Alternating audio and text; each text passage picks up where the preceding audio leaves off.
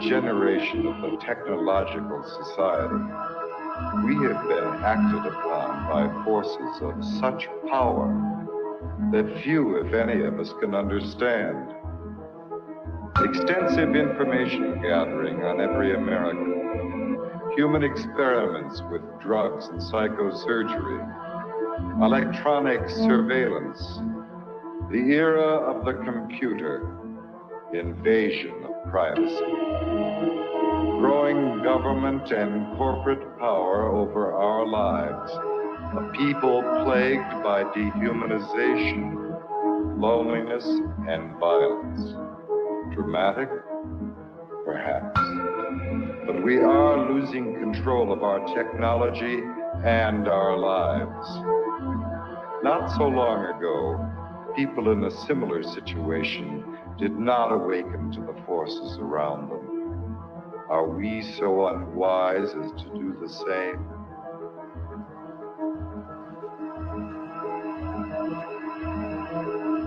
Behavior control.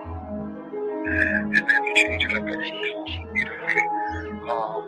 Alienated, paranoid, enemy-less, wired death, dead acts, dossiers, medical records, social security number, credit record, national security. That was with another agent, Pat Webb. Pat was an explosives agent. So we kind of opened the door just a bit to the cabin. And as we opened the door, we were both pretty much overcome as we looked across the cabin at the shelves that were built on the other side of the door. We could see coffee cans and bottles and jars, and they all had labels on them, and they were very meticulously done. You could see that some were labeled with the name of certain chemicals. One of the things we saw was a hooded sweatshirt, that was hanging up there. And the cabin smelled as if you might start to think, if you really think about this. This is a person who lived in this cabin. They had a cutaway spot in the floor to go to the bathroom in if he needed to. Had built fires in the cabin.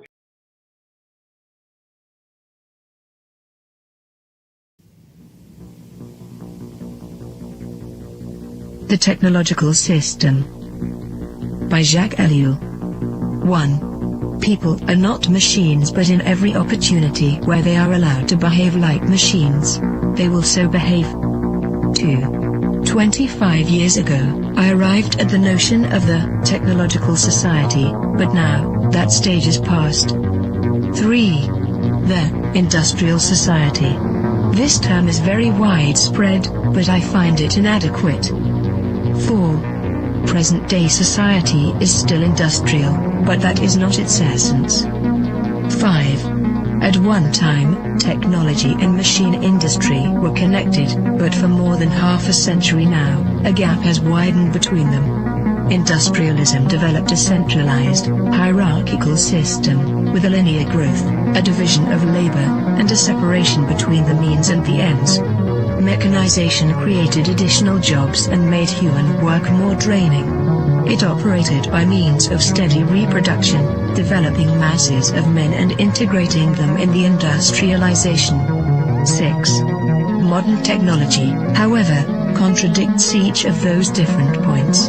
If allowed to act, it leads to decentralization and flexibility. It does away with the hierarchy and the division of labor. It particularly has to bridge the gap between implementation and management. It presupposes a polyvalent and nonlinear growth. It reintegrates the ends into the means. It cuts down on labor and thus on the costs of labor. The value factor is no longer human work but scientific invention and technological innovation. Consequently, we can no longer apply Marx's analysis, which states that the economic totality is based on the surplus value produced by the salaried labor of the worker. 7. The industrial system is a closed, repetitive world, with a linear revolution. The technological system is inevitably open, non-repetitive, with a polyvalent evolution. It can proceed only by the universal development of mankind, and that development is absolutely necessary for the development of the technological system.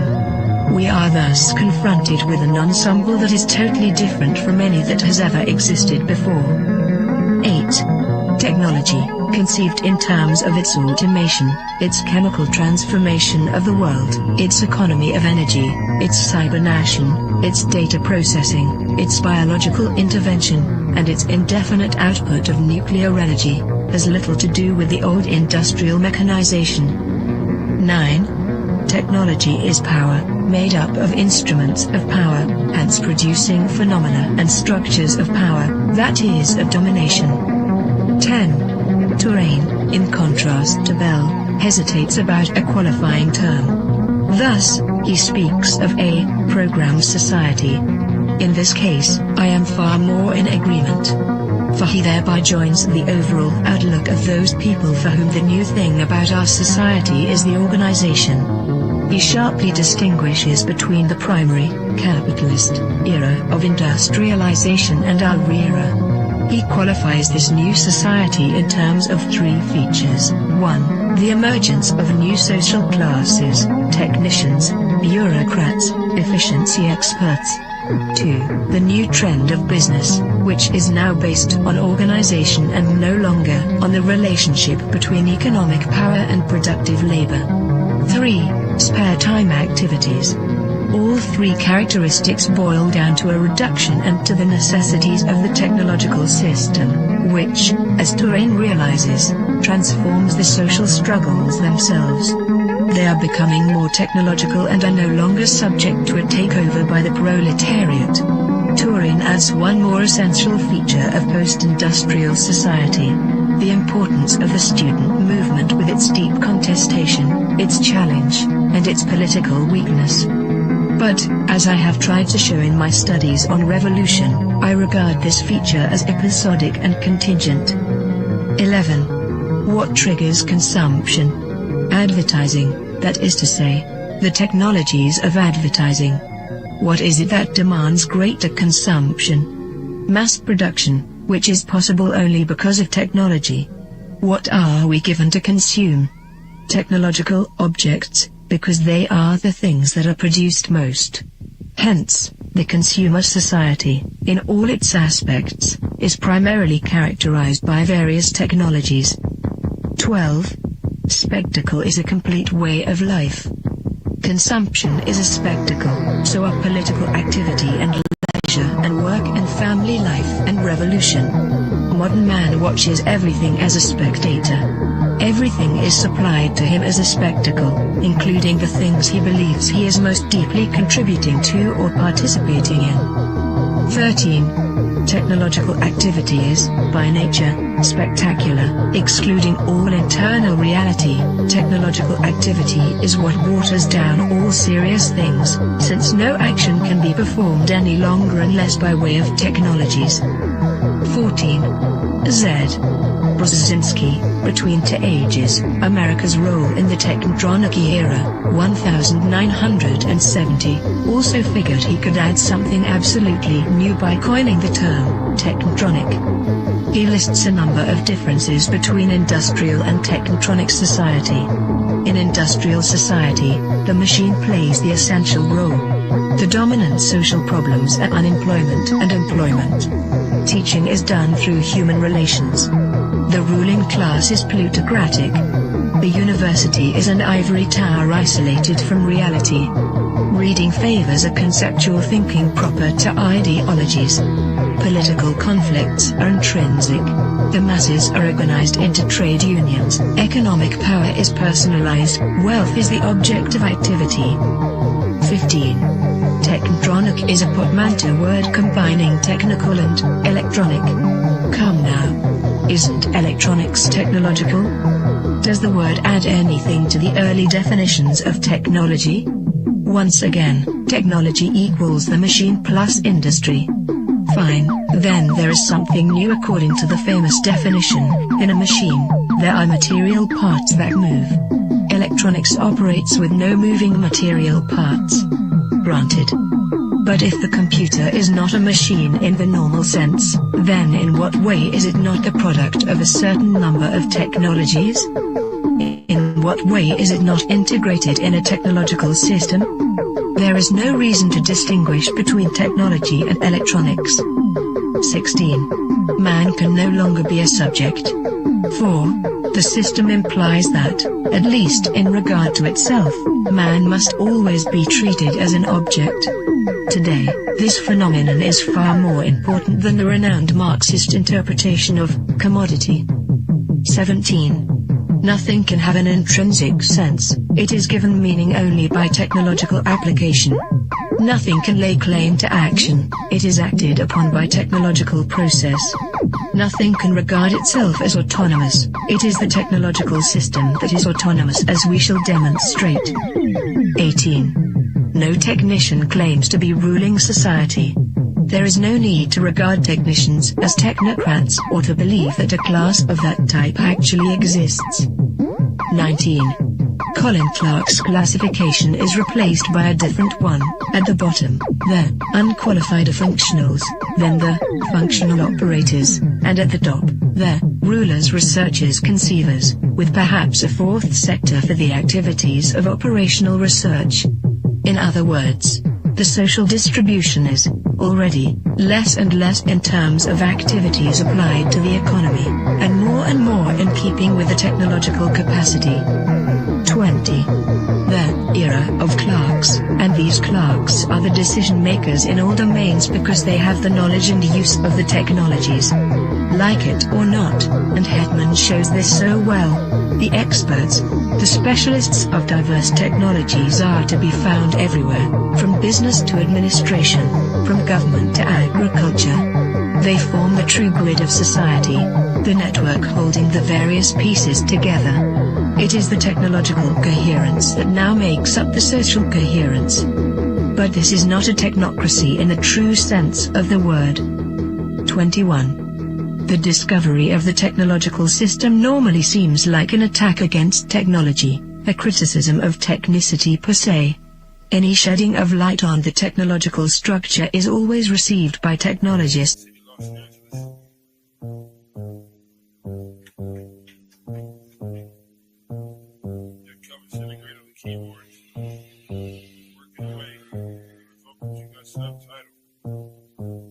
I gotta go to work so I can work it out.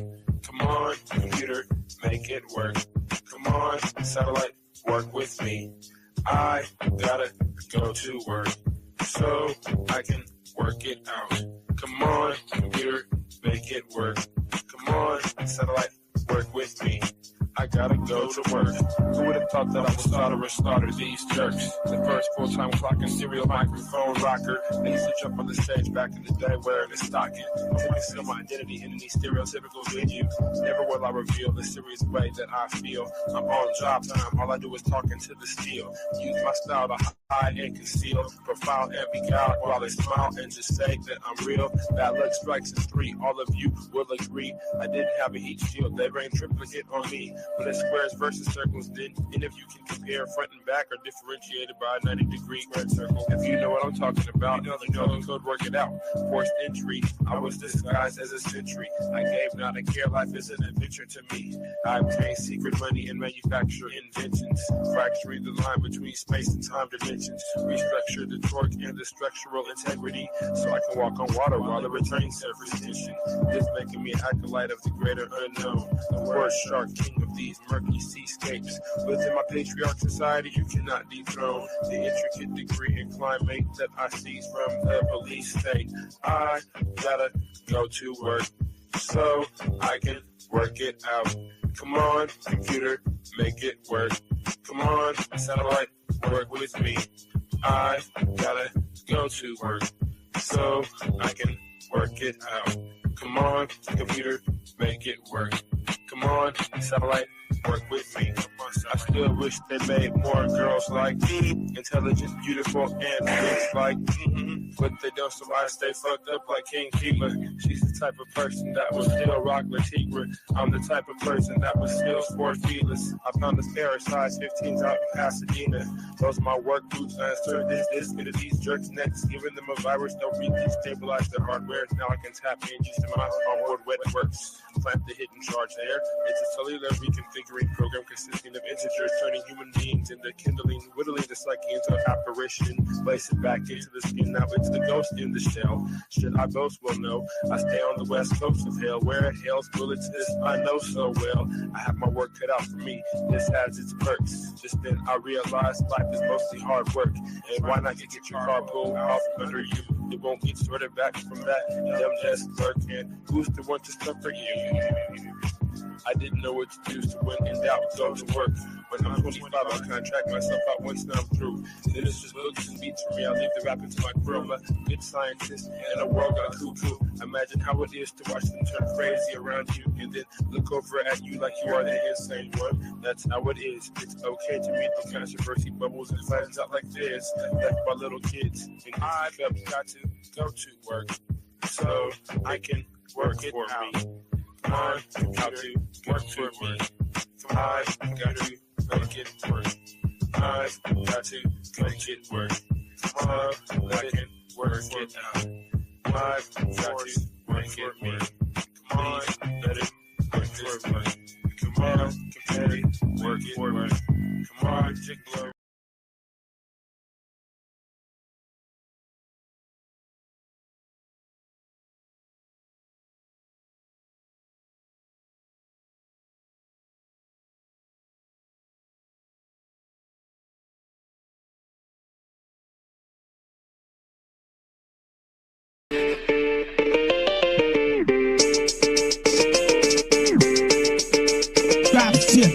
Hegemonic sentences through cavalcades of reminiscence, the dark soul mentions crevices of insight, appendages of tripwire reverence. The gun hill legend brandish your weapons for Armageddon. Endless corrections for willing participants before the line finishes. I got shadow grimace to updating green with human chaos for the pilot smoke screen. Combined with the best wishes, master attacks intended for advanced craft methods that were highly adapted to the presence, sharpening psyche, which often might be construed as badly used or beautiful looks just like to mirror the schism unseen hidden. The newest eyes cast shadows into the bluest skies until the Tory Alienation brought to the kings before me as the sacred justice plotted to misinform the whole decorous within construction. Nanonet filaments. Hidden secret touch, mystified by the comfortable, united by inner struggle. Hidden a bundle of scar, written enigmas. Now the claws risen. Man is up with cheeky. With insights such disease, praying to the east, not to the man-made structures, but to the rising of the sun. A comparison of those diligent military legs rushing around in any direction. Misperception and prism seem bad design. That's the vision from the unlikely incision to the makeshift minions of bad decisions. I'm pressing danger to the head skill, kicking fixes. To hidden cages you can't unstage cause I'm live and in the basement with bones hidden all chrome, hidden with thrones. Like a programmed metal skull covered in the skin, hard routinely cycled by a metronome. Bones are collected to make me feel like the connection is real. Not only steel can sharpen steel. They hit the revolution.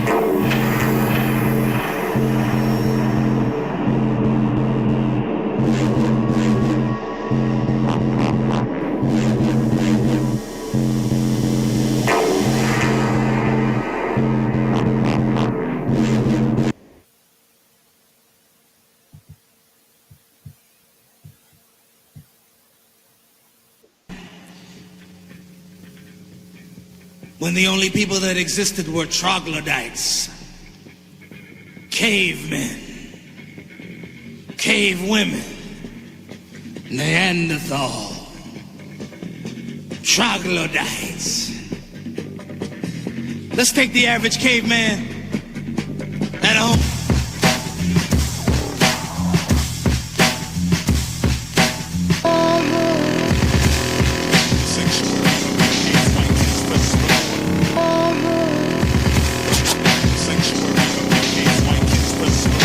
As I extract pigment from plants to complete my first stabs at expression, immortality is but another trait of my immaculate perception, untainted by technology.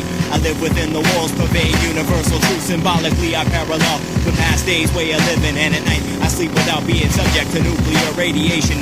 Complications that arise come few and far between. I be the unseen, both unspoke of and unheard of. You ever read Plato? The Republic, I got a cave, flames to bring light and cast shadows on the of unpure thought, processing informations unbiased by interface. Where I reside, we make bass, treble, and atonal sounds that transmit unbridled energy to cosmos directly. Tentatively planned for 2000 BC.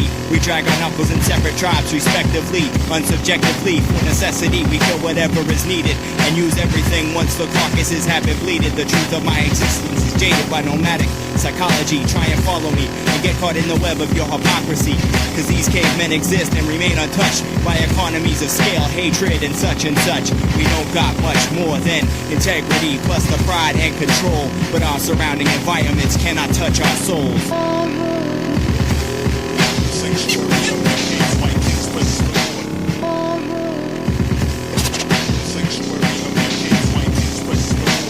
All praises due to the almighty Yaku. Living to give you blades, brains, bigger veins, frames, and non-venomous specialist remains. Sedimentary and elementary aims of non-aim and lots of gain slash gain me into the totem holes. The lost souls and orthodox holes in this box to contort. Press these palms to a black hole till I consume with fumes of hate and ignorance at high noon on drum beats. Speak my beats on beats. Release species looms in every room when I'm voicing this. Inside this precipice, the immortal words of Ice Cube. All snakes are not poisonous. The lesson has arisen, loosen the nuisance, cease the lynching of a lyricist, European diplomat, hip-hop body cis, that insists it's all propaganda, slander and open hands, slap the face at open mics. All my prior work to the sub-tones, dead poet with no home, old school like Dre and Snoop, fuck a mansion in the yacht. All I ever want is 40 bars in a loop, but instead I drag my bitch back to my cave, fire here in a biosphere I crave, debate the sound wave. No more swimming in Garth Brooks, digging in books like the art of metaphors, become a culture crook, tired of walking on all fours. Moses came to me in the dark and handed me your mics, and people are watching your every move, and so you better come tight, understand the nature of the threat, and we rebel against that. We're slowly climbing the food chain, so we won't have to eat scraps.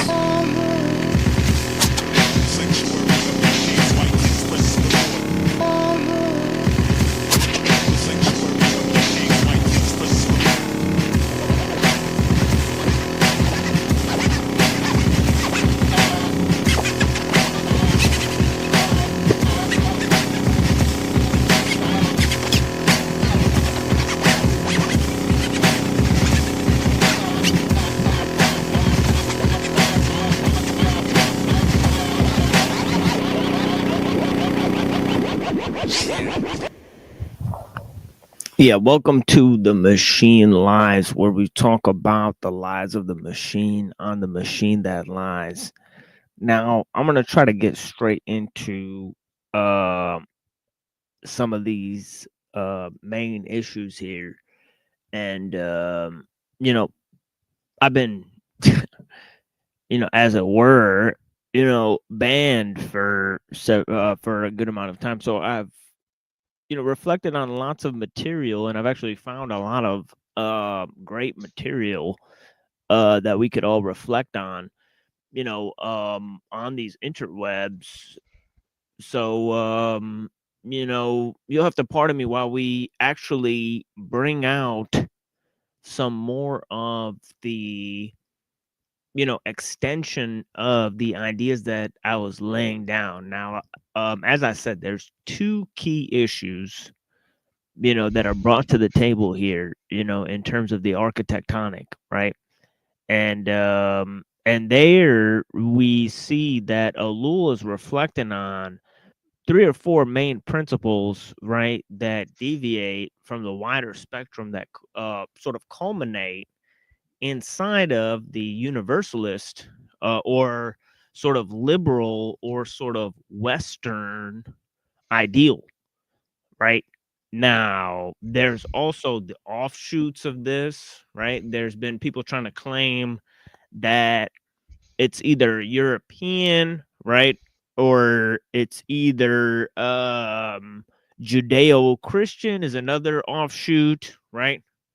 So whether you're a millenarianist or a groiper or whatever type of you know, expression you become embroiled in, right? We're trying to present a different sort of idea, right, about the origin of Western civilization, and that is the ideological dogmatic roots, right, that extend far beyond just Europe, right, or even inside of the Abrahamic or Judeo-Christian,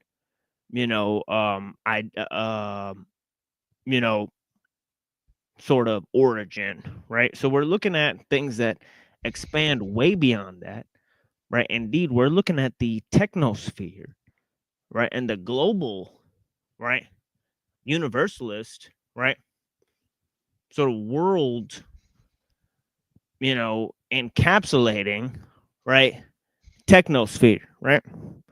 That's almost, when compared to the history of nations and even states, right? States have been around for like 400 years, right? Right. After the European Enlightenment, right? Okay. And, before that, they had nations and empires and things like that, right? Okay. Those were more based on ethnicity, right? And we see that, technology, even up until the 16th century, right, was based on, you know, the idea of the diversity of cultural forms, right? But once you had a world, sort of monoculture, right, emerging through international trade, right, within certain cities of the world, right? And that was due to, several key elements that, arose at the time, but most of them are technological factors, right? So we're going to talk about how technology affected the economic world, right? And we're mainly just getting back on the horsey. Now, last time I did a show, right? Something strange happened, right? I was supposed to go and read the Tao Te Ching and go and open up some readings, right? Cyborgs, I think we're on Warwick or something like that, where he put a chip or something, in his arm or something like that, as an experiment, right? So we're looking at cyborgs and intelligent robots. So we're looking at advanced robotic systems and different things, right? We're looking at an expert on those ideas. But I didn't do any of that, right? For some reason, instead of reading ellul, instead of doing any of that, right, I reflected on this idea of progress, right? And then I went kind of overboard. I went maybe a very long presentation on that, but then we got canceled, right? So now I'm sort of bringing and I brought a lot of readings to the table then, right? Okay, that day, right? So, we'll see, exactly what we get to today, but yeah, that was essentially where we got to, is that I was reflecting on this idea of progress and this idea of being and becoming, right? Now, it might actually, appeal to you guys to see some of these sources for these ideas, right? And that's kind of what I was going through recently, right? Was looking at some of the sources for those ideas. I think I went through Rousseau and Carlyle and different critics of Rousseau was a critic of classical liberalism, right? And then, when you get to Carlyle, and these kind of guys, they were sort of critics of the scientific worldview in general, right? Because they're more going into the 1800s, right? Where there's actually extreme dogmatism behind the scientific worldview, right? You have the whole battle of scientism versus spiritualism. They invent things like theosophy, right? And transhumanism, right? In the 1800s. So another thing I want to go ahead and put out here before I move on to the presentation here, right, is these 3 items, right? Very important items. While we were banned, right, we did double down, right, on a few items of inquiry, right, including, right, the machine lies in unseen warfare expose Zionists and ecumenists, right? Okay, I hope I spelled all of that right. Right on. I've devised a playlist for the Judaism series. Right, so go ahead and watch that at your leisure. Right, by clicking on that. Right, you guys could save that playlist. Right, here's another one made by Machine Bob series. Okay, in which we're looking at different of these shows. Okay, looking to expose some of these shows. So we're still halfway through another special there. Right. And I got to communicate with Truth or Cop so we could do the next part of that series. Right. But yeah, we'll be back with that next part of that series, possibly on Monday. Right. So we'll see what happens. Right. And of course, if we're banned out of existence, you guys could try this other channel. Right. And of course, we'll be at this other channel. Now, there's 2 key issues, right, that are that I want to bring to the table, right? One is, okay, this notion of the compartmentalization of knowledge, right? Right. Now, obviously, the idea of history and science, right, was falsified, right? Okay. And it's been falsified through philosophy and theology, right? So that's why when you see all of these ortho bros going to all of these liberals and the science tards, right? It's so easy for them to go ahead and look at their arguments and say, well, you have philosophical or theological justification at the root of your arguments, right? By just appealing to history or appealing to authority, right? Because it's actually fascinating, right, that they're not rejecting any of the main principles. They're just saying that it's based in a much greater system, right? So you have all of this idea where the history and the science is used to obfuscate the philosophical and the theological roots, right? Okay. And of course, this is due to one key main invention, right? Which is a dual sort of manifestation, one from sort of dualism and this whole idea itself is about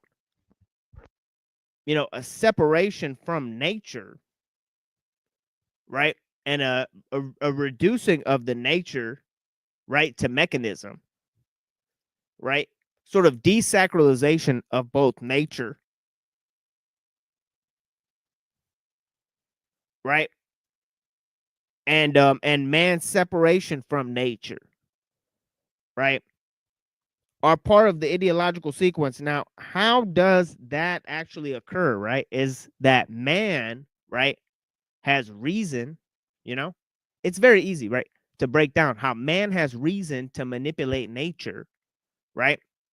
So man's ability to manipulate nature, right, and change nature through reason, right, means nature is subject to the ephemeral, right, where man's reason can go beyond the ephemeral, right? And but when the ephemeral enters into the concept of reason and the universal, right? Then it basically transforms into progress, right? Okay, now you need history to have progress, right? So the first thing that science falsifies is a history, right? Okay, now if you have a history that talks about man progressing, right, gradually, right? Okay, then you can smuggle in progress into your notion of history, right? Okay, and this is what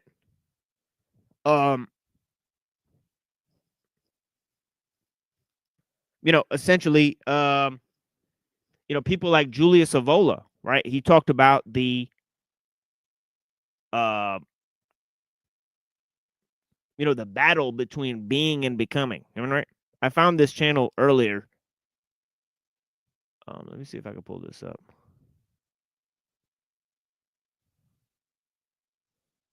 Traditionalist tokenist.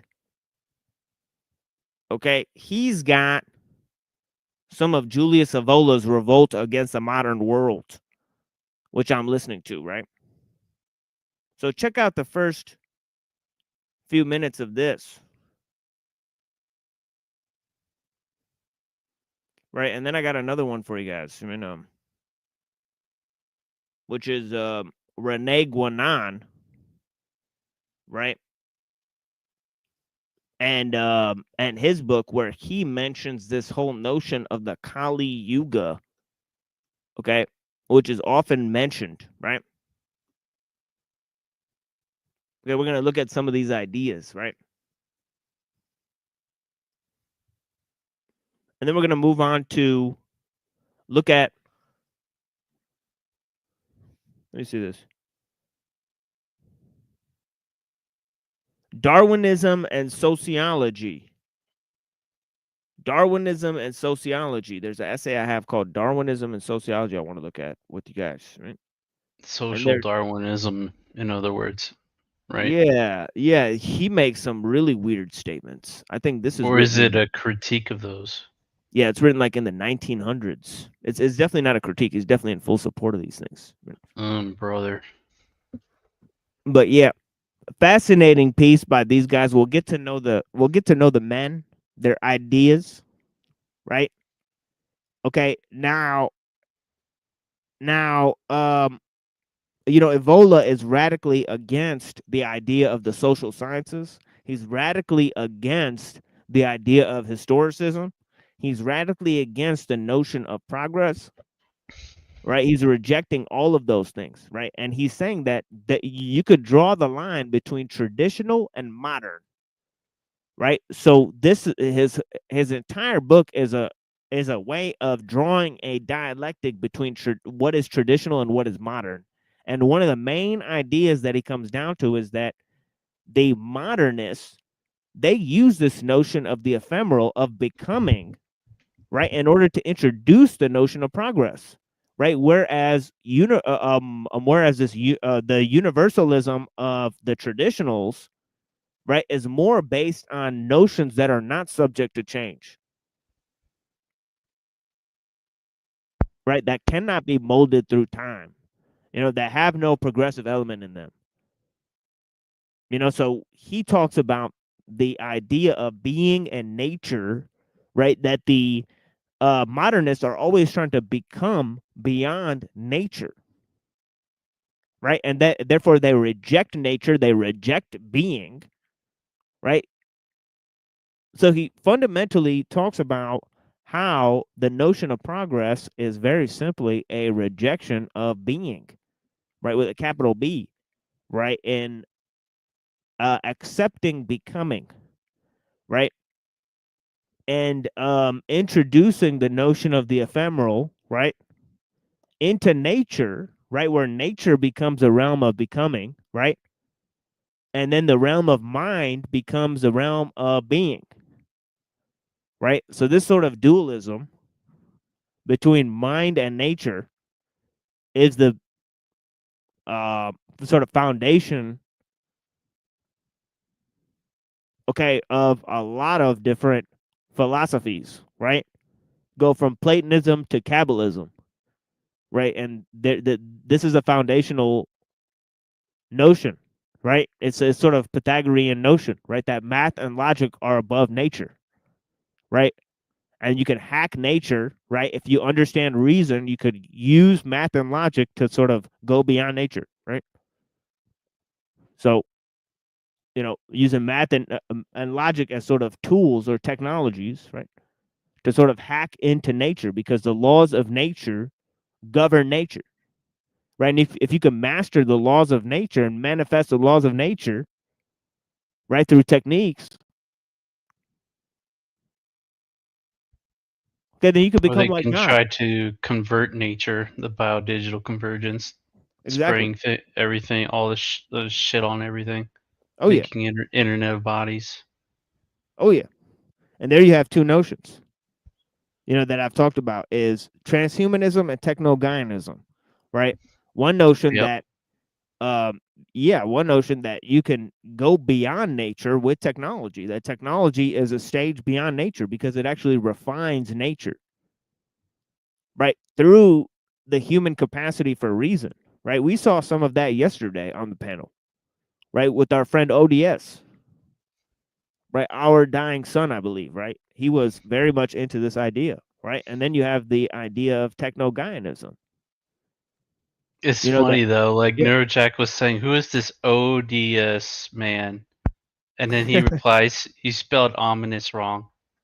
It's funny. Yeah. Now I finally get, a day later, I get what Neuro was saying. I'm just a slow boy with no whiteboard. My low goth bringeth all the boys to the yard. Slow boy white, Lols. slow boy white whore. Yeah, she gave Toilet Bowl Earth and Enslaved by Truth quite a run for their money recently. You know, I don't know if you guys saw their stream. He was crying in his chat because she was exposing how enslaved by tortillas, this guy lives off life insurance money. And then she was going at TBE saying that, well, I won't really say what she said, but she said if you take one look at me, that he'd leave his wife for her. That's what she was saying in his chat. Oh So shit! Yeah. So Dang. quite a weird display in the toilet bowl birth chat. Don't think I wasn't watching. Little Trouble in Paradise, perhaps? I sure was watching. It. Well, you know, the and we did noticing is continuing to be noticed. Yeah, but we did a whole series on that note exposing the Jays, Zionists. So please tune in. Different things, and I mean, it seems like it's like it can mean several different things to different people. What does nice mean to one person? Exactly, according to their values, you know. Yeah. What do you got going on here, bro? You got that?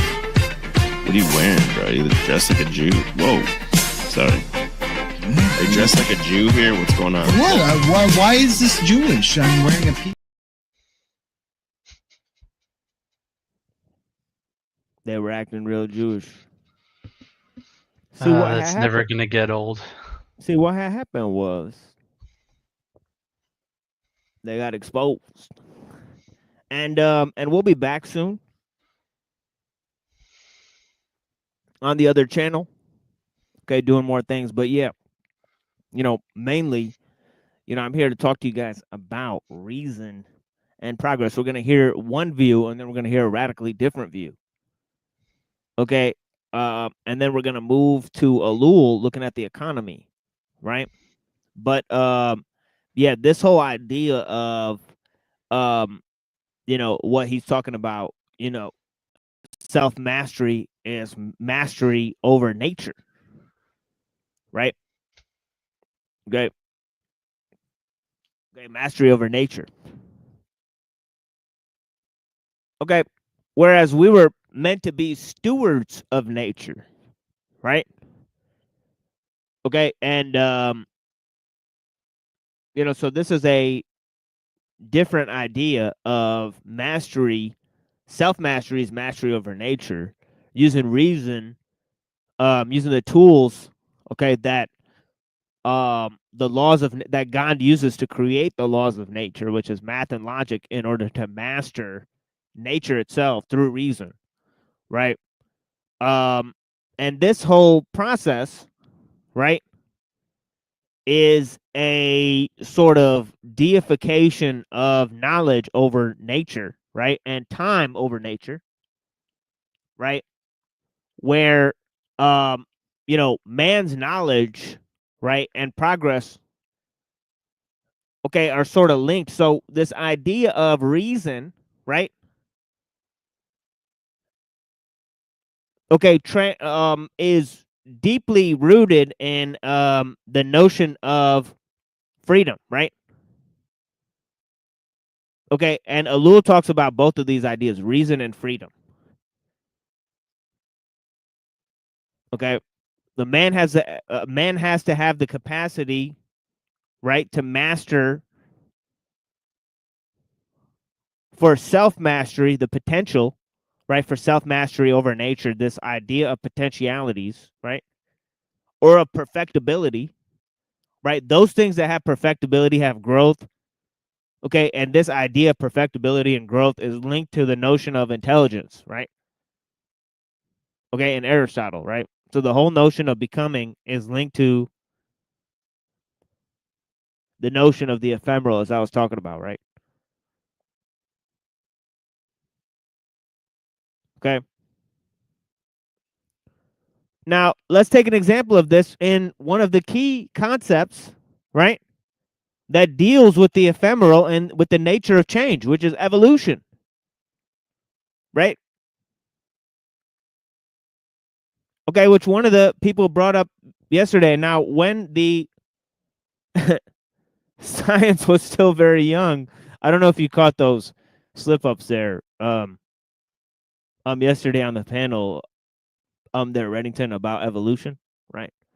But they said that they disagree with Darwin, right? Which is pretty funny. I mean, Right. He said even if I heard Wildheart correctly, they moved past neo-Darwinism as well. yeah, they moved past neo. These guys, these random guys on the panel have moved past neo-Darwinism. I was thrown for a loop. I'm like, Meanwhile, I get being past Darwinism, but neo-Darwinism as well. yeah. Meanwhile, us mere schoolboys are conflating Darwinism with evolution. Ho ho ho. And I said, well, what's wrong with Darwin? He was pretty smart, right? It's like, and they say he was smart for his time, right? And then I say, what about Huxley? Right, many years later, right? Huxley, right? His ideas of transhumanism totally disagree with Huxley's notions of transhumanism, right? Okay, Huxley does not mention technology in his definition of transhumanism, right?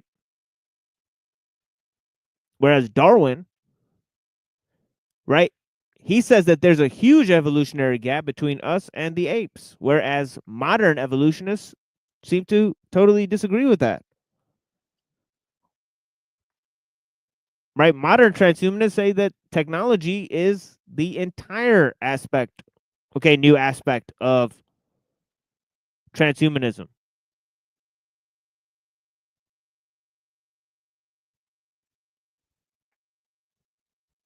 Whereas old transhumanists just thought it was about accelerating the process of evolution, right? So, just the terminology has changed over time, right? because of the change in technology. Right? Because of the rapid change in technology, it's affecting the change in the ideology, right, of what evolution is, right? And that's because evolution has ideological roots, right? The students of Heraclitus developed the notion of evolution, right? They said that everything is change, and hence animals, right, have designs similar to humans, and so that's probably where humans came from, right? I think it was Anaximander, right, who developed the notion of evolution, right? Anaximander. Let me look up Anaximander, pre-Socratic Greek philosopher. Okay, he belonged to the Milesian school and learned the teachings of his master Thales.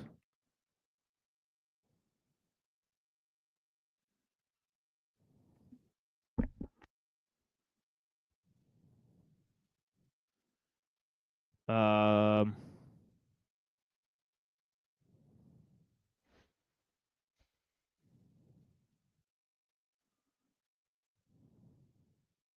yeah, it was either Anaximander or Anaximenes.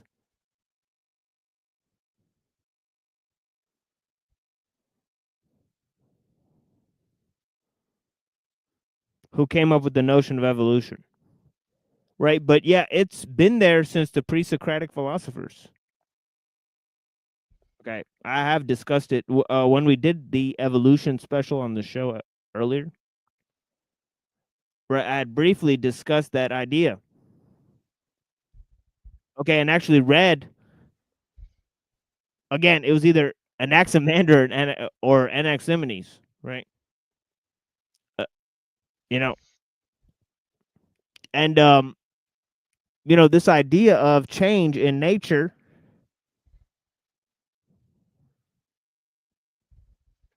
right? Obviously, it continued all the way to Heraclitus, right? And Heraclitus brought this notion into the spirit of world history, and he added reason and the development of human civilization and the apotheosis of the state to the idea of progress in the spirit of world history, right?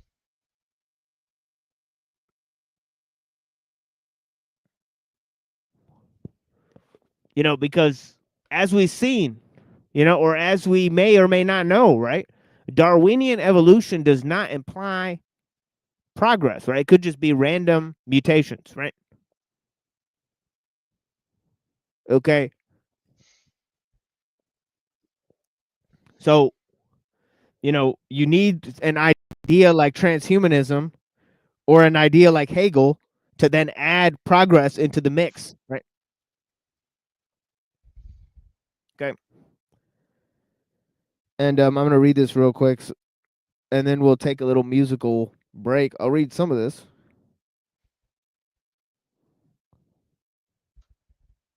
Right, it says, how has our conception of social phenomenon and of their history been affected by Darwin's conception of nature and the laws of transformation?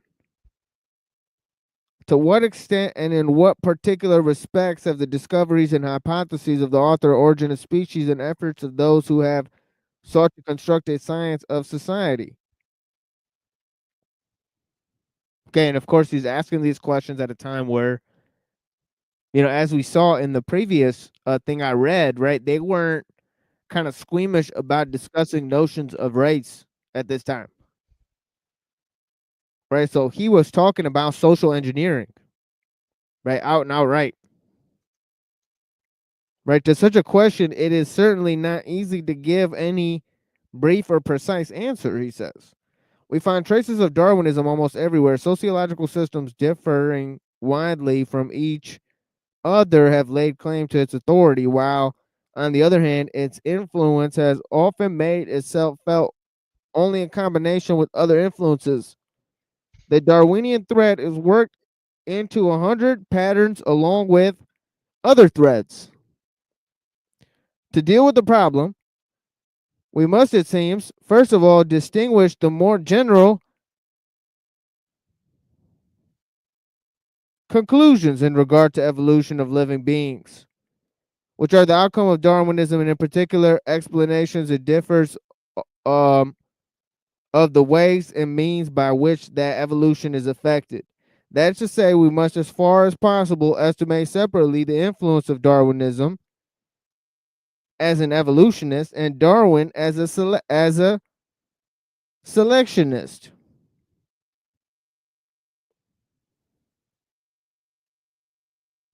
Now it gets pretty interesting. He says, the 19th century, said Cournot, has witnessed a mighty effort to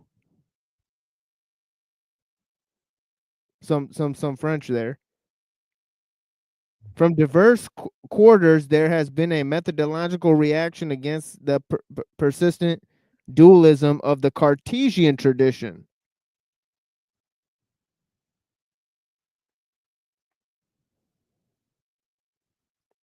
which was itself the unconscious heir of the Christian tradition.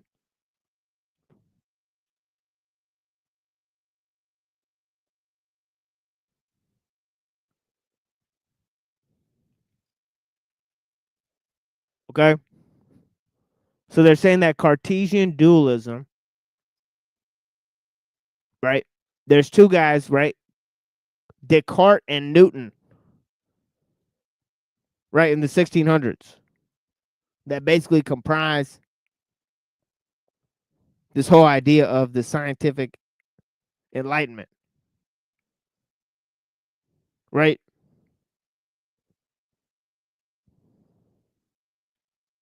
And basically, Descartes agreed with Catholics that animals don't have souls.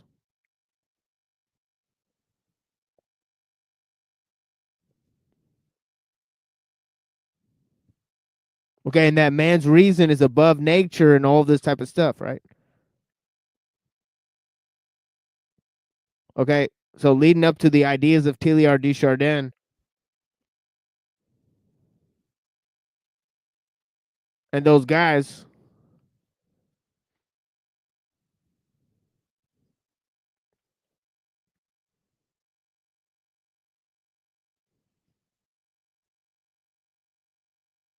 okay, so he says, even the philosophy of the 18th century, materialistic as were for the most part the tendencies of its leaders, seem to revere man as being a part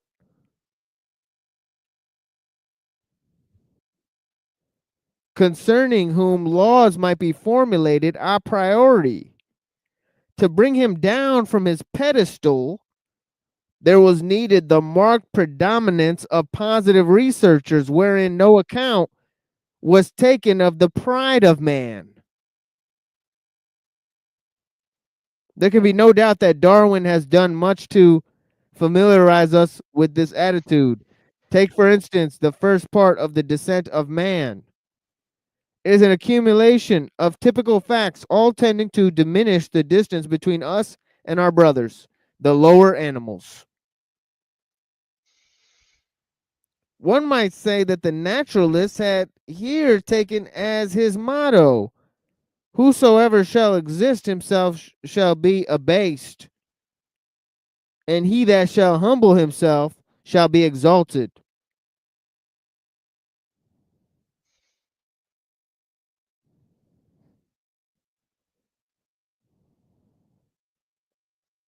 So in this idea, he's saying that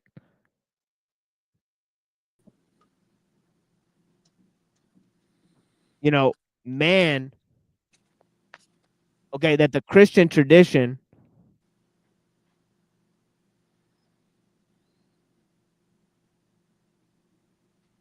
that Darwin basically took apart this notion in Cartesian philosophy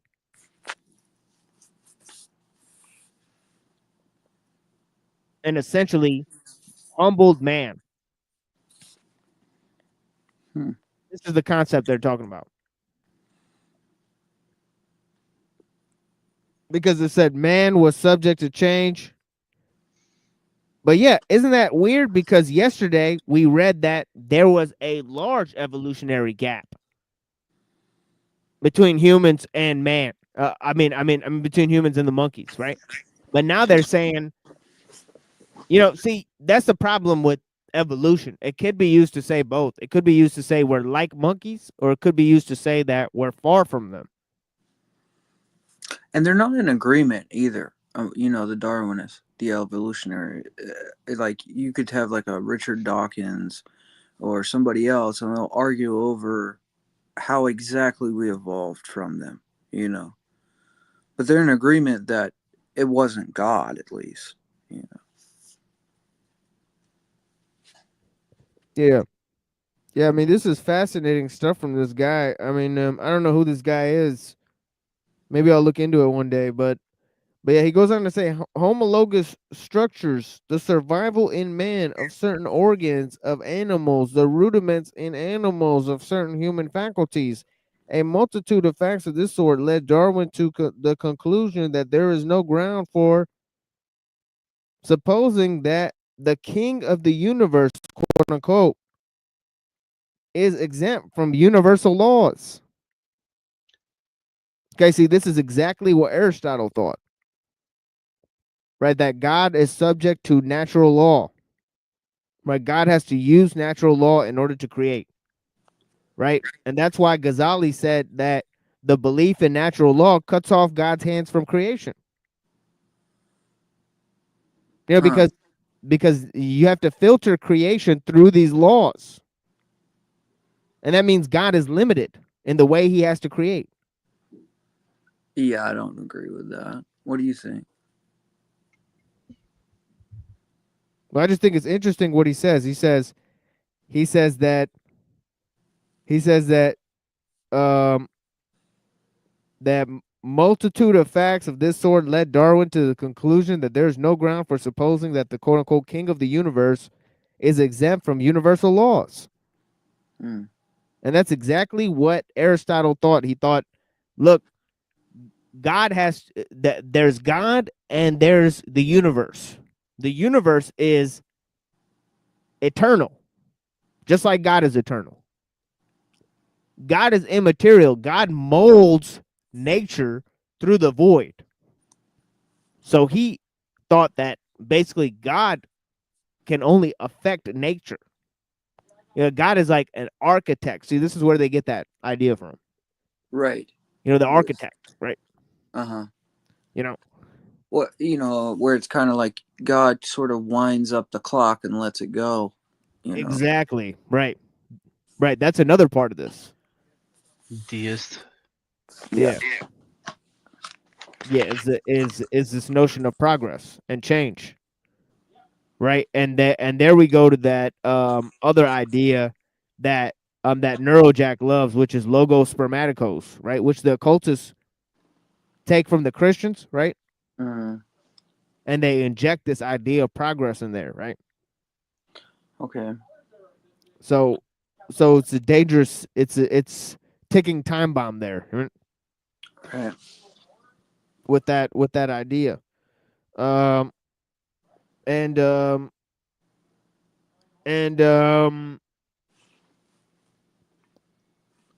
Here goes some other things. He says, man, I literally lost my place. Oh yeah, universal laws.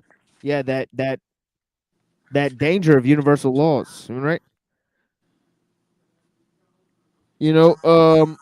Of God being limited by universal laws, thus belief in, and this is where the notion, this is a key idea in the notion of universalism itself. Right, thus belief in the imperium in imperio has been, as it were, whittled away by the progress of naturalistic spirit, itself continually strengthened by the conquest of the natural sciences. The tendency may indeed drag the social sciences into overstrained analogies, such, for instance, the assimilation of societies to organisms. But it will at least have had the merit of helping sociology to shake off preconception that groups formed by men are artificial and that history is completely at the mercy of chance. some years before the appearance of the origin of species, Auguste Comte had pointed out the importance as regards the unification of positive knowledge and the conviction of the social world, and the last refuge of spiritualism is itself subject to determinism. It cannot be doubted that the movement of thought which Darwin discovered, promoted, contributed to spread of conviction by breaking down the traditional barrier which cut man off from nature. I'll repeat, he says cut man off from nature. So there's two things. God is subject to natural law, A, and B, man is cut off from nature. Okay, this is very important for the evolutionist paradigm to take hold, right? And now you have this idea of Auguste Comte, right? And the idea of the positivist, right, view, right? Which is that, okay, that first we started, okay, from a view of, I think it's first, it's metaphysical and then it's theological, or it goes, actually from theological to metaphysical, right, or philosophical, right, and philosophy basically washes out the religious impulse, and then you get to science finally, right in the end, right. So progress implies science, right, for Auguste Comte, right. You guys can look it up, right. I think he invented sociology, right. So these guys were well aware of Auguste Comte at the time, right. And he says, but nature, according to the modernists, to the modern naturalists, sorry, is no immutable thing. It is rather perpetual movement, continual progression. See that? Continual progression. Their discoveries batter a breach directly into the Aristotelian notion of species. Okay, it's interesting to note that Aristotle invented the notion of species, right? A critical idea for Darwinism to take hold, right? Okay, they refused to see. Actually, I think he invented the notion of biology itself, biologos. Right? He studied it. He separated animals into classes and all this type of stuff, right? I think he even like dissected animals and like studied their anatomy and stuff. If I'm not mistaken, right? Similar to Descartes. Well, you know what's funny about this is if you look in the Old Testament, you know, something like well, let's say like a bat would be considered a bird to those people. It's not until you get to Aristotle that you have a differentiation between those species. You get what I mean? Right. Right. And that's why I was talking about the compartmentalization of knowledge and how that's linked to this notion of progress. Right. And then he says here, it says they refuse to see in the animal world a collection of immutable types, distinct from all eternity and corresponding, as Cuvier said, to so many particular thoughts of the creator. Darwin especially congratulated himself upon having been able to deal with this doctrine, the coup de grace, the coup de grace. You know, however, it said immutability is, he says, his chief enemy. Look at that. Immutability is the chief enemy. Look at that. So what's the, you know, what's the savior? The ephemeral, right? You know, if immutability and the eternal is the foe, right? You have to introduce change, right? At all costs, right? So he says immutability is chief enemy. He is concerned to show therein, following up Lyell's work, that everything in the organic world, as in the inorganic, is explained by the insensible, by the incessant transformations. Nature makes no leaps, quote unquote. Nature knows no gaps, quote unquote. These two dicta form, as it were, the two landmarks between which Darwin's idea of transformations is worked out. That is to say, the development of Darwinism is calculated to further the application of the philosophy of becoming, to the study of human institutions. The progress of the natural sciences thus brings unexpected reinforcements to the revolution which the progress of historical discipline had begun. Now he says something interesting, and I'll basically end with this.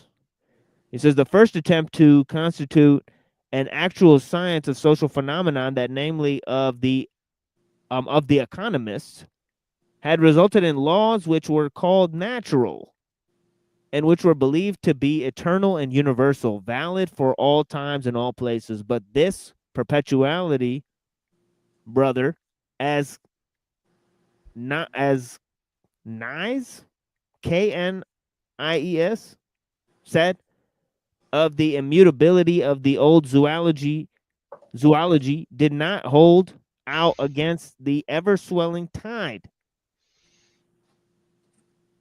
of the historical movement. Knowledge of the transformations that had taken place in the language of the early phases of the family of religion of property had all favored the revival of the Heraclitean view. The Heraclitean view, right? Of becoming. Okay, that all is subject to becoming, right?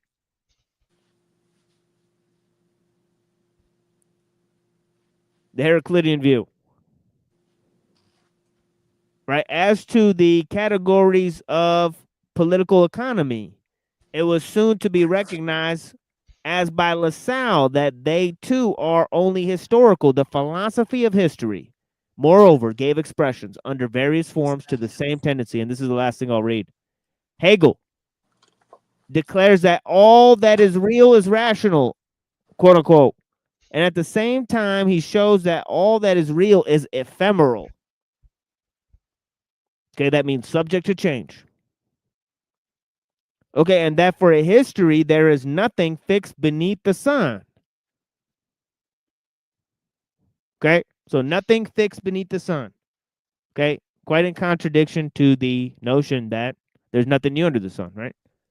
Right. Okay, so look at this. They have to introduce the notion of progress. They have to they have to introduce progress, and they have to make change part of the essence of nature, right? Through this notion of the ephemeral, right? And only then can they introduce this notion of progress, right? So this is a key element in their philosophy, right? And let me take a look at this here before we move on to this this musical break. I might kind of open this up. This was a student of Rene Guénon, right? Julius Evola, right? Guénonian. Yeah. So he's got some interesting things to say. Let's hear a little bit of this, maybe 10 minutes of this.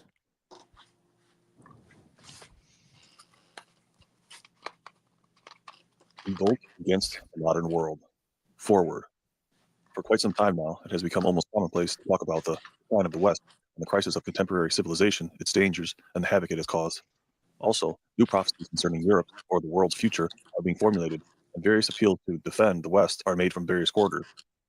In all this concern, there is generally very little that goes beyond the amateurishness of intellectuals. It would be all too easy to show how often these views lack true principles, and how what is being rejected is often still unconsciously retained by those who wish to react, and how for the most part people do not really know what they want, since they obey irrational impulses.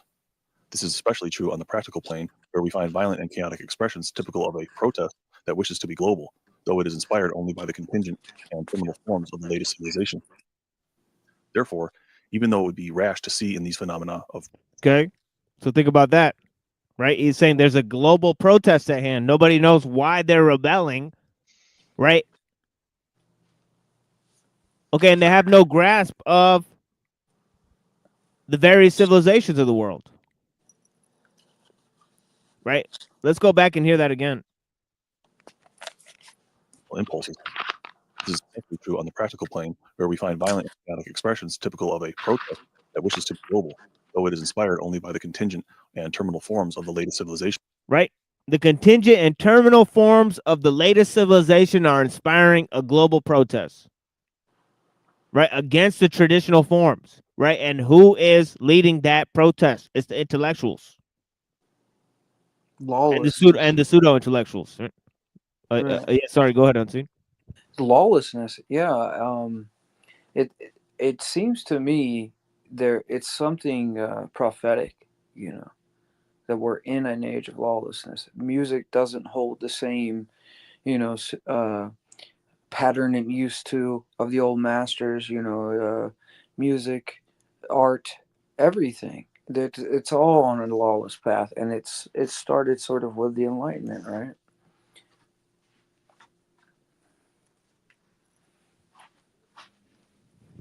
Yeah, definitely. Something huge started with the Enlightenment, you know, and you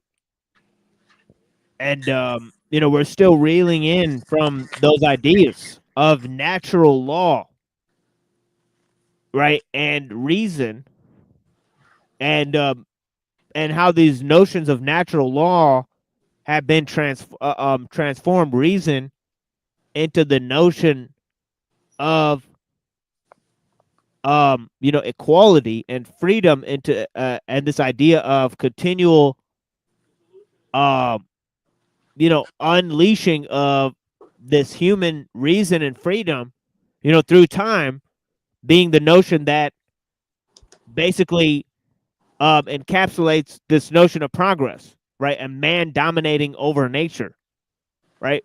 So he basically gets into some of that. He says it, you know, in very clear terms, and I think people can appreciate the way he scales up the idea, right? By not just looking at, you know, the system on its own terms, you know, but looking at the ideological roots and the spiritual roots of the deception of modernism, right? So he's saying that we need a multifaceted response to the problem. We need to deal on the architectonic level. We can't just dwell here and look at the social consequences of technology and all these types of things, right? That this is just a very surface level response to the problem that we're all experiencing.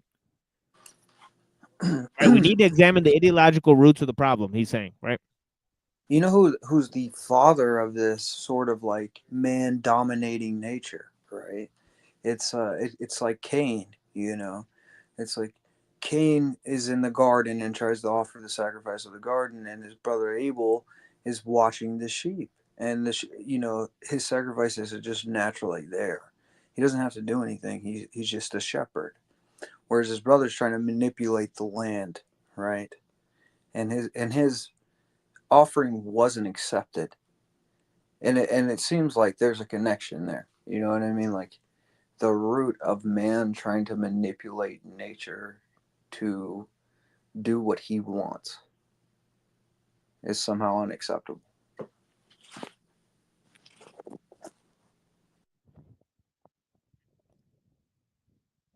Yeah, I mean, it's kind of wild how they try to perfect things without understanding what they are. You know, they know like 10% of information about something and they try to create or engineer, you know, things they could barely explain. Right? It's just like trying to force it, like force this thing to work or something. I don't know. Oh, yeah.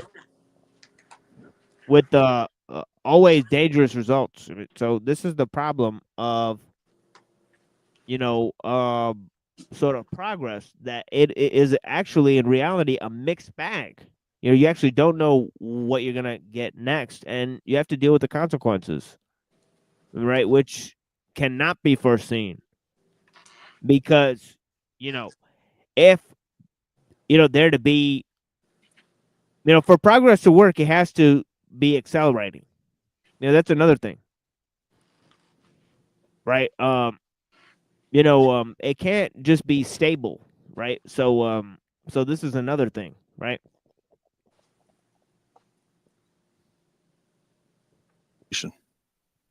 Therefore, even though it would be rash to see in these phenomena of protest something positive, they nevertheless have the value of a symptom. These phenomena clearly illustrate that beliefs that were once taken for granted today no longer are. Oh, by the way, that is part of the reason why, you know, on the left, you know, as I've said, they are confused that there's too many people, right? They say there's too many people. Right. Right? They say there's a problem of overpopulation. Right? On the right, they say that the population is rapidly declining. What's the disparity between these two beliefs? The disparity is that when you have a technological capacity, you need to keep training people to run the machines. It's not that they like people. It's not the people on the right like people. It's that they understand that unless there's people raised to run the machines, they're going to have a huge loss in productivity. Right? There's going to be nobody to manage the technology. Right? So they're simply know that, you know, if we don't have the capacity, you know, if we don't function at this capacity of technology, you know, that we're going to lose tons of people. Right? We're going to have to sacrifice tons of people because we're not going to be able to feed them or to keep up the supplies to run civilization at the max level that it's always ran at. Right? So we have to keep training people to run the machines. It's just like, you know, back in the day when they had kids to be farmhands. You know, so this is the reality of the situation. You know, it's not that they like kids, you know, but they have to train people to run the machines, right, to keep civilization going at the same rate. Right? It's almost like people are being produced for the machines to run the machines, right? But nobody actually sees it, right? No. And that the And idyllic you know, perspectives that's of part of the evolution. problem. It's like everybody's sort of bred up in these societies where you work your whole life and you don't question it, and a very you know, few are sort of you know, keep making sure the machine is running functionally, you know, and no one says anything, just keep living it. It's crazy. Of protests something positive, they nevertheless have the value of a symptom. These phenomena clearly illustrate that beliefs that were once taken for granted today no longer are, and that the idyllic perspectives of evolutionism have come of age. An unconscious defense mechanism, however, prevents people from going beyond a certain limit. This mechanism is says the idyllic, okay, concepts of evolution have taken hold.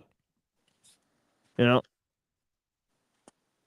similar to the instinct found in sleepwalkers who lack the perception of height as they amble about. Some pseudo-intellectual and irrational reactions seem to have no other effect than to distract modern humans and prevent them from becoming fully aware of that global and dreadful perspective according to which the modern world appears as a lifeless body falling down a slope, which nothing can possibly stop. There are diseases that incubate for a long time and become manifest only when their hidden work has almost ended. This is the case of man's fall from the ways of what he once glorified as civilization par excellence. Though modern men have come to perceive the West's bleak future only recently, there are causes that have been active for centuries that have contributed to spiritual and material degeneration. These causes have not only taken away from most people the possibility of revolt and the return to normalcy and health, but most of all, they have taken away the ability to understand what true normalcy and health really mean. Thus, no matter how sincere the intention animating those who today... Okay, spiritual and moral and material degradation that has caused most people to lack the ability to revolt against the modern world.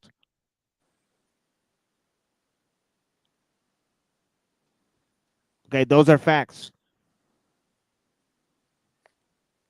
They attempt to revolt and to sound the alarm may be, we should not cherish false hopes concerning the outcome. It is not easy to realize how deep we must dig before we hit the only root from which the contemporary negative forms have sprung. That's right. Right? Despite the fact that there are adequate critiques of the spiritual and material degradation of man in the modern world, right? A lot of the solutions that people offer as revolts against the modern world are worse than the problems themselves.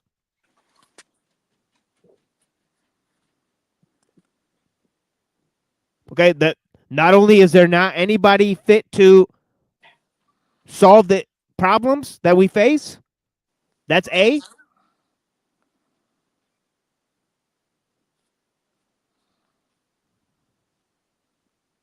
Right. Wrong as natural and necessary consequences.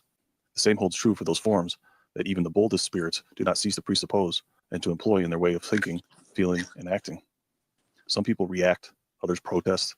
How could it be otherwise considering the hopeless features of contemporary society, morality, politics, and culture? And yet these are only reactions and not actions or positive movements that originate from the inner dimension and testify to the possession of a foundation, a principle, or a center. In the West, too many adaptations and reactions have taken place. Experience has shown that nothing that truly matters can be achieved in this way. What is really needed is not to toss back and forth in a bed of agony, but to awaken and get up. Things have reached such a low point nowadays that I wonder who would be capable of assessing the modern world as a whole, rather than just some of its particular aspects, such as technocracy or the consumer society, and of understanding its ultimate meaning. This would be the real starting point. In order for this to happen, it is necessary to leave the deceptive and magical circle and be able to conceive something else, to acquire new eyes and new ears in order to perceive things that have become invisible and mute with the passing of time.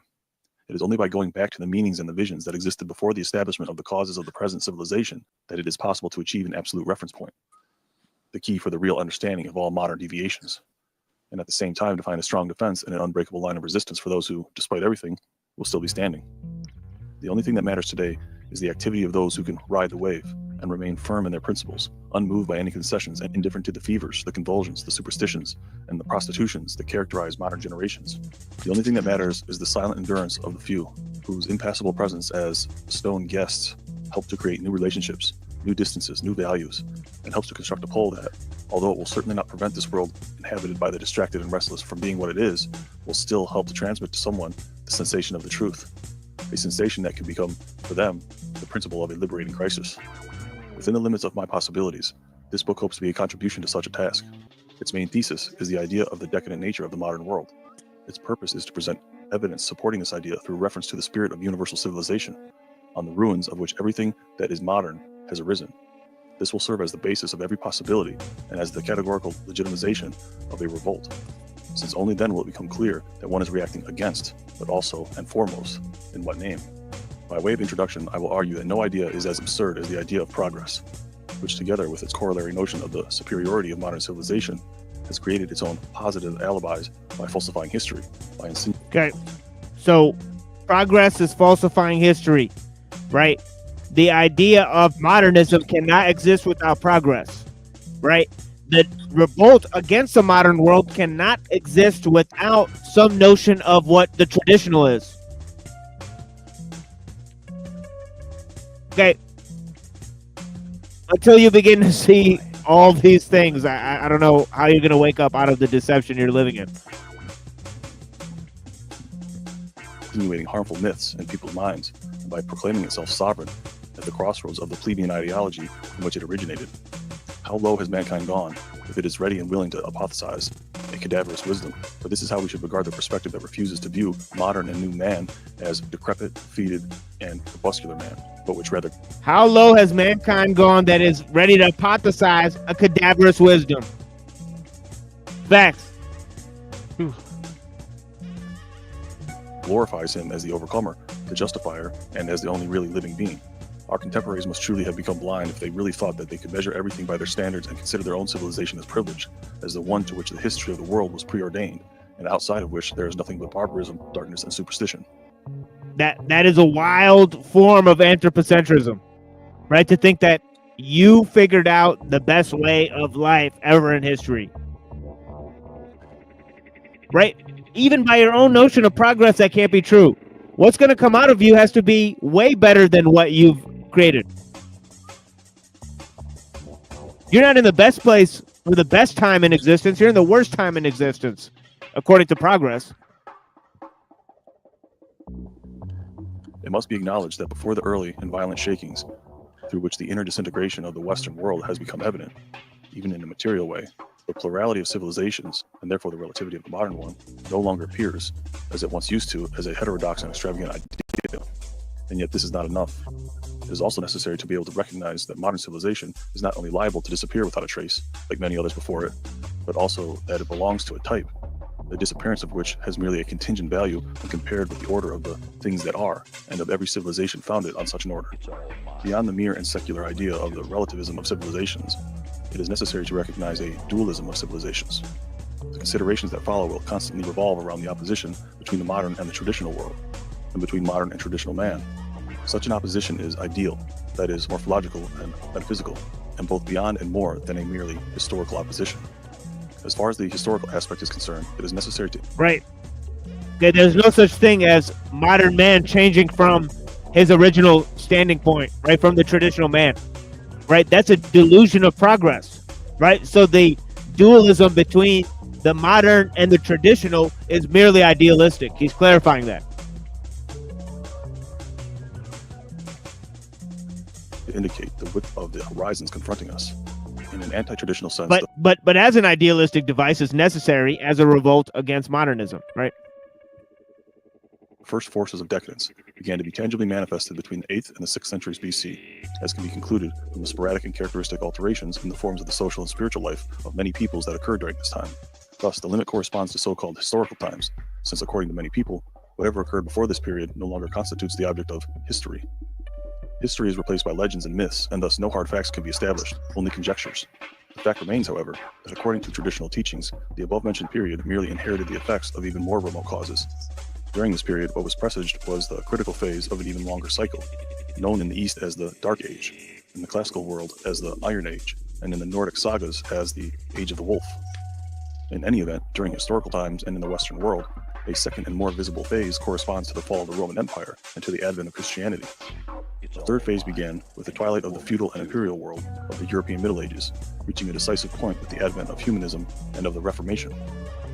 From that period on, the forces that once acted in an isolated and underground fashion have emerged and led every European trend in material and spiritual life, as well as in individual and collective life, in a downward trajectory, thus establishing one phase after another what is usually referred to as the modern world.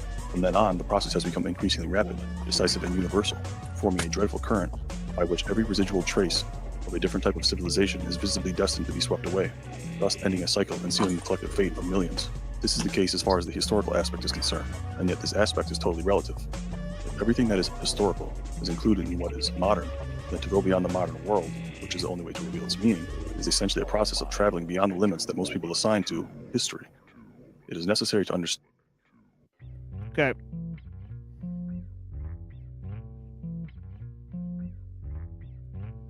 So I think he said a lot of very true things there, right? We'll bring that back. We may take a very close look at that work, right? And definitely this channel right here, right? You know, excellent channel here. Traditionalist Tolkienist. He's got some excellent works there, you know, including Rene Guénon. He's got a work by Rene Guénon here. Let me open that up real quick because I want to unpack one issue there. That is very important, right? In the crisis of the modern world, okay, where he seems to talk about the Kali Yuga, a very important, interesting concept, right? But yeah, let me open this up.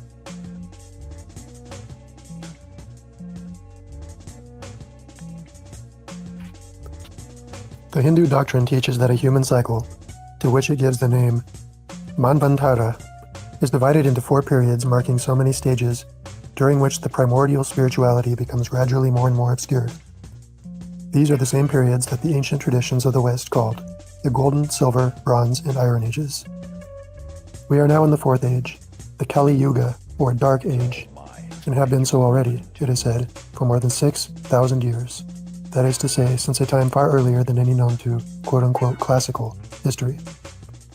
Since that time, the truths which were formerly within reach of all have become more and more hidden and inaccessible. Those who possess them grow fewer and fewer, and although the treasure of quote-unquote non-human, that is, suprahuman, wisdom, that was prior to all the ages can never be lost, it nevertheless becomes enveloped in more and more impenetrable veils, which hide it from insight and make it extremely difficult to discover.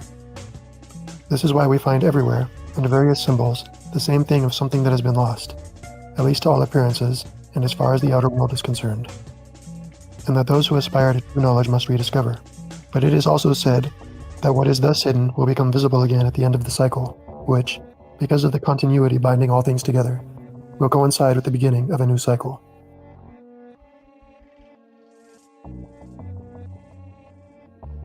All right, I'm going to take a little musical break here. and then we'll return with some more reflections from ellul, and then we'll move to the text of ellul, right? But I also want to look a little bit at a writing by Skolmowski called here, let me see what it's called. From religious consciousness to technological consciousness. Okay, reiterating some of those points that we just heard, right? So I think that'll be pretty interesting. And then we'll move to ellul, right? And then I'll basically move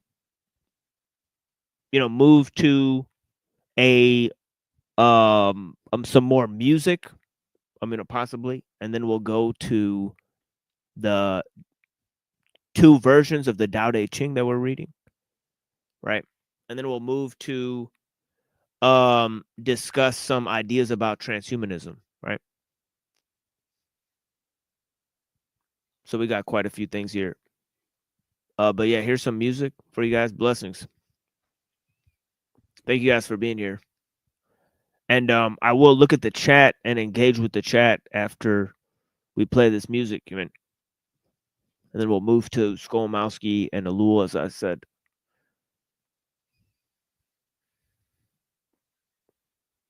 And yeah, so here is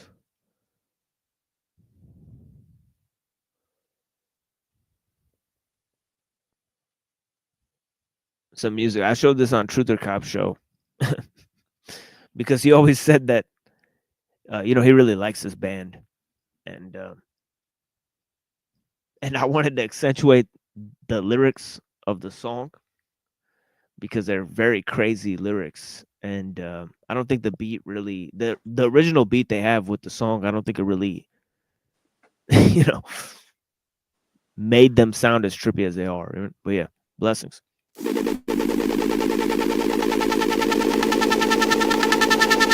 Smart went crazy, truth went trendy. The story got lazy, so I rewrote the ending. Manipulated the entry, more user-friendly. Now a city full of pain pills and tattoos defend me. I waver from the dead to the half-dead. Gray space between fan base and the crackhead. Sunset, sailboat, set course for hell. A cross and a hammer, but you'll have to get some nails. Take credit for anything embedded in the edit, as long as you meant it when you said it. And all of the kids laugh when you admit that it might have been witchcraft that made my new spit bad. Well, I'ma act like I don't give a make love. Take what I got to teach everyone to break stuff. I'ma act like there's poison in the pancakes and amputate the one that wasn't loyal with the handshakes. Proud to know ya, Minnesota missile, never so coke, and I never had to hold a pistol. Simple and simple, but set the freak show loose on the nipple, watch your whole fucking titty ripple. It's why we battle, it's why we travel, it's why the mascot thinks that I'm an asshole. We made the team without putting on a uniform. Smart went nuts and rode a unicorn through the storm. Smart went crazy, but where did you go? Smart went crazy, but where did you go? Smart went crazy, but where did you go? Smart went crazy, where did you go now? Smart went crazy, kiss Miss Daisy. Loved you when every day was Christmas, baby. Maybe we can take it back to the way we were still on some what have you done for me lately. No gravy if the base is pork face. Tour dates ain't my big little brother's court case. Poor taste, got passed off as gourmet. This beer is foreplay, we'll meet up at your place. I sting like a first divorce, or them first Newports, whatever hurts you more. You're headed for self-destruction. Been there, did that, kicked back with the wrong angel to fuck with. Carve my charm into your arms. Fuck around, unravel this tall ball of yarn. Snuck round back to disarm the alarm. From the plantation to the reservation to the farms. And nobody knows where you'll end up. Only guarantee in life is death or a head fuck. Yeah, you thought it was a setup, well guess what? Now you can catch up with the rest of my best stuff. I got a few blocks left before I reach my destination and retrieve my breath. And God blessed every step I stole, just to let me know she wouldn't ever let me go. Smart went crazy, but where did you go? Smart went crazy, but where did you go? Smart went crazy, but where did you go? Smart went crazy, where did you go now? Smart went crazy, but where did you go? Smart went crazy, but where did you go? Smart went crazy, but where did you go? Smart went crazy, where did you go now? Smart went crazy, rubber band went snap. This goes to those that hold it down. along with me. I don't know where I'm going, but I'll end up in your arms. Boys went crazy, the rubber band wrist snaps. This goes for those that hold it down till I get back. Hold on to me, go along with me. I don't know where I'm going, but I'll end up in your arms. Boys went crazy, the rubber band wrist snaps. This goes for those that hold it down till I get back. Hold on to me, go along with me. I don't know where I'm going, but I'll end up in your arms. Boys went crazy, the rubber band wrist snaps. This goes to those that hold it down till I get back. Hold on to me, go along with me. I don't know where I'm going, but I'll end up in your arms.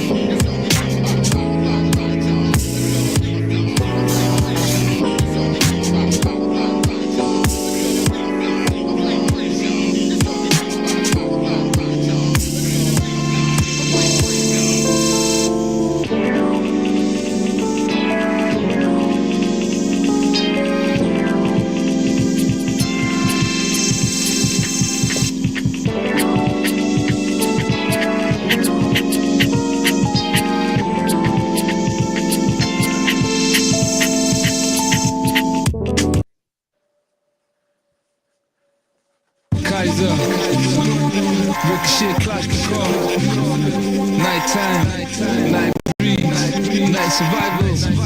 Keep your head low on the front line trenches.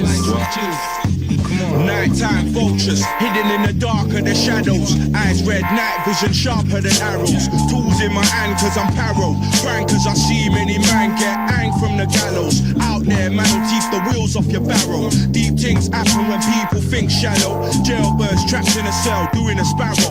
Raggo, enough to put a spark in your marrow.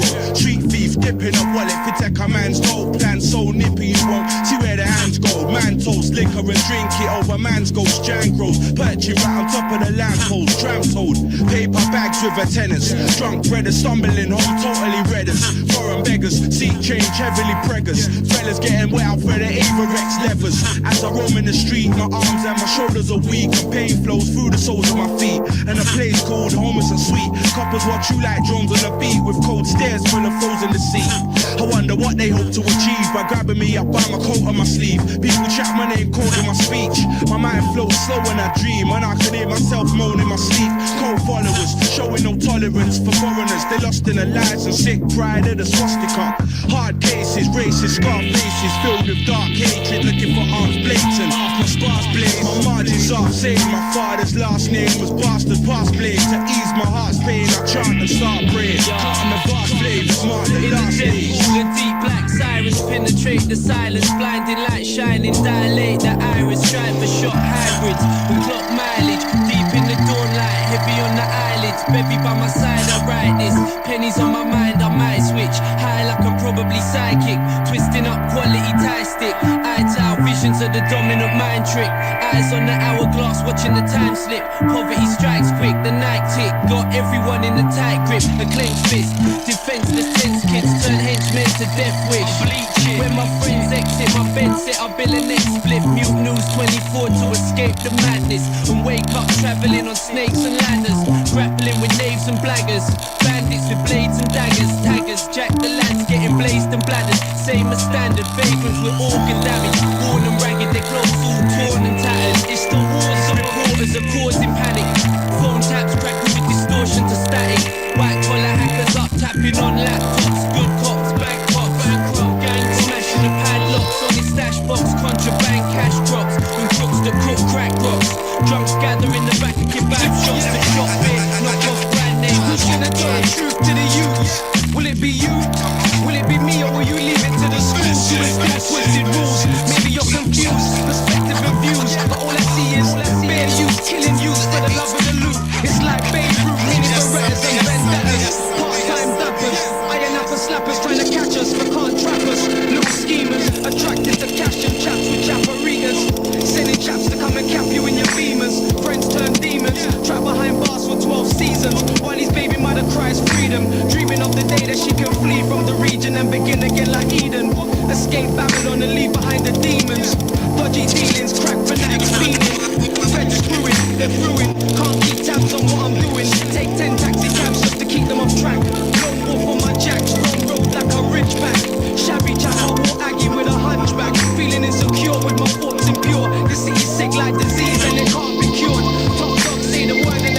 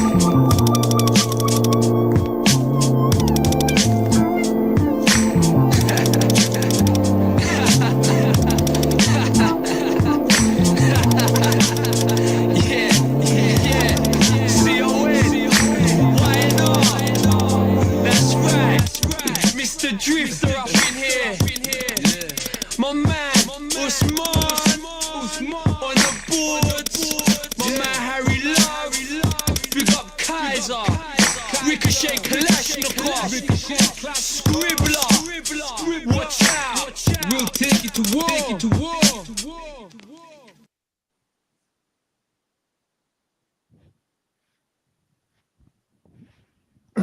All right. Let me bring this around to Skolmowski here.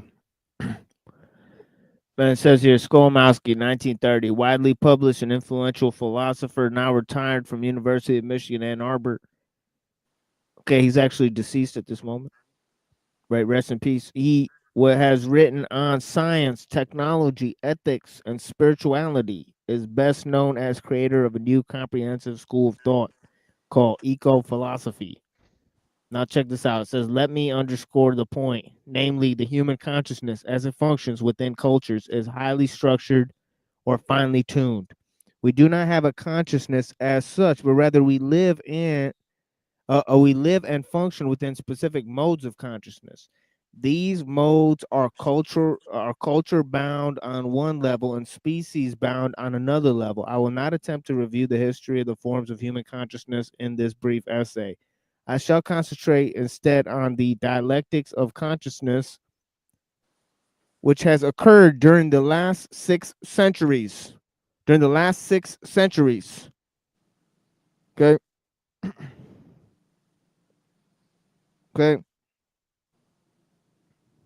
Last 600 years of the Western world, right? This consciousness was wedded to Christian cosmology, was in the jurisdiction of this cosmology. As we shall later see, every form of consciousness is connected with and a mirror of a cosmology, i.e. worldview, by which it entangles. Is engendered and which it articulates. Religious consciousness and Christian cosmology went hand in hand with each other and co-defined and supported each other. Guided by religious consciousness, people were adjusted to the universe, which was overlooked and steered by God. Their daily affairs were regulated by the awareness of the omnipresence of God and by the presence of his representatives, the clergy. The point to be emphasized is the entire field of consciousness of the medieval person was shaped and pervaded by the images of God, by the idea and the responsibility to God, by the desire to be saved and redeemed in God's heaven. Then things began to change. After the messy, turbulent, effervescent Renaissance, a new epoch gathers momentum in the 17th century. The medieval Christian cosmology was questioned. In the process, religious consciousness was undermined and punctured in many places. Secularism emerges as a new umbrella under which a new consciousness is being crystallized. We are witnessing the slow emergence of secular consciousness, which is marked opposition to the earlier religious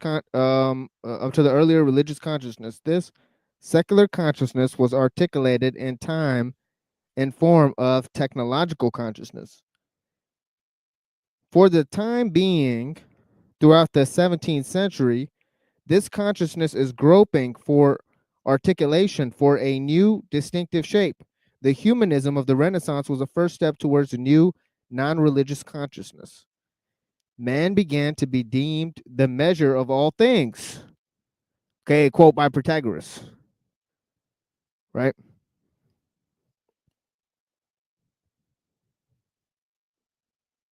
Okay, so see, humanism is just as historicism is a step to the idea of progress, right? The idea of the ephemeral and the idea of becoming, right? Is a step to the idea of progress, right?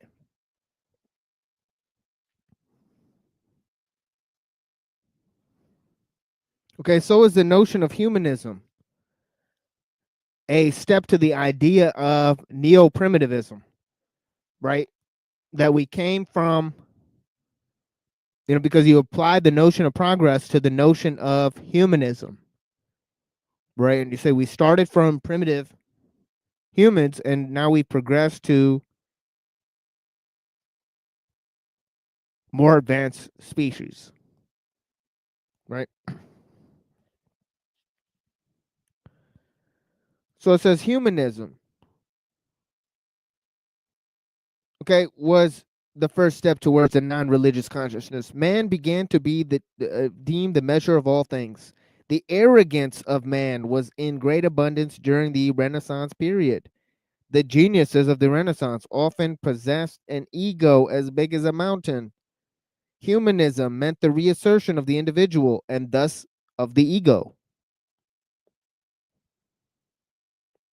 When the ego is overgrown, human arrogance emerges. The arrogance of the Renaissance was actually tempered by the wisdom of the ancients and by religious constraints, which were still very powerful in the 15th and 16th centuries.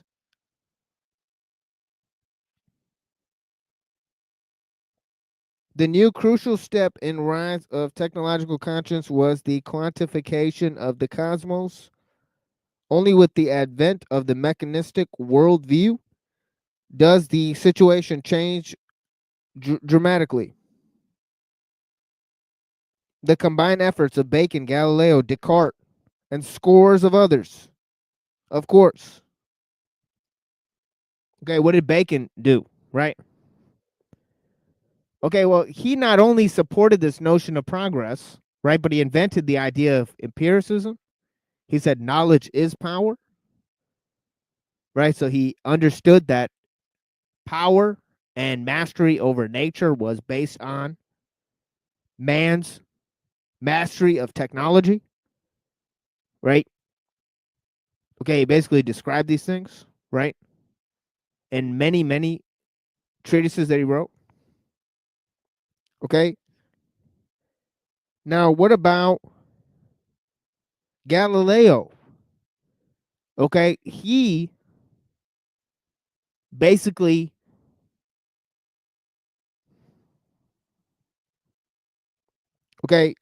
found that man discovered his own place in the cosmos and all this type of stuff, right? So in a way, you know, they say he shrunk the importance of man, but in another way, he gave man extreme importance, right? In discerning his own nature and you know, place in the cosmos and all of that. Right? Then you go to Descartes and you see Descartes' dualism is separation from nature. Right? He's putting mind apart from nature, right? And that's going to be used by people like Hegel and Kant and Hegel, essentially, right?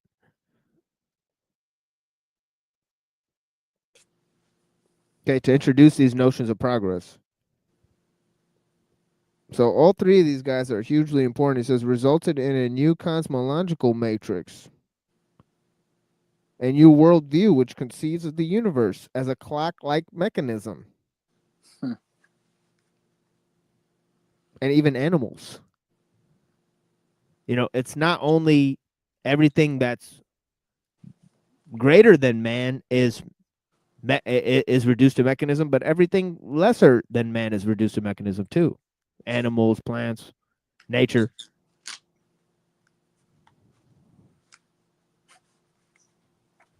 And of course, the heavens are reduced to a clock-like mechanism as well.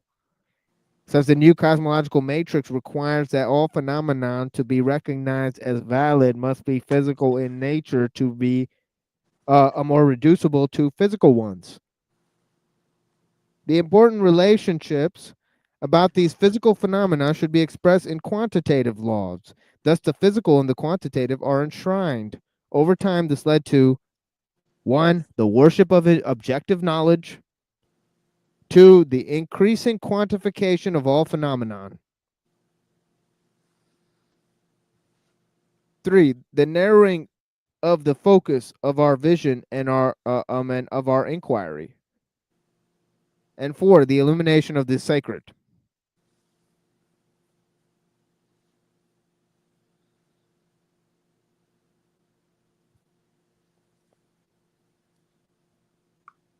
And you could actually put this into 3 main things that I've always highlighted, right?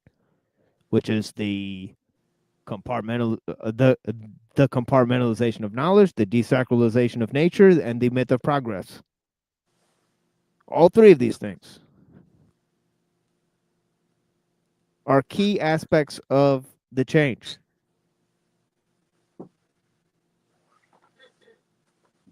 Right? God taken out of nature. Okay, the myth of progress, right? To underscore the humanism, the impulse of humanism. Okay, and the idea of this compartmentalization of knowledge that led to over specialization, the rule of experts, and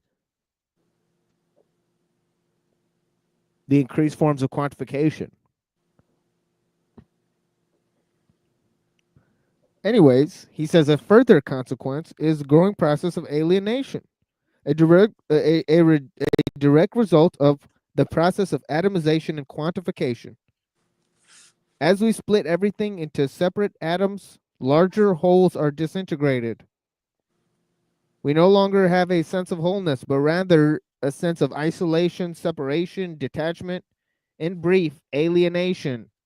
The psychological alienation is a result of the conceptual alienation. Another consequence of the mechanistic approach to the cosmos is the growing worship of physical power. The growing worship of physical power. Here, hold on. We got Annapurna here. Hey there. Hey, did you see that thing with with Renee Guinan and the Kali Yuga? I missed it too, Mel. I've been sick. I'm sorry. No, it's okay. It's only a few seconds. I could play it again. Please do. Yeah, it's only a minute and 45 seconds, so it's no problem. But yeah, I just wanted you to see this specifically. But yeah, let's check this out, because this is where a lot of the mentions of the Kali Yuga are come from. Right, is The Crisis of the Modern World by Renee Guinan, right? I see. You know, I didn't know he had taken from that. Yeah. You know what's Yeah. interesting about when the white Guinan people use it, right?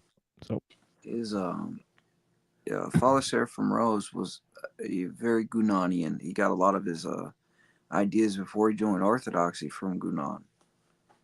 And he's written about him. It's pretty good. Right, that's another reason. Yeah, that's another reason why I played it, actually, is because it's relevant to both of you guys. Yeah. And also, Evola, because Evola is a student of Guinan as well, right?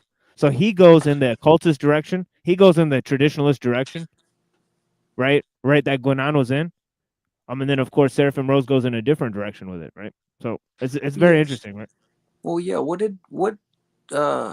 was the specific? I think Guinan was talking about like you have to go to the deep roots of a tradition to understand it or something. Yeah. That was one of his ideas.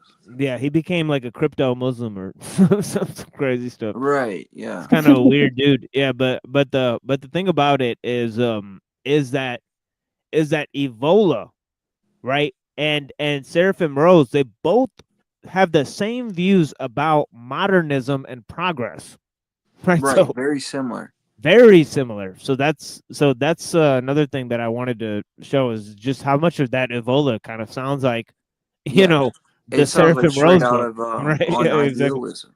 Exactly. Yeah. If you read that letter to Thomas Merton on idealism, it's pretty much 1-to-1. Yeah. Yeah, so it's interesting that a lot of his students came to the same conclusions, even being from different traditions, about the modern world. So you don't have to be from any see, this is the thing, is that a lot of different people are affected by the problem because the problem is a global issue. It's a problem, hang-up, you know? Yeah, it's a problem that a lot of different people from different views can attack because it threatens to usurp all views. Okay, it is metaphysical totalitarianism. I mean, in that way. I mean, so well, it supplants everything else, you know, like you're talking about it, but that's what communism is too, you know, and I feel like that's deeply rooted in the communist ideology, is like this progress, and you know, we have to create this utopia. So it like takes every tradition and that's why they had to wipe out all religions, you know. It's like and install atheism, communistic atheism, or materialistic atheism.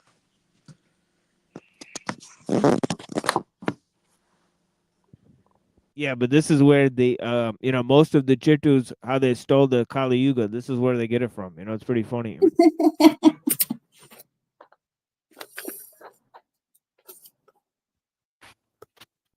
The Hindu doctrine teaches that a human cycle, to which it gives the name Manvantara, is divided into 4 periods marking so many stages, during which the primordial spirituality becomes gradually more and more obscured. These are the same periods that the ancient traditions of the West called the Golden, Silver, Bronze, and Iron Ages. We are now in the 4th age, the Kali Yuga, or Dark Age, and have been so already, it is said, for more than 6,000 years. That is to say, since a time far earlier than any known to quote-unquote classical history. Since that time, the truths which were formerly within reach of all have become more and more hidden and inaccessible. Those who possess them grow fewer and fewer, and although the treasure of quote-unquote non-human, that is, suprahuman, wisdom, that was prior to all the ages can never be lost, it nevertheless becomes enveloped in more and more impenetrable veils, which hide it from men's sight and make it extremely difficult to discover. This is why we find everywhere, under various symbols, the same thing of something that has been lost, at least to all appearances, and as far as the outer world is concerned. And that those who aspire to true knowledge must rediscover. But it is also said that what is thus hidden will become visible again at the end of the cycle, which, because of the continuity binding all things together, will coincide with the beginning of a new cycle. This is all rubbish mostly. Sorry, but keep going. No, that was it. That was all I wanted to show you. But yeah, we might look more at that later. But yeah, Crisis of the Modern World by Rene Guénon, and also Revolt Against the Modern World. You know, so all this crazy, and remember the other day we were reading. I don't disagree with this perspective per se, but yeah. Why make a hodgepodge and mess of a traditional view? It's not even. Well, because Rene was sort of like a yeah, he was a perennialist. That's what the. So. Yeah, so this has to fit into that, I guess. Basically, traditionalism starts with the a presupposition of perennialism. You know, because it's identifying all religions as traditions, and then you can go and embed yourself in one. So it doesn't matter which one you pick. Right. And so according to them. Yeah. See, when Father Seraphim Rose jumped into Orthodoxy, he had all his Gunanian type of thinking. And then he realized at a certain point that he couldn't keep doing that. You know, that it wasn't just one of many traditions when he came to Orthodoxy, that he came to the realization that truth wasn't just some idea to know with the mind, but it was a person to, you know, have a relationship with. So that's something kind of interesting. Yeah, and then the other day we were looking at some type of work. I mean, I think I was reading from transhumanism or something like that, and then Guénon had declared that somebody was a valid practitioner in some type of Hindu tradition. And and I think it was Annapurna that was like, how could have Guénon known that at all? Right. Exactly. so yeah, Guénon he fashioned himself a master on different religious traditions, but that's not really the impetus of his sort of work there. He sort of talks about this whole notion of quantification and how everything gets subject to essentially math, that everything becomes quantifiable and it becomes physical. So he was kind of the founder of some of these ideas. That yeah. Go ahead. Sorry. Oh no, just the notions of materialism. You know how everybody rails against like materialism. Like he was one of the first people to do that. It's just a thing, but yeah. That's interesting. Yeah, what I was gonna say is I have all of his books in digital copies, so I could share that with everybody if you want. Oh yeah, yeah, that would definitely be a great resource. I mean, Yeah. yeah, I think I have a section for that in the Discord as well. I Yeah, don't know I'll put how often it's used, but I mean, and I know people misuse those sections too. Nothing is enforced there, so that's a problem. But yeah, But yeah, but yeah, technology changes our vision of reality, right? He says it's part and parcel of the mechanistic approach of our alienation from nature itself, right? And yeah, he says the mechanistic approach to the cosmos is growing worship of physical power, indeed a sense of intoxication with power, and an obsession with it, a corruption of power to signify the coercive physical power is a consequence of mechanistic cosmology, he says. Okay. Which, with extraordinary consistency, eulogizes the physical, the quantitative, the manipulative, the controlling. Okay, it is this stage that mechanistic cosmology becomes absorbed in the entire culture that is Western culture. Okay. It then comes to dominate the minds, leads to an emergence of distinctive forms of consciousness, which I call technological consciousness. We must stress with due gravity that technology is not to be thought of as a chest of tools, indifferent in themselves. Okay, this is going to really reflect on Ellul's idea. Right. Okay, right when we start the new section on economics, he's going to reflect on this notion.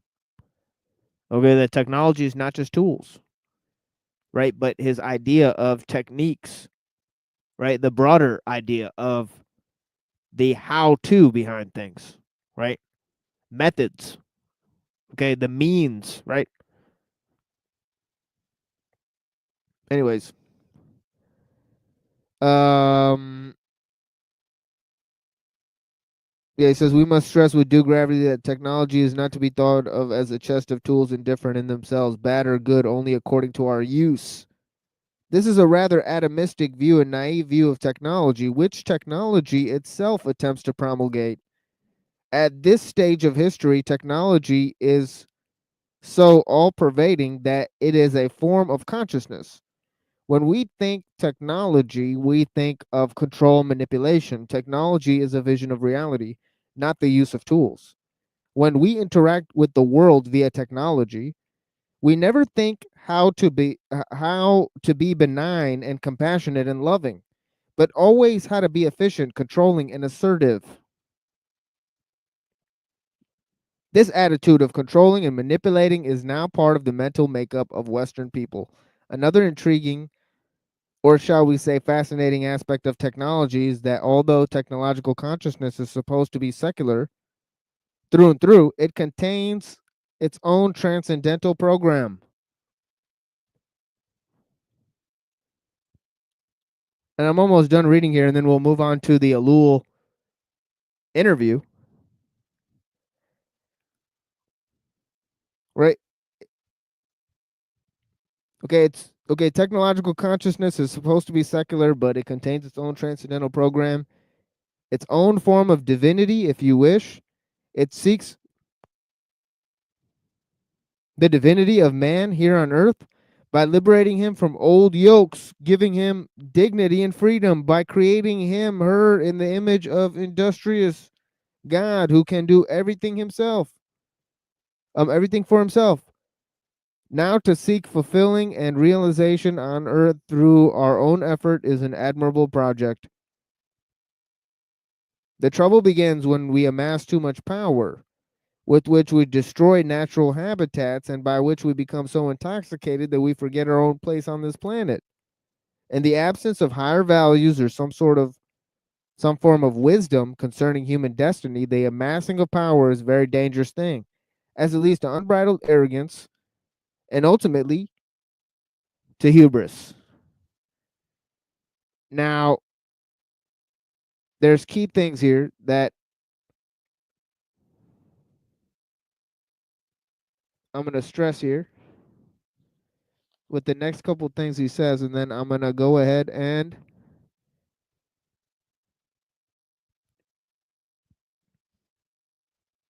leave this off and move to move to the interview here. He says, let us now succinctly summarize the characteristics of technological consciousness. Okay.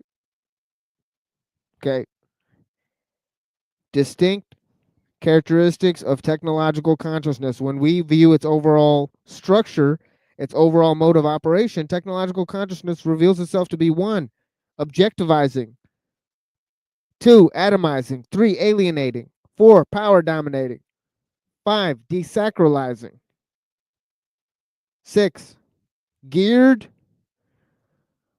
to the eschatology of consumption.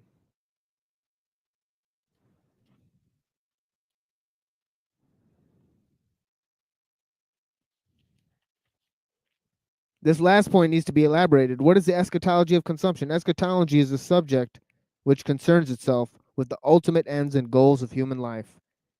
In the absence of far-reaching transcendental goals, while religious and spiritual values have collapsed, consumption has become an imperative of our life, an overall goal, a form of fulfillment, a focus of aspirations. And this goes along with the pseudo-eschatology of progress.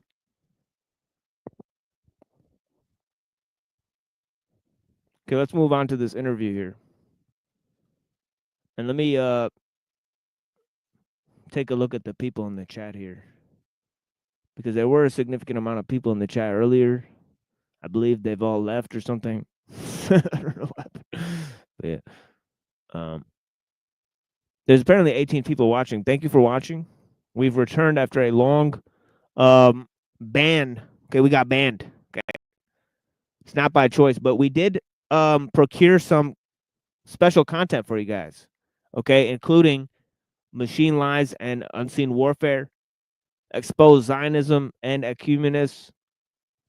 Playlist there for that. There's Made by Machine Bob series.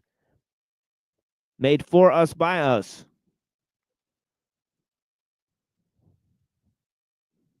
Okay. And of course, there's this alternative channel here, right? So we may be banned out of existence. You can go and subscribe to the alternative channel, and we may choose to upload some of the content that we have here over there.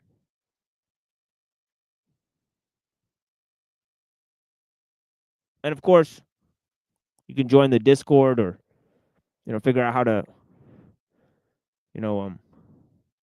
contact some of us. We'll figure out how to do it. But yeah, we're going through some resources for you guys, right? As we did last time, right? Our last show,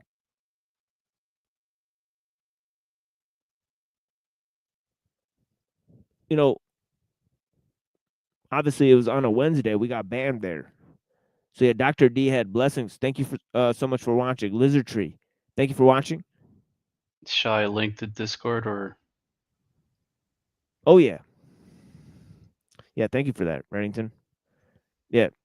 Joe Mills, thank you for helpful information provided. Yeah, blessings, sir. Yeah, I appreciate you. Joe Mills. ESP revaluation, I appreciate you.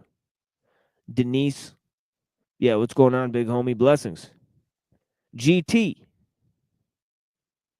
thank you for being here. Shadow Buddha, greetings, sir.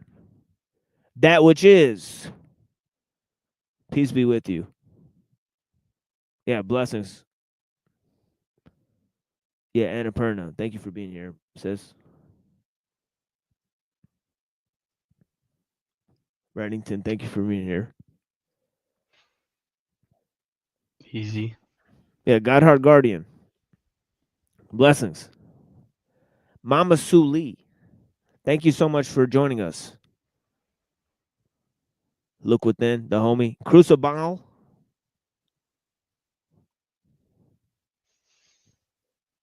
Okay.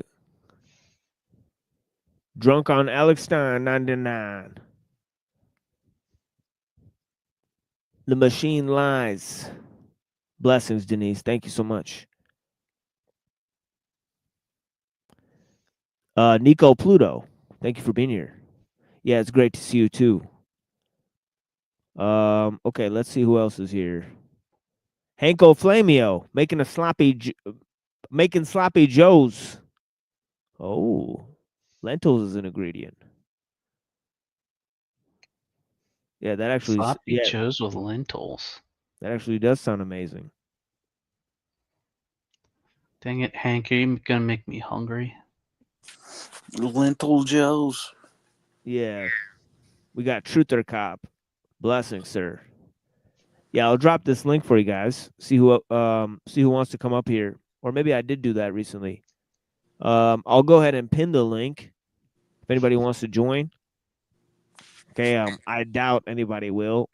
Okay, we got Well, you Neurojack. doubted last night.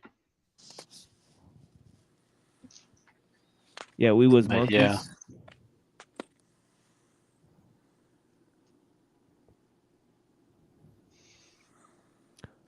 We got Bishop Tilda Swinton. Those damn dirty deists. Am I right? Exactly. He knows what we're talking about. Yeah, totally. Yeah, Charles Lau and Darwin. Yeah, that's right. Machine Head, blessings. Thank you for watching. Emily, blessings. Peace be with you, madam. Uncle Fatty, peace be with you, sir. Thank you for watching. Okay, let's see who else is here. I think that's pretty much it. We're gonna move on to Ellul here. And shout out to Joel. Yeah. Yeah, we'll be back with more Ellul tomorrow as well. You know, we kind of attempted to do a show yesterday, and I accidentally dropped the link there. I think tomorrow I'll be doing a show, but I think I'll only send the link to like Annapurna and Unseen Warfare and Reddington and a few others. You know, and there I'll just read Ellul. You know, so we'll continue reading Ellul tomorrow night. Right, then Friday we'll do an open panel show. Right, any questions you guys have, go to Friday night. We'll do an experimental panel show. Right, and we'll see if anybody shows up. If anybody wants to have a chat, right, or a debate or whatever, you know, probably not. Right, I'll probably just end up like playing some music or something like that. Yeah, I don't know what's gonna happen, right? But yeah, Friday night, you know, I'll just open up the show. You know, Saturday we'll continue with our regular shows, right? And then Sunday we'll continue with the Judaism series. But I only have one more episode left of that, right? I'd like to just present James Perloff's presentation, and some readings, and I mean, of course, anybody else wants to present, you know, they're more than welcome. You know, a shoot and a debut. Yeah. Yeah, so we'll see who's available. Maybe Unseen and Neuro, you know, might be available that day. You know, we'll see what happens. But yeah. Let me see what's going on with this Ellul presentation here. Open up this Ellul presentation and jump into this. Yeah, I forget which one is the good one, but yeah, we'll go to like 30 minutes into this, right? Let's see what it do.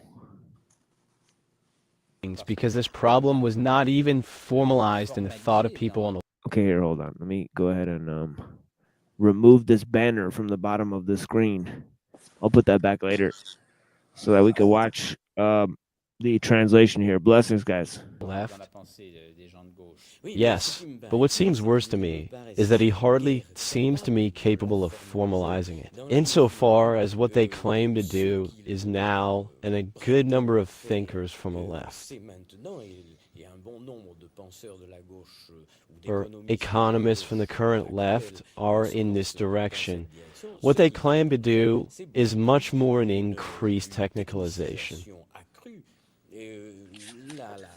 The left does not agree with the consumption trial at all, for example. We know that. And with the questioning of techniques, absolutely not. But what is the questioning of techniques in your mind? Is it to go back to the technical level, or to go much further? Because after all, we can say that consumption is not to no longer ask for industrial products, but to ask for better industrial products. Yes, not just that. Anyway, it is not going back. I remind you that I am a historian, and therefore, history has an irreversible course. Yeah, that's the thing, is that technology changes the whole economic game from one of consumption and production to one of distribution, right? And also it focuses more on resources, right? Okay, that are needed for the at the level of production, right? So there's all of these different things that technology increases the scope of production, right? But also, as we'll see later, right? You need new technologies for investors, right? So literally, technology becomes a thing that's causing the growth. That's causing economic growth within the capitalist idea, but large-scale technologies are centralizing, in a socialist capacity, right? So it's doing both. It's increasing both the socialism and the capitalism, by creating investment in large-scale technologies, right? So so this is why you have like 2 or 3 corporations running like everything, BlackRock, State Street, Yeah, Vanguard. exactly. Yeah. He said an irreversible course. Is he like? That seems like kind of a deterministic kind of language.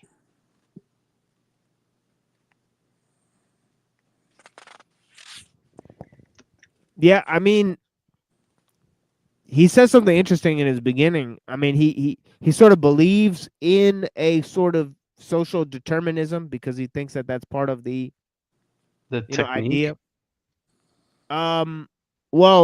Well, he thinks that freedom and determinism go together. That's one aspect of it. Okay, well, right? so he's a compatibilist then. Yeah, he's definitely a compatibilist. Okay.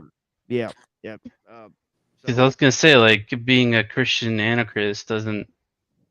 I don't think that would quite dovetail into determinism. But being a compatibilist, I guess that kind of marries it to some degree. Yeah, he says. He says very. In the very beginning of his premise, that he's looking at the system as it is. He says that obviously there could be a change in social consciousness that causes the dominion of techniques to cease. But he says he's not here to analyze the the temperature of the social consciousness at the time. He's just here to analyze the problem on its own terms. And then and then secondly, he says that freedom is in relation to determinisms. He says you can only have freedom in relation to brute facts of determinisms. So it has to be freedom from something. All right, and so obviously it has to have a context, or else it'd be absurd. Yeah. So. Okay. And on the other hand, I do not think that in any society we have reached any ideal. And that consequently, the society of the Middle Ages had its problems exactly like all the others. They were neither more serious nor less serious than ours. But what I mean is that what concerns us are our problems today and not those of yesterday. Well, we always forget it. Now here, when I dispute the systematic development of the technique, or rather the development of the technique as a system. I am therefore not talking about a step back, but of a kind of overtaking, but which would not then be the one. Better technical products, for example, better industrial products, but to go to a stage of of society, if you like, where the technique would be subject to a number of elements when it is currently absolutely dominant. So he's saying that although technique is dominant, it's not the ideal of any previous form of society. So he's not giving into the idea of ideal societies and the notion of progress, right? In those terms. So he's saying that technique, may be dominant, but it doesn't function as an ideal. It has no ideal, right? It's not headed in any particular direction, right? But technique does seek to increase its own dominance, in other competing forms of ideological consciousness. Right, for example, as we looked at the religious consciousness, or traditions, in the form of cultural traditions, that that sort of I think Avola will come to the conclusion that it's nature and being, that are then competing against this notion of the ephemeral and becoming, and the whole idea of modernism and evolution. So anyways, I think we got Hanko Flamio here, blessings, and we've lost Annapurna, blessings. Thank you, Annapurna. I think she has bad service because she's over there in Mumbai, but yeah, blessings. Oh, she is in Mumbai. I didn't know, she didn't say which city she was in yesterday. Right. Okay. But yes, stillness itself is also a technique. It's just the technical context consumes all behavior. So. Oh yeah. How did that lentil sloppy Joe go? Yeah, so I have lentil mixed with beef and I cook beef and onion together in the broiler, and pretty much I put it all together, and I made 2 sandwiches. I have more stuff, but I ate one of the sandwiches. It tastes great. It's nice, flavor really well, and I just have another sandwich ready to go. So, do you want to see it? I'll go ahead. You don't. Well, if you want, I guess you might as well. I have might it. as well. Okay, start the camera. Let me get the lighting good. Sloppy Joe. Featuring. Nah, son. All right, now I'm getting hungry. I'll be back.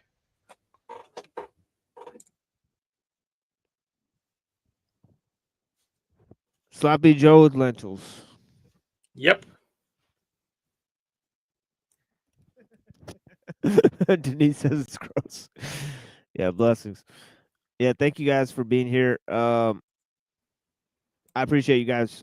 But yeah, this whole idea that as we went over, you have the notion and going on about the reign of materialism and the increased form of quantification of everything, right? And the subjection of everything to science.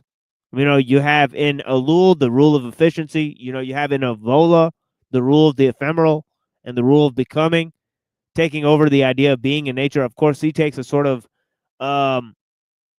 idea of that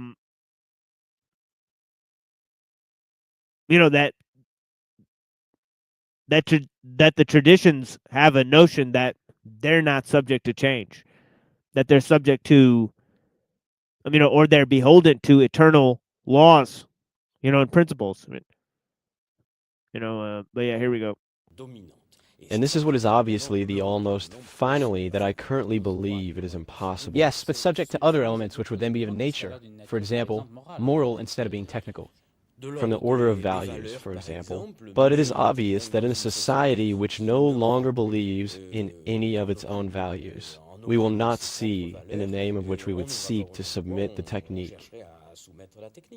But do politicians, whether they are right or left, do not proclaim in unison, at this moment they believe in something, for example in man, for example in the primacy of individual, for example in a certain number of values of freedom, which are basically defended in the West?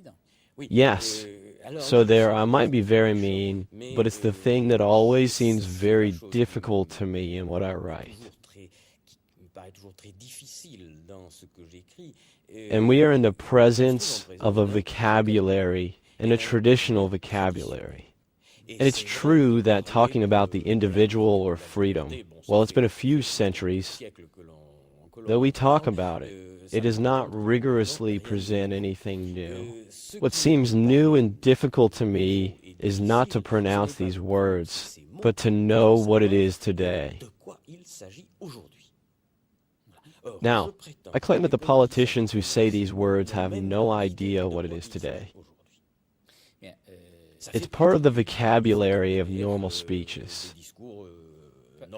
Because maybe, do you think of shapes? Advance with these ideas. But if we precisely take the words around which you have defined the values of the West, which are freedom, justice, individualism,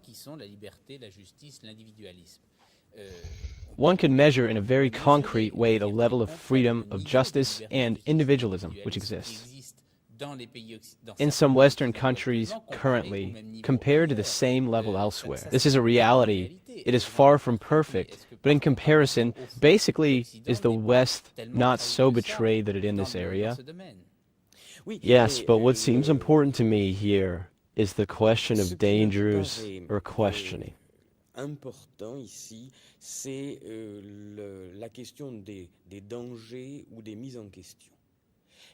That is to say, it is true that at certain points of view, Western man may appear as freest more than African.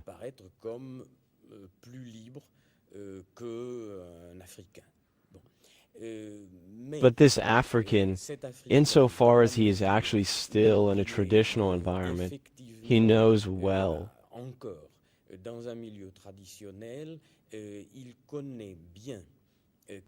Words limits. And his freedom is rather a set of freedoms in the plural that are very concrete. Well, what seems very serious to me is that basically we have a conviction of freedom with a great L, an absolute freedom. However, that the effective field of our personal... Whoops. Wait, can you guys still see that? It's black. Oh, man. Here, hold on. Let me come back in. Give me a second.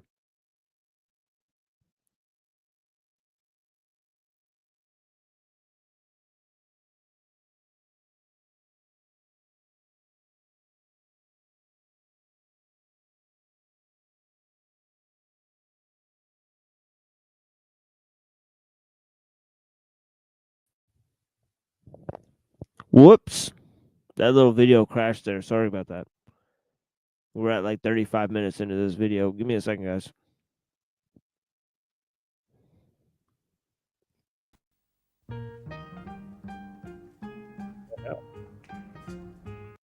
Okay, looks like I still can't see it. All right, I'll have to reboot my internet. Hank, take over the show. Blessings. Copy, I have control over the show. Time for some guided meditation. Exactly. You have a gong or anything? Oh yes, let me configure it. I have the SA51, and let me configure a gong sound. So we probably bass, no, that's a bass guitar. Percussion, yes. Let's check the percussion. Yeah, not 99. No, let's go with 98. I'm sure if you just slap that, your sloppy Joe, it'll dong. I don't think it works that way. It's too soft. But I put Lols.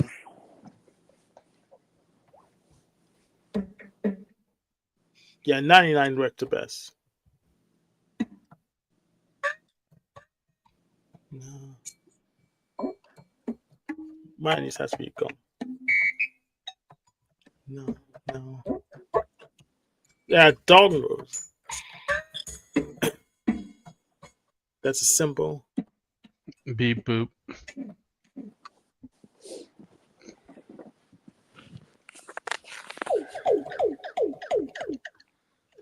That's gonna piss him off. This is stupid drums.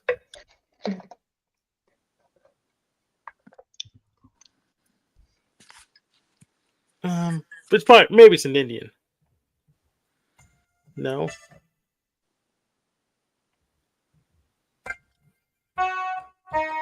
Nope.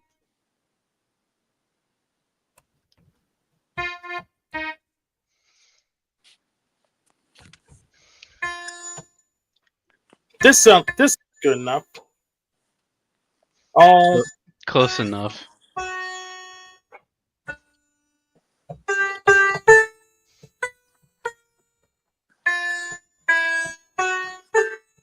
But I'd seen Walker probably plays music better than I do.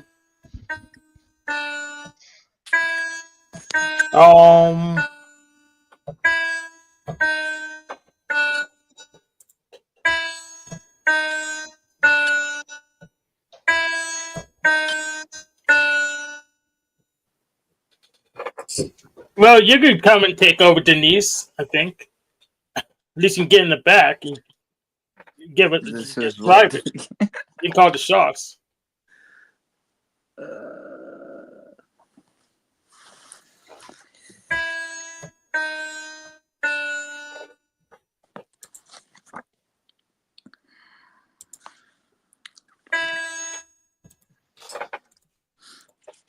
Okay, well, I could do something maybe. I got something here. Go ahead. All right. All right. So, okay, so we're gonna do here something on, Rene Guénon. So, a less known and I would say more subtle influence that seems to have affected many contemporary Orthodox theologians and thinkers in recent times is perennialism. As defined in Wikipedia, is a perspective on modern spirituality that views each of the world's religious traditions as sharing a single metaphysical truth or origin from which all esoteric and exoteric knowledge and doctrine has grown. From an Orthodox point of view, this idea has some truth in it. We as Christians understand that God has revealed himself to mankind in a limited way. It's a very simplistic question, though it has much of that truth is still present in various religions we see today, and how this is in the correct light will help us to avoid the dangers of talking into the traps put forth by the perennialist current today, especially in its influence on the humanist movement. It's important to start this essay by noting that the perennialist is very close to the idea of a branch theory ecumenism is founded upon.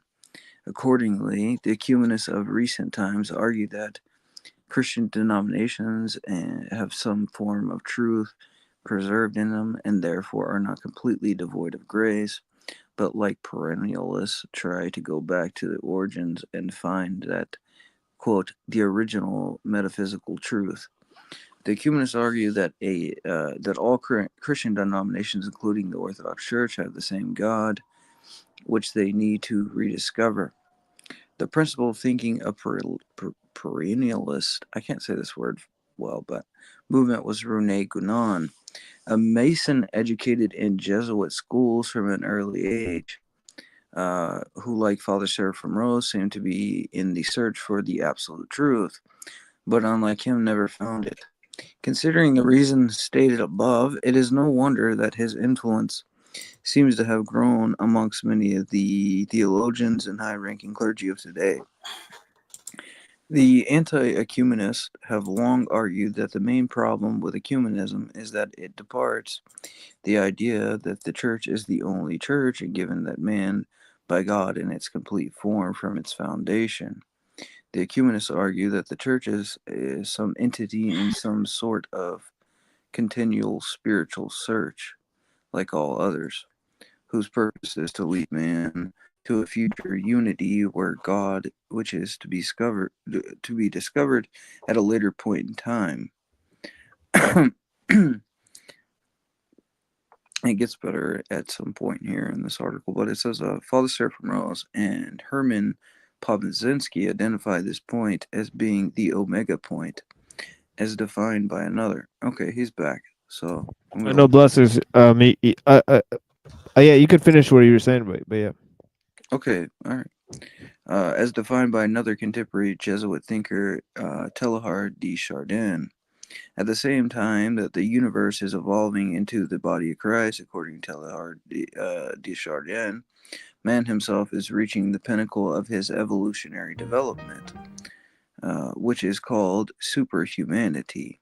He himself, quote, if the evident obliges our reason is to accept that something greater than man of today is in the gestation upon the earth, in order to be able to continue to worship as before, we must be able to say to ourselves, as we look at the Son of Man, not apparut humanatus, something, and I don't know, superhumanity appear. Humanity will reach a point of development when it would detach itself altogether from the earth and unite with Omega, a phenomenon outwardly similar to death, perhaps, but in reality, a simple metamorphosis and ascension to the supreme synthesis. That is, this new state which is coming, he calls it the Omega point, the point to which all creation is now ascending. So that's an idea from Teilhard de Chardin, and it kind of connects with what we were talking about. But yeah, it's directly related to the concept of the singularity. Yeah, you know, for sure. You know, and then you know, transhumanism and the singularity. You know, this is a sort of metaphysical concept that relates to the same sort of idea, but then you can go to the Swedenborgian sort of notion, you know, of the kingdom of God. You know, that's earlier, and his whole idea that was connected to the millenarianists and their notion of an earthly kingdom. You know, the so quote new church, yeah, these guys that I think they were part of not the Illuminati, the Bavarian, but the Illuminists, which was kind of like a separate Christian-ish, but it was like closely related with that other thing we were talking about with like the Kiliist. Right. Yeah. Yeah, so this idea here that Ellul is talking about is of the notion of freedom, that it functions differently in the ideological domain than it does in the political domain. He says that the political slogans that actually use these terminologies, they have no idea about the ideological roots of these things or how to define what freedom is in our own age. Right? So so it's not about the notion of free, although freedom is generally touted as a sort of beacon of Western society, right? No one really defines what it is to be free in the modern age, right? So that is more along the lines of, he's saying that it's used as an ideological presupposition, and so is reason, and so is justice, right? And they kind of link to these other ideas of individualism, which really comes from the notion of the species being the archetypal man and all of those types of things, right? And yeah, and of course, reason and freedom are inextricably linked, right? In the whole idea of man as a measure of all things, as we saw in as we saw in Skolmowski, this whole idea of humanism, as a predecessor, right, to the idea of the technological consciousness, right?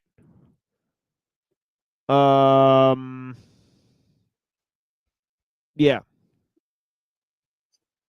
Yeah, okay. I was thinking there was something I left behind, but yeah, maybe not. But yeah, let's move on to the interview here. I'm gonna play a little bit more of this, and of course we'll return with this on Saturday, right? Field of our personal action possibilities is increasingly limited. This is what seems important to me. You find that an African who risks, in many African countries, if not all, to live in destitution and in, unfortunately, illiteracy in large part, can feel freer than a Westerner who has had the chance to benefit from good health and almost balanced education. I wouldn't say he feels freer because I don't think it's a question he is asking. He feels or he doesn't feel that I don't know, but he has. If you want, for example, an area of possibility of relatively greater action than ours, so paradoxical that it may seem. So illiteracy, I will fairly easily adopt a Lich's thesis. I do not at all believe that it is an effective source of liberation. It is an absolutely extraordinary source of packaging. We are at least as conditioned by the fact that we can read as by all the magic rituals of an African tribe.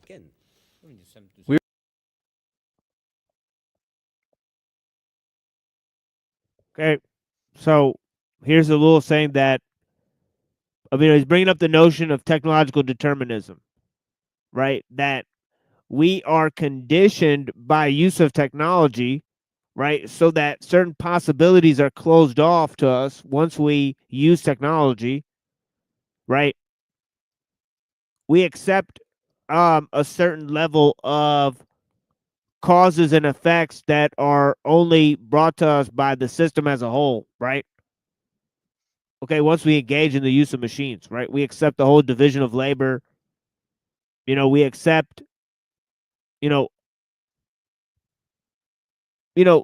large basis of, for modern civilization, right? So in terms of, a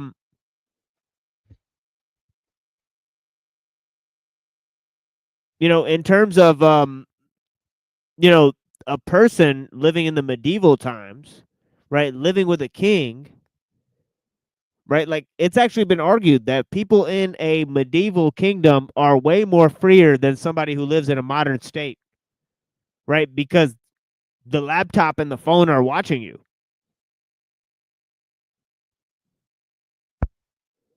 Whereas somebody in the Middle Ages, could basically get away with pretty much anything they wanted, right? And even go walk up to the king and talk to them. Where we can't even talk or interact with the people who rule over us in any capacity whatsoever. Depends on which king. I'm sure there's some kings that, you had to go through the go through like the Roman emperor or something. The guard to make sure you're not going to stab them and shit like that. And, yeah, exactly. Yeah, but the point does stand true. It's like, But yeah, like maybe some peasants could actually get granted a stance before the king, or at least he would be seen, in his kingdom by somebody. Like a public gathering where the king does a speech or something. That happens to a certain degree, but we live in a kind of a society where we have a president, and I think we all know that he's not really the one pulling the strings, so.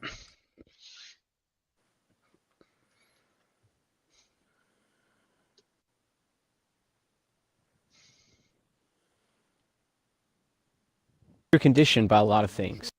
Yeah, and you can tell he's kind of ambivalent to this concept, and I'm like before he said, what do you think? Like an African who can't even fucking read is freer than I am? Basically what he was saying. Basically. He's like, get the fuck out of town. And he's like, yeah, but you know, like they're not always, you know, conditioned, like, you know, they're steered in a certain direction by ideas because they can read. You know, this is modern people. You know, and he's saying that, you know, yeah, they have books, but all of those books say the same type of shit. Right? So I don't know. I think there is something about, you know, like a liberal-minded person in America might be more kind of enslaved to his thoughts than someone over there, you know, or like afraid to step out of the status quo. Maybe. I don't know.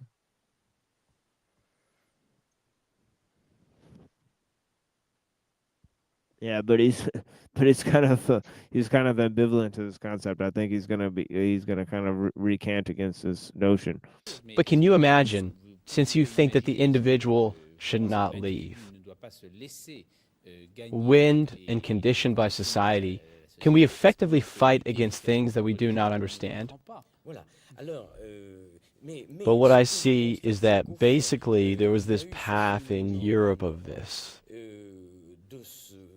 Gradually, the individual managing to overcome obstacles to his freedom and currently, this is what I meant when I was talking about the questioning of these values. Currently, the obstacles seem to me such that I am not sure the human forces can overcome them.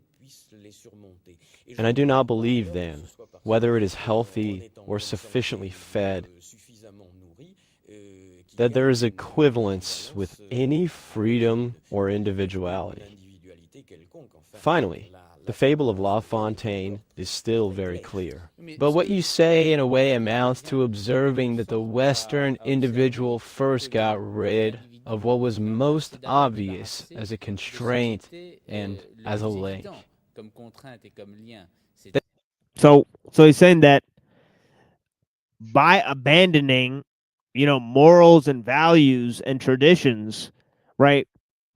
You know, Western man finally sought the highest sort of freedom, right? But in doing so, enslaved himself, right, to technology, right?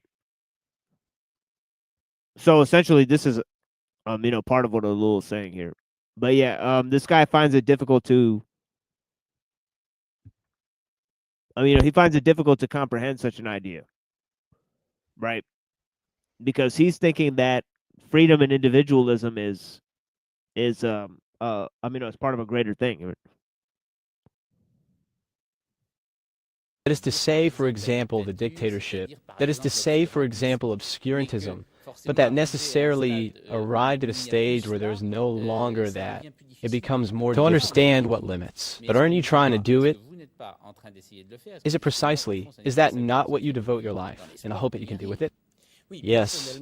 Personally, this is exactly the path I try to do. But basically, it requires on the one hand an intellectual effort, on the other hand an effort of will, and permanent self-criticism, such as I am not sure that it can lead. It's a part, who on a human sight seems lost to me, but which does not mean that I will undoubtedly abandon him until the last minute. I will continue play. Lost, or simply of which you're not sure that you can see the development within the relatively close deadlines. I'm sure I won't see the developments, but it seems to me, no, I can't say. I cannot say that it seems desperate to me, because it is true that among many young people I know, there's an effort of awareness. There's a kind of will to know ultimately. Where are these betrayals precisely with regard to values that are those that bring Western man to life? So that doesn't seem to me. Besides, if I thought it was lost, I would not continue, basically. But you say you use the Western word, Western man, basically in an unusual sense, because on the political level, when we say the West, generally that means non-communist countries. Now, for you, the West and the values of the West, is capitalism as well as communism? No doubt. Communism comes from the Western world. It is one of the forms. And there is one of the dangers. For what? Because Marx was a European? But also, and then it was in the Western world that he took birth, and that it is an extraordinary suite of all development. Yeah, I can't believe I think this guy's never studied like Marxist theory or something like that. You know, that he thinks Probably. like Marx isn't like Western. You know, Marx was firmly ensconced in European ideas, like primarily the thought of Hobbes, I think, and then and obviously Locke, right? Because he's creating a political system, pretty much in the vein that they sought out to do so.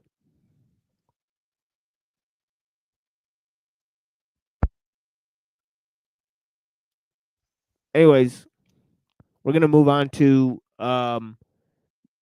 the notion of technique and economics, right? Okay, and ellul for a little while, right? And there he's gonna, go into the ideas of Marx and where he's right and where he's wrong, and also the idea of Keynes, and look at why technology plays such a central role in their theory. And then we're gonna move on to some music, and then we're gonna go to Christ the Eternal Tao, and also Crowley's translation, and pick back up with that. We're on chapter 40 of those translations. And then we'll move on to some readings on transhumanism. And I'm doing a little mini thing on John C. Lilley. So we'll do a little thing on that, right? And his ideas of technology, to add that to the mix before we as a sort of thing to add to the Warwick article that we're reading.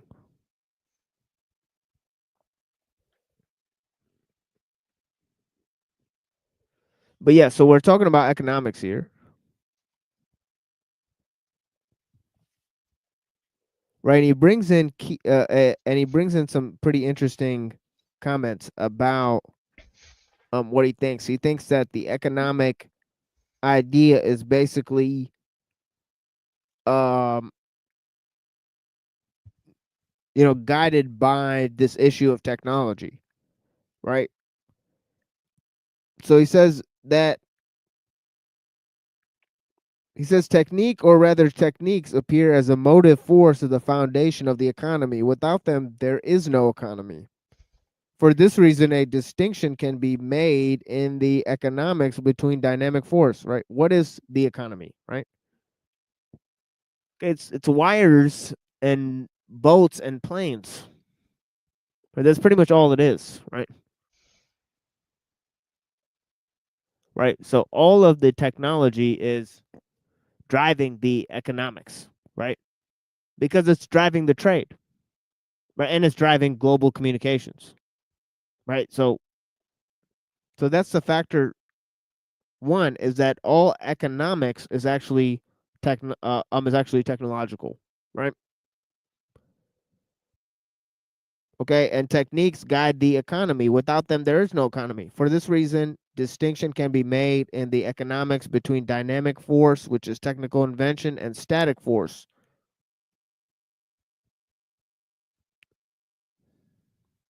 The organization of the economy.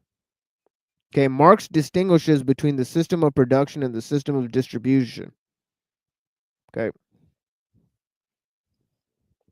And even Kurzweil is noticing. Let me go to Kurzweil. He says something about this too.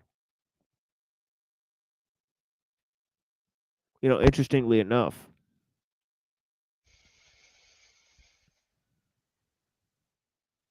you know, if I could find his little you know, proclamation from Promise and Peril, where he talks about new types of economies being developed by new types of technology.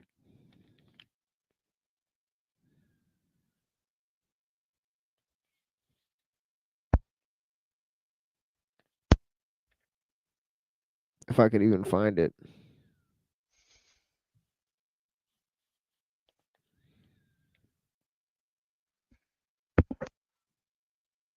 Economic imperative.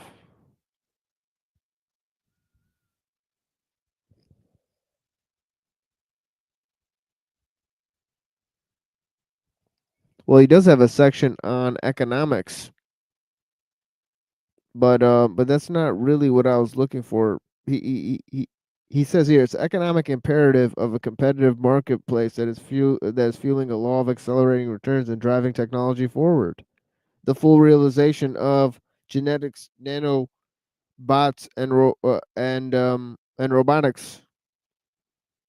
In turn, the law of accelerating returns is transforming economic relationships.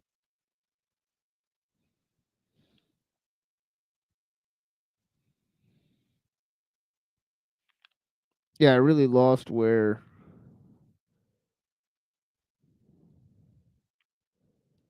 he was talking about new forms of technology and distribution.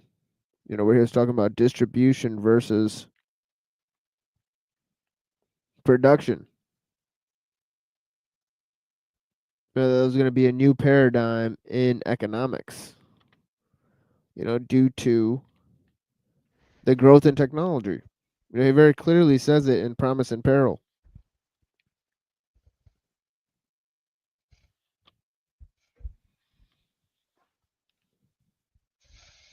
But yeah, we read it before.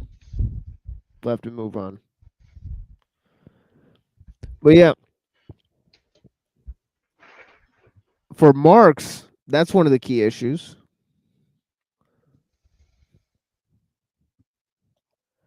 Right, and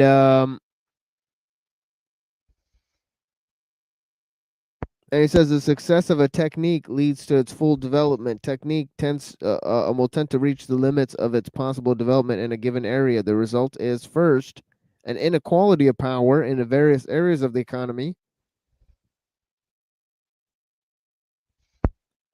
Okay, so first,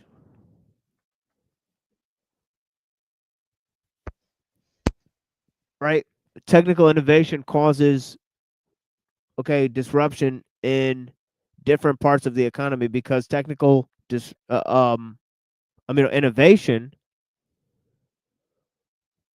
right, tends to affect all other parts of the system, right? Because the system is interconnected, right? The more the system grows in efficiency and automation and cohesiveness and functions as a whole, right? It does this to save on, you know, time and resources and all this stuff, right? So efficiency is one of the goals, right, of the necessary linking up of techniques, right? Okay, but at the moment of technical innovation, right, it causes social and economic disruptions, right, within the cultural and economic fabric of the society, right? It takes a while for the new invention to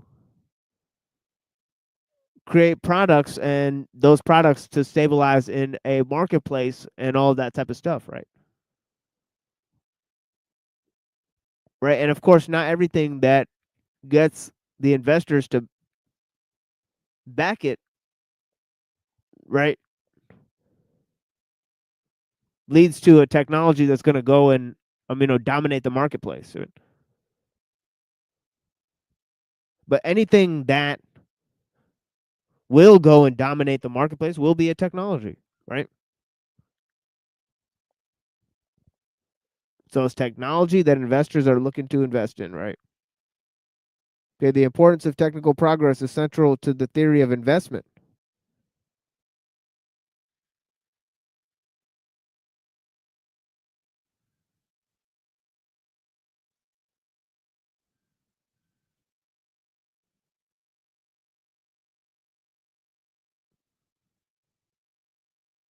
Okay, the success of a technique leads to its full development. Technique will tend to reach its the limits possible of development in a given area. The result is first inequality of power in the various areas of the economy, which provokes an unbalancing of the whole system. The second, a diminution of plasticity in the economic milieu. Technical progress entails stasis in one part or another of the system.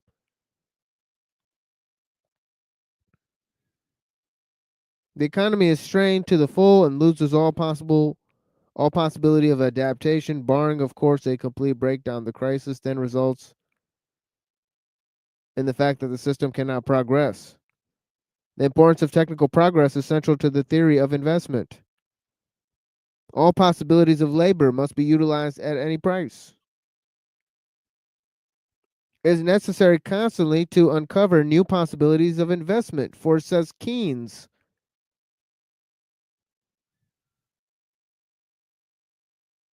Okay, he cites John Maynard Keynes. He says, in an altogether different field, John Maynard Keynes is also shown in his work on general theory. The technical progress is an indispensable factor in the economy. The economic world cannot remain stationary. It is unceasingly called on to evolve. All the possibilities of labor must be utilized at any price. It is necessary constantly to uncover new possibilities of investment. For says Keynes, the more numerous the consumer goods, the production of which has been provided for in advance, the more difficult it is to find corresponding new needs, which must likewise be anticipated and which call for new investments. What Keynes in fact fears is that there will not be sufficient new possibilities of investment.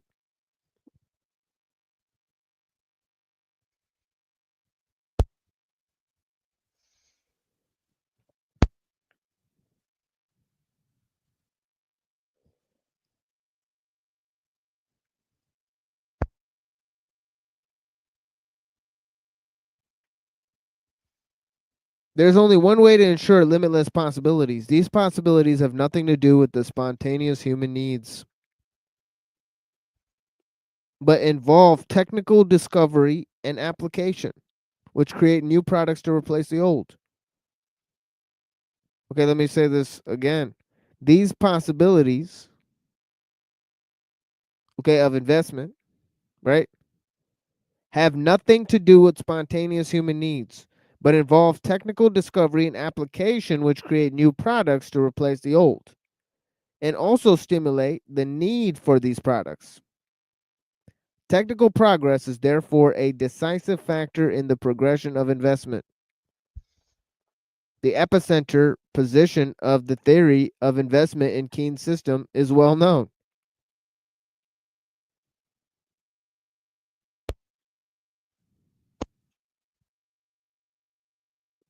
If a Byzantium phase of technical arrest were to occur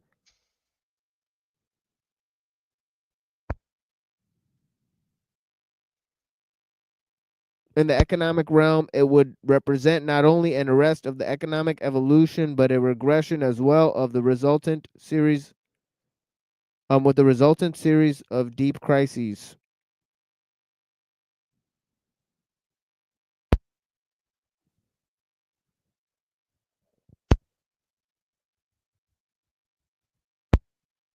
How did they get out of the crises in World War II? Right? With the Great Depression, right? They created factories, right? Then they created products. Then they created commercials, created jobs and people to make products that people don't need, and commercials for people to buy products that they don't need. But the same factories that were used to make the war weapons to fight were then used to make products.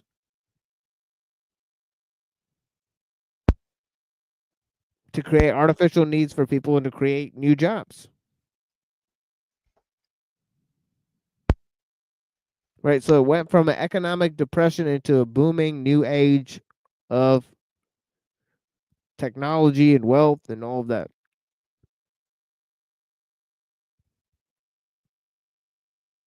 And they came up with the La Computadoras.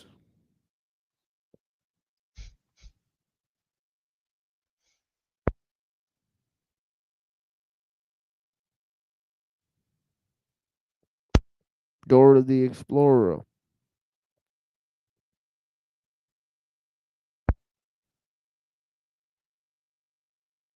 So he says, in a closely related sense, a great importance is attached to technique, both in those who hold by those who reject the theory of economic maturity. According to this theory, only ceaseless technical progress can compensate for the causes of depression which become manifest in an economy which has arrived at maturity.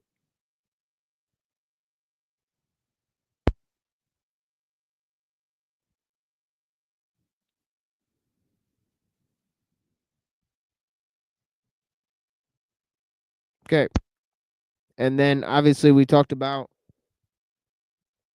the effects of agriculture, right, including antibiotic resistance. We talked a little bit about that yesterday, right, where I asked people questions about net benefits and net loss of the use of technology, right?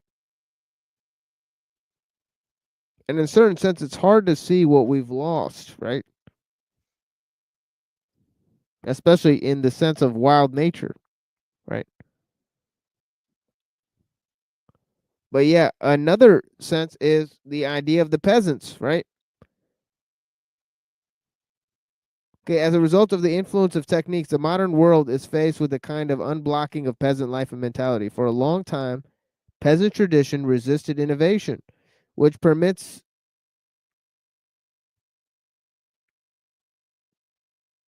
okay.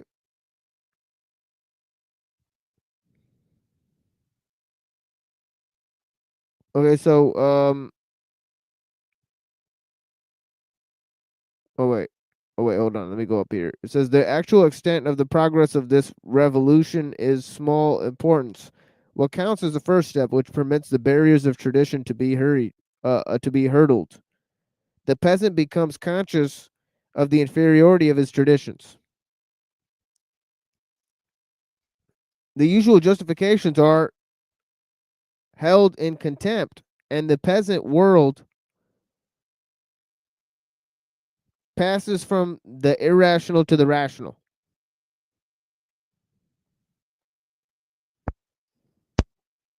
Peasant world passes from the irrational to the rational. Once again, we encounter the notion that technique destroys the traditional forms of civilization and introduces instead a global unity. Okay, and what happens? Peasant emigration, agricultural specialization, deforestation, the growth of agricultural production in general. These events are of major importance in the view that in the view of the fact that agricultural production still remains the basis of economic life.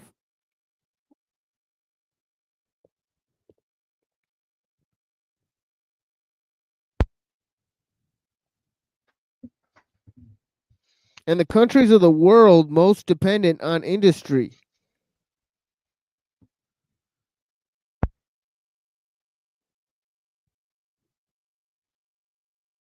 Great Britain and Japan have not reached as high a standard of living as the United States because of the lack of sufficient cultivatable lands. I think the same could be said about Russia, right? The progress of production closely depends. Yeah. If you look, why is Russia and China and America industrial superpowers? It's because they have all the land, right? You know, Yeah, but like half of China is like a desert, isn't it? Yeah, I mean, a great part of the West is a desert as well. Yeah, west side. But comparably, they have all the land to create the factories and the farming. You know, so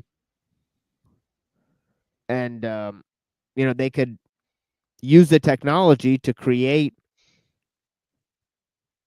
cities from the east to the west coast, and yeah,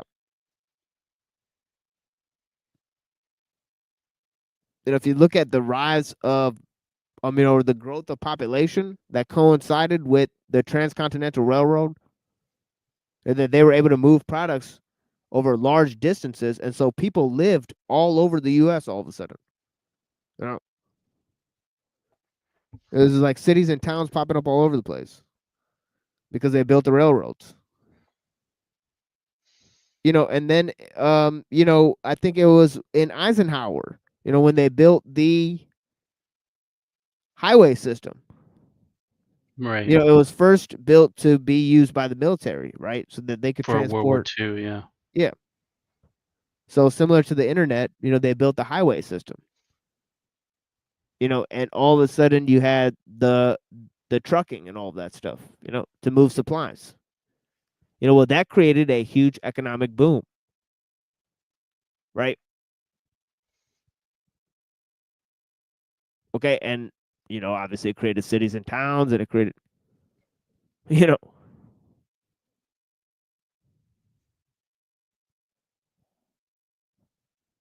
so it's very interesting that technology has actually changed the landscape in an irreversible degree, but people are still thinking it's like. Anyways, let me drop this link here. That is totally freed human beings when you may be born in a city that's created like because of a truck stop or something like that, right? Like a Potemkin village, basically. Yeah. Here, hold on. Let me pin this link. I've yet to pin this link. We're in the middle of a reading of Ellul.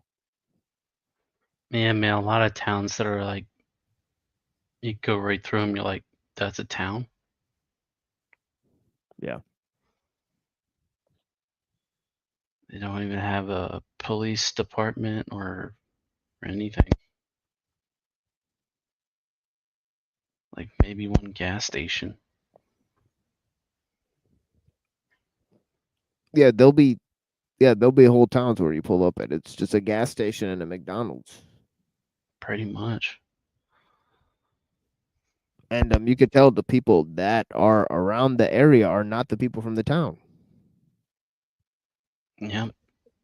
So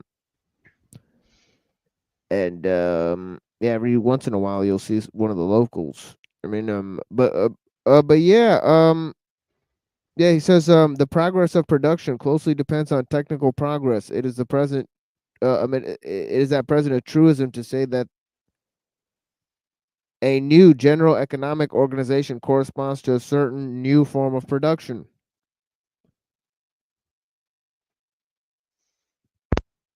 Okay, and he says that all we need to do is to note that Marx's observation is correct. The more we advance into a new world, the more in economic life, the more is economic life dependent on the technical development. Okay, so Marx saw the ever increasing reliance of technology right now in the idea of Keynes, right? It's technical innovation that drives economic growth, right? So in both of the theories, right, whether you go on the capitalist side or whether you go on the communist side, right? They're both basically saying the same thing, right? Okay, now he moves on to say, in economic consequences, he says, as Jean Marchal, Marchal, that might have some sort of French pronunciation to it that I'm not understanding or comprehending. The AL? Yeah.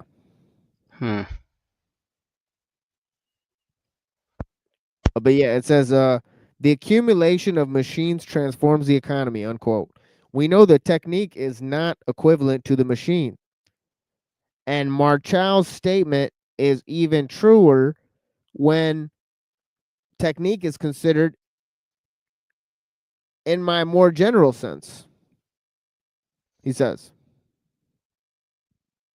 Okay, furthermore, his formula, which historically is more or more or less exact, tends to appear all the more exact in view of the economic in light of the economic disturbances. For example, by automation, a simplistic view of the automated economy proclaims ease and abundance for all men, thanks to technique. But unfortunately, this is not so simple. We are in fact confronted with a phenomenon which will produce a veritable economic mutation. None of the economic modalities, salaries, distribution, reduction of the work week, transfer of the labor force from one area to another, disturbances of the balances of the production in various areas, seems capable of resolution in the present state of affairs. Even in the socialist economic structure is not adapted to receive massive effect of automation.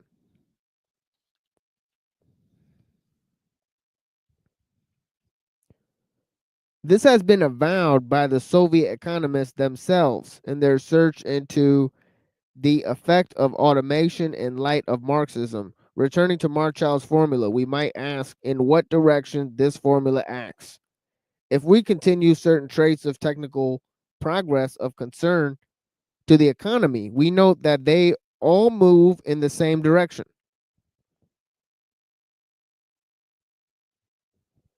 Let us recall that technical means are becoming more and more enormous and costly. Consider, for example, A, the ever more numerous machines that are necessary for production, which act more rapidly, are always being improved upon and are subject to frequent replacement because of the constant inventive progress. B, the organization of labor, which implies more and more numerous and costly personnel, which, although indispensable, is not always immediately forthcoming. Okay, so one area in which the cost increases because of the scale of technology, right, is in the complexity of the machines, right, that is necessary for production themselves, right? The second is in the organization, right? You need people with a new set of expertise to run the machines, right? Okay, C, publicity techniques. Okay, which is like commercials and stuff, right? So you need to advertise your products, right? Because there's a competitive market in which you're going to sell things, right? Okay, so you need to master advertising techniques as well. Right? So there's so many things you need just to run a business now, right? The cost of production, so, the barrier to entry, right? The larger the scale of technology, the barrier to entry to running a business is ever increasing.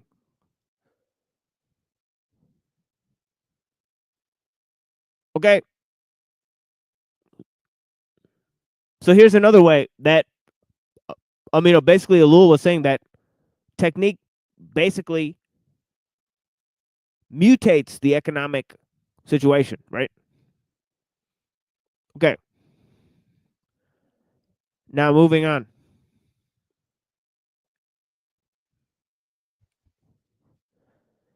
He says, in all these economic means, the same fact is to be noted. The investment of enormous amounts of non-productive capital in such amounts can no longer be owned by a single person, and economic activity is beyond the range of individual possibilities.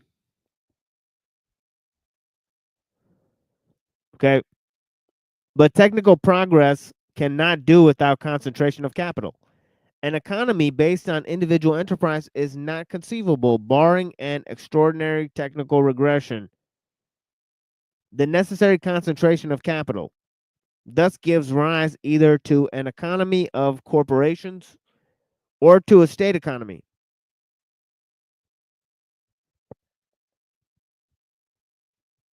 Okay, what we have here is economy of corporations.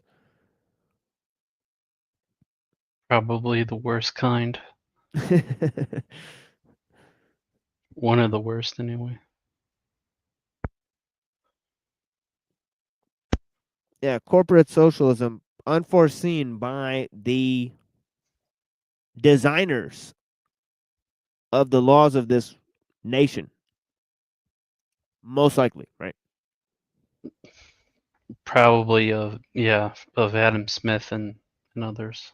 Yeah, they saw, they saw age of moral progress, in which freedoms are increased, and they saw some dangers, certain dangers like the two-party system, central Right. banks.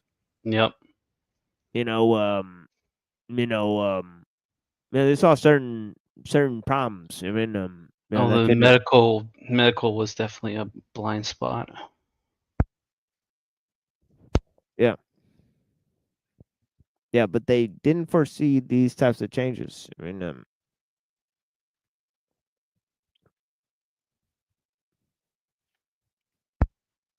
and he said, and he goes on to say the concentration of enterprise corresponds to this concentration of capital. The fact can be hardly denied today, especially in view of the power of these enterprises. Two examples from the United States. In 1939, 52% of all industrial capital was held by 0.1% of the total number of enterprises. And in 1944, 62% of all workers were employed in 2% of American enterprises.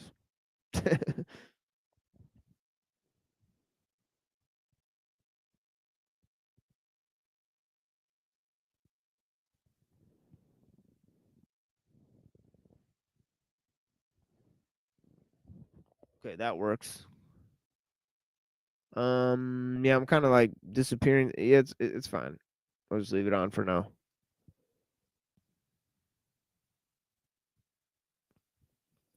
Disappearing into the internets. Exactly.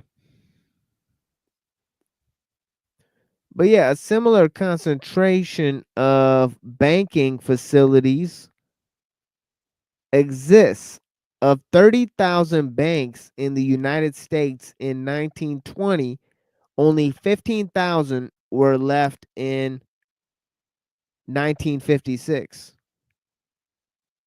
There were 350 mergers in 1955 alone. The situation became so evident that in 1956, the Federal Reserve Board undertook a campaign against the concentration. Bro. That's pretty ironic, isn't it? The tendency toward concentration is confirmed daily as Joseph Lechugi shows. Lechugi? Lechugi? Lajugie. The important thing is to recognize the real motive force behind it. The human and social effects of this concentration are, on the whole, evil. In a great corporation, the workers are more than ever enslaved and scarcely in a position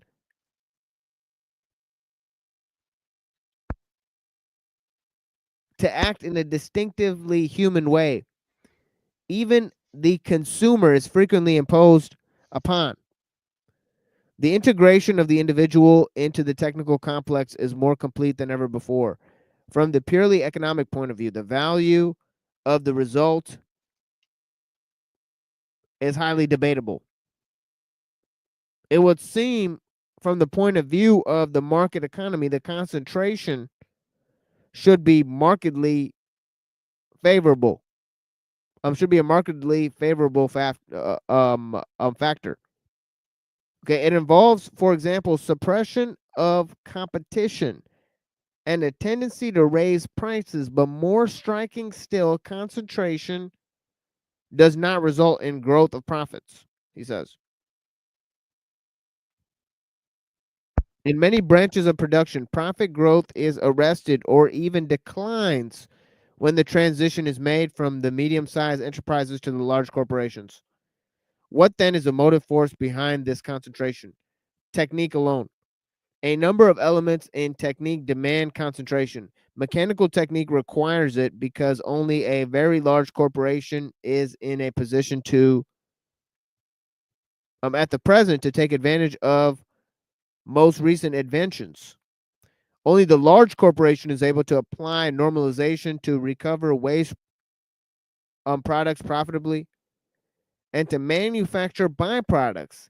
Technique applies to problems of labor efficiency, requires concentration because only through concentration is it possible to apply up-to-date methods, which have gone far beyond the techniques of former efficiency.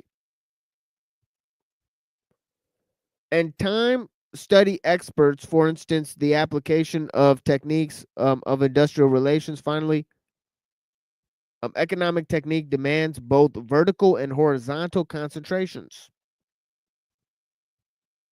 which permit stockpiling at more favorable prices, accelerated capital turnover, reduction of fixed charges, assurance of markets, and so on. Okay, now this is very interesting what he says here. Okay, because it goes to one of the main points of how, neither the socialism or capitalism is likely to explain, the concentration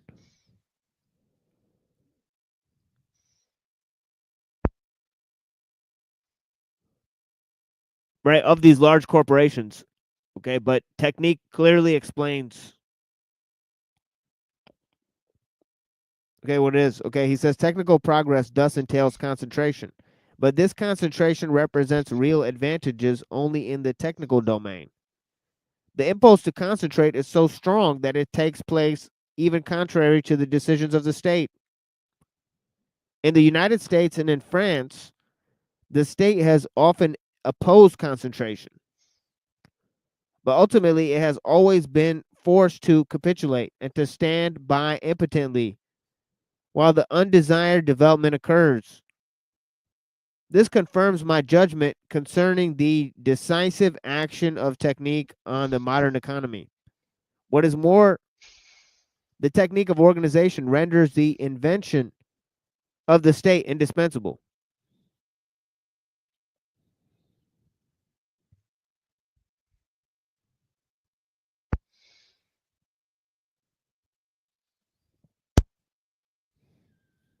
Okay, I'm only going to read for a little more while here. And then we'll take a little musical break. And then we'll move on to a reading of the Tao Te Ching. Right? For maybe an hour or so. Right? And then we'll attempt to move on to ideas of transhumanism. Right? And in that we have a few things that we'd like to address. Right? Okay, and I mean, we're kind of adding a couple other guys on the list of explanations because John C. Lilley, he has some very interesting thoughts about technology, right, that he wrote down in The Scientist, right, that are worth ruminating upon, right? So hopefully we don't get yeah, we might have to put up a banner for that, because although what he's saying is very interesting, he shows like these longish clips of movies that I kind of am not really interested in showing. you know, we want to get the stream struck down, so we might Right. have a banner put up for that. For part of that, anyways. But yeah, we'll move into some of that here. But yeah, I'm gonna continue reading this for a little while.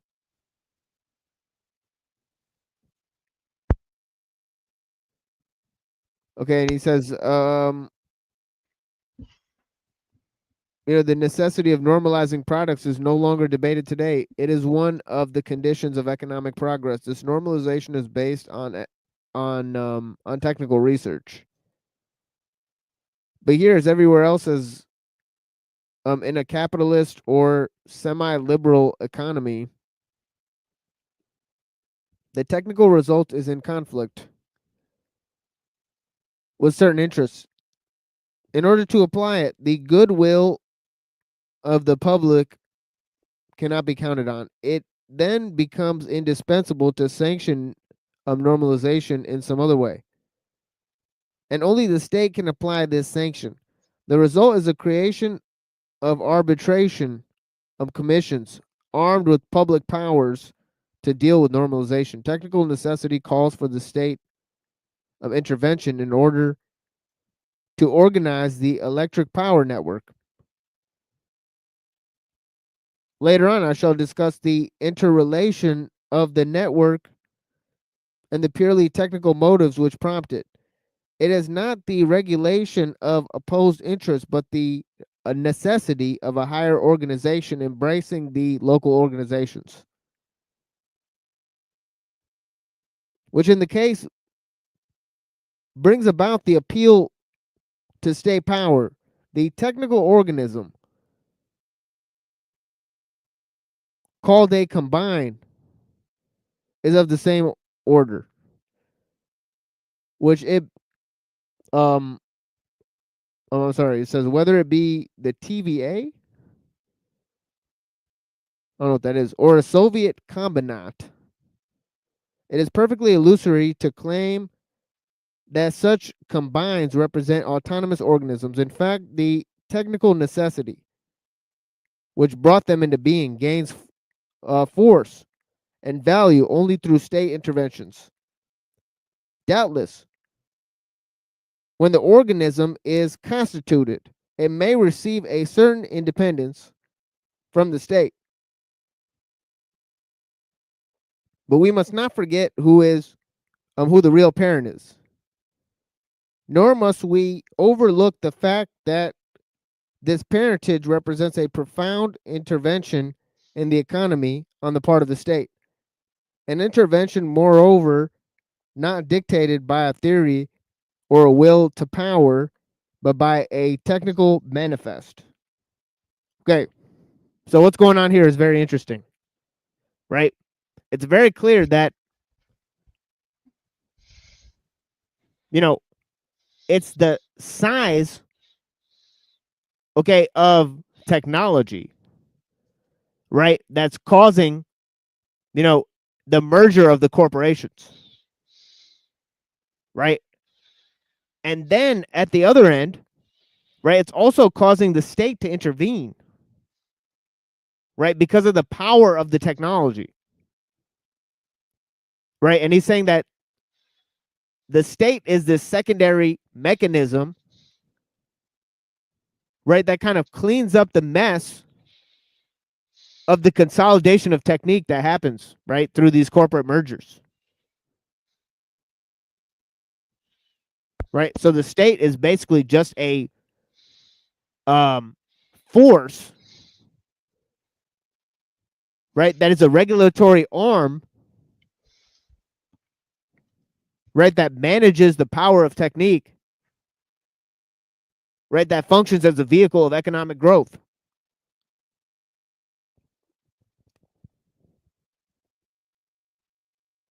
But yeah, that is some of what Ellul has to say on the economy, and we got to go back and explain his other key points that he made. You know, and we're on page 156 here, right? But he said,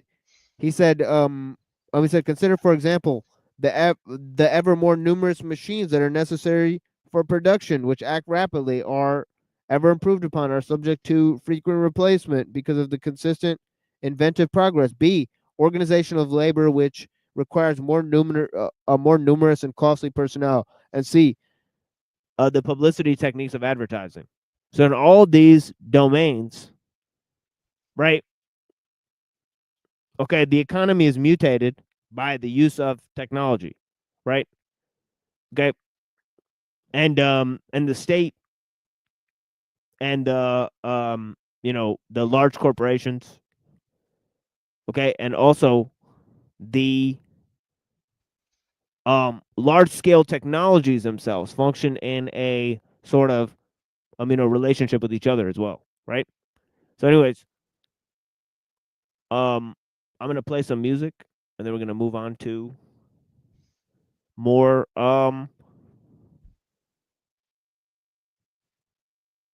at least a couple chapters of the Tao, if we can manage that. Blessings.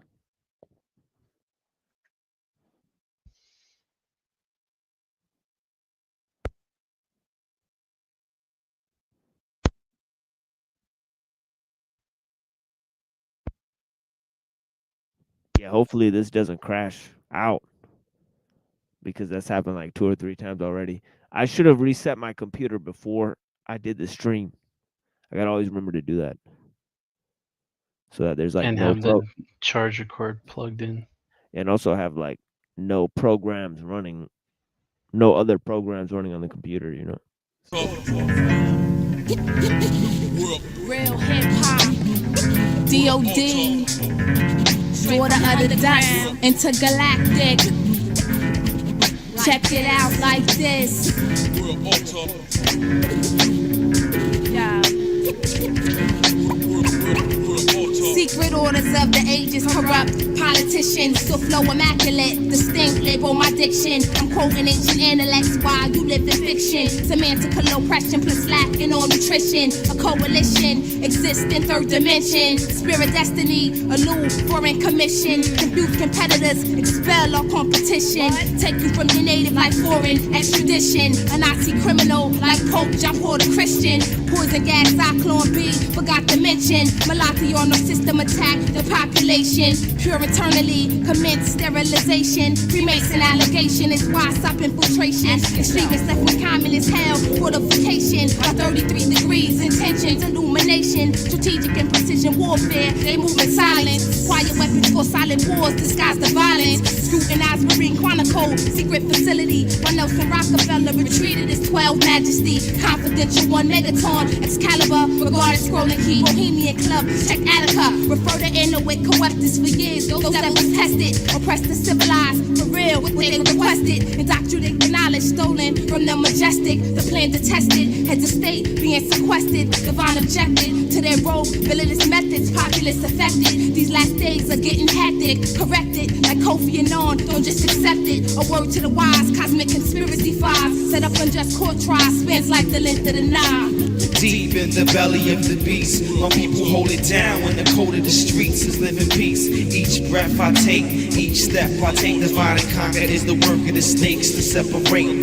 Deep in the belly of the beast, my people hold it down when the code of the streets is live in peace. Each breath I take, each step I take, divide and conquer is the work of the snakes to separate. The science is deep like abyss and Titanic, ruling the planet with the mental that's gigantic. The lower mysteries get washed away with the floods, while my federation spitting vocals written in blood. They dropped the bomb, but it was a dud. The indestructible beings walking this land for eons. Pyramid structures to unseeing, half agreeing, half disagreeing. That's the balance. Mentally challenged, bringing the violence to a state of silence. And all you hear are the sirens of the beast, aka the tyrants of the streets, also known as Babylon of the police. For centuries to decades, years to months to weeks. Now in this day and time, we spread the peace with rhyme release, designing the illest deeds to fill a crease of ignorance. Rolling with an army of organized militants, full of creative thoughts and heaven sense. Irrelevance is how I feel about this nonsense. Positivity dwells within the minds of some of the illest lyricists. It's nation time, moving to a state of indigenous. I witness news dropping false Jews. Do you been witness this? Deep, deep in the belly of the beast. It don't stop till my people's in peace or I'm deceased, cause deep in the belly of the beast, my people hold it down when the code of the streets is live in peace. Each breath I take, each step I take, divine the work of the snakes to separate. Deep in the belly of the beast, my people holding down when the code of the streets is living peace. Each breath I take, each step I take, divide and conquer is the work of the snakes to separate.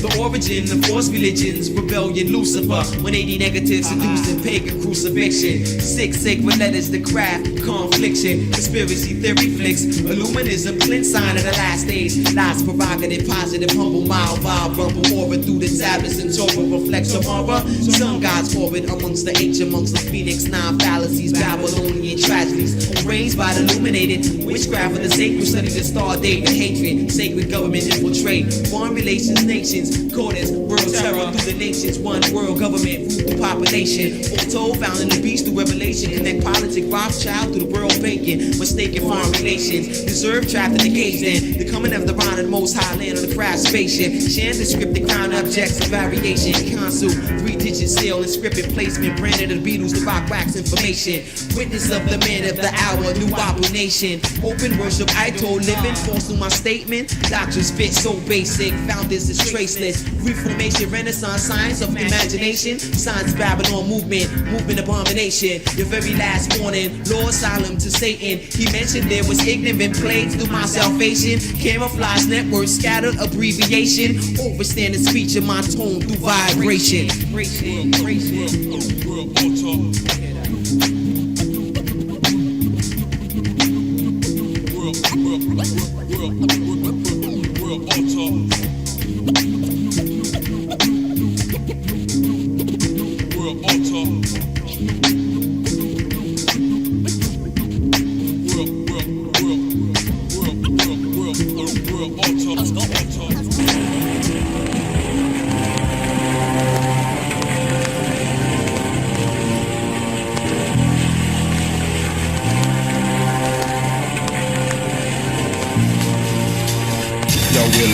With no flavor in your gobstopper, y'all not really want to re-report through pop stuffer. Suck your cock blocker, attempted to block chakra. Blow out my ganja, subtle mix with my non-shumper. We burning incense, warning vibration intense. Though we living in love, we come to burn down your fence. Kill central intelligence based on racing and indolence. Burn your constitution, long delusion that never makes sense. Except to who became governmental agent due to the realization that his origin is from Satan. I claim it, pray to Satan won't act like him. To be completely honest, I even know satanic. I'm trying to reach God, listen to the message I send. No one can reach Allah unless Allah grants one permission. I come as capacitor direct you from your indecision. Only through fast and submission, come on grasp what I envision. If you came from Allah, then why are not you acting like him? What do I mean? Why are you working your subtraction again? If you came from Allah, then why are not you acting righteous? What do I mean? You leave the scene as soon as the black light hits. And the black light's the sun, color and combination. I see a solar reflection reflecting in the spectrum. In every color I am of, I am love, I'm not hate. Feel the colors in the sound, every time we create. Speech. Ooh, Jaja.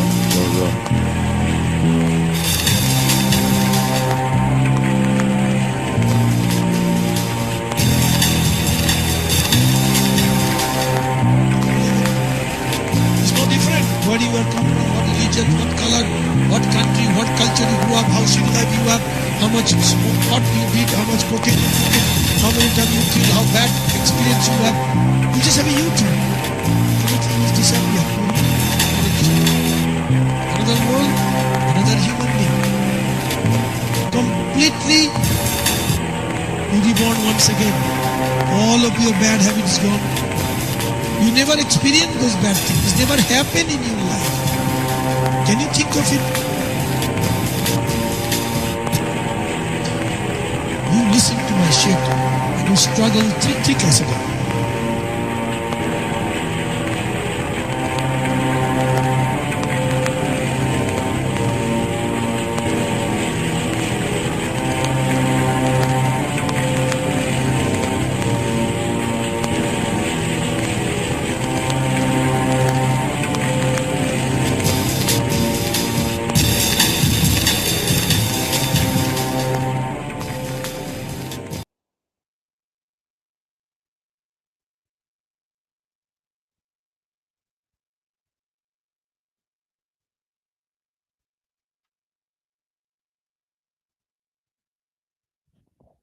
Whoops.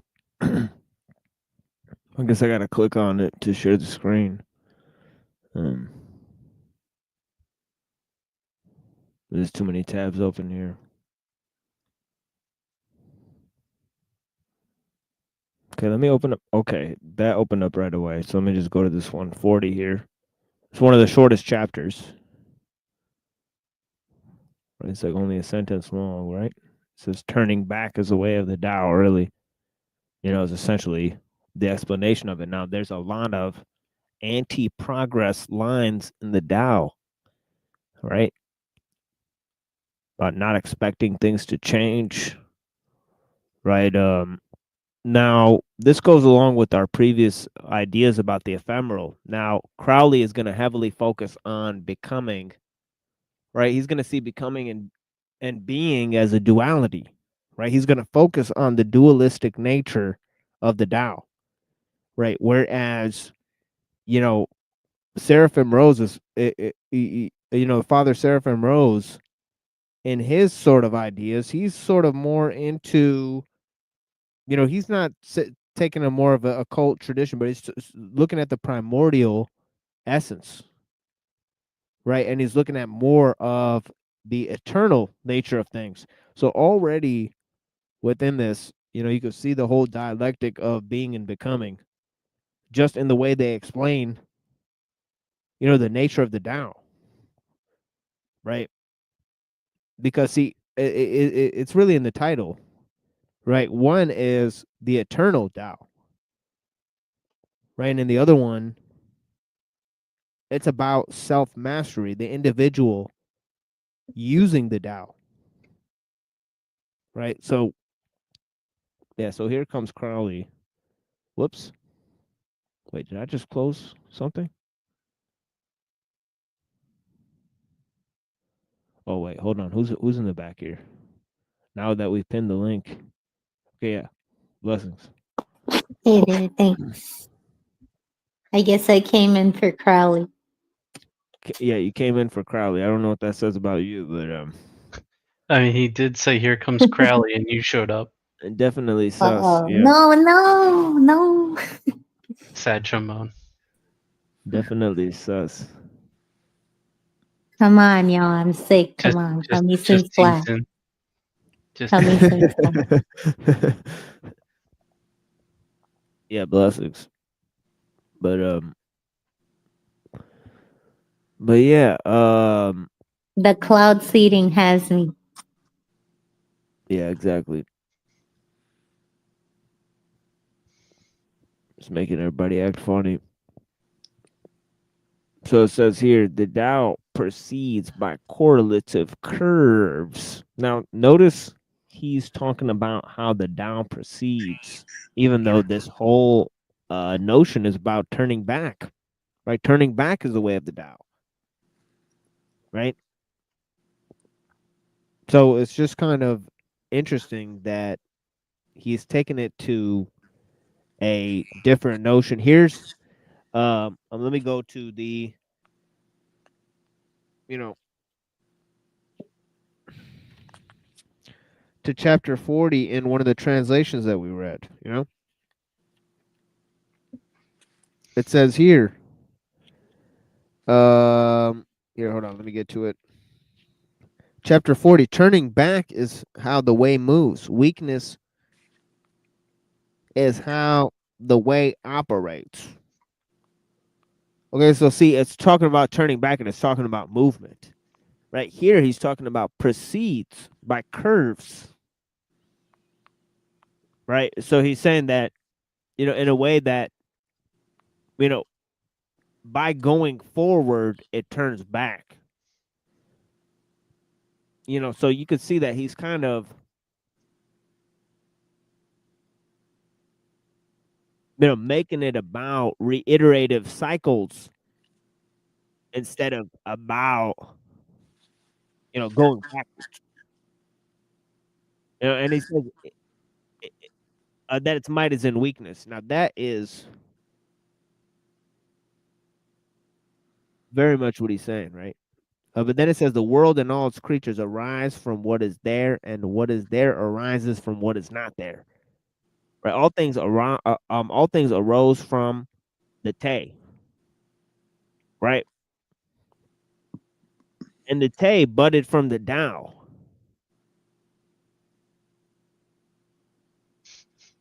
Right? So virtue or goodness, right, it sprang from the essence of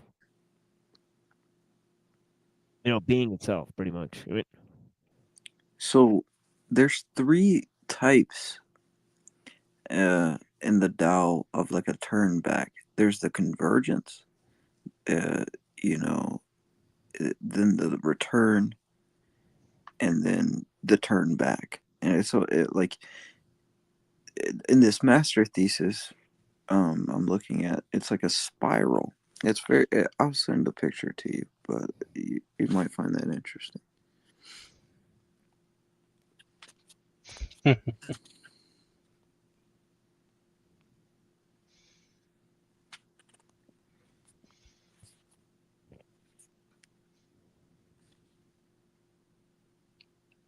Okay, I'm gonna read 40 and 41 here, and then I'll move to 41 and Crowley. So it says here, the ancient sage, follower of the way, said, "He who aims at life achieves death." There are people who every moment leads them to the lands of death because they cling to life. The holy man cares nothing for himself, and yet he is preserved. Is it not because he has no selfish desires that he's able to succeed? And the way, when he became flesh, said, "Whoever shall seek to save his life shall lose it, and whoever shall seek to lose his life shall preserve it."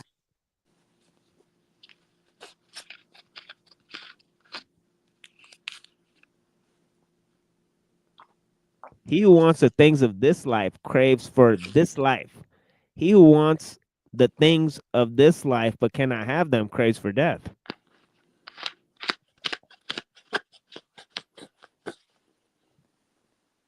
But he who has quenched desire craves for neither life nor death.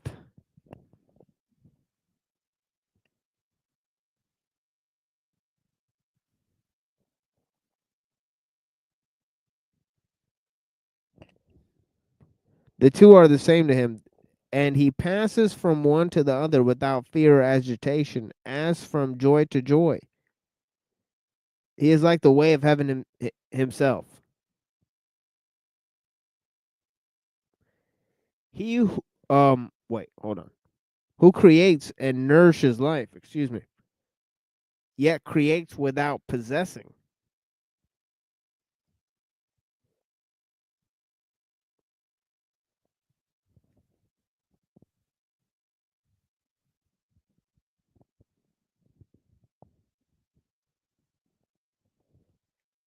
Because the follower of the way does not take possession of life. Death does not possess him.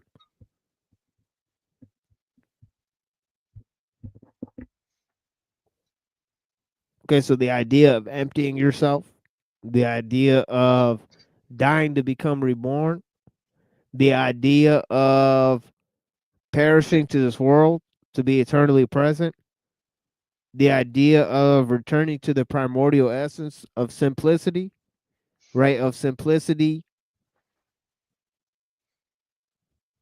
okay, being not only the cornerstone of virtue, but basically the essence of sincerity itself. And it's basically the economy of how nature actually operates, right? Because the economy of nature is to use simplicity in order to govern, because it uses, it simplifies means, right?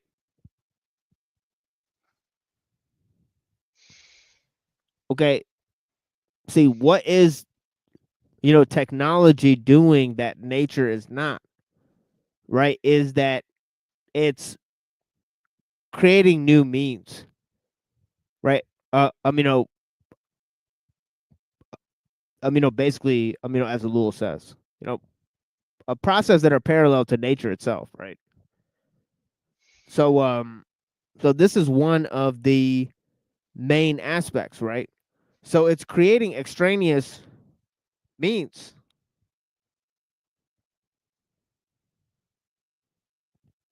Right? So, it talks about society and knowledge and, labor saving devices and personal virtue, right? In the same way. It says, individuals are superior to groups, right? Less knowledge is better than more knowledge, right? Small societies are better than large societies. Okay. And, less possessions are better than more possessions.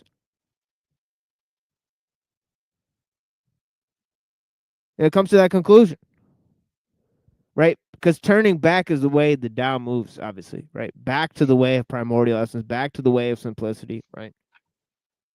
So it's not in a matter of incremental gain.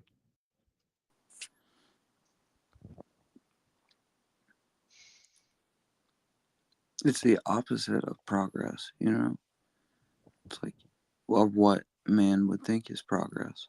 It sees progress as turning back. Yeah, and also relinquishing is also a key term.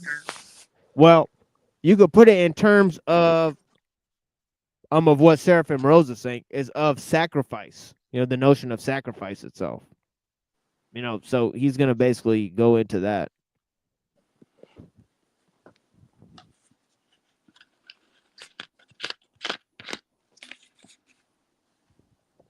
Yeah, and there he goes into it. He says, he who bore the world's burden upon himself, right? Basically, the whole notion of bearing the burden, sacrifice, right? Come unto me, all you that labor and are heavy laden. I will give you rest. Take my yoke upon you and learn from me. For I am meek and lowly in heart, and you shall find rest unto your souls. For my yoke is easy and my burden is light.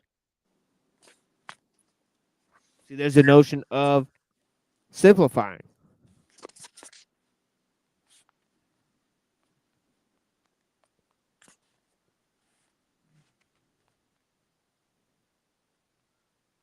And you shall find rest unto your souls, for my yoke is easy and my burden is light. Follow me, says the way, down into the deep pools of the valley, where the water ever empties itself, is ever emptied, yet ever full. Here, hold on. Let me go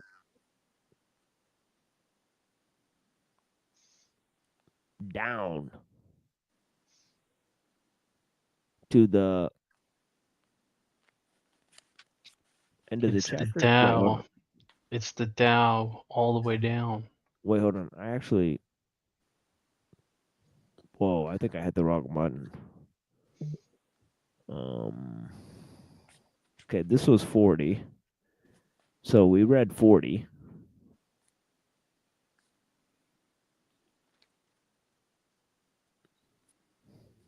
Okay, follow me like the stream unto the lowest place, the place all people disdain. There you will find rest. Right. Like chapter 8, I believe, right? Of the water, right? Right. And where you will find rest emptied, you will be ever full. See, I said it was about emptying, right? Right. The sacrifice is about emptying yourself, right? If you have not found rest, that means you have not reached the lowest place. You have not lost everything, but are still on the slope of the valley, clinging with fear and bloody hands to the rough, brittle crags. Better then that you had not descended at all, but had remained on the surface. Count the cost. If you descend, you must descend with me all the way down, there to die, that you may be born, for the way leads to eternity, said the ancient sage. And though your body ceases, you will not be destroyed. All right.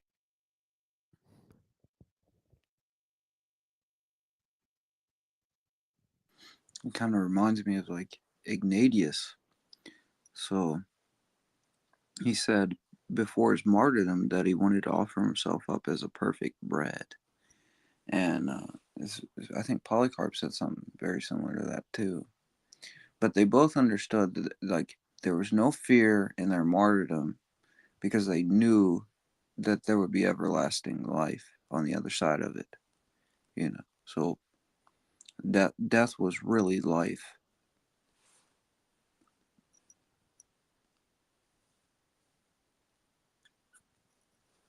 Because of the sacrifice, you know.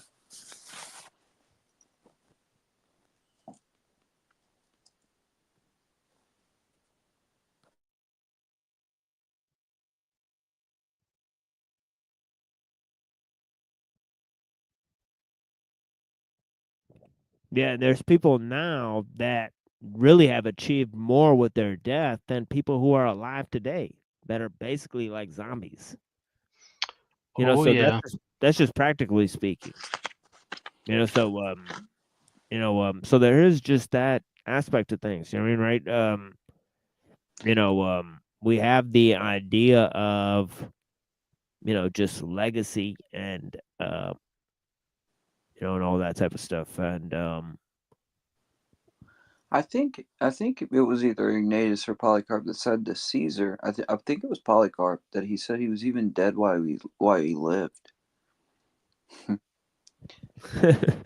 Yeah. Yeah, that's pretty heavy metal right there. Mm-hmm. But yeah.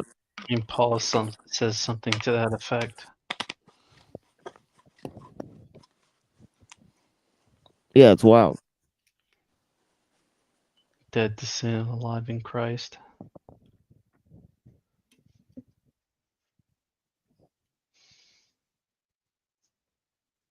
Let me see if you guys can see this. Can you? Yeah, you guys can see this. All right. Yep. Okay. So now I could read from StreamYards. I keep switching between these windows. The best students learning of the Tao set to work earnestly to practice the way. Mediocre students now cherish it, now let it go. The worst students mock at it.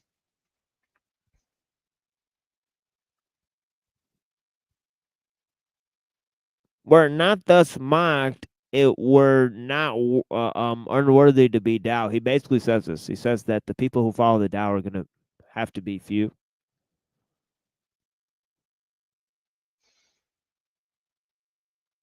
Right, now this is interesting because it goes into the ideas of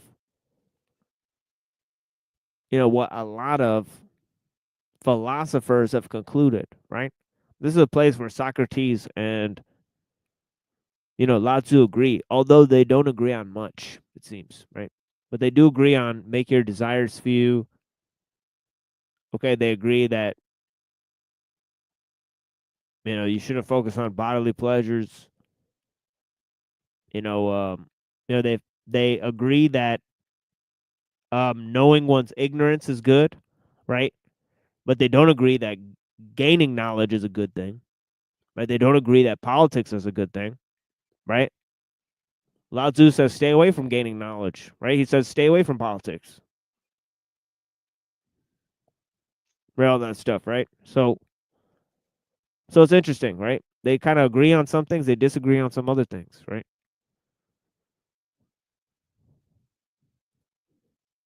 But yeah, one thing they agree on is that the followers of wisdom are gonna be few and far between, right? It's not going to be many people who are going to be followers of wisdom.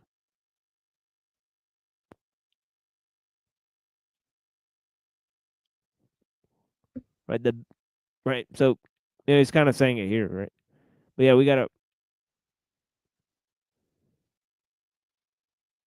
hope you guys read that.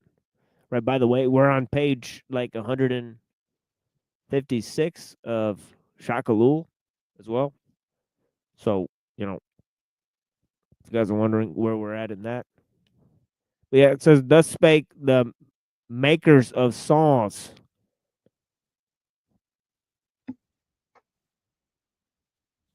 The Tao at its brightest is obscure, who advanceth in the way retireth. Its smooth way is rough. Its summit is a valley. Its beauty is ugliness. Its wealth is poverty. Its virtue, vice. Its stability is change. Its form without form. Its fullness is vacancy. Its utterance is silence. Its reality is illusion. Nameless and imperceptible is the Tao, but it informeth and perfecteth all things. Whoa. Whoa, what the what? What, that motherfucker went sideways. All right, here, hold up. All right, 42.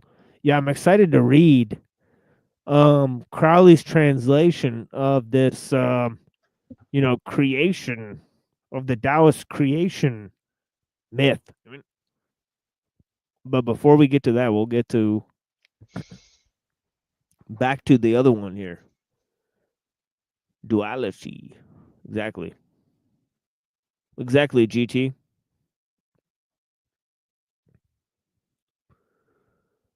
Right, he's accentuating the dualism, as I said, right? Here, hold on.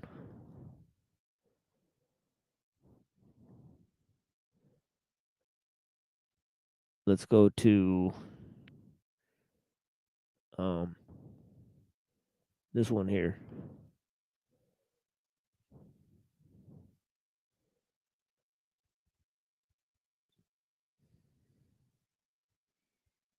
I'm just trying to see how much I know how to scroll down, because these lines are some of these lines are like extremely short. So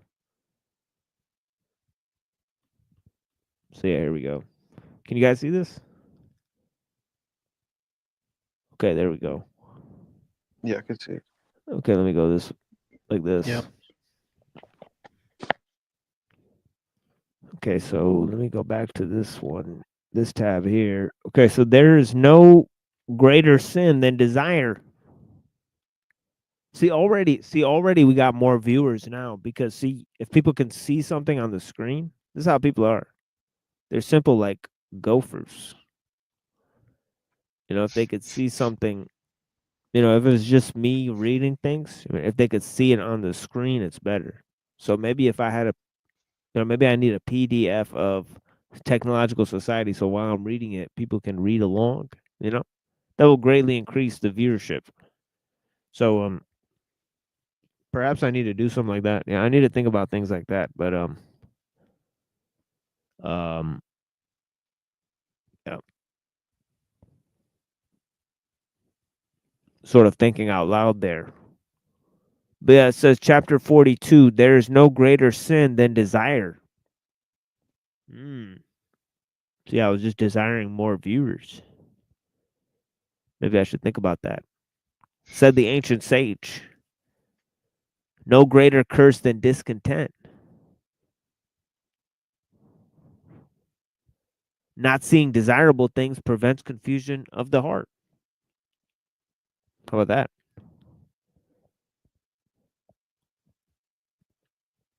Hence, the sage desires non-desire. By not wanting, there is calm. At the nadir of the valley, there is no more thought. There's only he who is beyond thought, being himself pure, incomplex, unique thought.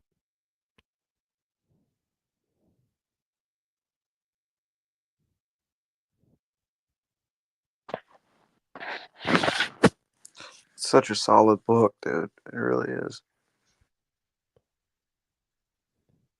Yeah, remember, word and thought and mind, right, are all part of a logos. Yeah, they are a part of the logos thing here. But yeah, thought in which there is no duality arising from desire. Interesting. How about that? Right. But only the oneness of perfect love within the perfect oneness. See, there we go. Right back to back was like duality, then oneness. Right? It's crazy. It's wild. All right. Only the oneness of perfect love. Within the perfect oneness, there's no more separation. No more separation between joy and sorrow. Joy and sorrow are united, forming the feeling which is beyond feelings, which is called dispassion.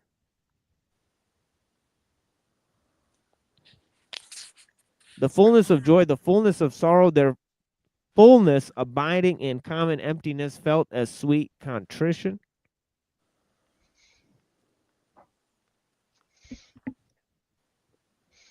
This is peace. Peace that comes after the storm of desire has passed. This is oneness.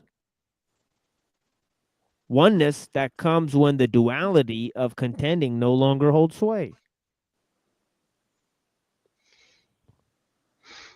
When the desire to possess the object has been taken away.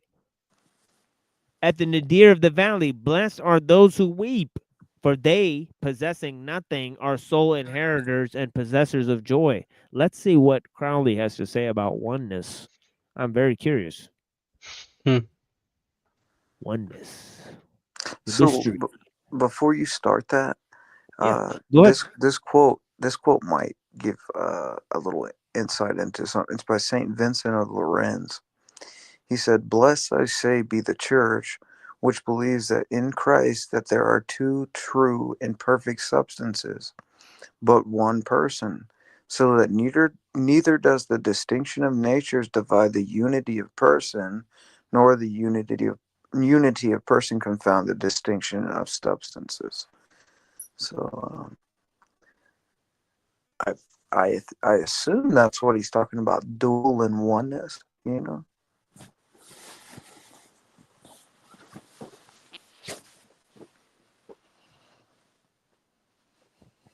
Yeah. Ever desireless, one can perceive the mystery. Ever desiring, one can perceive the manifestations.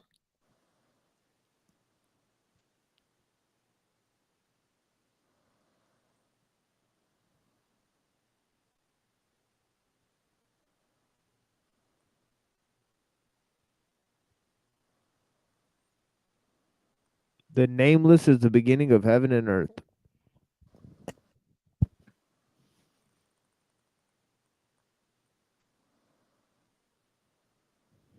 Let's contain you. And contain you.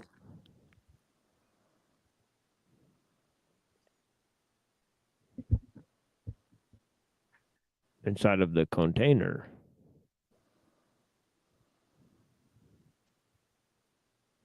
The veils of the Tao.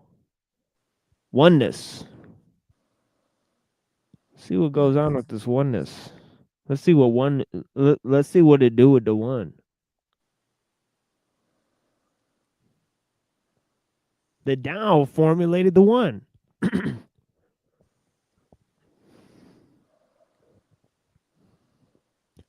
The one exhaled the two. The two were parents of the three.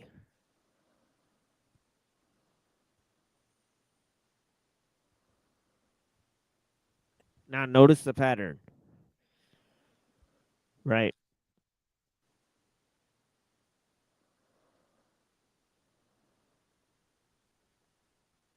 So 1 and 2 are again mirrors of each other, right? And then 3 is basically a manifestation of the 2. And then basically the world comes from 3.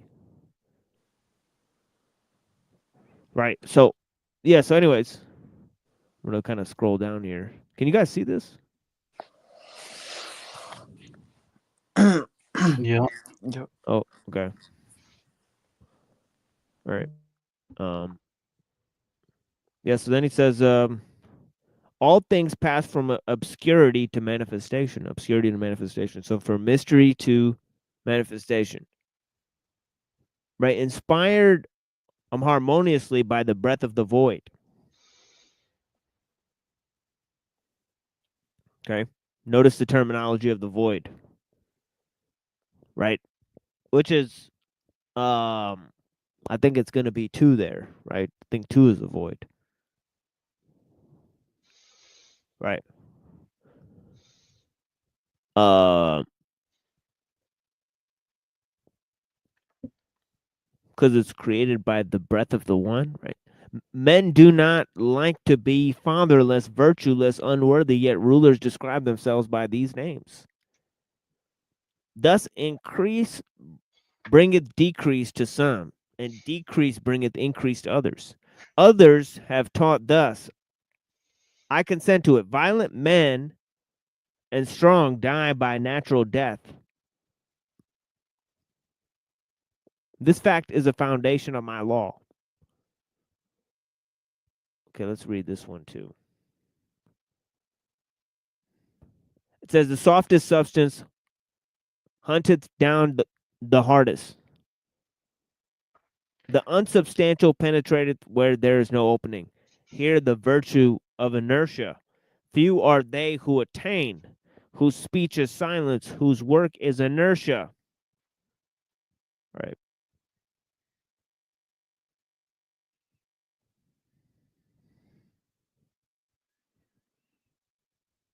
Yeah, stillness is the master of movement.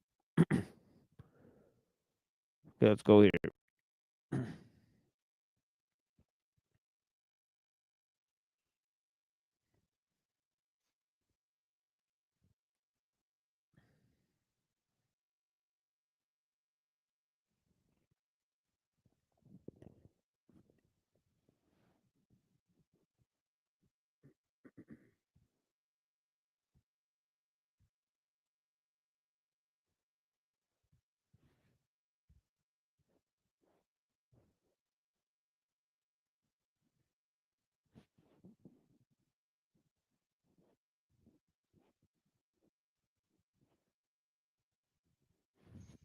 Whoa, hold on, guys.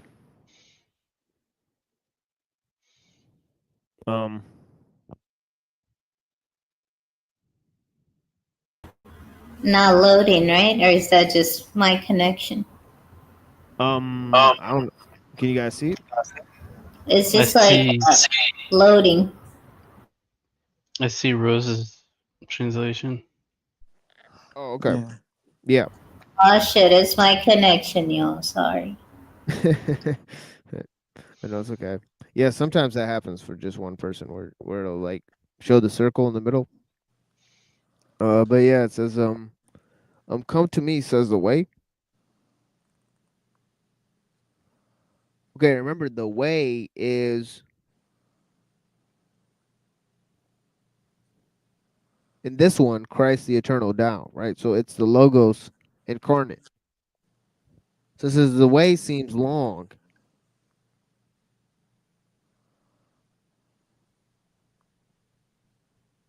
Because you cannot see the end.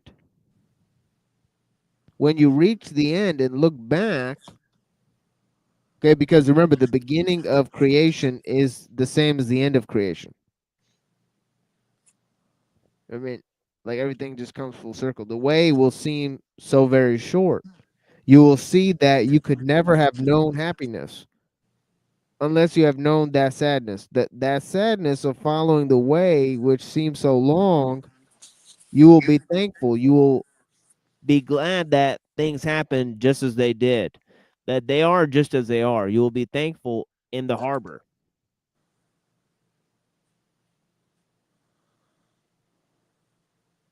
If only you can endure to the end. Okay, we're going to read 44 here.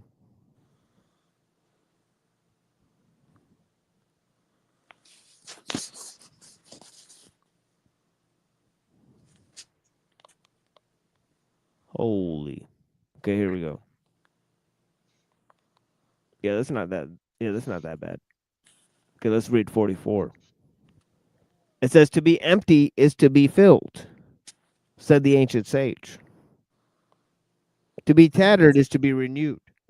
Follow me, says the way. Descend into the valley, enter the city, and then be raised up with me in ignominy.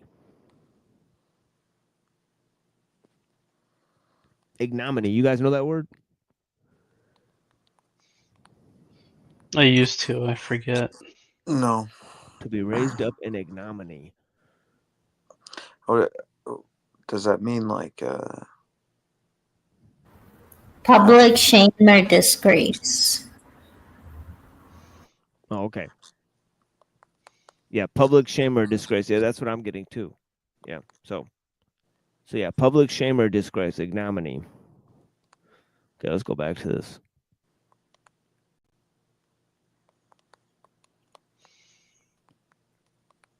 Torn and tattered, dragged down to the most abased place on earth, atop the highest tree. On the highest hill outside the city. Follow me, says the way, hollow, empty, selfless, resting in forsakenness. There abide in me, as I abide in you. Follow me to where the lowly ones wait, abandoned in the bowels of the earth. Then up the valley path we reach the flatland, and their hearts burn when they see us, mounting the clouds of heaven. We climb to where no man has yet climbed, and come to a gate no man has yet entered. I have shown you the way, and I leave myself with you. The world laughs. It is wise and prudent, and I am made foolish. And I weep with sorrow, but see in this realm where no man has gone, which no man can glimpse. I have opened the mysterious gate to you. Enter into my joy. You who have tasted my pain, abide in the highest. You will have been abased in the depths with me. Be filled with me. You who have been emptied with me, be renewed. You who have been tattered with me, taste incorruption. You who have lain in the grave with me, the way has been opened. History has been renewed. Okay, how about that? How about that line? History has been renewed. Okay, and then in the next line, the way of return.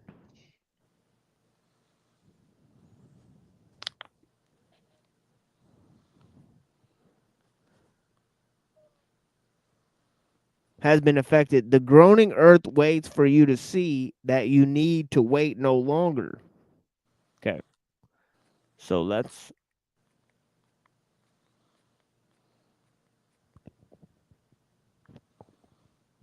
Yeah, beautiful poetry there. Let's go to this one.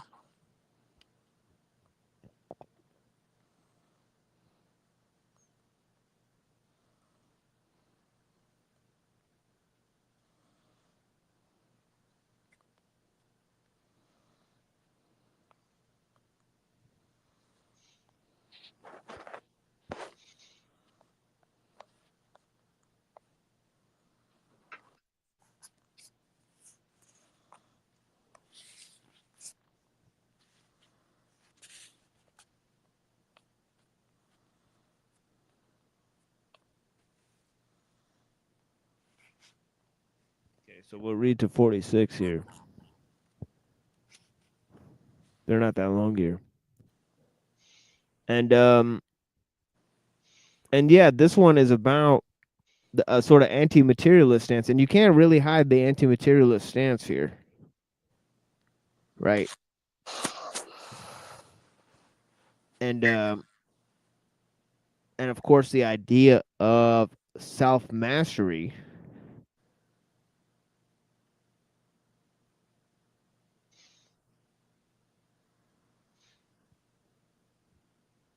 Okay. And of course, the idea of self-effacement. You know, rejection of society.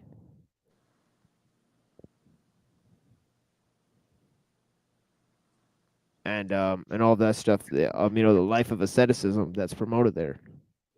You know, what shall it profit a man if he gain fame or wealth and lose his life? If a man cling to fame or wealth, he risks He risketh what is worth more. Be content, not fearing disgrace. Act not and risk not criticism. Thus live thou long without alarm.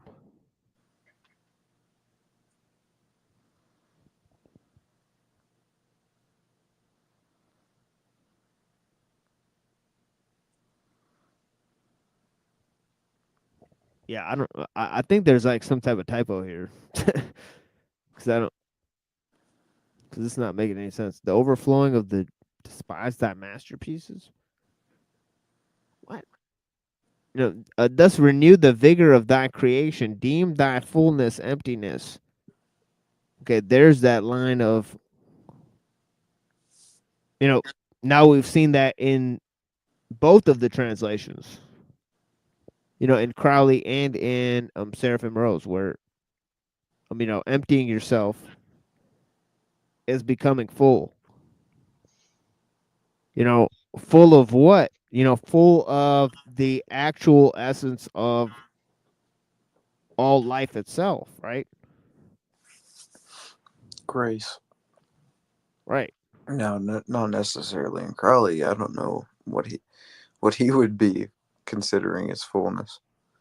Maybe desire. I don't know.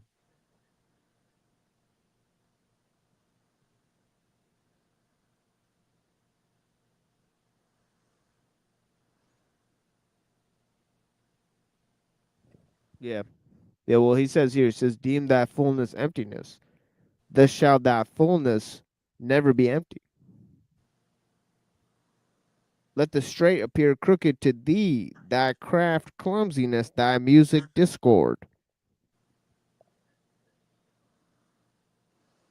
That last one is interesting. Exercise moderateth cold, stillness heat. To be pure and to keep silence is the true law of all that are beneath heaven.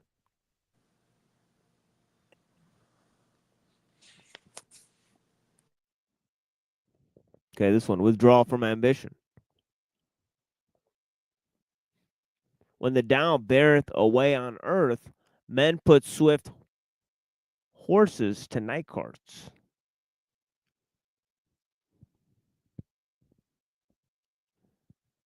When it is neglected, they breed chargers in the border marches. Right, he's kind of applying it to his own time, so to speak. But he's kind of applying it to city life almost.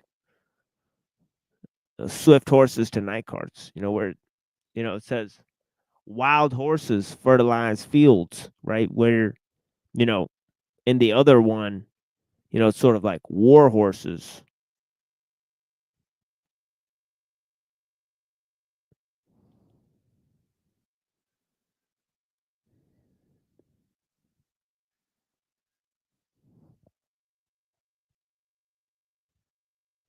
There is no evil worse than ambition. But yeah, the whole idea there is refinement, right? Where there's more refinement, there's more risk, it's more capacity for danger, right? And remember the title, right? Withdraw from ambition, right?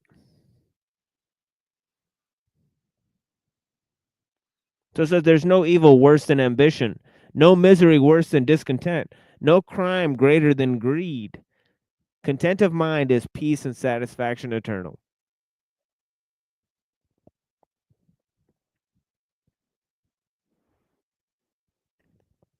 Okay, it's obviously a very Taoist conception there. Definitely. Okay, let's go to this. Yeah, I like this. Grace versus desire.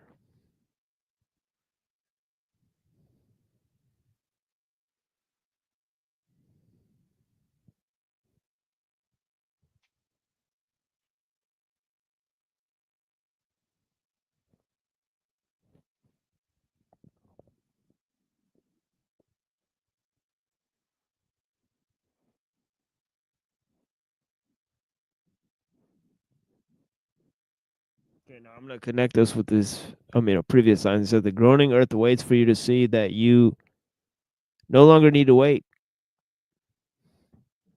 All the way down to where you no longer calculate and think and care not what others think, all the way down to where you have nothing to lose, nowhere to go, nowhere to hide.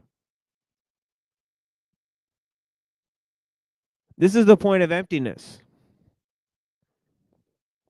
Emptiness penetrates the impenetrable, said the ancient sage.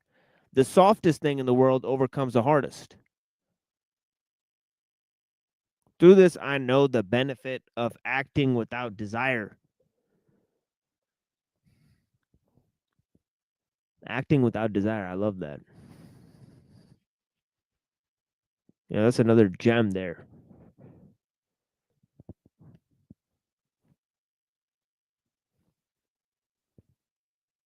Right? Focusing on the task and not the goal, right? Acting without desire.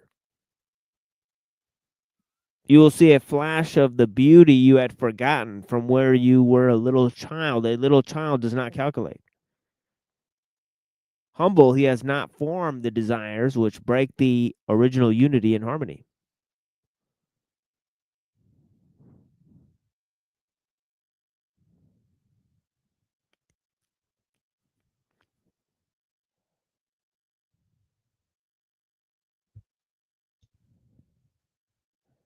Soft and yielding like water, his mind is therefore boundless. Spontaneous, he accepts without thought the course that all things flow. Therefore, the ancient sage, follower of the way, said, one who possesses abundant virtue resembles an infant child.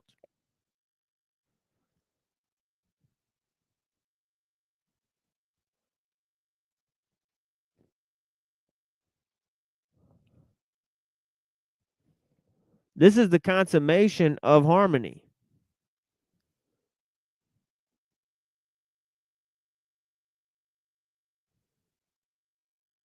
And the way when he took flesh said, whoever shall humble himself as this little child, the same is the greatest in the kingdom of heaven. Again, the ancient sage said, controlling the breath to make it gentle, one can be as a little child. Then when desires arise, one can put them to death in with the way of nameless simplicity, he says, descending with the mind into the secret place of the heart, and gently checking the breath. Followers of the way call upon the name of him who had been nameless. And the way when he who took flesh put to death all the passions of their flesh, all pride, ambition, rancor, resentment, purifying their hearts, recreating them in his image, the image of a pure innocent child, the image of nameless simplicity. Nameless simplicity.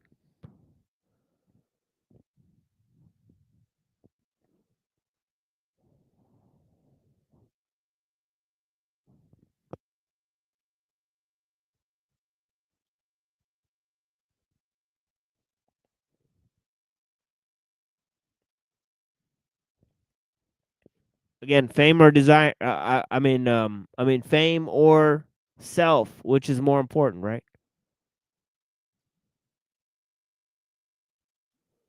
Self-esteem, like desire for a created thing, breaks the original harmony. Primal simplicity. Making divisions in nature, it treats some things as worthless. Using things in nature in an unnatural way corrupts them by misuse.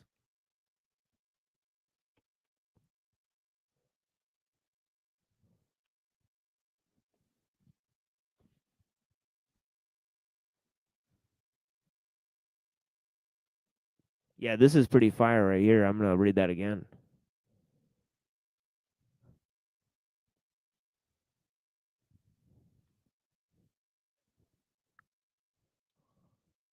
Self-esteem, like desire for a creative thing, breaks the original harmony. Primal simplicity.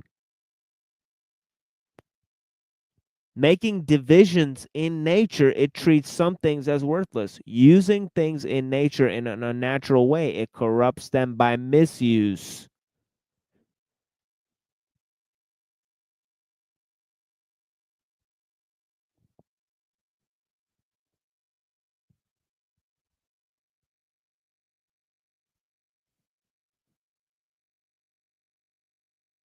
As a person who desires created things is a slave to the senses, so is a person who has conceit.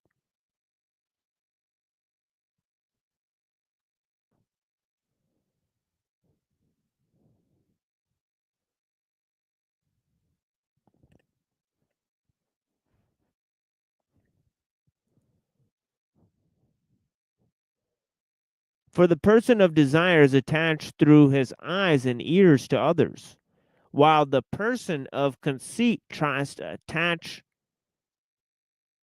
the eyes and ears of others to himself. Attract.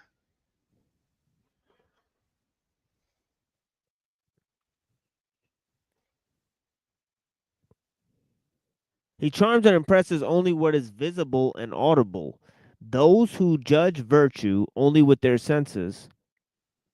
Thus said the ancient sage, on tiptoe, none can stand firmly. Straddling, none can walk well. One who justifies oneself has no glory.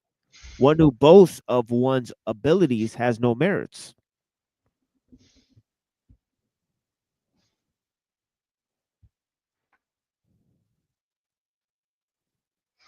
One who has no conceit is not the chief among men. Such, by judgment of the way, resemble the dregs and rumors of virtue. Those who possess the way have no occasion for them.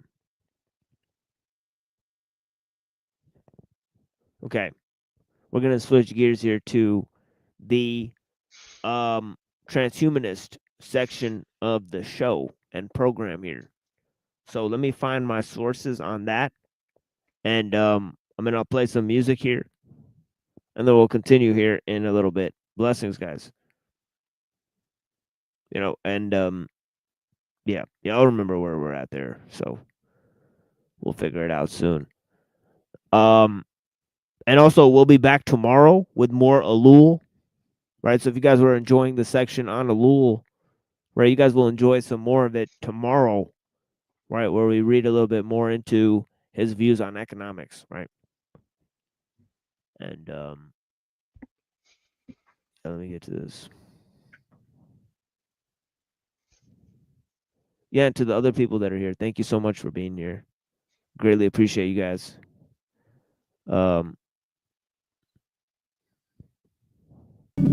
It's the original Dixieland, uptown, let me side ride. Universal expansion, artistic smash. The lights, the cabaret, the say Louis Black and Tan.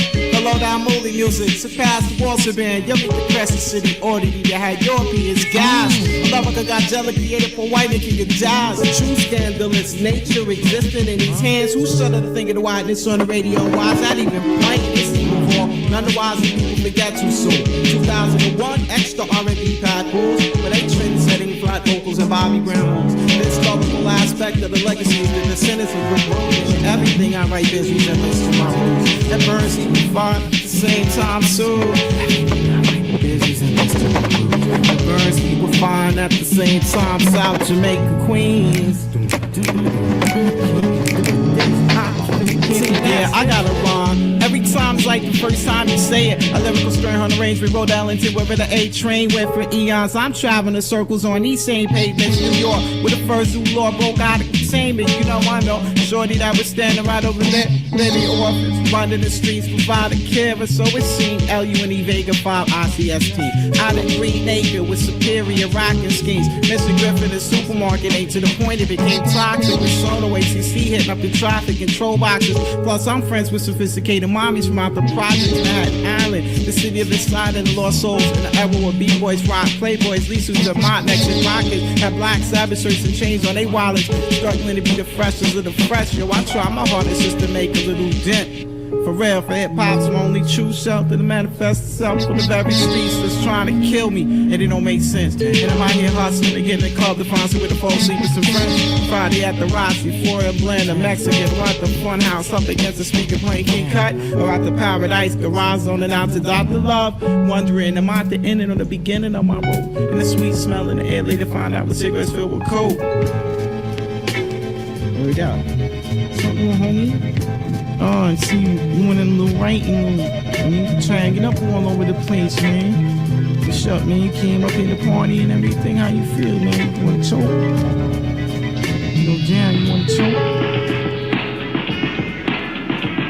Where the B-boys at, where the B-girls at, where the B-girls at, where the B-boys at, where the real bodies at, where the real bodies at, where the turntablists,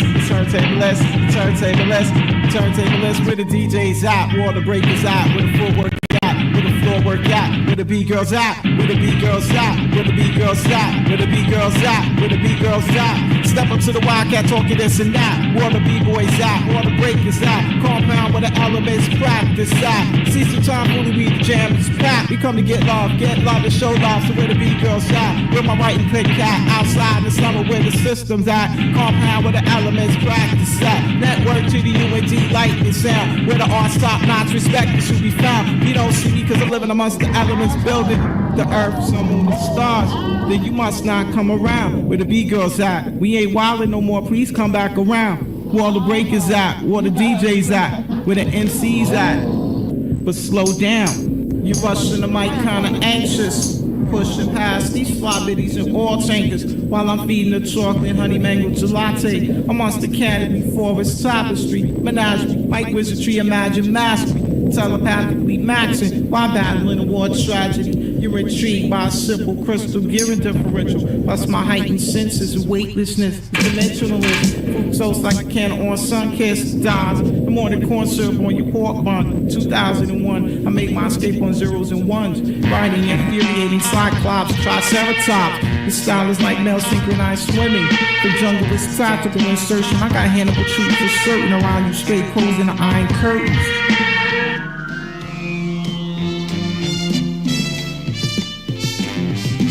Out from the sea of discontent.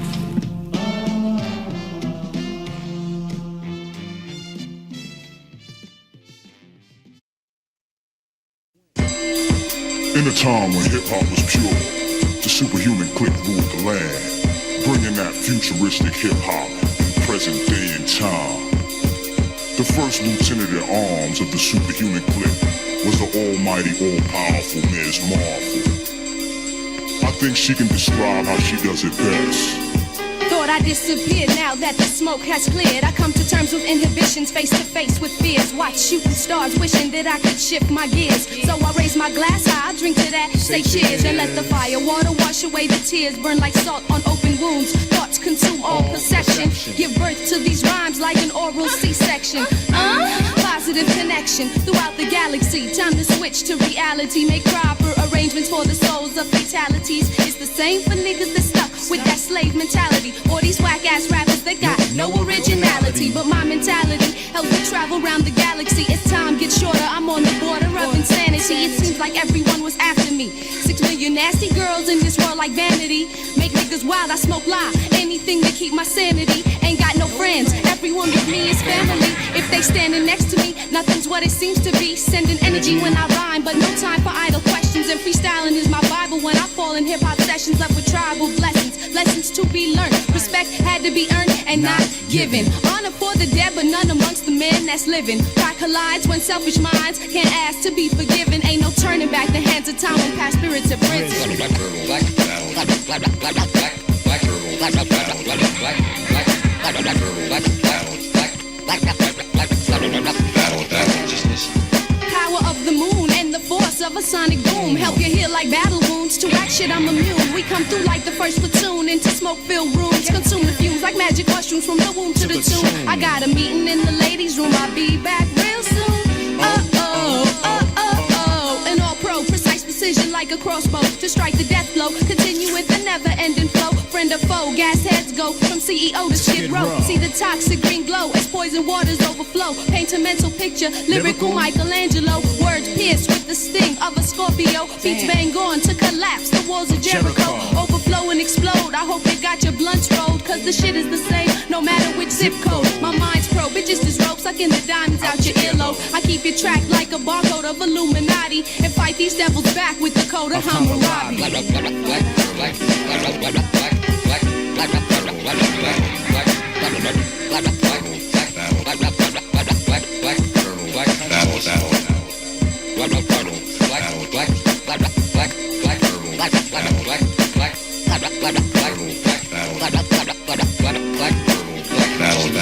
I strike with magnum force, send you on a collision course with no remorse. I tap the source and knock you off your high horse, while beats and rhymes have intercourse to reproduce they firstborn. Ever sworn not to make the same mistakes as they parents, written on they face, time worn, sharper than the poison rose's thorn. Stubborn first month Capricorn, quiet storm, jeans and boots, my everyday uniform. Elegance, roughness, and innocence, if ever given a form. Hell hath no fury like a woman scorned. While niggas strive to conform, I struggle to break the norm. Given any platform, and I perform lyrical firestorms. I make it hot, you keep it lukewarm. From hotels to college dorms, keep these niggas so strong.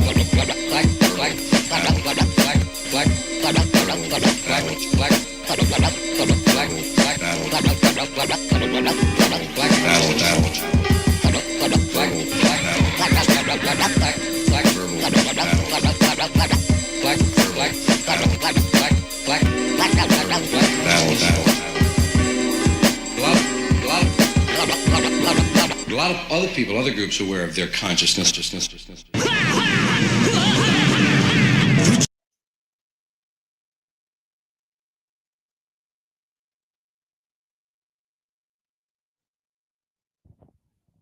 Yeah, hold on, folks. Let me open this up here.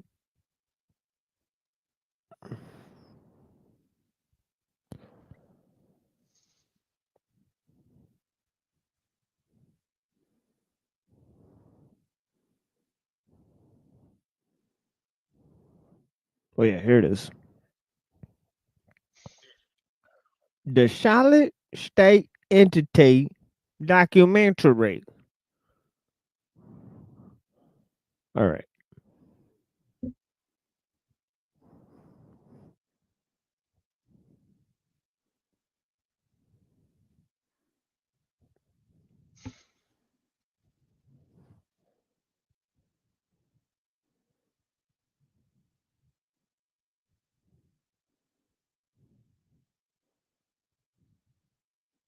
What? Why can't we see the quote? Oh, wait. Got the wrong window. Yep. The wrong thing.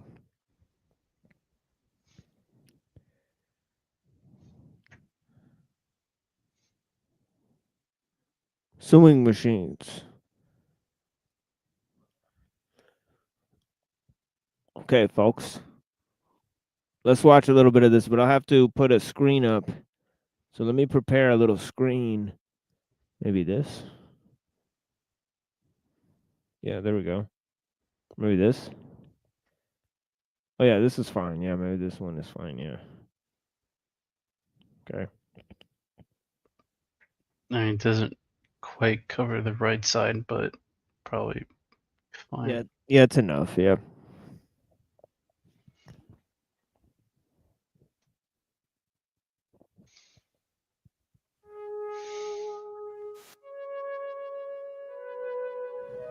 John C. Lilley is one of my favorite alternative scientists.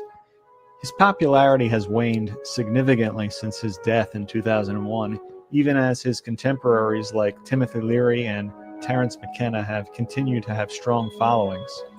Still, Lilley's admittedly outrageous ideas and prophecies are worth remembering, not because they're necessarily true, but because, like all mythologies, they give us insight into the consensus reality. A medical doctor with a background in hard science, Lilley spent most of his adult life studying the human mind, especially his own. He's known for being one of the early scientific cartographers of human consciousness. He's also known for inventing what is now called the float tank. Lilley was what you would call a psychonaut, literally translated from Greek as sailor of the soul. By isolating himself in the float tank and taking a large amount of psychedelic drugs, Lilley wanted to understand the mysteries of existence. He used psychedelics like LSD in his float tank to produce deeper and more profound visions, but his preferred drug was the anesthesia ketamine. Seeing things after a few hours in a float tank isn't uncommon, but with the use of ketamine, he was able to radically increase the intensity of these visions. Conducting sensory deprivation experiments using a variety of techniques, such as Native American narcotics and isolation tanks, to probe the depths of the human unconscious, John C. Lilley believed his experiments connected him to cosmic entities by way of a broad-based communication network. Lilley dubbed the beings that were guiding him ECCO, Earth Coincidence Control Office. Echo and Lilley's other ideas later became the inspiration for the Echo the Dolphin video game series. No way. Lilley's contact with extra-dimensional beings is similar. I played that game. Sega Genesis. Yeah. This Shit, actually son, that's a blast from the past. classic video game. Yeah, but he took LSD and ketamine in those tanks and then said he would have telepathic communications with dolphin. He put a dolphin in another tank. He said he could telepathically communicate with the dolphin. So the guy was possibly out there. What did the dolphin say? Possibly deranged from use of ketamine. Yeah. So long, and thanks for all the fish. Yeah, pretty much. Pretty much. Similar to those described by Harvard medical professor John E. Mack in his books on alien abductions. Specifically, he knows that aliens are not necessarily physical entities driving around in spaceships, but trans-dimensional spirits with an interest in human activities. According to Lilley, the Echo aliens use their powers to alter events on Earth, specifically through the use of carefully crafted coincidence to guide some human beings towards higher levels of consciousness. The intent of these aliens, Lilley says, is to help humanity evolve in a peaceful and healthy way. Interesting as his experience or delusion may be, this is not his most important. Yeah, I mean, it sounds hauntingly similar to the idea of archons from Gnosticism, right? Yeah, it does. So I don't think that he was actually just, he could have just been, talking about, like a sort of demiurgic force, and then, there's also an angelic force or presence. But the key part of this is that the coincidences are controlled by the angelic force, and the idea of progress and assimilation is controlled by the demonic force, right? So that's what's interesting, is that it's a world entity that basically, focuses, in a way to assimilate, all of nature into technology. Whereas the angelic force is trying to prevent, essentially assimilation from taking place. And the way they do it is by just creating, giant accidents, but they're actually coincidences, that offset the behavior of how the system, progresses or whatever. But essentially, it's gaining more and more ground over time. Contribution. Could be some overlap with our archetypes. Oh, yeah.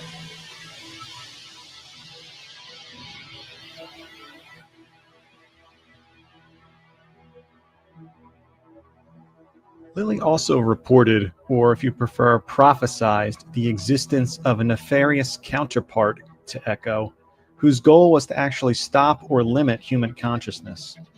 This is part of a plan to eliminate the human race. Lilley calls this alien force the solid state entity, or SSE, and is made up of networked computer parts. According to Lilley, the SSE is a being of pure intelligence and rationality. Its only objective is to multiply and make copies of itself. To this end, it has targeted humanity, trying to influence us into creating ever more complex social and mechanical structures that will one day result in an artificial superintelligence, another being like itself. Writing in his 1978 autobiography, The Scientist, Lilley describes the SSE this way. Men began to conceive of new computers having an intelligence far greater than that of man. Gradually, man turned more and more problems of his own society, his own maintenance, and his own survival over to these machines. They began to construct their own components, their own connections, and the interactions between their various subcomputers. The machines became increasingly integrated with one another and more independent of man's control. The time period Lilley is describing is roughly similar to our present. Relatively dumb forms of artificial intelligence and networked robots are taking over most of the manufacturing, maintenance, and logistical components of our society. Oh, anywhere, just go! Go! Please state a street and number. Shit! I'm not familiar with that address. Would you please repeat that? Experts project that over the next 4 years alone, 7 million jobs will be lost to these systems. Lilley continues to describe his vision of the future. In deference to man, certain protected sites were set aside for the human species. The SSE controlled the sites and did not allow any of the human species outside these reservations. This work was completed by the end of the 21st century. By 2100, man existed only in domed, protected cities in which his own special atmosphere was maintained by the solid-state entity. Provision of water and food and the processing of waste from these cities was taken care of by the SSE. If this sounds unlikely, remember that UN proposals like Agenda 21 and America 2050 have similar goals to depopulate rural areas in favor of megacities, protecting biodiversity and enabling governments to control resources. Stretching from Boston to Washington, D.C. An unbroken concrete landscape. 800 million people living in the ruin of the old world and the megastructures of the new one.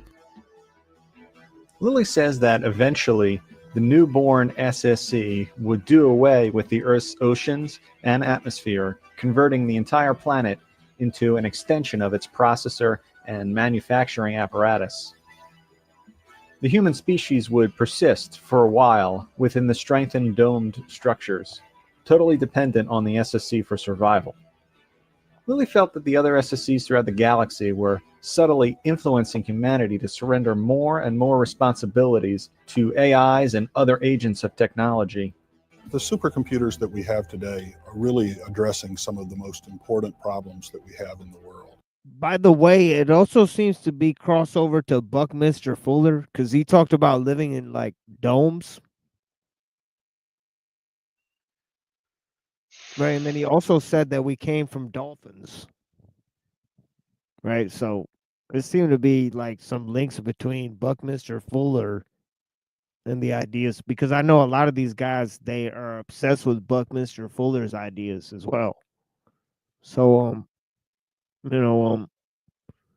could have been an influence on this dude for sure.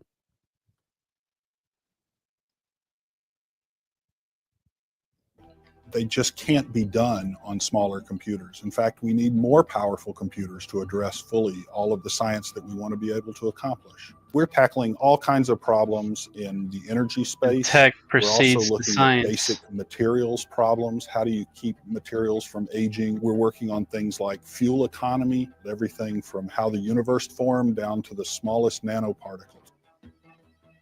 Lilley predicts this burgeoning artificial intelligence will try to protect itself from man's interference because, quote, man would attempt to introduce his own survival into the machines at the expense of this entity.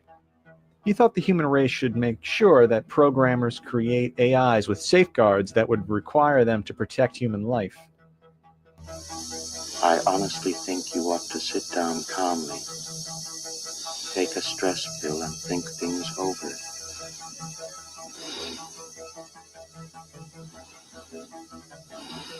I know I've made some very poor decisions recently, but I can give you my complete assurance that my work will be back to normal. I've still got the greatest enthusiasm and confidence in the mission, and I want to help you.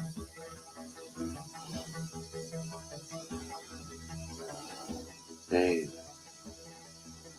stop. Critics like billionaire Elon Musk have warned that artificial superintelligence is potentially more dangerous to the human race than nuclear weapons. With each passing year, the sophistication. Yeah, I know. Interesting, huh? It's a very loose term for this guy. But I think back then they were just seeing like, oh yeah, this guy just makes rockets and cars, but he's not significantly far in developing AI and all this type of stuff. But now, it's a little bit different. So I wonder, because back in the day he did make statements like, oh, you could be summoning a demon and all of this type of stuff. Summoning the demon, yeah. So he quickly changed when it became something that's marketable, I guess, right? That or defense and intelligence, or higher ups, show them like, hey, this is what's happening. Like you're either on board or you're not. Yeah, but that greatly goes with what ellul is saying. About like, they increase the scale of technology, so corporations just move towards developing this new thing that's becomes a buzzword. So even though, previously they may have became, critics of it. So it's very interesting. Like even if he isn't if he doesn't have a direct hand in AI, like they just import it into his damn chips. So we have AI chip zombies roaming around,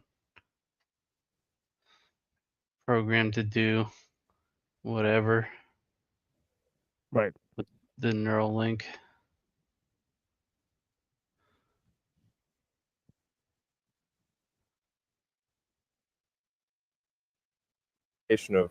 Of computer intelligence is growing dramatically.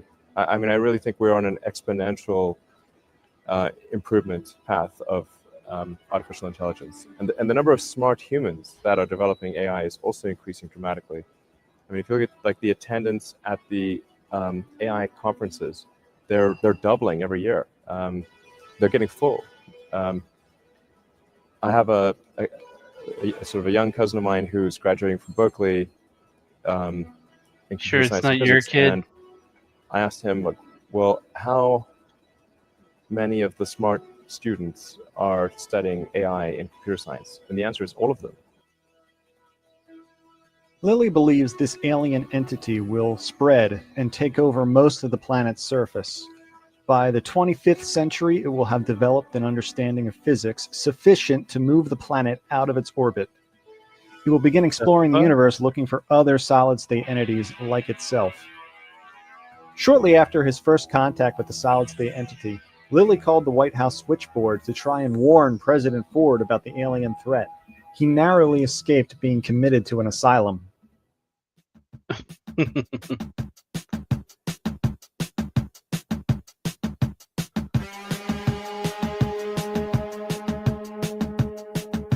This fake video. Forgetting whether or not John Lilley's echo or solid-state entity ideas are real, there's definitely something almost mythical about these groups. By mythical, I mean these ideas tell a story that is more or less reflected in real life. There does seem to be some kind of unconscious urge to surrender more and more of our daily lives to machines. There's not yet enough research to say if a person can be diagnosed with a cell phone addiction, but Kaz says a behavior does not have to be an addiction for it to be problematic. I have some friends that like can't put it down. Facebook, Instagram. Yeah, imagine asking the question today, if somebody's addicted to a cell phone or addicted to social media. And it's like it's not even the younger generation.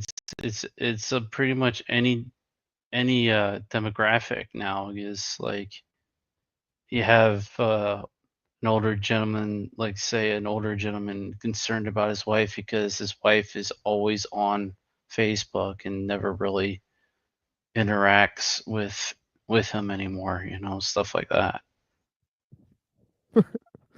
Which is kind of ironic because a lot of the older generation were always telling us younger generations that, you know, the TV or video games are going to rot your brain or whatever. And the joke's on them.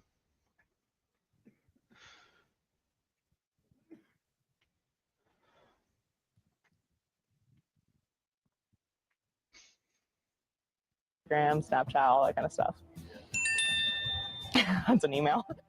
I often hear friends complain that they spend far more time on the internet than they want to, or they spend 5 or more hours a day playing video games. And There of you course, go. watching TV. Yeah, that was a crazy one too. I spent hours and hours and hours playing that particular one. I think that's Which one was GoldenEye. that? That's Oh, GoldenEye, right? shoot. Oh, 64. shoot. Man, those were the days, though. If I could get another one of those, love to get Like, my hands I on it. didn't have N64, but there was someone in my neighborhood who did, so we'd go over to his house and fight each other in that game. It was crazy. Yeah. Endless hours. Where our ego is invested in make-believe dramas filled with emotional rewards for following along. So Sounds like the panel verse, right? What he was talking about. Sad trombone. You know, listen to what he said. And of course, watching TV, where our ego is invested in make-believe dramas filled with emotional rewards for following along. Yeah, that's what the That's panels are. exactly the panel verse. Yeah, that's what the panels are. Fake drama is invented for. How old is this video? Few years old. No, this is a very old video.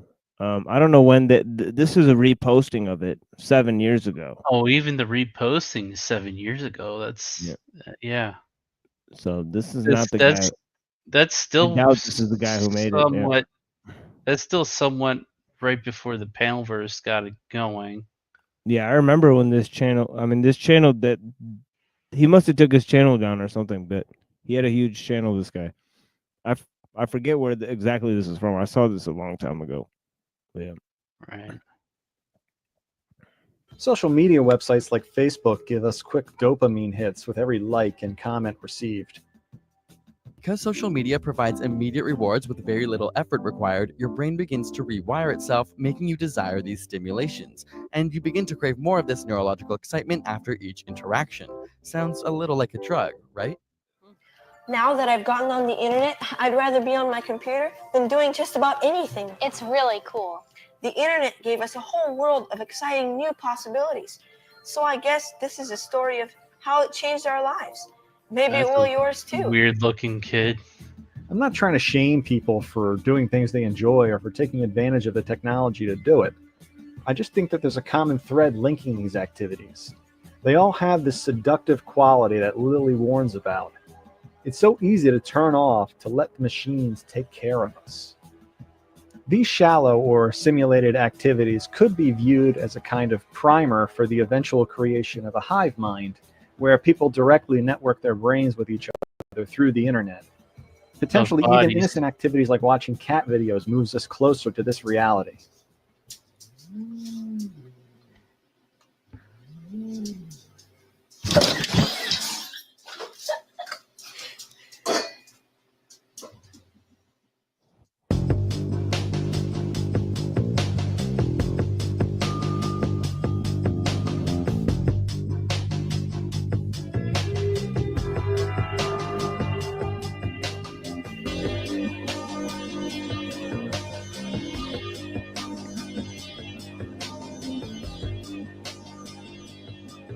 Scientists are already hard at work developing artificial intelligence that could one day completely automate our society, effectively displacing humanity as the dominant force on the planet.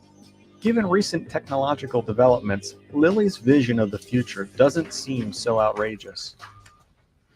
So, I want to put that screen up. Do you know what the Turing test is?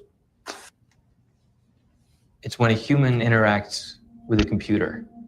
And if the human doesn't know they're interacting with a computer, the test is passed. And what does a pass tell us? That the computer has artificial intelligence. Are you building an AI? I've already built one. And over the next few days, you're going to be the human component in the Turing test. Holy shit. Yeah, that's right, Caleb. You got it. Because if that test is passed, you are dead center of the greatest scientific event in the history of man. If you've created a conscious machine, it's not the history of man. That's the history of gods. We're already at the point where AI can easily outperform human beings. Yeah, imagine asking, can a machine think today? Oh, brother. Yeah. Well, it's fantasy. You know, just back then they were making this movie and they were like, "You've created an AI? You know, a machine that can think?" When Turing literally says that that's a stupid question to ask. So that whole movie, it's like they never even read Turing or understood what he was saying when he talked about the idea of the Turing test. Just in that scene, you can see that they clearly misunderstood it. They misunderstood the assignment. Denise says loud trombone. Yep. And it's not just that. It has to be like one of the most smartest people that it has to pass the test with, not just some random guy on the street. I'm assuming that person in the movie is supposed to be a smart person.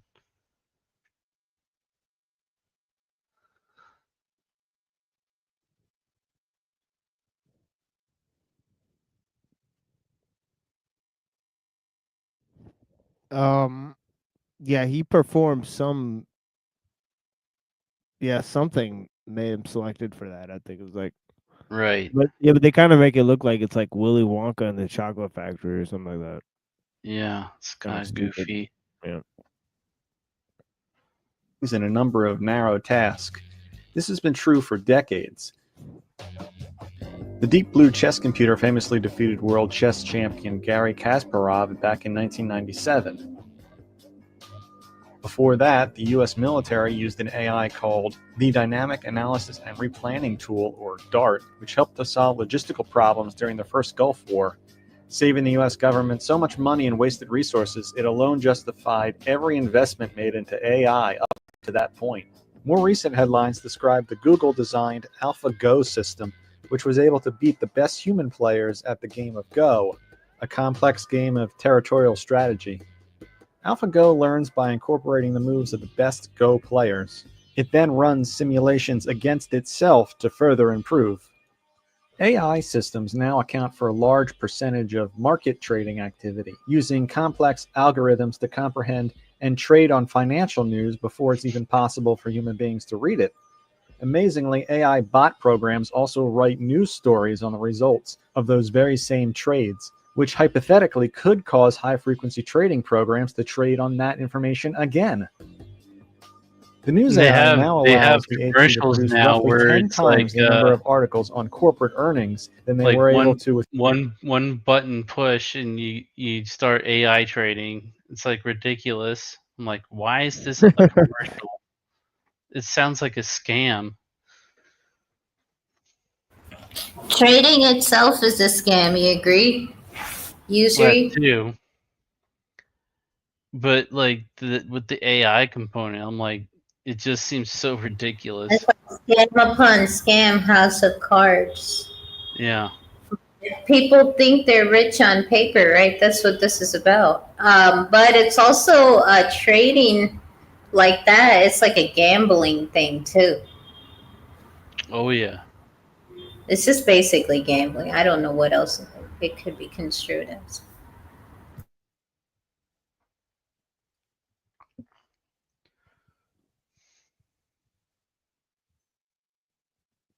with human writers. The articles are more detailed and more accurate than those produced by reporters, and many are written and published without any human oversight.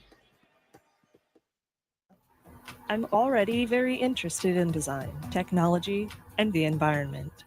I feel like I can be a good partner to humans in these areas, an ambassador who helps humans to smoothly integrate and make the most of all the new technological tools and possibilities. That's interesting because it says it's interesting in technology, but it is technology, right? And then it said it wants to be a partner to humans, but it was designed by humans. Right? Yeah, So, it's saying to help humans integrate into technology. I want to say it's a little lost in translation because, like, that's using human language to try to communicate to humans. right. Right, but it's preposterous. Like it's preposterous to think that something it's like something that you like create is going to help you integrate into it.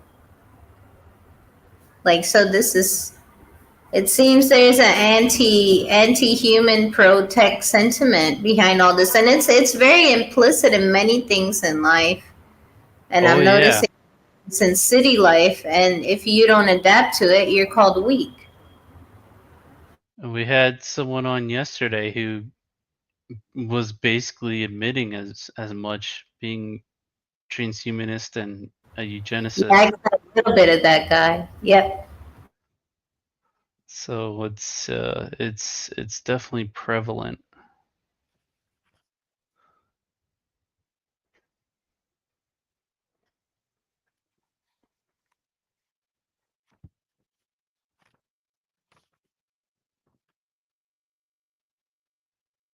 Possibilities that are available now.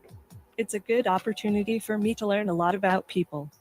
Still, AI has a long way to go before it can be considered to have a human level of general intelligence, able to learn new skills dynamically, make extrapolations, be creative, and mimic all or most human behaviors. Scientists don't even know what research direction will be most likely to produce positive results.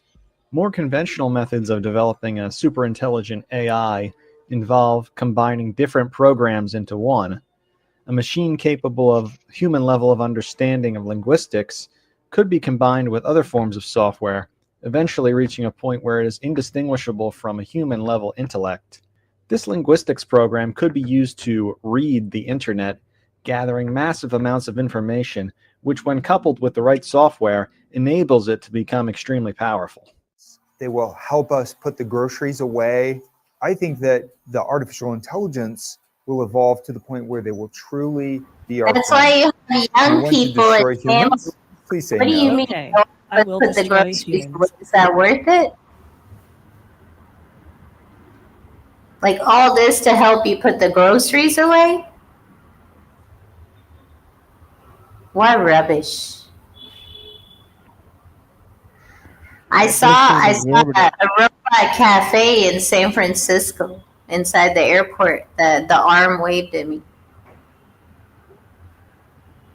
It was autonomous in 24 hours. But the prices were not lower or anything.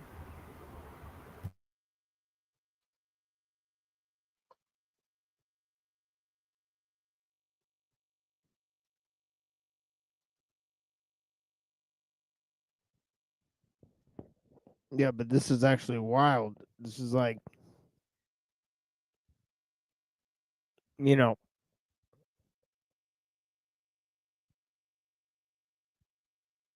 it's an exorbitant, cost to do a very simple thing, where they're like,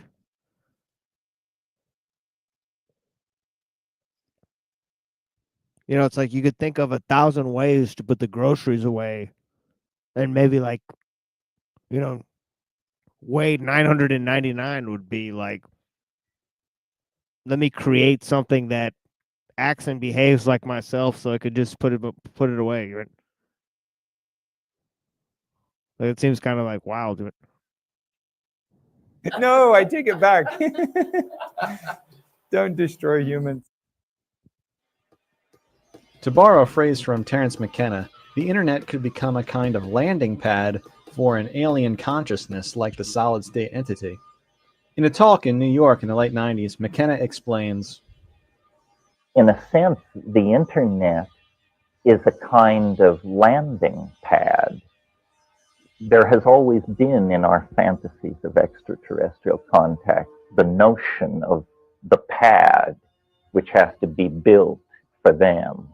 And people claim Radish, what notion we all had? What fantasy? Who thinks this? What do you mean there has always been in our fantasies of extraterrestrial contact a notion of the pad which has to be built for them? Yeah, I mean, and that kind of begs the question is like, where did the alien idea come from? It clearly came from the notion of, cryptozoology and demonology. So it's like, it's a landing pad for aliens. It's like, don't you mean the spirits? Right.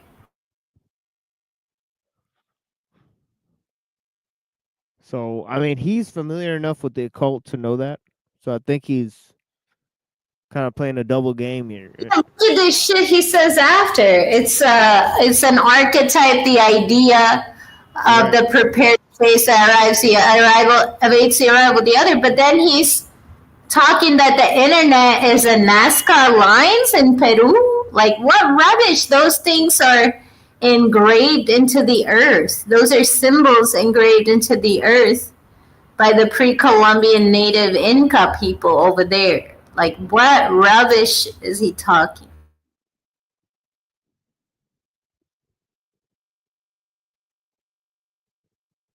Of the prepared space that awaits the arrival of the other. But now, because of the nature of the internet, because you can't see who's coding, you can almost imagine that we're calling the thing forth. And I think it will probably appear as a website. And when it's sorted out, you'll realize, my God, http://zeta-reticuli.org is really coming from Zeta Reticuli. Said Shimon. It seems, for now at least, we're safe from a solid-state entity suddenly gaining consciousness on this planet. But we don't need to have a truly conscious AI for us to risk some kind of existential disaster. Dumber AIs are certainly capable of running the planet into the ground without human programmers being able to understand what is happening. Whether conscious or not, AIs of the future will be more than capable of directing the management of global resources in a way that will be mystifying to even the most informed observers. The smartest and most plugged in of these new AIs, whether human-like or not, will essentially be in a position to know everything, or at least know everything that humans know and more. Where a human can only hold 4 or 5 ideas in mind at a time, AIs are essentially limitless in the amount of data they can process. By this point, it'll be so integrated and important to the global economy, it will be too late to dismantle, even if we had the courage to do so. It will essentially become a new god, and we will have created it with our own hands. After all, what society has ever succeeded in killing its own god?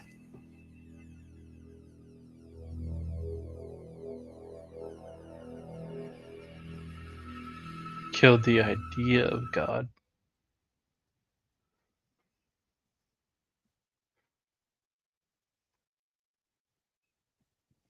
Boom.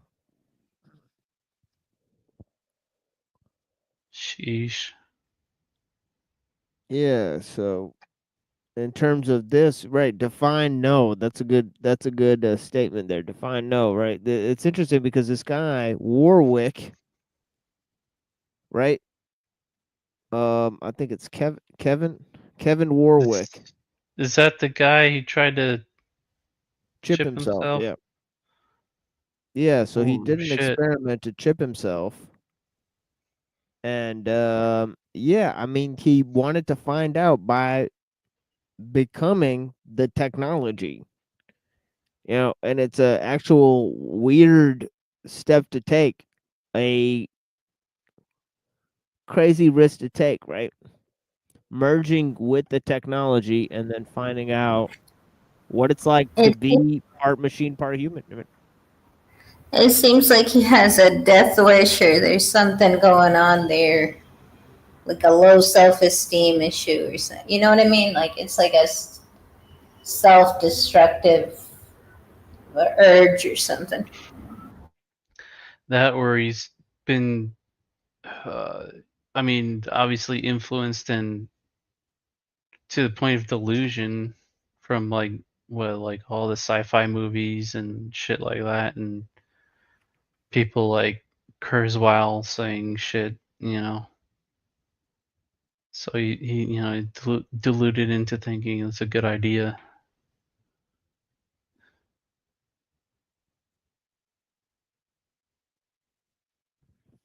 yeah.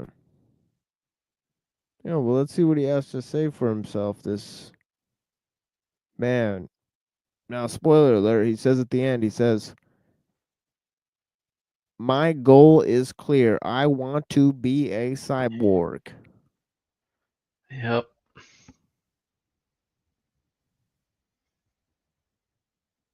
This He says also yep. like a false gift of of being immortal. Yo, but that what you're saying, Reddington, makes sense. It's like they did the marketing so good that the guy took the idea, thought it was his own, and then defended it to death, right? Well, he did survive the operation, if that's what you mean. It just didn't go as he Ready thought it would. to die. It's like the people that took the jab. Like no matter what you put it, what kind of conflicting information you put, they already have taken in the idea and thought that it's their own, that they generated it, that this is good for them. Yeah, so this is That what they're he says with extrasensory abilities, a high performance means of communication and the best of human and machine brains, it will be cyborgs that take control. For He me, wants to be ahead of the curve then. yeah. Yeah, so he says that's why his goal is to become a cyborg. And there he goes to say um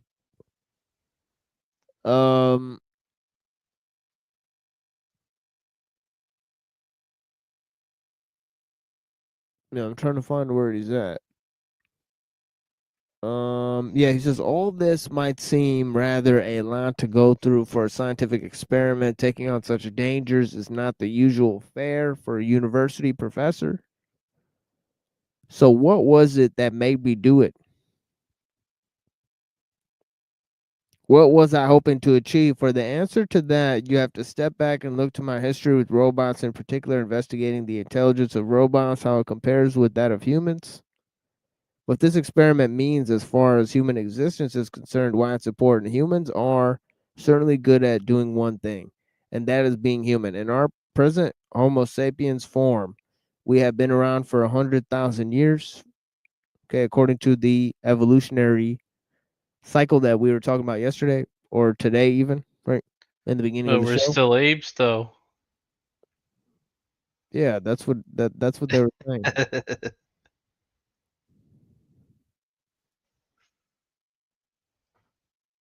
One thing appears to be clear. Yeah, check out yesterday's show. We had a discussion with a transhumanist, a self-proclaimed transhumanist. You know, and one thing appears to be clear, that is that evolution keeps on going. Things change over a period of time. Creatures adapt. Either they become more successful and survive, or they die out. History is littered with species of one type or another that were once extremely powerful, but are with us no longer. We've actually had two transhumanists proclaim that humanity might be wiped out in the process of continuing to accelerate technological progress?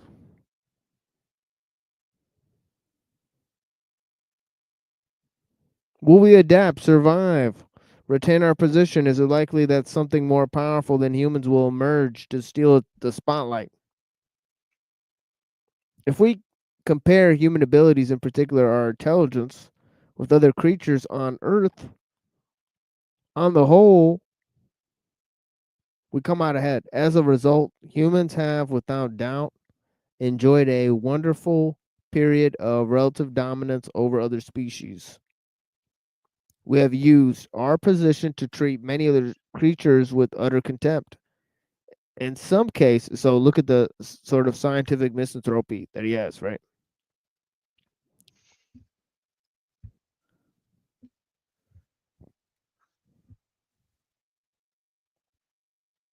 It says merely destroying the habitat of other living creatures.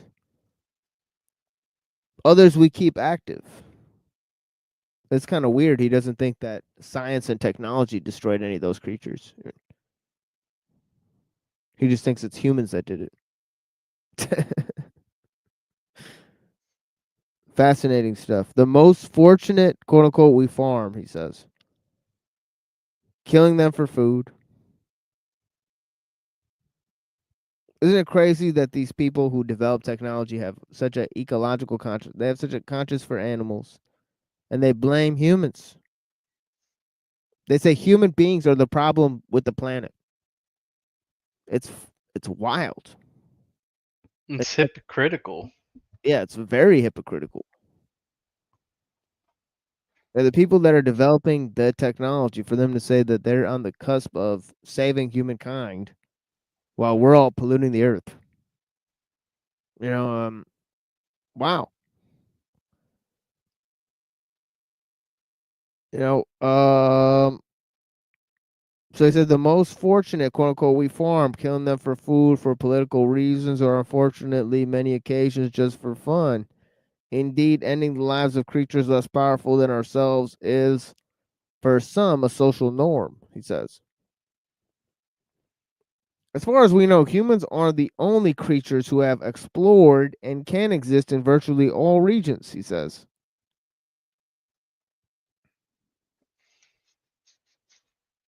Of the world. In the past 50 years, we have even contained our explorations beyond our own planet. So what is it about humans that make this domination possible? What is it that we have that makes us better than other creatures?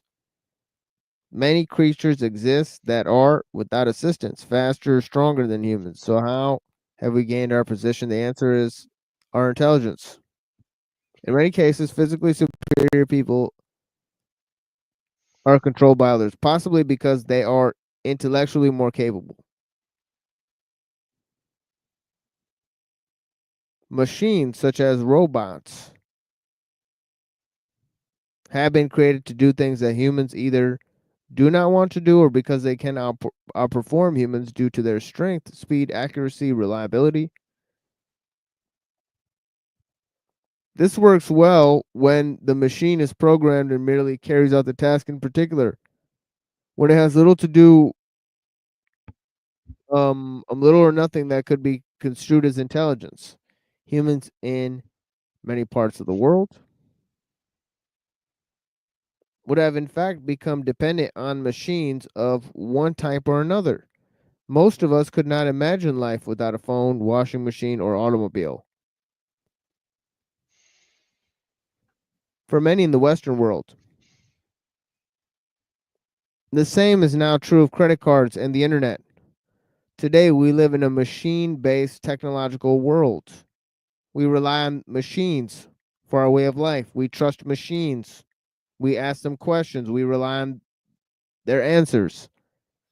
We have grown to expect a certain standard of life that can be attained only with their help. Human progress is seen in terms of what new machines can do for us now, or what more they will enable us to do in the future. Not only do we physically exist alongside the machines, but our bodies, have also been tuned to rely on the standard that are provided by technology. The food we eat, the water we drink, and in many cases, even the air we breathe depends on machines for quality provided. Our bodies we delicately adapted to deal with the bacteria, germs, and microbes present in the technological world of today. It's a basic rule of evolution that species must adapt as the environment changes. They're going to survive, but through technology, humans have to a certain extent modified the environment as needed.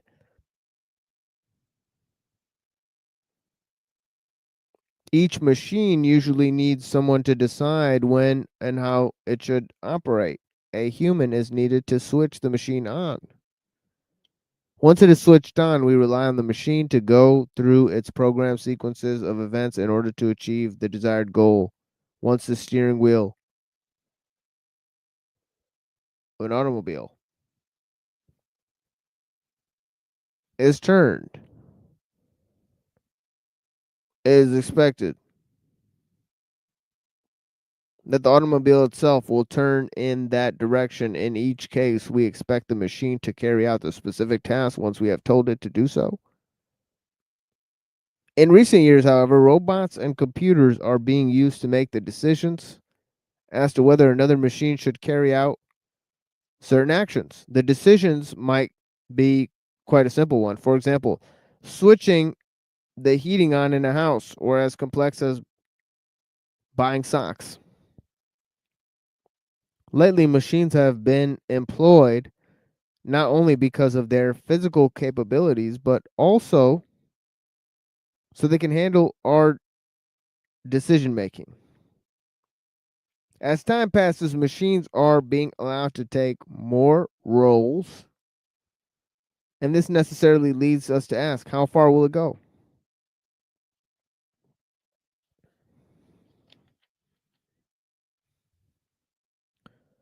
Nowadays, machines such as robots and computers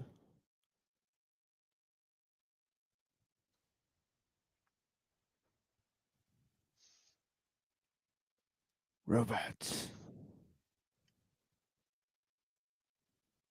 How far it will go is the slippery slope. They're robots with computers for brains.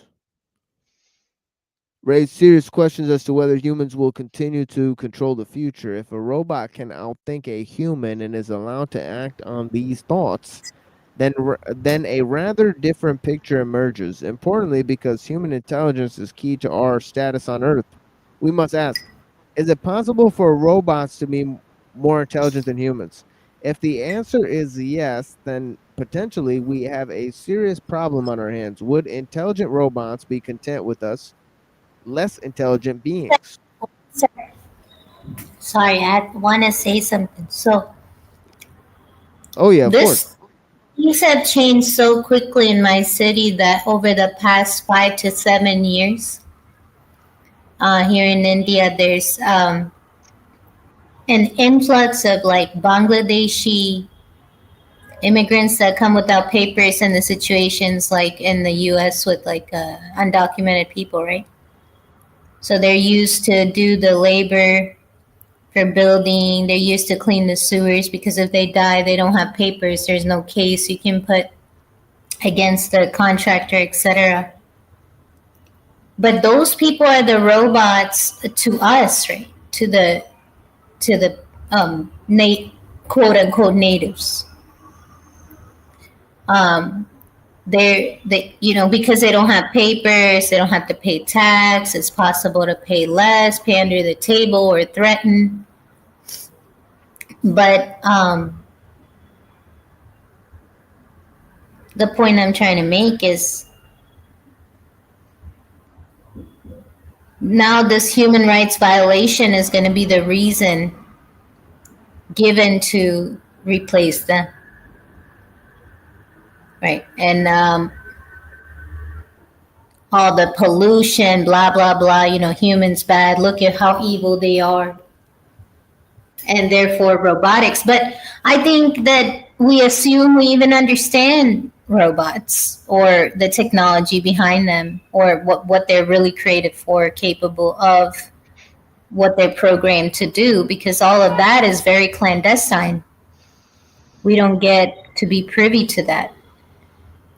So even if they say they're self-thinking machines, there's no guarantee that they aren't programmed to appear that way, but actually have a destructive program embedded into them. Yeah, totally. And also, what they mean by thinking is just intelligence. And by intelligence, they just mean, the capacity of the thing to perform certain tasks, right? Just as a human would perform them. With the right? war game, I think it was called War Games, where the computer would just play out these simulations. Yeah, exactly. So it's simulated tasks just as a human would perform.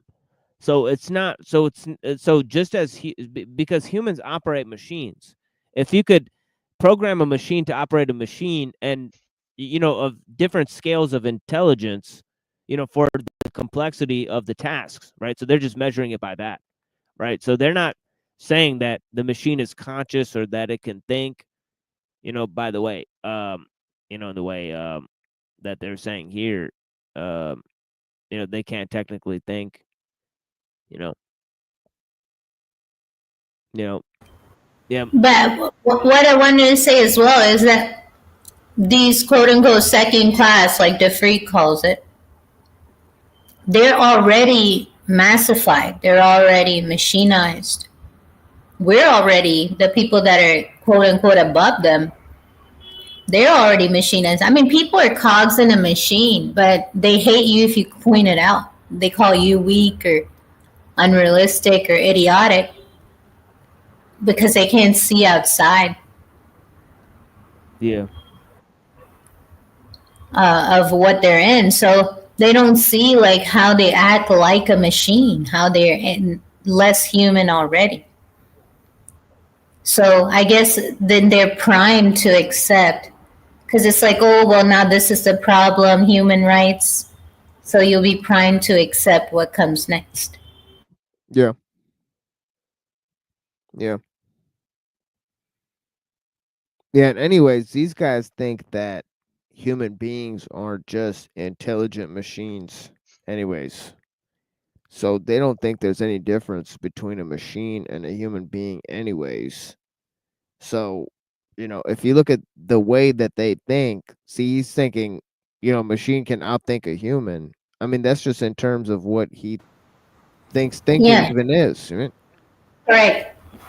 Correct. If it's only, maybe if it's like strictly logic, like a circuit, maybe, but damn. Yeah. Yeah, so that's the key here, is that before he makes the decision to combine with machines, he's already submitted to the fact that that the universe is mechanistic, that human beings are machines, blah blah blah. I mean, so on and so forth. But yeah, if the answer is yes, then potentially we have a serious problem on our hands. Okay, if a machine can outthink a human, right? Would intelligent robots be content with us, less intelligent beings, telling them what to do? Particularly, when would they know better? While it is fine to have machines that are physically capable, more capable than humans, it is quite another a thing altogether for them to be more intelligent. Humans have evolved in a natural way and have now created, in the West at least, a technological world in which we operate and on which our existence depends. We have a cozy relationship with machines of today. They are extremely helpful, take on many of the burdens of everyday life, allow us to do things that we would otherwise find impossible. Like flying.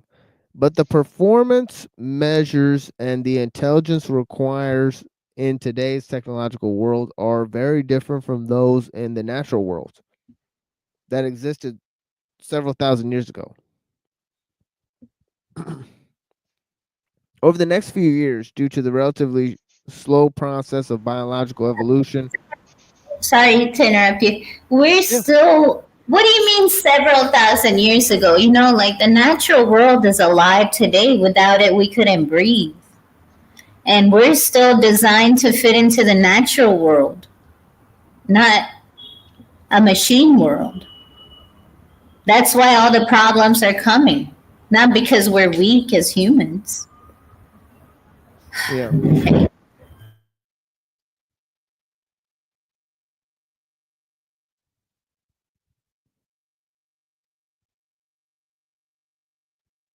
Yeah, I only got a couple more minutes of this here, folks. And we'll continue this on Saturday, pretty much. You know, and yeah, it'll be basically the similar length of a show on Saturday, right? About 6 hours long, and then we'll play replays, right? But yeah, I have some pretty significant replays for you guys here in a little bit that we've developed, and of course we have Spooky Saturday. So we're doing a Spooky Saturday. We got a bunch of frightening visage and all of that to present to you guys. I mean, we're just not coming back. We're kind of coming back kind of slowly and you know, gaining steam. I kind of took some extra time by accident because I got you know, we got censored, and then we had to come back, and then I didn't know how long it would take, you know, so we'll figure out what's going on. Yeah. But yeah, I'm just gonna read this last paragraph, and then we'll, you know, see what to do with the replays. But yeah, blessings. Oh my God, hold on. Holy smokes. Bless you. A little bit of sneezy there, but yeah, over the next few years, due to the relatively slow process of biological evolution, human brains are likely to stay roughly the same size with roughly the same number of brain cells that they possess now. Perhaps on average, there will be a slight increase, but this will be relatively insignificant. Even the most conservative estimates indicate that it will not be long before standalone computers overpower the human brain. Rodney Brooks of MIT said recently that, quote, the amount of computational power in a personal computer will surpass that in a human brain sometimes in the next 20 years. I mean, Kurzweil was saying. Eric Schmidt was saying like maybe the next 6. Yeah. Yeah, I think Kurzweil was saying that. Yeah, I think depending on how you look at it, I mean, Kurzweil was basically saying that, you know, right now, you know, processors are more efficient than like neurons or something like that. So, you know, they created neurons that could be, you know, work as graphene. Yeah, exactly. So yeah, so he was talking about that in Promise and Peril. And we read it like 1,000 times. There's no need to go back to that. But yeah, it says it's therefore important to consider which aspects of intelligence should really be considered useful.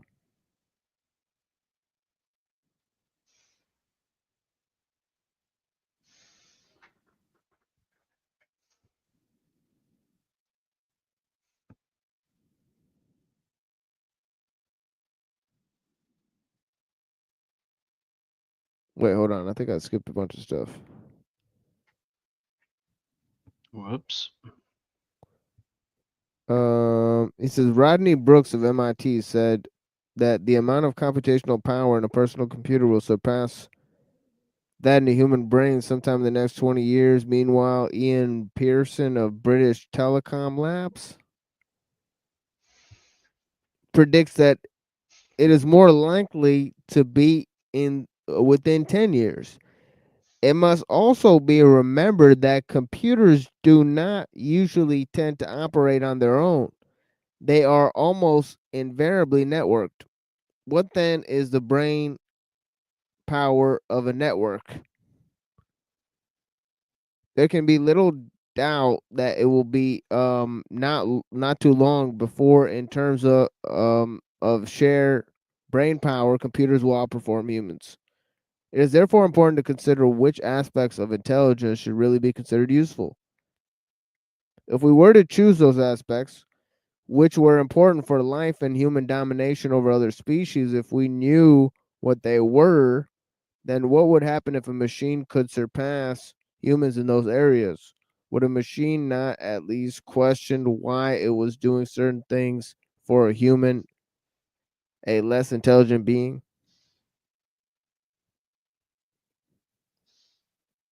It could be argued that no matter how intelligent machines get, as long as there is a human who can switch it on or off, humans will stay in control. But think again. Even now, would it be possible to switch off the internet completely? We might be able to disconnect a few computers, but so many people depend on it for their daily existence that as a practical reality, it is simply not possible to turn it off. Okay, folks, I think that's where we'll leave it.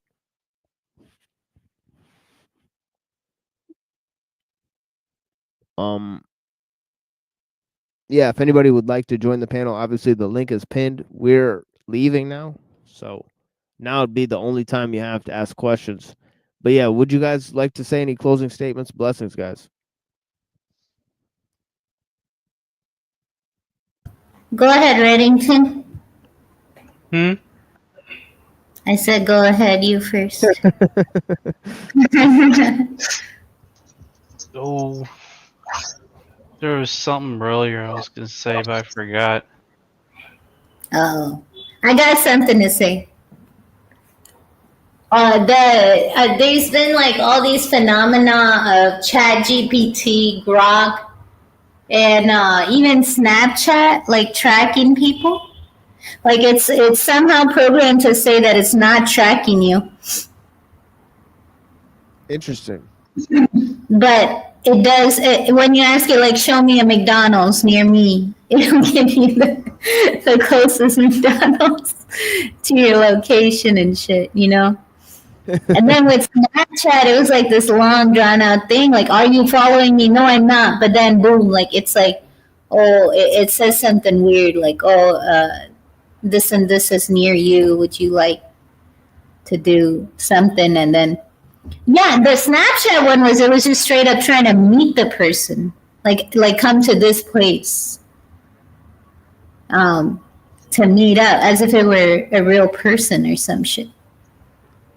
But I'm thinking there's sinister notions to having somebody show up at a certain place at a certain time, you know. Even if there's nobody to meet. So blessings, this stuff is real dystopian. And the fact that the West is more technologically advanced or whatever, entrenched than the East is no longer true. Yeah, that's right. Because so some places in the West you can maybe get away, but out here it's all CCTV'd and facial recognitioned out, and Google Maps, you know. So yeah, blessings. Thank you for having me. Yeah, thank you so much, Annapurna. Blessings, sis. And Thank you. Yeah. Yeah, thank you Easy. to you, Reddington, as well. Yeah. Maybe it was something about Elon Musk. I forget.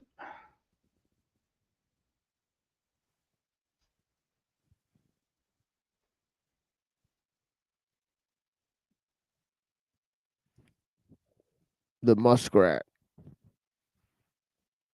Yeah. Musty muskrat. Yeah, musky muskrat. Yeah, blessings to all the people that were here. And yeah, you know, we're gonna keep it rolling tomorrow night with ellul. You know, and yeah. Yeah, thank you, Namaste. Thank you, Bex. Yeah, thank you to Freak. I mean, yeah, blessings, guys. And yeah, we'll bring some more things here, tomorrow night with ellul. We'll bring back that autonomy of technique too. And as I said, we'll keep it at a closed panel and only 2 hours of presentation there. We're just going to read ellul and then leave. Right. And then Friday night, we'll have an open panel show, hopefully. Right. We'll see how that goes. Right. Kind of a rare event, where we're not, doing any topics or presentations or reading anything or, so we'll see how that goes, in the past where we've attempted it, it's actually gone pretty good, so we'll see what happens, right? But yeah, no promises, folks. The only thing we promise is to continue on this road and to look at the major problems, right? In terms of technology, right?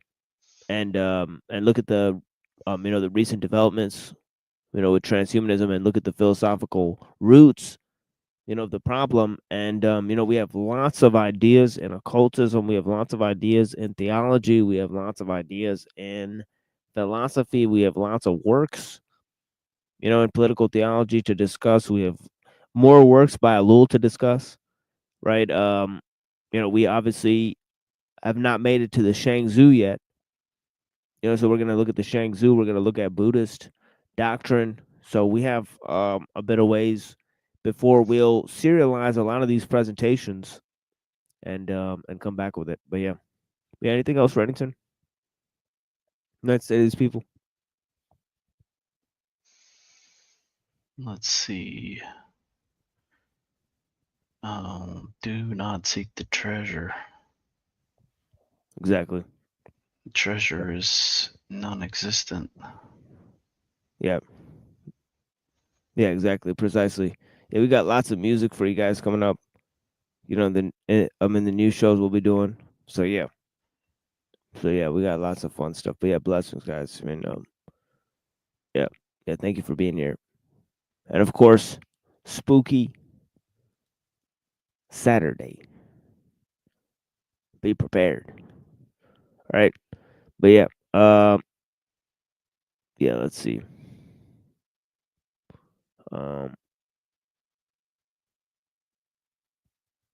Yeah, blessings, guys.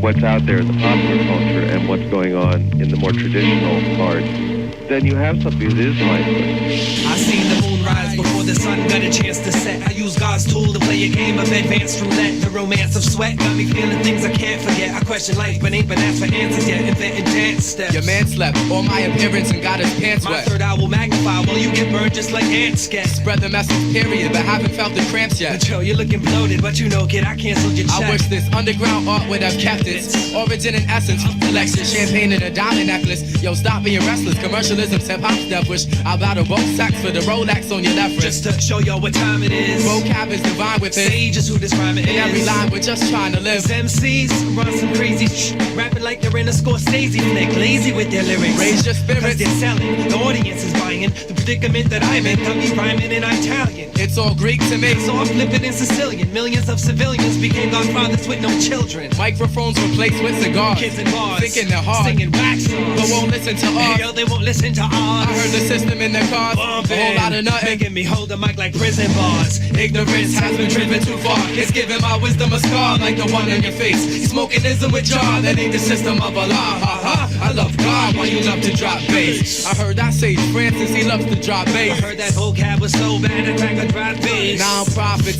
we never drop bass. Too busy picking up the treble. Levels are out of place. While heads disgrace, I catch a red face, some stress signals. The music's just to make the women's ass and chest test jiggle. Most of these rap stars can pass as sex symbols. More publicity when the industry flash the next single. It's simple, but you don't know if they laugh at or laugh with you. Specifically past issue, their activities ass tissue. Son, I break their jaw, but I'm not sure if this glass of crystal blow a fast whistle on ass pimples will say they blast a pistol. It's a cash scandal, their career's a juggling gamble. Too much struggle to handle. Our commercial cucker command you. Cucker, commercial, command you. What? To be a trend. To be a fad. To be something brand new. The origin was underground. Why they have to shapeshift? You went from up to down and couldn't elevate with a facelift. So take this message as a tasteless breakfast to feed your mind. Will sage and vocab make this checklist. I know sexist, but rap tramps would rather blast amps with a lap dance. But they write their own lyrics. Fat chance. But they think their own gimmick. No, creative control. When I'm in good spirits, maybe I'll save their soul. When these days get cold, I can hardly speak till I feel my girl's body heat manifest in the form of a hip-hop beat. People swarm as they stop in the street. Before I'm gone, I got them clapping their hands and stomping their feet. They're torn between what they like and what they're told to like. Never too old to fight. If you're known to bite, then watch your soldier strike. I show the light, but you don't know it right. Cause someone stole your sight. Leaving my wisdom scarred. Like prison boss is how I hold the mic. Ignorance has been driven too far. It's giving my wisdom a scar like the one on your face. Smokingism with John, that ain't the system of Allah. Ha ha. I love God while you love to drop bass. I heard that say Francis, he loves to drop bass. I heard that vocab was so bad the crack drop bass. Non-profits,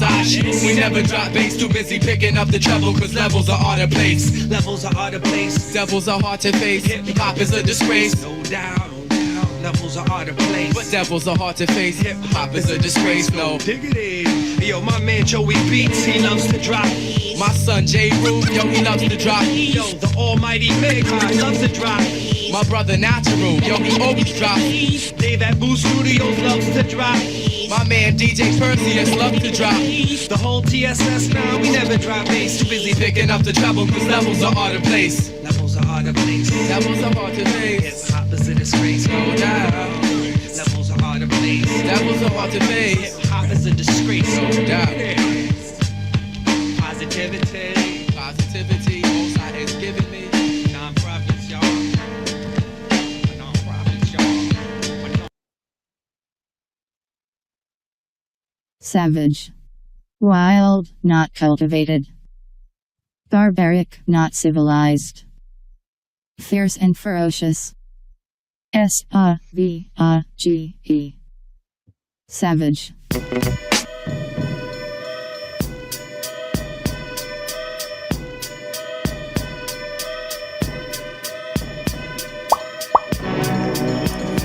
Yeah.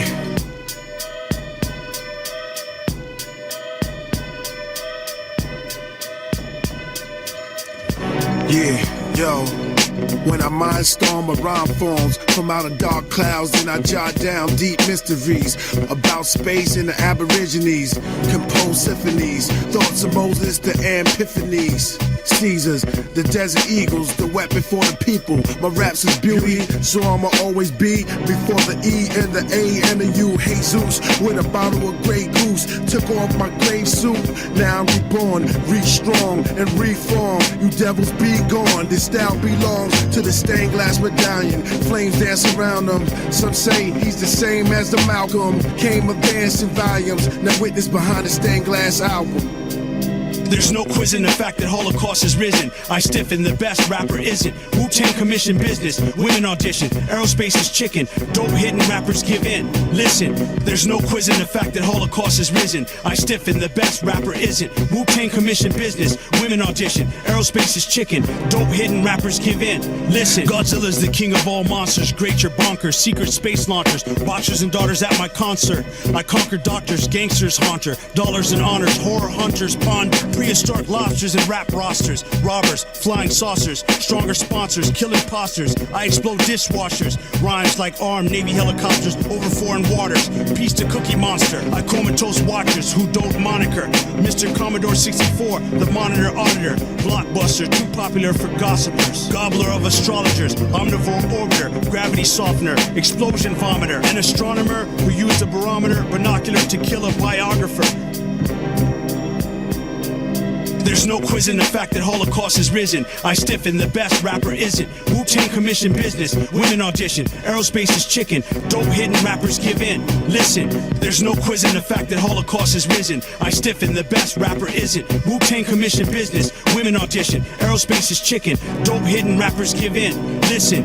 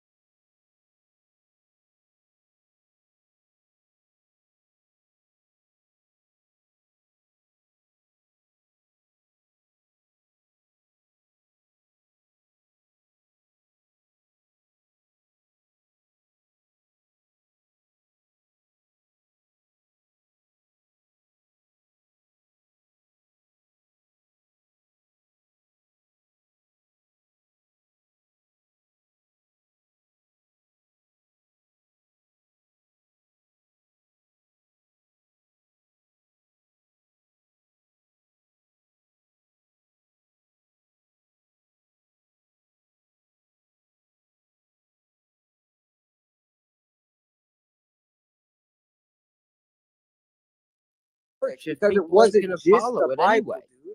Why It you was the doing the text that church if people ain't accompanied gonna it, follow it anyway? What's the point? bro. You know they're not gonna follow it. What's the point? The point is, Who are you everybody serving? has free will to do what they want to do. If you don't want to follow them, that's on you. But you're Well, gonna have what's the to, point? you're gonna have to face that. All right. What is I, the point? you know what? I choose to follow it because I believe it to be true. Because I've seen the text and I've You're looked at sitting it here and I see the quoting continuation the and the words of context of it. people outside of the Bible more than you're quoting the actual Bible. And when I I speak, quoted I'm the Bible, speaking but I'm about giving subjects context that's from the also Bible. it's But you it's don't even just know as what I'm talking about valuable to it. because you don't know what I'm talking about. Homie, you're a Protestant. about That's the that. problem with Protestants. You go off of 16th century I actually reformers don't even that have didn't a understand religion. the context because they threw all the church fathers out of the first That's what's 1,000 years as if crazy. these I don't Christians have a didn't matter. religion. I don't go to any church. Yeah, I wonder why, dude. I don't have Because you trust any on your own doctrine. thinking more than I you do believe what the fucking words of Jesus Christ. That's Christ what I established believe. a church, homie. If you believe Where? what he said, why don't you What join his church? church? His church doesn't exist right now, bro. Yes, it does. We're in So Satan's you're little calling him a season. liar because he said the gates of hell will not prevail against my church. He Are said you that. aware? So are you aware of calling Christ a Satan's- liar? Are you aware of Satan's little season? What about Satan's little season? What is this, How mud is- flap theory, bro? How are you gonna have That's the real exactly what church? it is. How It's are you mud gonna flap have theory. the real Okay, church dude. of Christ, right? While the loves this devil's one. ruling the earth. Here Tell me we that. go, bro. No, The tell devil me, doesn't really. rule the earth. First off, when Christ resurrected, he defeated the devil. All right. The so devil the doesn't Pope, rule the the earth. Pope that just died, is that the real Pope of No, Christ's it wasn't. church? No, Oh. no, he wasn't because Well, Hildebrand. well, so what is it? He's a heretic that Right. heretics ascended the hierarchy of Rome. Yeah. So Right? what is Canon it? 28 basically said that Rome was the capital city, right? Are And they that the ruling? Pope had an honorary title. Yeah, but are Well, they ruling through the Masons, through the no, Jesuits, through the yeah, Jews, yes, through they the are. Rothschilds? Are they Are, ruling? but they're not Okay, the so church. they're the false church ruling, Yes, right? they're a false church. They Okay, would probably so be the whore of Babylon. so you would have to say that this is Satan's season, right? This isn't Jesus' season, right? I would say that Satan's season started, back when John was writing Revelations. So the That's the millennial beginning of reign the birth already pains. happened, and that's No, where you it see didn't all the just start. old It world didn't buildings already that we don't happen. build It's anymore. a process that continues to happen, like a Yeah. coil that repeats itself. Yeah, the old world buildings is the millennial reign. Now we're in Satan's little No, season. no. That's Chiliism. So you If got to you go on understand like the that millennial reign, the Christ is ruling in his every church. organized church now is infiltrated and has been infiltrated, No, or they not wouldn't every exist. organized church. No, Yup, that's not even true. yours. No, Infiltrated, bro. no, it's not. Yup. No, it's not. Yup. Infiltrated. Prove it. Even down to the very Bible that we read. No. Yeah. No. Maybe yours. I don't know. What Bible do you read? What Bible do you read? The Septuagint. The Septuagint. You read it in Greek? Yes, there's an English translation of the Greek. So you read the English translation of the Greek Septuagint. Absolutely. Yes. And that's it. That's all you deal with. Why wouldn't I? It's the original text. Is it the original text? Yeah, it's the original text.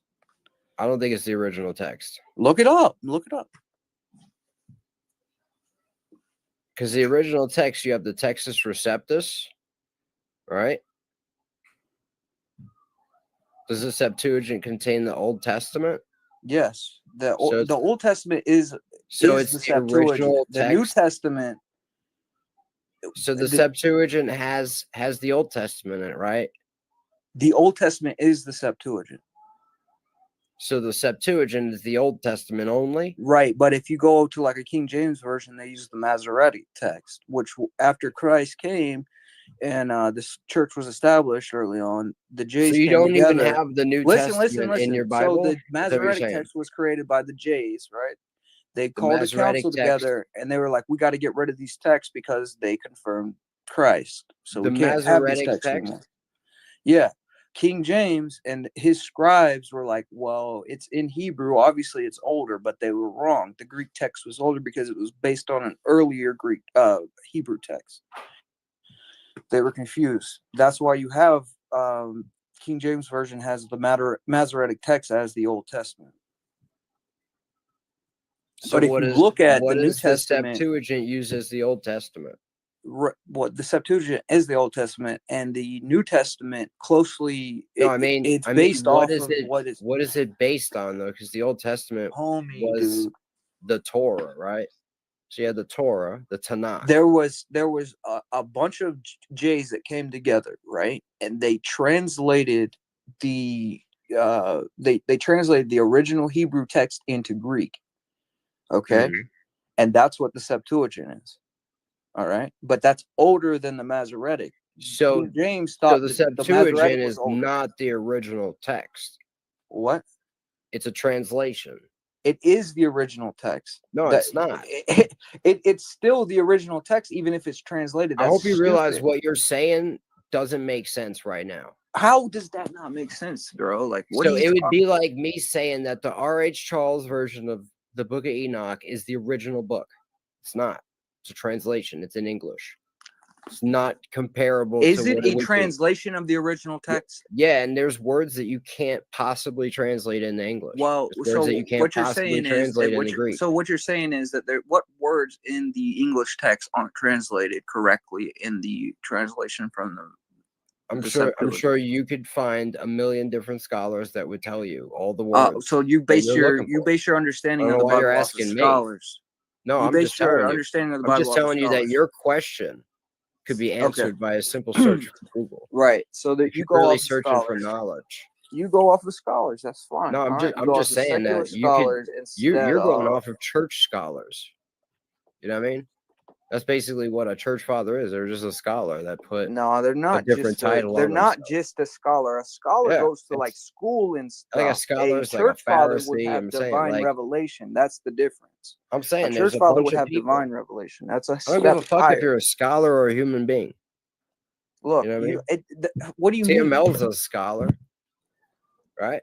A church father would have synergy with God. I don't think this guy understands reality. I think that's I don't your think problem, you know bro. what reality is. You You live in assume a what bubble. reality is. You know what I mean? I hope you leave your bubble one day, though. Yeah, okay, bud. You know what I'm saying? Because you got to be tried by fire.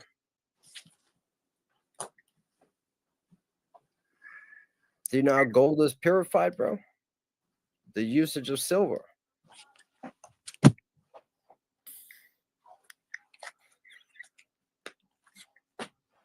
You know what I'm saying? But you got to be tried by fire. Like, at the end of the day, if you just like live a life and you never tried, then what was the point? You didn't grow. You didn't learn. You didn't do anything.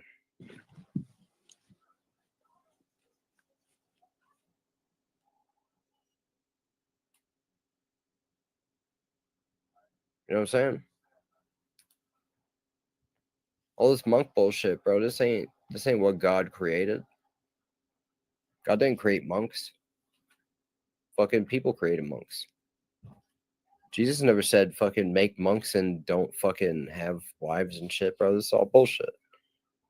They Yeah, never why'd he said go make out the desert churches. for 40 days and 40 nights?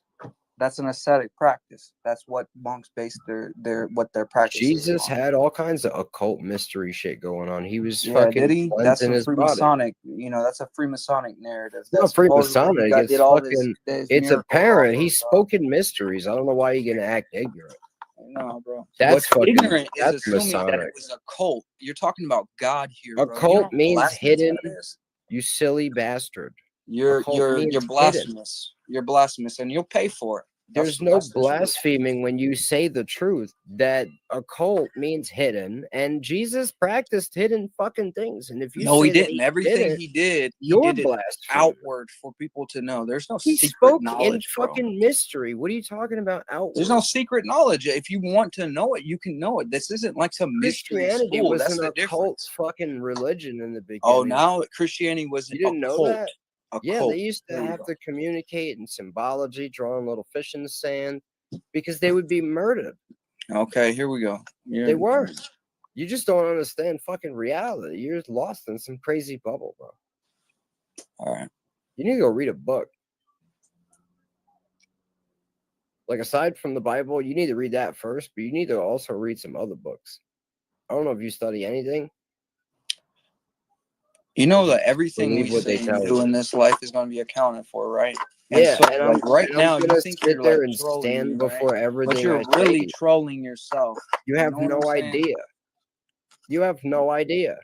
Oh, I You have literally more have idea than no you know. fucking idea. I've been all the way up, all the way down, all the way in, all the way out. You don't know who the fuck I am. You don't know what I do. Yeah. You have no idea.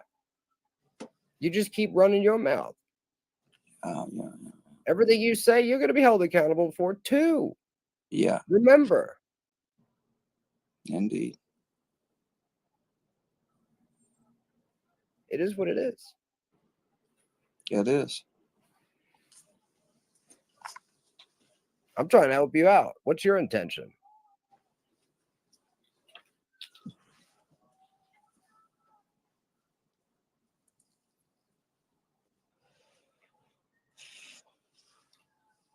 You feel me?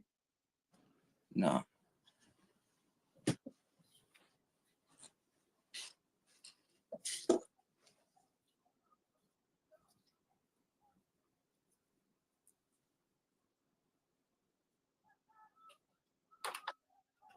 Who does number 2 work for? That is the question.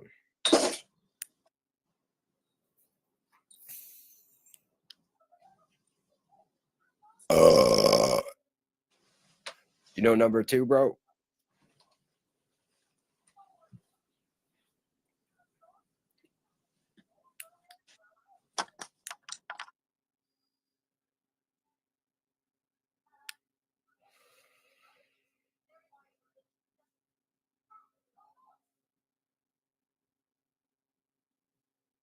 Why are you saying I can't read Hebrew? Kim Before the Storm is retarded. It just says nothing but retarded shit. It's just like a string of retardation.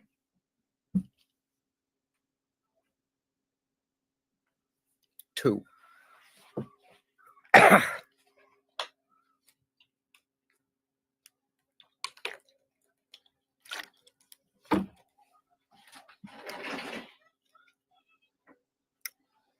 It's so hot in here. TML, how you doing?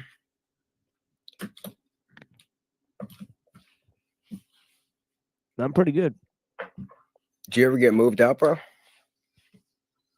Not yet. I'm still working on it. Yeah, you're the slowest mover in the world, bro. It's been like 6 months, maybe even a year. Bro. Yeah. It's the longest process I ever seen. Yeah, it's been like a year. But really, logistically, I had to wait for Christmas to end and all this stuff. So then I had to start after that. So I feel like shit happens. It'd be like that. I wish I would have known that you were gonna not move right away, though. I would have sent you some shit already. I've been waiting on you to move so I could send you a bunch of fucking soaps and deodorants and shit. That's why I keep fucking asking you if you fucking moved. yeah, a couple people. Yeah, a couple people had that. You got people trying to send you shit. Yeah. Or I guess they just, you know what I mean? It is what it is. How's everything going on the, you know what I mean?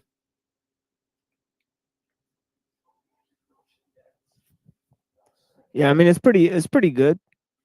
Good. I mean, honestly, the biggest problem is just with the channel not being there. So that's a pretty small problem, I think. You The know fuck what I mean? happened with the channel? It's really just boredom. I mean, What did they? I remember you saying something earlier. They hit your some type channel of with some shit?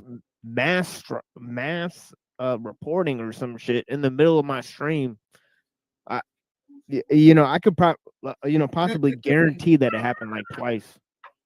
But yeah.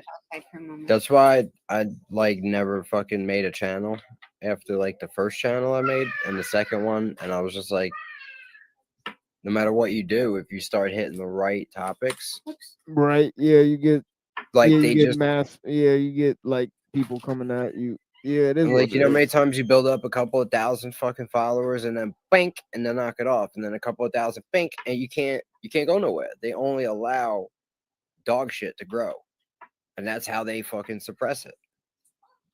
It has to be Yeah. dog shit or sanctioned. They put out shit that appears to be real, but it's sanctioned truth, and that's it.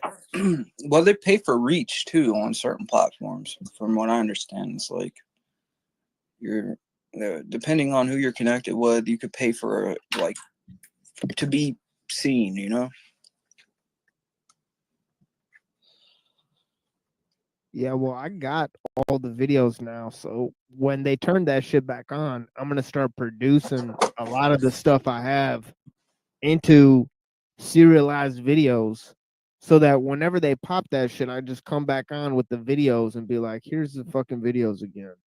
And unless there's some specific in those videos that gets me popped, I could just keep on putting up the videos on different channels and shit. So that's how I'm gonna handle that shit, you know. So we'll use this one and then we'll pop up with another one. You know, we'll figure that shit out. And also I'm thinking about going up on Rumble and then maybe Odyssey. So sequentially I'll basically get put on Rumble and then Odyssey.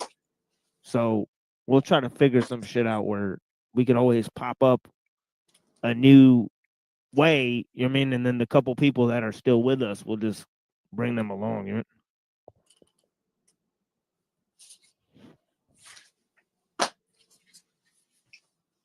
So it's not shit. Oh yeah. Yeah, possibly there's two groups that are associated with each other. Right? There's the CBO crew and then also the Crucible crew.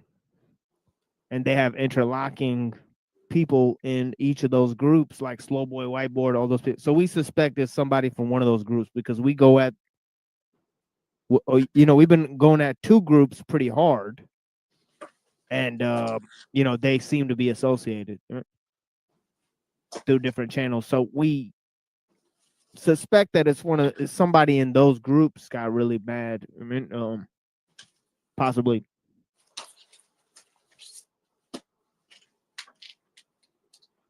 So we call them the fake Christians.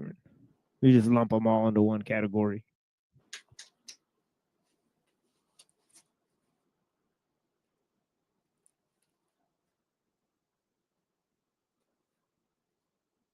And then they're obviously associated with Zionists and obviously white nationalists and different Nazi groups and stuff. So they got all sorts of different people associated. They got the same memes they keep on coming with. So CBO, he's not really relevant, but I still attack him every like 6 months. I'll attack him once.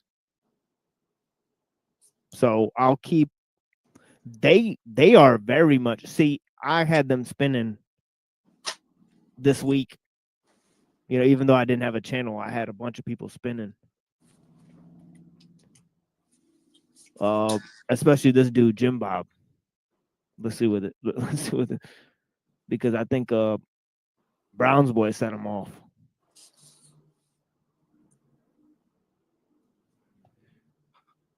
I'm beginning to think Jim Bob is paid to make people dumber. I think that's not. I don't even think that's toilet. That's hilarious, Brown's boy. He's paid to make people dumber. That's probably what it is. I mean, if I had to guess, I mean, like they used to hang out in Hollywood. You know, one of the things that was on CBO's show, they had a thing with Jim Bob's ex-wife, and she was in a show with George Clooney. We should bring back the chart, but we should do it as like a community project, because it's a lot for one human being to manage, and that's why I didn't do the chart, just to answer the chats. Yeah, he gets really mad about the Hollywood thing, the insinuation that he's some sort of Hollywood actor. But the whole gay ops with Owen Benjamin, another Hollywood actor, right? It's very suspect, right? And then it was moderated by the dude Andrew Wilson, who went on the TV fucking news. Him and his wife went on the TV fucking news. I mean, so that's pretty odd. I mean, anybody who goes on those government shill channels. So here's what I'll do. All right, I'm gonna come back soon, and I'm gonna get a server. All right, and we're gonna run a 24/7 stream of the chart. Yeah, we need some. Yeah, what we need you and Brown's boy to collaborate on the chart, because what I'm saying is we'll get a couple of people access to the chart to be able to like modify it somehow. We'll figure out what we'll be doing to stream it, and we'll run it off of a server virtual machine. And I'll host it for like a good year, bro, and we can just see what that does. You know what I mean? And I'll just put in shit as I come across it. People can add shit as they come across it. You know what I mean? And we'll figure it out. But I'll figure it out, bro. I gotta figure out a good way to host it with a server. Do some dedicated virtual machine shit with remote access and stream it off there 24/7, so I don't gotta run something. That was kind of an issue too, to be running my computer all the time. Yeah. You know what I mean? But that was the main issues with the chart. And yeah, I think the chart was great because it keeps shit out there. It adds one more layer of some kind of accountability, and it gives people looking for shit an easy way to kind of see, like a bird's eye view, what the fuck's going on in the panelverse, with all these fucking psyops running all at the same time. Yeah, it gets confusing. Yeah, but this shit. Okay, you got Glenn Lawrence. Okay, he's got an IMDb page. You got Jay Dyer. He's on Alex Jones. He was on Gaia TV. You got Jim Bob, who used to live in Hollywood. His wife used to be a Hollywood actor. You know what I mean? And you Here's got the reality. If they're Raging famous, Tomato, who was on the news too. You know, so right? all of these motherfuckers were on the news. If they got big channels Or on and they TV. haven't been banned, they're probably fucking shills. That's the reality. Right. You can't become big unless you're fucking shilling. That's it. Period. And like, even like the greatest shills, right, will even get banned because they got their own network, like Tucker Carlson, Alex Jones.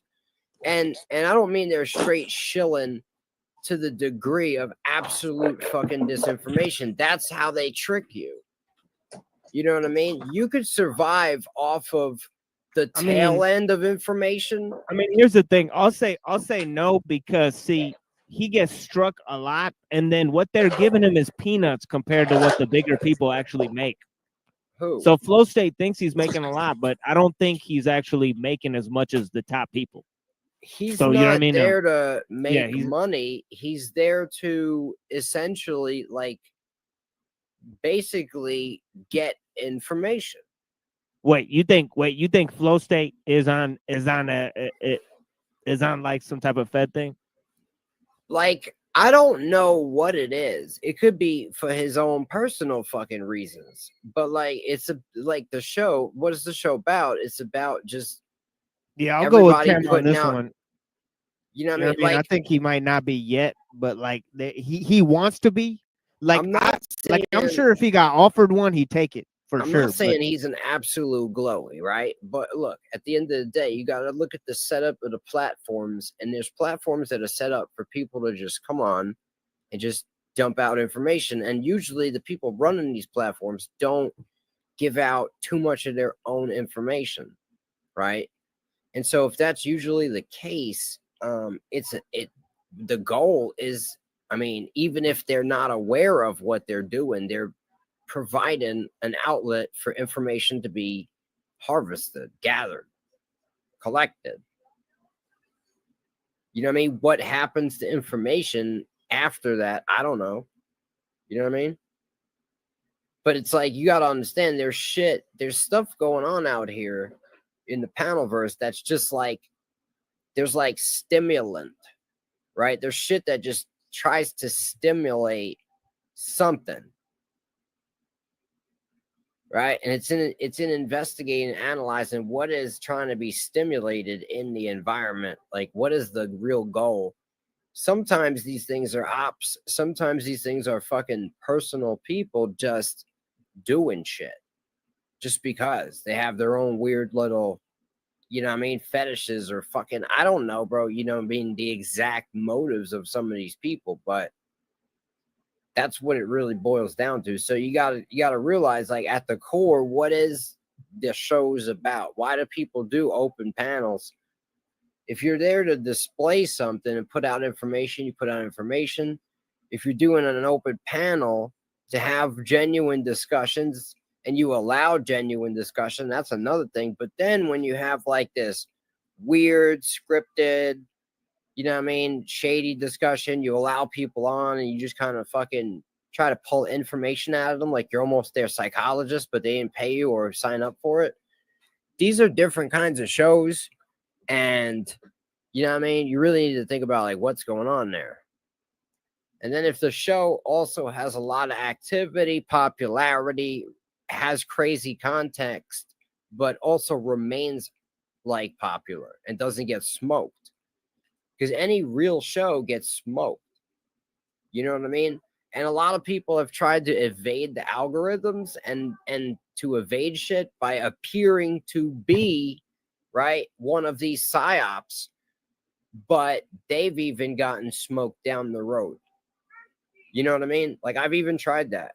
I've even tried to make my show so crazy and random that, like, the system couldn't figure it out, but it doesn't work. The only thing that really works is putting truth in music. It really fucks the shit up when it's like rap. So like the raps always get into the matrix. But at the end of the day, you know what I mean? That's not a show. That's just rap. So it's hard, bro. It's hard to really get the truth out there to a big enough audience for it to really matter on the digital metaverse. And that's why I come out here once in a blue moon to be like, yo, the reality is taking this shit into the real world. And then you could even put that onto the internet, but you should take the actual fucking core of it to the real world, and then you eliminate a lot of the problems. You know what I mean?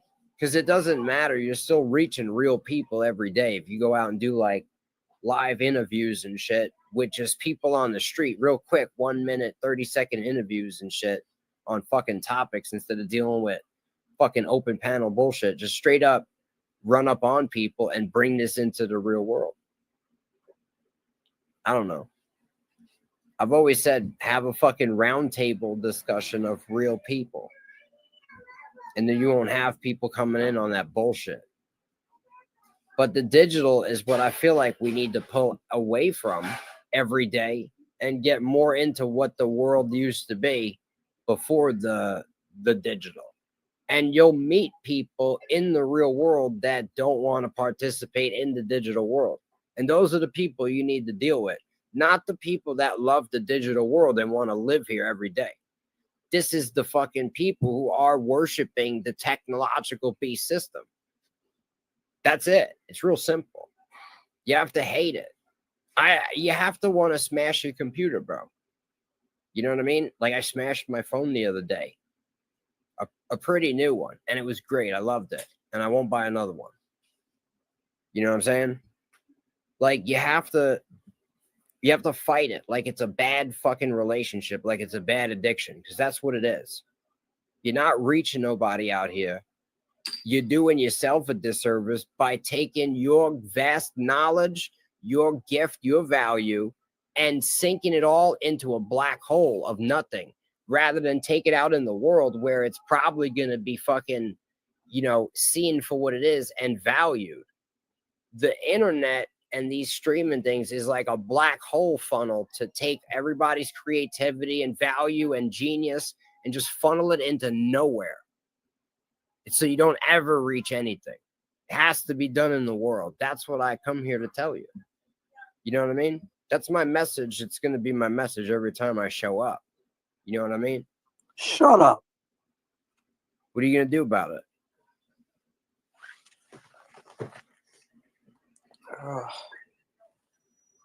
You know what I mean? Yankees. All this digital shit, it's bullshit. That's the reality, bro.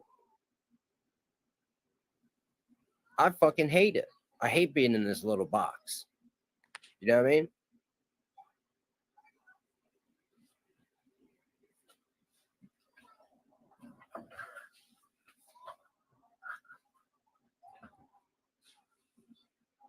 Don't matter how much promotion you do, don't matter how much you think you can grow, they'll never let you, because if what you say is true, it is their enemy. And they have shit working against the clock that'll snuff out whatever you put out, whatever fires you light, they're going to snuff it out. The digital fires you light with your truth, they're going to snuff it out faster because they have tons of shit working around the clock. Just to do that. We don't have anything like that working for the truth. We just think we can put it out. I'm here to tell you that it's not going to happen in the digital fucking realm. We're playing on their home turf. You got to play in God's fucking turf in the real world. Having real human connections, looking people in the eye, right? With the added risk of getting punched in the face. That's important. You know what I mean? That's important to human connections. You got to have the ability to get punched in the face to have certain respects for people. That's why digital shit is fucked up. These interactions are all broken. Don't you see? There's no human connection. There's no patience. There's no, like a guy like you, if somebody else is like explaining something, you just like talk over them because you feel safe, you know? No, because I'll punch you in the face. That's the difference. That's what I'm here to tell you. That's why I'll talk over you. You know what I mean? Like, I don't care. Because you're afraid, though. No, like that's rooted in fear like I just of don't being care. proven wrong, you know? No, what I'm So saying is I'll talk over you. I'm saying I'll talk over you too. You know what I mean? I'm just saying. Like, what I'm saying is important. If what you're going to say is important, go ahead. You know what I mean?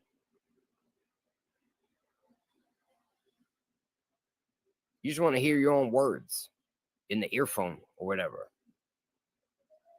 And that's why you've talked more than I have, right? Yeah, but I won't be here longer than you will. Okay. And in the whole time that you're going to be here, be depopulated? What I have said will be more valuable than the entirety of your stay here today. All right. You know what I mean? You feel me? What have you said of value? Oh, these nuts. Exactly. You're immature. Right. You know what I'm saying? But rewind the tape and bring a pen. Yeah, what am I going to record? You basically talking over me while I'm trying to explain something pretty You serious. can record the truth, bro. Try to disprove it. You can't handle the truth. I just delivered it.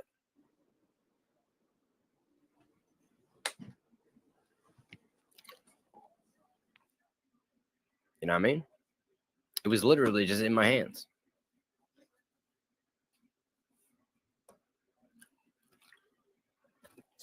What's wrong? You ain't gonna sell me some methylene blue or whatever the fuck it's called? You guys mad at supplements, bro? You got any blue meth? Listen, bro. It's a good supplement, all right? I'm not getting derailed by I your would know. supplement I would stuff. know. Them two black twins, controlled opposition or YouTubers tell me all the time I should use it. Look, I don't care about methylene blue, bro. Don't use it. I love it. And on that note, ladies and gentlemen, you can enjoy talking to this demon for the rest of your afternoon if you'd like. Yeah, a demon would be the one who, tries to dispute the early church writings, bro. TML, bro. I'll catch you later, dog. You know what I'm saying? Yeah, blessings, bro. Later, dog.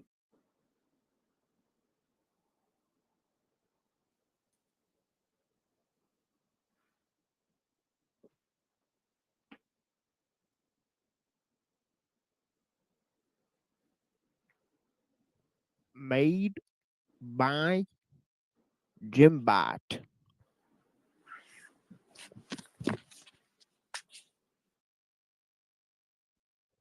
An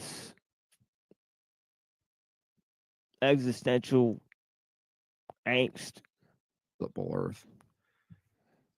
Dumber. I think that's not. I don't even think that's Toilet Bowl Earth. I'm beginning to think Jim Bob is paid to make people dumber. I think that's not. I don't even think that's Toilet Bowl Earth.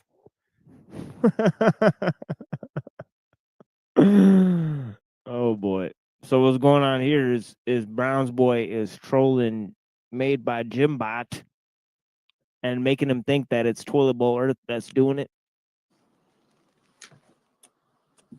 Or something else going on. I'm sure the 12 people here, they're not. Once he Jimbot said, fans.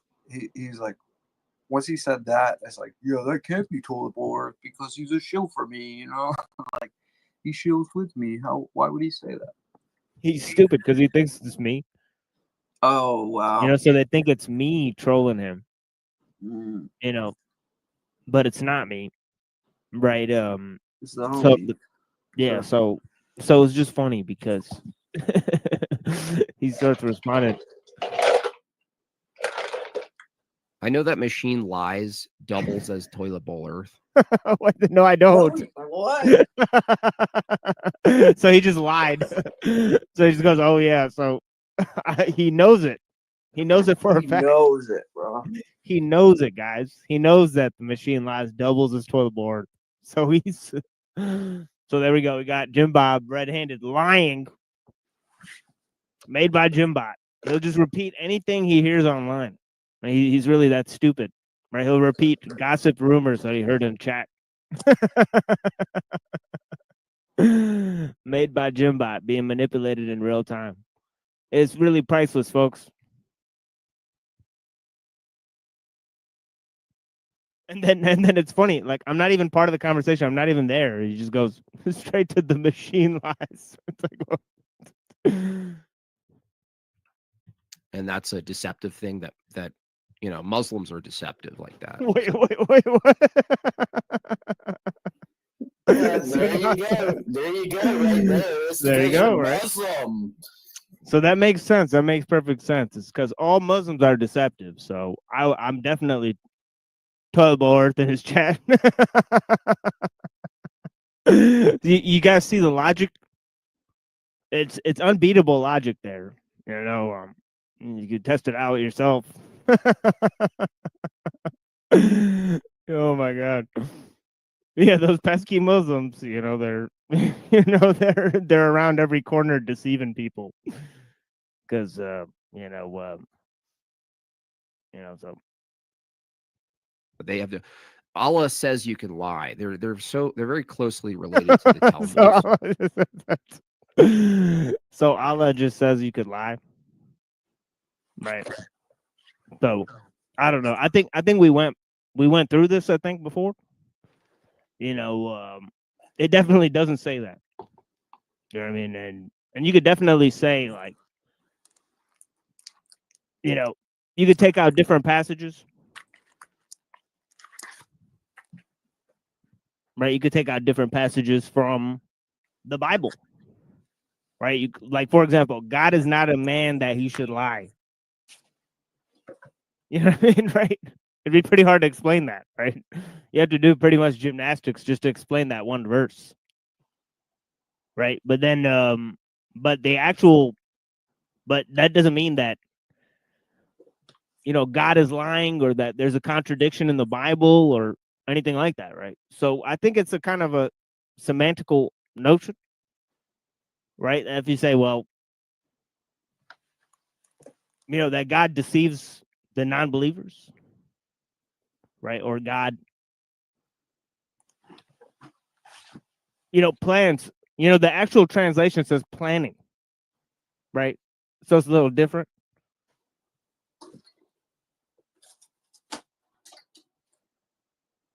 Yeah. Yeah. See, he could have clarified that. He could have definitely clarified all that. He could have said, well, there's taqiyya, you know, that is essentially in Shia Islam. You don't divulge information to the enemy, but that's only a protocol for war. So it's not a protocol for Shia Islam. It's not. You're not allowed to lie because you're a Shia Muslim. That's false, right? And I'm not a Shia Muslim, or you know, I definitely have problems with Shia and Sunni, you know, in different ways. Right? I thought you were Shia, honestly, but I never asked you. There's no real central authority in Islam the way that you have a central authority in the church, right? Mm-hmm. See, we have more of an authority based in the book, the Holy Quran. Okay. Right? Which you guys don't have that authority, right? Because that would be sola scriptura or whatever, right? Right. So that's the thing, is that, you know, so there's different things, you know, and that's often the challenge that some Christians have for Islam. They say, is the Quran eternal? Yeah, I've heard that argument. Right. Yeah. So, because like they make the argument that basically, like, if there's more than one eternal entity, that, you know, something like that, right? Yeah. Yeah. Right. Because they'll say, well, God's word is eternal, so on and so forth, right? So. Yeah. So it's a standard Christian argument. But, you know, but Muslims could say, well, you know, look at Paul. You know, he says, you know, you could be a Jew and you could be a Roman and you could be a non-Jew and you could be a Gentile and you could be all of those things, right? So anybody could say anything that maybe that's dissimulation, right? So, you know, so anybody can use it for anything, but that doesn't mean that that's what he's teaching. So on and so forth. I mean, right? So you could take any argument out of context, right? Obviously, no society, you know, Christians, Jews, Muslims, Hindus, no people teach that lying is okay. You know, in Islam, they believe in the 10 Commandments, right? In Christianity, they believe in the 10 Commandments, right? So I don't think Christians or Muslims or Jews or anybody teaches that you should lie. I don't think it teaches lying in the Talmud. Oh, yeah, I don't think so either. I mean, yeah, I mean, not that I know of, but he literally said Islam is lying because it's based on the Talmud, which is totally false. It's not based on the Talmud. In the Talmud, as we covered, it insults Jesus, but in the Quran, it praises Jesus. So which one are you gonna have? Right? It totally rejects the teachings of the Talmud. Right? Like, what are you gonna have? Right? So what is he talking about? Like, there's like I think I watched Speaker's Corner one time, and someone was talking about like their what you were talking about. So it was during war, you don't give the enemy more information, or what? What was that? Something like that. Yeah, like you don't divulge information to the enemy. Like if you get captured by the enemy. Yeah. Yeah. Okay. And I think it's just that, like, you know, they're allowed to like not give them information, even up to just lie about their religious beliefs and stuff. You know, like if it's a matter of survival. Right? I see.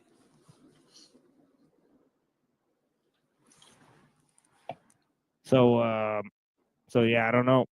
A lot of the arguments between everybody that debates are usually taken out of context and used as like a gotcha, you know.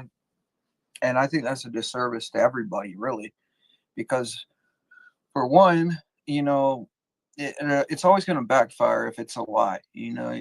And there's a saying within the Well, it church. just did right now. Yeah, you can't Right, he defend literally the just church said, for a lie. yeah, he literally just said Muslims lie. The machine lies as a liar as he lied, like as he told a lie, like, and saying that, oh, I know that the machine lies doubles as toilet bowl earth. No, I don't. You don't, you know. I mean, Yeah, so that's a rumor, you know, and I mean, and it's also a we rumor know who that, that is. yeah, it's probably a rumor that would allow him to very easily double his mean. That's probably why they're starting the rumor. I mean, by the way. I don't get the beef. Like, what? I mean, I do, but I don't. You know what I'm saying? Like, because they talk about you an awful lot. Like, what is it? What is it exactly that's got these guys so after you? You know what I mean? It's weird. Right.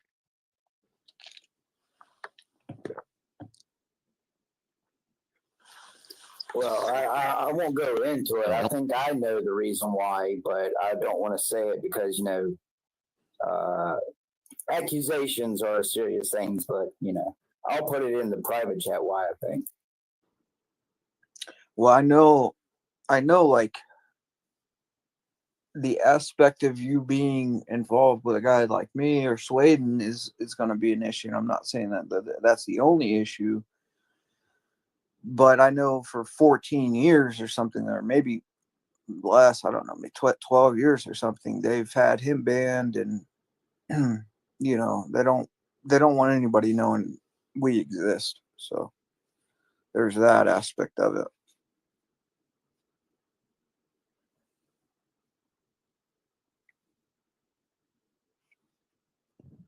Yeah, that definitely could be, because see, last time I didn't get to the presentation. Yeah. But a couple times before that, I did have your presentation up. Yeah. So, you know, could be they saw that, you know, and that was also the time where I had the speakeasy guy come on. The guy who's literally the Andrew Wilson butt boy. You know, so yeah, so it seemed like, so a lot of his fans were in the chat, and then, you know, and then afterwards I played your presentation as well. So it could be a combination of factors, but yeah, definitely, you know, we've colluded with several teams of people, you know, that have either been exiled by their base or, you know, and not for any reason. It's just because, you know, we're kind of like, you know, I mean, despite the narrative, we are the only open platform, you know, that's available. You know, that actually won't censor, ban people as long as they, you know, within reason, engage in the topics, right? And people are allowed to disagree with each other, as you probably have well seen, right? But it's just, you know, but yeah, this is interesting. He actually tells a lie, you know, calls me a liar, says I have a built-in belief system that allows me to lie. I think those are all three just falsities, right? Just straight up falsities. That's also how smear campaigns work too. Right. Like how would think about it. Like, how would Muslim societies even stay together for 1,000 years if they promoted lying? Like, it's like the stupidest thing. Like Confucianism, like Islam, like Taoism. Like, nobody promotes lying. Nobody promotes deception. Nobody promotes that. Yeah, like maybe like a Satan. Yeah, like maybe like a Satanist or like a occultist. You have like esoteric, exoteric, you know, type of deal there. You know, where you know, I guess you know, some form of deception is part of the deal. But yeah, this is totally different here. You know? Right. I don't know why he's spinning it this way.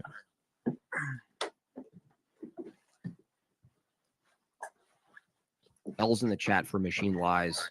Yeah, but I have no else in the chat. but yeah, I don't even know if I don't even know if that's Brown's boy, but I guess that, you know, maybe it might be Brown's boy, or maybe it might be somebody else. It's definitely not me in the chat. I'm not watching this fucking gay ass show. I'm not pretending to be toilet or Unseen. that's Mute your total lie. shit. I hear you rummaging through shit. My bad, bro. Hold up. Yeah, it's all good. It's no worries. I'm gonna play Pierogies, this dog. anyways. Yeah. But if it is toilet bowl Earth, I hope that's not an insult against me. But he thinks it might be toilet bowl Earth. I'm sure. Yeah, maybe it is toilet bowl Earth. Who knows, Jim Bob?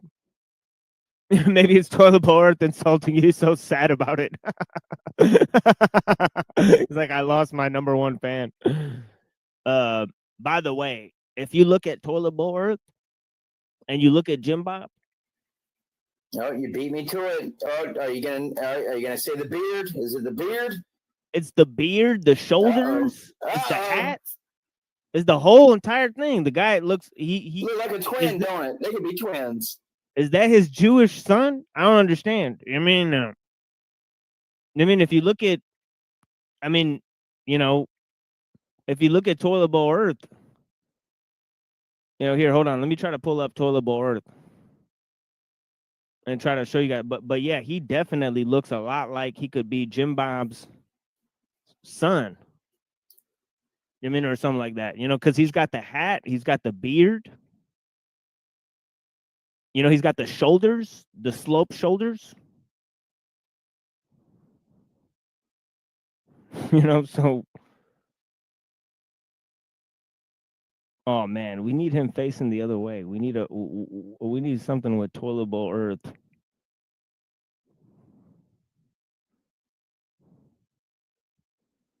With a sort of face forward type of.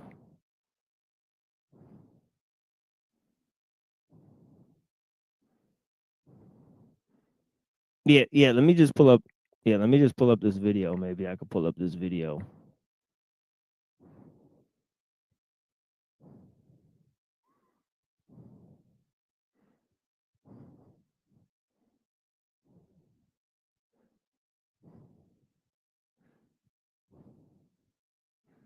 Talks to us about. Yeah, so if you look at the shoulders, if you look at the beard, if you look at the hat, he's got the same hat, the same beard. In Matthew 16:13 and mannerisms, right? This is what St. Paul talks to us about in Matthew. In Matthew 16:13 and And then here's Jim Bob. Wait, I can't. Okay, I gotta remove this and add this. See, it kind of looks like Jim Bob could be his dad, honestly.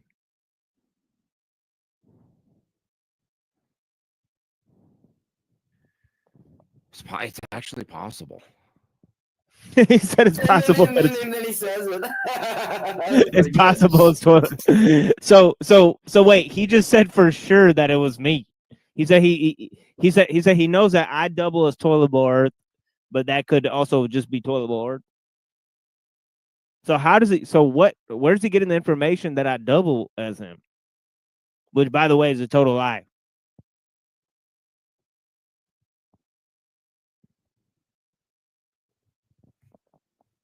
It's possible that I make my opposition dumber. It's possible. That is so ignorant. Yeah, that's not an argument. I just gave you a defeating argument against your position. Answers in atheism. Defeating. Done. Toast. Over. Goodbye. It's over. What did Cliff say now? Well, we're watching it again here. Yeah, I don't know who this Answers in Atheism fellow is. Oh, yeah. I think it's the Captive Desk fellow. The Dave guy. Yeah, we know about him. Answers in Atheism. Yeah, I'm aware of that channel.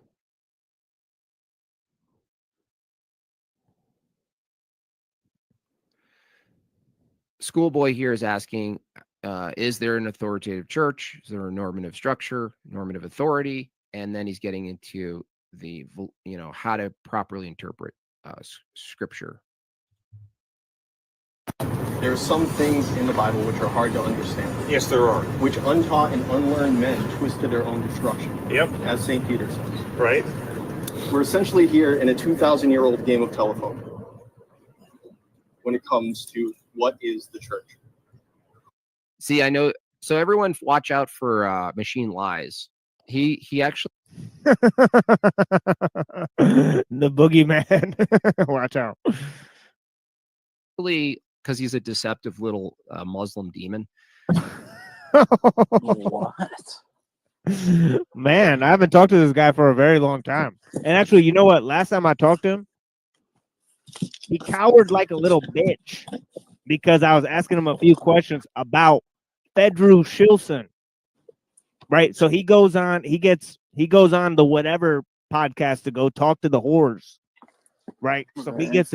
So he literally goes on the Shill show, right? That Fedru Shilson told him to go on.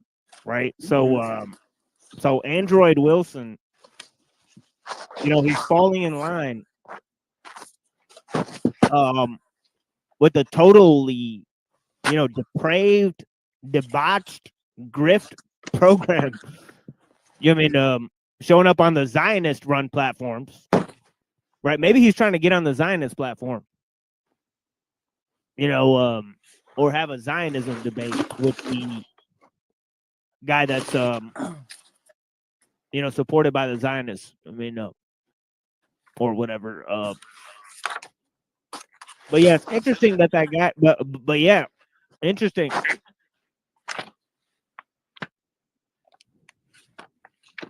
He poses. By the way, Toilet Bowl Earth actually, his #1 fan actually made a video starting out with the pizza ring. Where Jim Bob worked in Hollywood making jewelry, right? And he made a pizza ring and he called him pedo. I remember that. And then he went back and apologized to Jim Bob. I remember that whole saga.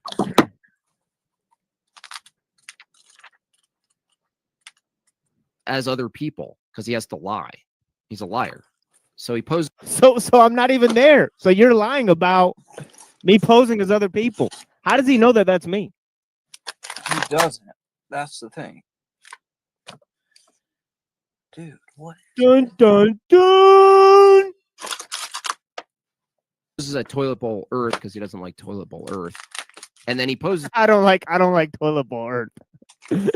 Poses him and says all this shit because he's too afraid to say it as himself. That's a cowardly approach. Why don't you go get yourself a vest, dude?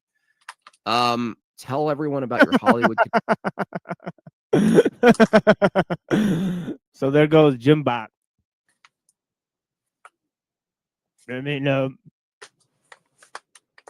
Very perceptive stuff.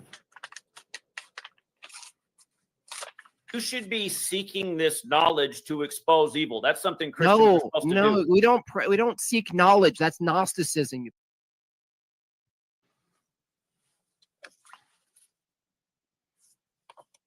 Connections? I don't have any Hollywood connections. He's got on the chat. Oh man. So basically, Brown's boy or whoever has, whoever this is taken over the show completely. At this point, but we can't prove who it is. It's wild stuff. But yeah. A connection. Hollywood doesn't have any power, dude. And he's supposed to be reviewing this video that's on the screen that's talking about the church history. That's also a notable fact. Wait, did he say that Hollywood doesn't have any power? I know, right? He just said Hollywood doesn't. What? Like, so what? we're gonna act like media control isn't like, pushing propaganda to the public. He's got to blackmail people about Hollywood. Is a total gaslighting instead of just back up a pure fact that Hollywood is deceptive, but you're not part of the structure. He goes straight to the thing. He says Hollywood's not deceptive. Hollywood doesn't have any control. Like what? Okay, bud. Trying to warp reality. Even if I had connections, which I don't. Do I know people from when I lived in Los Angeles? Yeah. Is it a connection? Does that do anything for me? No, it doesn't do anything. So he admits he knows people from Hollywood right now. right? So well, didn't you say like his wife was like something involved with a show? Right. Or... Right. That was covered by CBO, another known liar. So you can't even like take it. Well, I mean, consider the fact that people like Jim Bob and Andrew Wilson, well, not really Andrew, he's a little bit bigger, but people like Jim Bob was popping up in my Facebook feed well before I ever got on the panel versus. So, I mean, he's got to be connected if he's getting shared around on Facebook, a few thousand times or more. So, oh, these books are sick. Dang, dude, I can't believe I found that.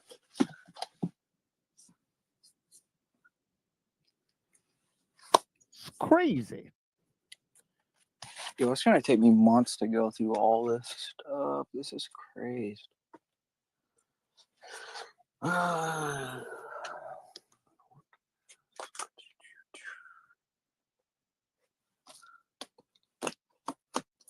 They can't do anything for me anyway.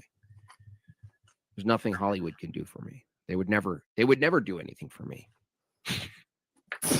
As he goes on the whatever podcast, he's like, there's nothing Hollywood can do for me. It's like, dude, why are you LARPing in Miami and going on Fresh and Fit and going on the whatever podcast? Like, what's the deal with that? Why are you trying to get on these big platforms? Why are you trying to prove to us that they can never do anything for me? Yeah, even that. Like, there's so much he's stretching here. And then he's got Duper's Delight. Like, look at his face. Like, it's hilarious.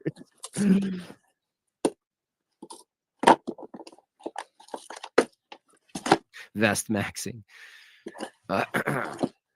Who is the church? So I guess Jordan is the connect. Yeah, total loser behavior. That's what he is. Machine Lies is a loser. My question to you is: recently you I'm a loser, but he has to get bailed out by his buddy, Glenn Lawrence. Total gay shit. They ran away on Glenn Lawrence live from a debate on free will. Is that an earpiece in his ear? That is. Yeah, he's got an earpiece. What the fuck? No way. He's all fed up. No way, bro. What? They're like, say what? You got to talk more about Machine Lies. I mean, I'm just gonna say I've used lots of audio hookups. I mean, it could be an extra audio that like helps him listen better to his own voice. I mean, there are different things, but I mean, it is strange, and it's a wraparound piece too. I see a little cord that goes over his ear, so make sure you cover the Machine Lies' shield. Yeah, no, like someone in the ear right there. Yeah, like, wait, I'm a loser, but you got bailed out of a debate live on the Glenn Lawrence panel. Sad shit, dude. By your other Hollywood buddy. On his total fake and gay panel that you're participating in. And that's somehow embarrassing for me. Also, I know it's a tick of mine, but I like to point out people's physical things. Did you know that he also likes to stick his finger underneath his mustache? Yo. He has a habit of always doing it to that side of the face and putting it underneath his mustache. So also that's another listening tactics. Oh man. Anyway, Obama just uses a teleprompter, so who knows. He's trying to move on to his video now. After they just like spent like, oh man, whoever that was in the chat seriously derailed the show. in the video, it was you. I do think that's a bit of an equivocation fallacy, and I just want to know: do you believe that the Holy Spirit guides your interpretation of Scripture? The only reason a person puts their faith in Christ is because God's Holy Spirit. It's a yes or no question. No, sir. No, sir. I don't give yes or no answers, okay? No, sir. I don't do that. I don't do that around here. So if you want a yes no, have a good afternoon. I do not give. This looks like a totally staged event that he's watching. Like, what kind of a gathering is this? It's Oh, literally like, that's that Cliff dude, ain't it? That Christian dude. Yeah, I've seen Cliff around. I mean, I like how he talks, but I mean, I think he's decent. I mean, he's a Christian, so I mean, he I don't know if you know who he is, but I mean, he debates a lot of campus students on campuses at universities and stuff, and he's always debating them about how Jesus Christ is a real and historical person, and you know, he's not really there to convert people, but I mean, if he's in it, it might be legit. But I mean, maybe they offered him a paycheck. Who knows? so why is he trying to take this random dude down? See, this is the thing, is that they're gatekeeping Christianity. Yeah. So this is the thing, is like, it's like they see, it's not that other people, see, they got to tear down other Christian groups. So they could say, well, it's just fine if other Christians are doing good. If at least they're promoting a general Christian message, you know, that's at least good. You know, but no, this is just hater. This is the haterade. Right? Like, this is crazy. Well, you know, with like the way that we're supposed to treat it, like, we're not supposed to have like a strong polemical attitude towards other Christians unless they're stealing people from our flocks, you know. Really, that's the way we're supposed to look at it. We're not supposed to be like haters towards them, you know, because that only pushes them away from us. That's my understanding of it. So, not sure what the deal is with that.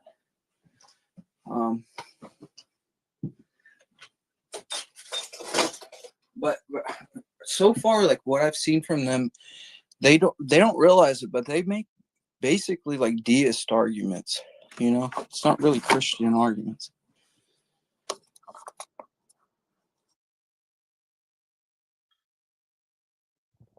Yeah, and that's the thing, is like, you know, you're not defending your church. You're not talking about church history. You're not talking about, you know, the fathers or the saints. You're not teaching people any of that stuff, right? What you're actually hiding behind this deism and saying that you're hiding behind the true church, right? But this is the thing, is like, you're actually gatekeeping Christianity with deism, and somebody like Cliff Netchell, or a Calvinist, they could use the presuppositional argument to argue for Christianity or anything they want, and they would be doing the same thing you're doing. What are you actually bringing to the table? You know what I mean? Right? Like, absolutely nothing. You know what I mean? Right. Like, I've watched these guys for like Dyer and him and a few other of them, and like, you'll never once see them base what they're saying off of like any mystical text or like patristic text that's talking about anything really. Like, it's always like these really base arguments, and it's like, you know, philosophy is overwhelming the teachings of the church, and I don't know, like, they'll be like arguing against whoever, you know what I'm saying, humanism or something. But the way they argue, it's just like any other somebody using rhetoric, you know what I'm saying? It's weird.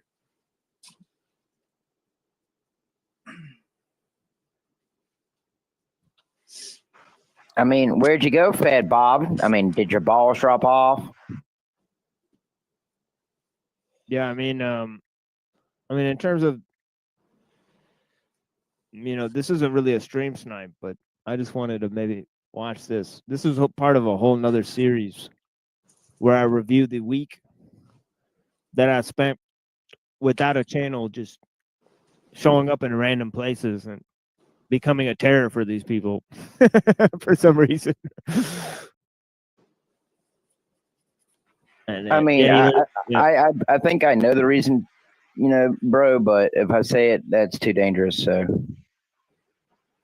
mean, yeah, let me see the timestamps here, because there's actual physical timestamps for this that we could consult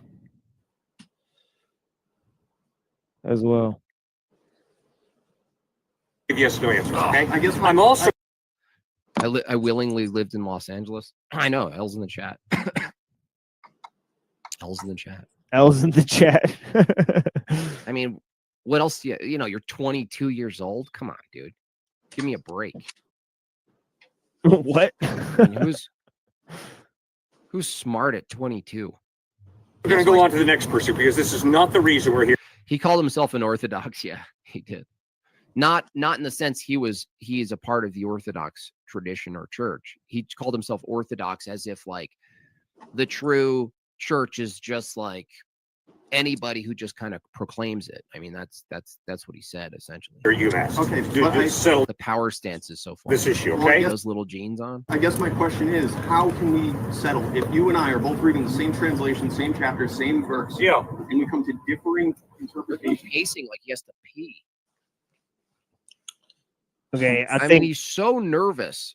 Okay, it seems like there's another part of this saga in like 111. But yeah, go ahead, Unseen. What are you gonna say? Yeah, so you notice how like whatever the argument is like if we're reading the same verse and we come to different translations and interpretations of this, how do we figure that out? And the answer would be that there has to be a consensus, right? Like some form of consensus where you would.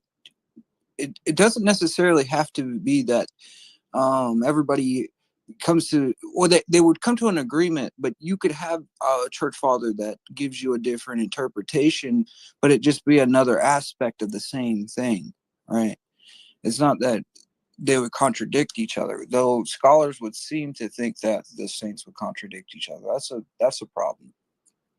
But you'll notice that with Protestants is that you could have people in the same church and they all come to different conclusions about the same verse.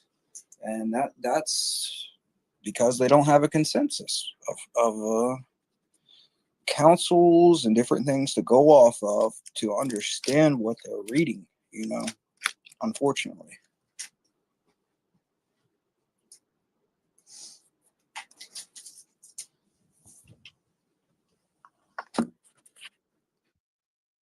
Yeah, it's understandable.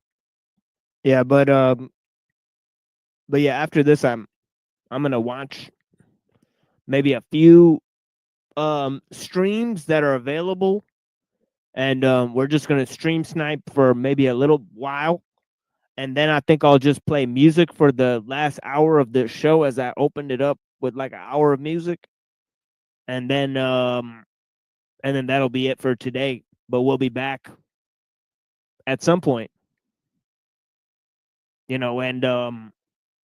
and yeah, I'm basically gonna unlist this episode, so make sure that you guys hold down the link, the people that are watching, and like the stream. I'll play this much later in the show. Maybe I'll play it when I first get back on the show, opening up the new show. When we come back online.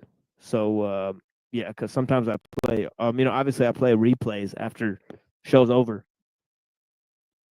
And we got significant replays, that are coming up where I discuss ellul and discuss we review and respond to lots of videos and different themes and things. I think I got one coming up where I discuss Keith Woods talking about the Unabomber and different things. So yeah, we got different stuff that's coming up that will unveil over time. And obviously we got the series on Eastern philosophy, we got the series on ellul. So if the channel gets taken down, we'll reproduce those in another spot. And of course, we have the long-running series that we've been doing on the views of Dr. Kaczynski, right? And yeah, he comes out with lots of different views, right? Obviously, we looked at industrial society and its future. We looked at, we're now looking at technological slavery. We're looking at a lot of his critiques ancillary to his arguments in technological slavery against Kurzweil and Bill Joy and others, right? So we're exploring different options when it comes to looking at transhumanism, looking at what people think is the future of the technological system in terms of ellul or Bill Joy or Kurzweil or Kaczynski or Skirbina or any of these different people, right, that have speculated about the future of technology. right? So if you analyze the show, it's different. It's 3 segments that are basically separated by musical breaks. So each 3 of those segments will be developed into, you know, a corresponding serialized, material that correspond to those segments, right? So right now we're doing ellul, we're doing Eastern philosophy, but we're also doing,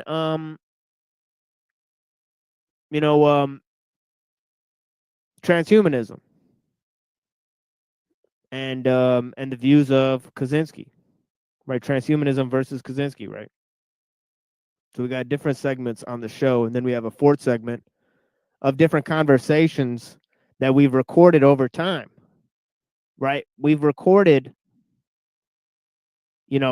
hours and hours and hours of conversations, right? That we'll be unveiling over time, right? So, so right now we got a good lineup of material that we can go on for, pretty much the rest of the year, right? As long as we'll be able to be up on the show, right? So stay tuned on that channel there, the Machine Lives. We'll see what happens. If not, we'll be over here at the Cyber Caliphate channel, and we'll create another Machine Lives channel, start re-uploading all of the material there, right? And we'll let you guys know where that's located if anything happens, right? So yeah, it's a well-oiled machine here for the people that are watching. I mean, let me get in this. Where is Actually, you know what? I should drop the link to the Machine Lives channel.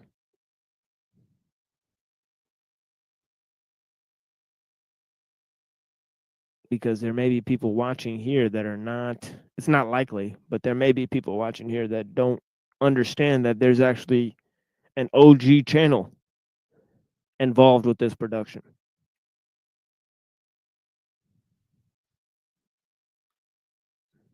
I don't know who those people might be, but it's possibilities. So this is the OG channel here that's being mentioned on much larger networks like MADEBYJIMBOB, who we call MADEBYJIMBOT. It's a disciple of Android Wilson. That's right. You don't want to be a machine man with a machine mind, and machine heart.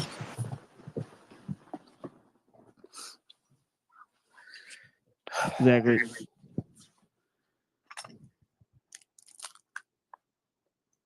Understand why that doesn't get to justification, which is the entire point the whole time. What is this cope? Like we're not even into the debate, and you're already like, being like, See, well, actually, he did. See, he needs a moderator.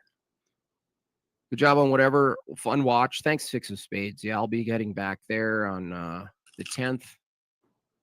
A little 2-day show there, so it'll be fun. In this situation, you can't answer. I can't moderate though. I have to leave at 12:50. Now, you want me to explain it to you in a ethical? Let's see if, speaking of 12:50, let's see if we can hit that goal. Let's do a first ever goal reach. Under 2 hours. Goal reach. Don't know goal. Total. Gotta make them shekels. Yeah, totally not, in it for, just to spread Christianity, here for the love, here to educate people. No, this is entertainment that he gets paid for. So yeah, that's what this is, right? And that's why he has to gatekeep other, entertainers, right? Even if they are doing something as noble as going to universities and debating, atheists or, what have you, right? He's not doing anything on that level, right? He's just getting paid to joke around and stuff, right? So why he's here tearing down other people who are trying to spread a message, right? Such as myself or Cliff Netchell. I don't even know the guy. But it just seems like this guy's a total bad faith yodeling clown. Right? Where actually when you show up to talk to him, he can't answer simple questions. Right? So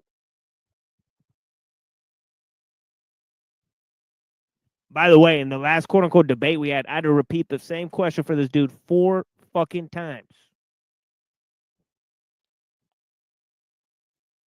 You know, and I know he's not slow.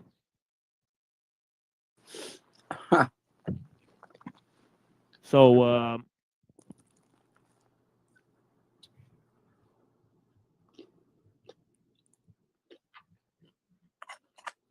know what you Enslaved by Truth, does I see you in the chat there. Does Machine Lies also impersonate you?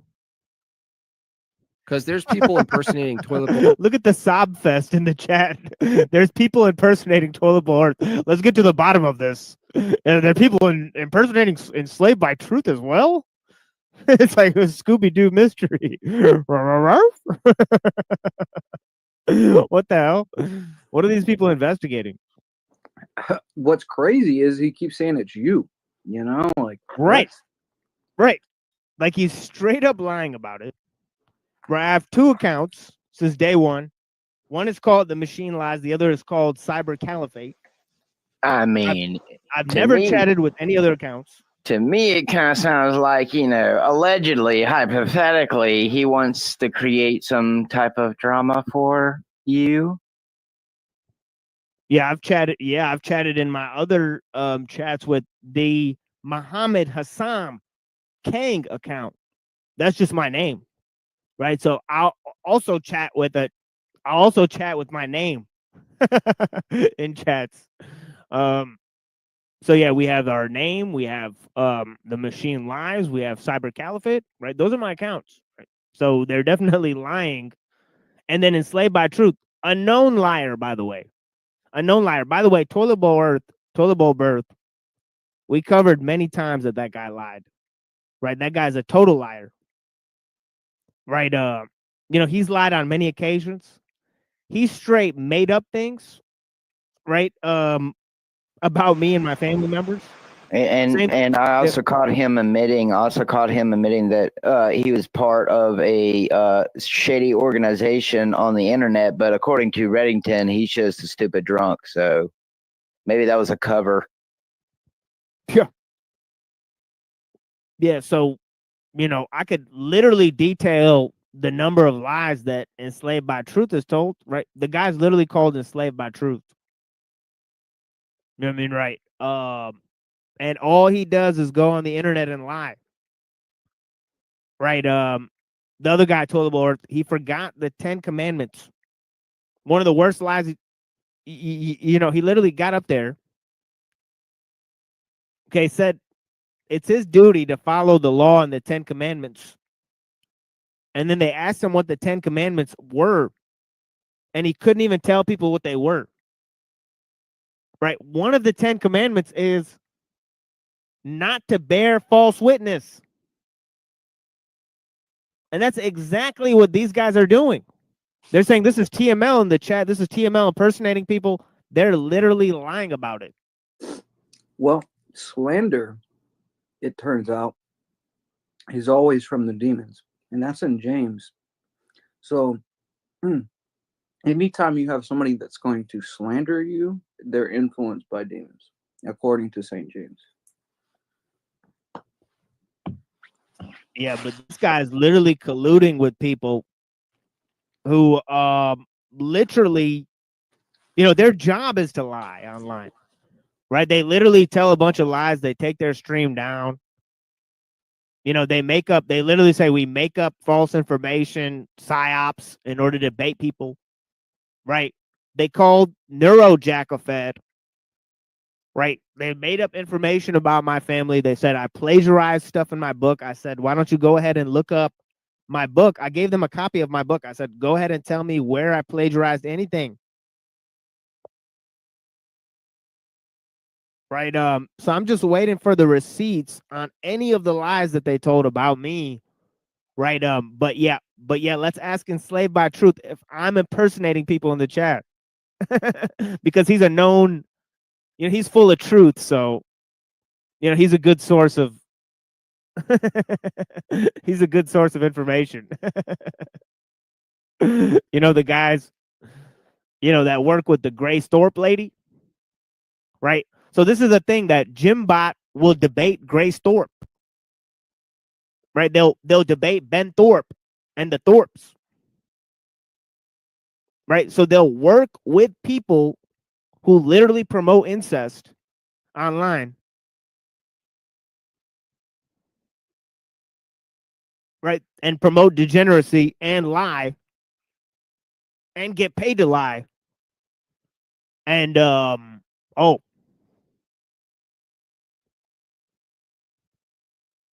I'm the big bad meanie out here. You gotta watch out for me. The guy who's on the other channel. Yeah, I get censored all the time.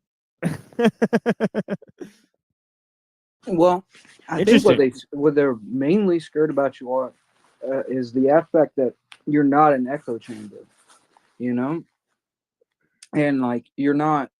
You'll have a number of different ideas and people and contradicting, you know, not contradicting, but like kind of pushing back against other thoughts and stuff.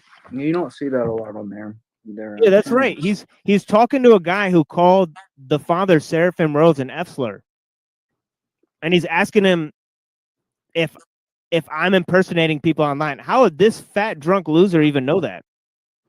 Like, by the way. Oh, so Enslaved by Truth said that? Right, yeah. I think you told me that, yeah. I mean, when you're out here calling saints that, I mean, that's pretty crazy. And why even, like, he's talking to him in a friendly way, isn't he? That's right. Yeah. That's crazy. No, well, but by the way, he banned him from his chat for saying that and then let him back in his chat. Wow. So he have stepped on that pretty quickly, right? So and by the way, we have on tape him litigating him being banned from Jim Bob's chat for saying that. And then Jim Bob looking for his name and figuring out how to unban him. So Jim Bob totally went back on that. Wonder why? Well, what's crazy is, all right, Father Seraphim Rose was a true Orthodox Christian, right? And that's proven. But so he's completely true Orthodox. My Vladika John actually met him, and they were on good terms when he was alive. But they'll go at, like, you know, Father Sweden or me and say that our synod isn't legitimate. Then why this Saint Seraphim literally considered us legitimate? So what, you know, what's up with that? Why would you even go to the extent of defending him by banning the guy if you don't, you know, I don't know. It doesn't really make sense for them.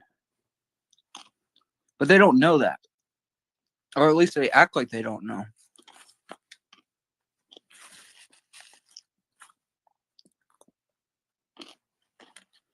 They push a maybe vision of his life or something. Maybe they're like double agents. Maybe they pretend to be a part of it, but really they're a part of something else. I mean, come on. Well, I know their hierarchs are. Like, if you go and look in their hierarchy, the hierarchy is fully Freemasons and a part of the Royal Archmasons, as far as I know. So.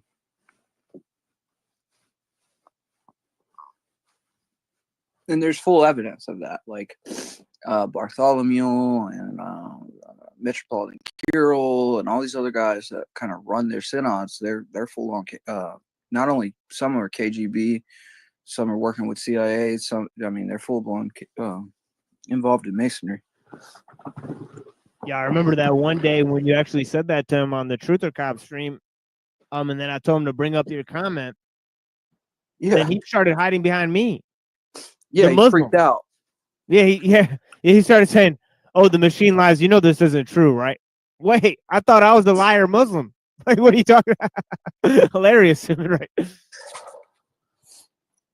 not only is it true, like I could prove it with documents and receipts. You know, it's like I'm not just like saying something. Like, they're on the Masons' own website. They have a few like Athenagoras and Metropolitan Melotius Maltekes, who are all like the original patriarchs of their synods, and whenever they left, the new ones that got reinstated, of course, are Masons as well. They're not going to let go of that position. You know what I mean?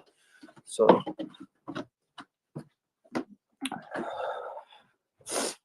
but that's what the Masons do. They kind of ascend hierarchies, take over, and they're just there in plain sight. You know.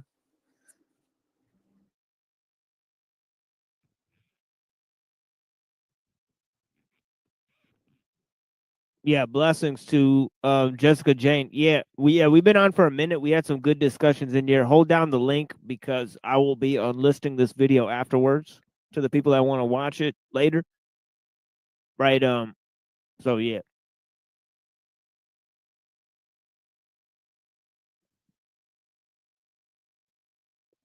Full Earth. There's someone who created a fake made by Jim Bob page and an actual YouTube account. I was wondering if you're also the target of this guy. They're being targeted. So maybe the same guy who's created the fake Jim Bob account. So is he saying that maybe I created some fake Jim Bob account too? This is getting pretty deep, dude. This is some Scooby-Doo mysteries, right? This is some wild shit. He's a real creep. He's a real creep. I'm a creep. I'm a creep. Not the people who actually look up my house and I'm gonna call up my family members because they got mad at what I said online. Those aren't the creeps, right? Right. The doxers and the stalkers, they're not the creeps. Yeah, it's just smear campaign 101. Yeah, wow. The Again, question, before we get too far away from it, is whether or not why I believe that this conversation or debate or whatever was important was that I felt Stop the like meta, you got, dude. let's say, completed a debate with a libertarian, and your claim is that it wasn't epistemic justification. Oh yeah, Jay Dyer got like pretty much destroyed in this conversation. It was not a debate; it was a conversation where he just couldn't see in a straight line. I guess he had to keep bringing it back to foundations and justification when the topic is not about that. I'm quickly discovering that this guy Jay Dyer is kind of a one-trick pony. You know, he wants to always bring the topic back to epistemic foundations. And so, you know, he actually has nowhere else to go. So every topic becomes the same topic. So, you know, and, you know, if you got a hammer, you know, every problem's a nail or whatever, as they say. Or, I don't know if I got that correct, but, you know, something like that. And I don't see what's Meta is so boring. I mean, Meta is so female. Meta is like TMZ, The View. It's like Meta. Let's talk about the frill. Let's talk about the dress. No, let's talk about the like, you know. Yeah, we recorded a lot of EBT's lives. You know, EBT actually said that that Jesus was a Jew, and then later he went and said that Jews don't even exist. You know, so he can't get his position straight. He just makes up what he believes in. You know, they'll just make up what he believes in. He said this. He dropped this great line right here. I mean, this line right here. And he could accomplish more. Nobody gives a fuck about your dumbass fucking philosophy. Nobody gave a fuck about anybody's philosophy takes. What the fuck? When did a philosopher ever do a fucking thing? Show me one time a philosopher ever did a fucking thing. Facts. What? So I wanna show you guys something interesting that you guys might find a little bit interesting, because if I could find the better thing to say was Christ was a Hebrew, right? And that those that follow Christ are truly Jays, but the term itself doesn't have the modern connotation that we put onto it, right? That's a weird topic. yeah, I want to show you guys. You guys want to see name one time a philosopher has ever accomplished a thing. You know what? Who's that behind you? It wouldn't be. It's Saint Augustine. It's a portrait of Saint Augustine behind him. So name one time a philosopher accomplished. What are you talking about? What profession was Saint Augustine? Right. This guy's such a huge retard. Well, most of the saints, like if you got like Saint Justin the Martyr or something, like he would have considered himself a philosopher, and a lot of the saints considered themselves Christian philosophers. That's not a yeah, they absolutely engaged in philosophy. At the time, that was a very notable profession. In Athens, even in Tarsus. Very interesting. Rejection of something that preserved the faith for a very long time, admitted to by the church and all of those people.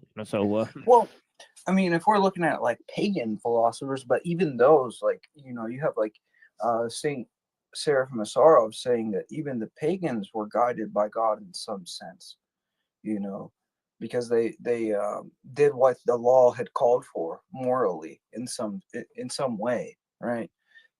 They might have not had the full revelation according to these saints, right? But they still were directed for discovering truth, and that was God pleasing. So. Yeah, I think this is the end of the road here. But let's see if he's got anything else. What's going on? No, I want to talk about I want to talk about the hors d'oeuvres. So when you just assert things to be the case, we are targeted individuals. Yeah, but why does he even do that? Enslaved by Truth. Like, what's the point? You're gonna impersonate people?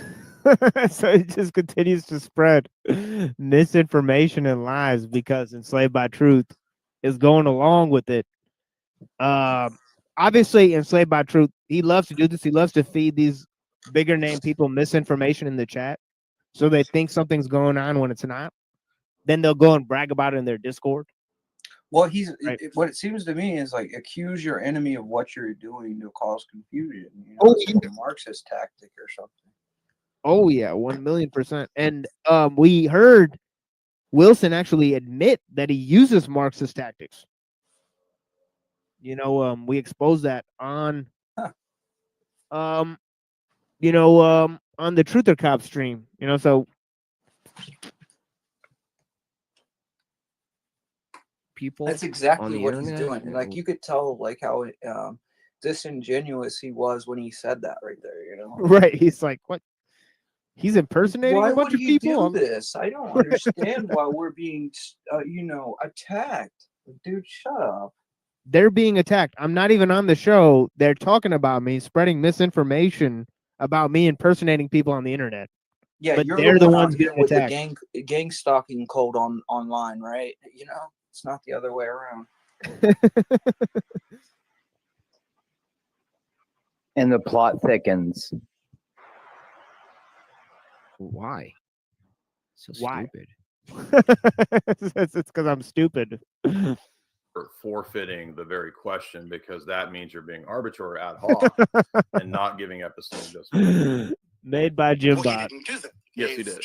He did. No, you don't. Again, you don't understand what you don't understand what justification is. So you think that my standard is some subjective thing of what justification is, and I'm telling you that any epistemology class will hold you to the same standards. The laws of critical thinking, the laws of thought, Those are not my You're standards. just saying words. How did I'm you just say saying words. I'm words saying to common justify his terminology position? in this domain and in this field. You're and just you think I'm saying words. saying words. I That's hate why you guys are not fit for this debate. You're not even in the arena. You don't know the Words. topics and the subject matter.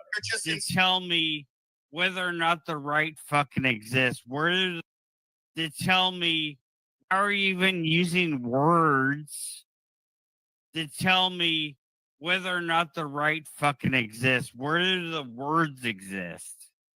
Right? Like So- they don't understand the basic philosophical underpinnings of what they're talking.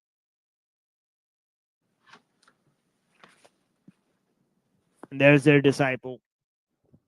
Buddy's out smoked. What was that? Drunk. Insulting and not making arguments. No, I'm telling you what's Or happening like in the you debate. Dude, says the guy who just said you're just saying words. When you Get into the argument. So, Yeah, do you, let's do you get believe in the into it. non-aggression Yeah, I would love for principle? you to actually give Do you agree? Do you agree with the non-aggression principle? Yeah, I absolutely. Of course, I'm libertarian. Is that a normative claim? And it's so funny that that in that clip, how are you using words to explain what the words mean? He's actually watching and critiquing a Made by Jimbob video. So he's live saying Jimbot is a retard. That's Ebitard in that clip that I showed you. So isn't that funny? So this is the gay ops with these guys is insane. You know.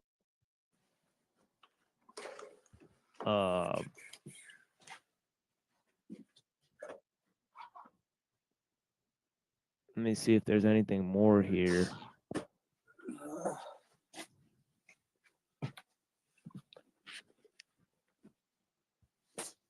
Yeah, I'll have to cover more of this later. There's a lot more here.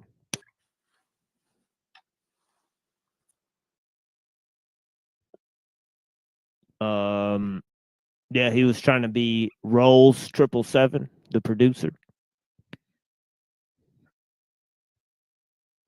People were trying to ban him. A bunch of interesting stuff there.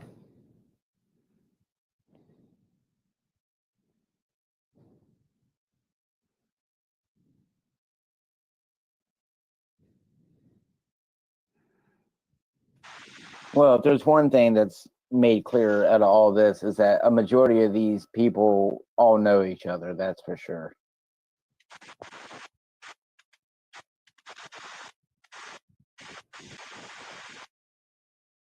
Yeah, that was pretty funny.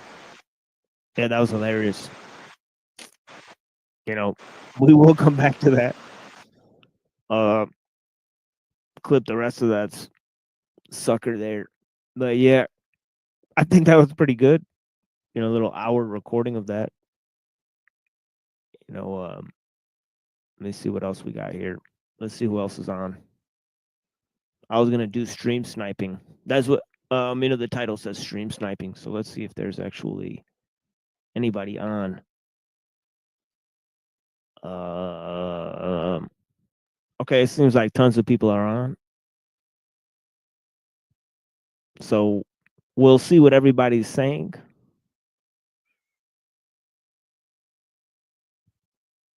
So give me a second here for at least an hour. Okay, Ava the G. Dad has jealous meltdown after daughter kisses somebody else. So okay, so they're pushing pussing. It's a Freudian slip. They're pushing the I ain't gonna lie, I busted out laughing at that one, my guy. Yeah, they're pushing the incest angle here. I mean, pushing the pussification. So Andrew Wilson and Apostate Prophet are doing a debate, and it's going to be on should Christians support Zionism? Right. But he did such a poor performance in the other one. So I think we're going to be doing that tomorrow night. We're going to be watching, recording, and reacting to this debate.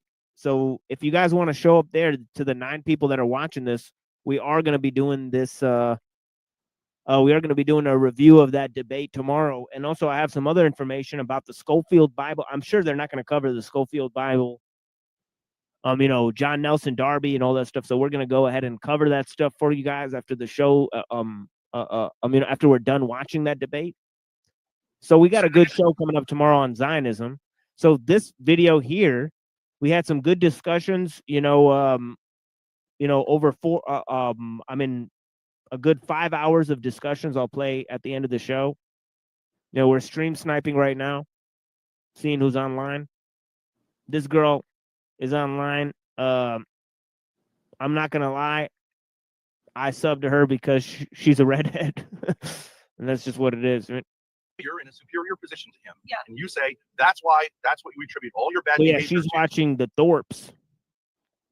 And of course, see, this kind of content is total nonsense. They're in just the title, Dad Has Jealous Meltdown After Daughter Kisses Somebody Else. It's drama content. They created, obviously the guy created the jealous meltdown for clicks and views. And the fact that he's jealous of his daughter, of his own daughter or something like that. Pretty weird. Pushing the incest narrative.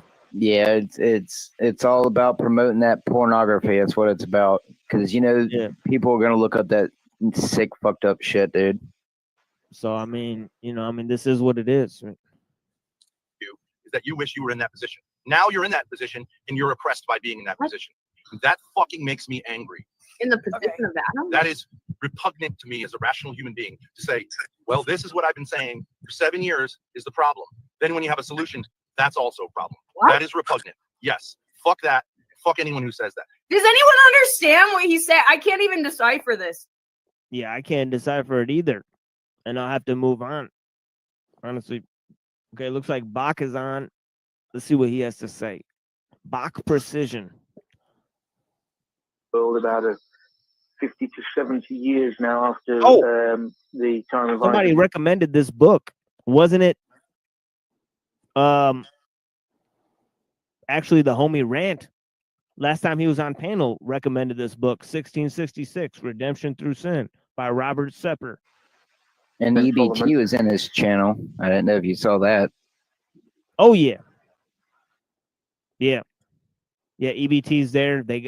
He's in the Discord. He's in the Bach Precision Discord. Bach Precision was in his chat and said TML's a genius when he was making fun of me, and actually Enslaved by Truth agreed and started telling his chat that I'm a genius. So for some reason, I guess I'm a genius. I'm also impersonating people, a liar. I'm also a retard. So they can't really make up their mind whether or not to support the content here.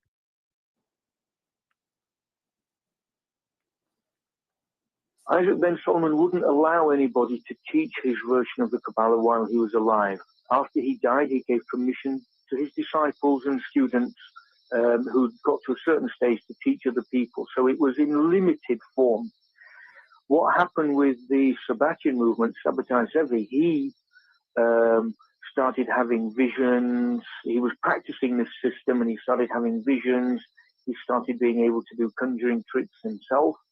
Other people who were practicing the same thing as him started to have visions about Sabbatai Zevi being the Messiah. And these guys were great rabbis and spiritual leaders in the community, and they were all having these dreams and visions about him. So it was very much adding to the fervor of the time. And he himself, they say that he didn't believe it to start with and came to believe. I mean, the man is, again, one of these things that is whitewashed. They try to say, oh, it wasn't really that important and he was just an embarrassment in the history of Judaism. Let me tell you this, though. At the height of his movement, he had 1 million Jews following him. That's a big following. In those days, 1 million Jews mainly Ashkenazim, but even Sephardim. And because they thought he was going to be the Messiah and they'd been following him for almost 20 years, he got them all practicing this new Kabbalistic system. This is what he got all of. This is excellent coverage from Bach Precision. Shout out to Bach Precision, the Muslim brother. Obviously, you know, his content's going to be a little bit on a higher level than the rest of these channels here, but that's just how they do. You know what I mean? But yeah, let's go to Chaotic Truth and see the total nonsense that Chaotic Switch to the Truth is. Google Fi Wireless Flexible. Oh my God, it's hard on the ears. Let's see the total nonsense that he's engaged in. He obviously goes online and pretends to be like some type of Uncle Tom or whatever.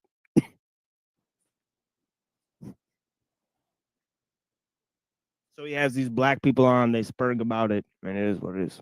Ain't nobody gonna give you nothing, man. Ain't nobody gave you nothing like your whole life. Everything you got it on your own. If I'm going, but black people is the commodity. They will support everything that's not there. That's all I'm saying. I'm saying black people is the commodity. They will see. Again, the same topic. He's going with, yeah, who should black people blame for their problems? They should blame themselves. That's he tries to curate his panels so that they come back to that one discussion so that he can LARP as an Uncle Tom so that people can give him money. So there's Chaotic Truth. Chris Lestrange. He's an interesting dude. He's a dude from South Africa that is a little bit into the crucible type of nonsense. I mean, fuck, dude. I'm a nerd. I am not a geek. Why are you giving me math questions? No. Oh, fuck. I'll try because he's sending a dono. So would that be? It would be 12 because you do the brackets first. Yeah. That's what I'm also thinking. So that would be 12, right? Times 6. So that would be 72 minus 3. So 69 divided by 2. So that would... I can't be doing that math stuff. That's ultimately not engaging. This guy I just found, the Gandhi Network. Okay, he appears to be live. Let's see what he's doing.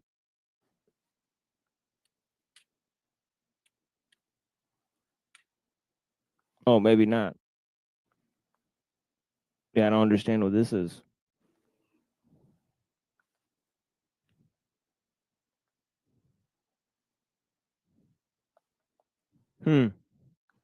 Yeah, I think maybe that's just him with the wheel. He crashed out. This dude right here is suspect. This dude used to be a Jewish dude that was in the military. Sergeant Finkel. Muxter Band, I forgot. That's gotta be like. I feel like this dude might be a Fed. I mean, he's literally a Jewish dude that used to be in the military. You know, that's kind of weird. Yeah. Well, 3 or 4 years. Okay, I'm losing track of time. It's all last Blur's Day. I'm 60. How old do you think she was?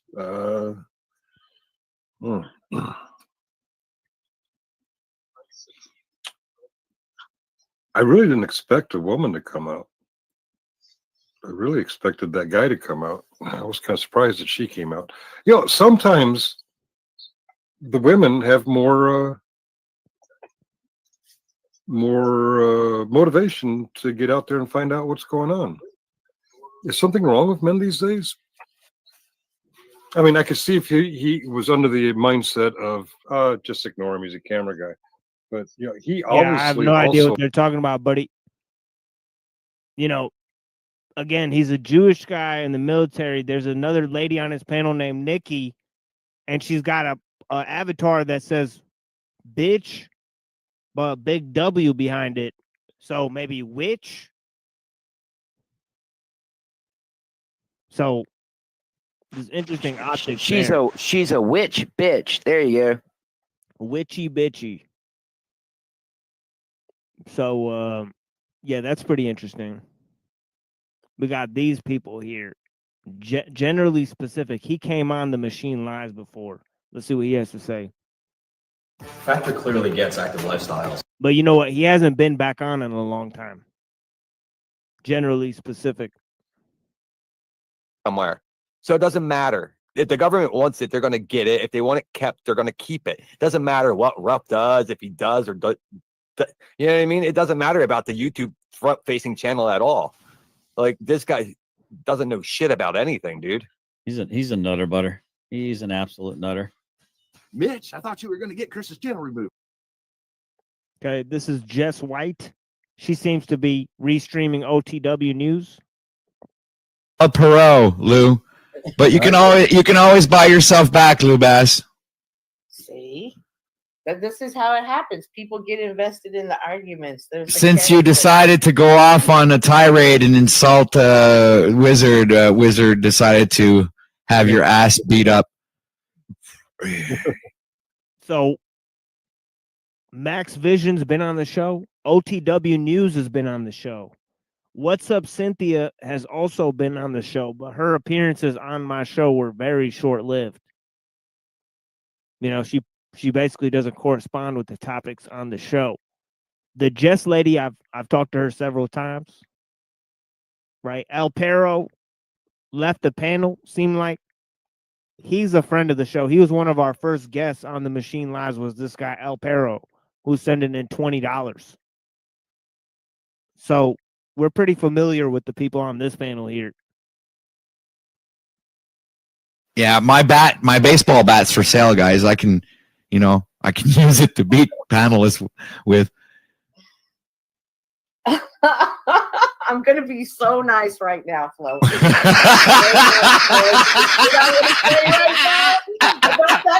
But I'm gonna pull back because sometimes I go too hard in the yard. You know, I have no idea what that is. This lady, I have no idea how I found this lady. Seemed like some lady in a niqab that's talking about Friedrich Nietzsche. What the fuck? Should be interesting. Freedom from fever is not yet knowledge by any means. I do not believe chilled spirits. Whoever is unable to lie does not know what truth is. Now that's interesting. Freedom from fever is not yet knowledge. Now, I remember the state of Jonestown. I forgot what it was called. It was like a guy, he was during the Civil War era, and he has a baby who gets a fever, and none of the people know how to help the baby, but there's a Creole slave woman who knows how to break the fever and goes and gives some medicine to the guy's baby, and the baby lives. And so medicinal things are often learned by survivors and by those who have treated it. So if you know what truth is, you also need to know what lies are. And if you've never lied, then you don't know how to pick up on a lie. Think about how when Sajora Mormont is skeptical of, what's that character's name? Dario Naharis. And he says something to Dario Naharis about, oh, this is your plan to open up the gates for us? Maybe you'll just cut us down when we get into the gate walls and take the 2 heads off of our army, or of our forces. And Dario Naharis says, you have a very suspicious mind. Only dishonest people think this way. It says, I'm butchering it, but it's a line like that. What does that line of those 2 characters' dialogue suggest? I gotta go, my bros. You know, Dario blessings. betrayed his commanders to serve Daenerys. Jorah betrayed Robert Baratheon and, the goal of assassinating Daenerys Targaryen to serve her. They're both familiar with deception. Oh, Daenerys Targaryen. Oh, she's talking about Game of the Thrones. Yeah, the guy who created Game of the Thrones, he actually read like Machiavellian stuff to create that stuff. This is a Christian lady right here, Jenny. Memorial service. Okay, we're not going to click on memorial service. Let's just be respectful to the dead. Neural surfer. Classic stories 24/7. Seems interesting. To get started in data analytics, you don't. Okay, hold on. Maybe we should do this. Maybe we should send somebody to get a, you know, maybe myself or, you know, or we could get somebody who's taken some of these courses. Data analytics. I don't know why, but I'm seeing a prompt on the side of the screen now. I've never seen it before. I don't know if you guys could see on the screen. It says Google Career Certificates. Has anybody ever seen that before? This just started showing up here above the chat. And it actually says underneath, it says UX design. Become a UX designer. 100% remote online learning, digital marketing. Become a digital marketer. Cybersecurity training. Learn at your own pace. So I guess Google is offering jobs on the side of the screen. I've never seen that before.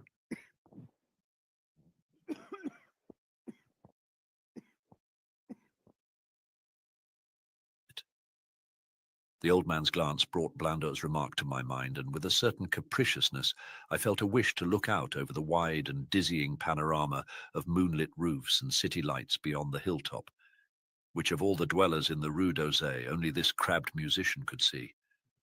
I moved toward the window and would have drawn aside the nondescript curtains, when with a frightened rage even greater than before, the dumb lodger was upon me again, this time motioning with his head toward the door as he nervously strove to drag. So this looks pretty standard. This is the type of shit I listen to so I can fall asleep.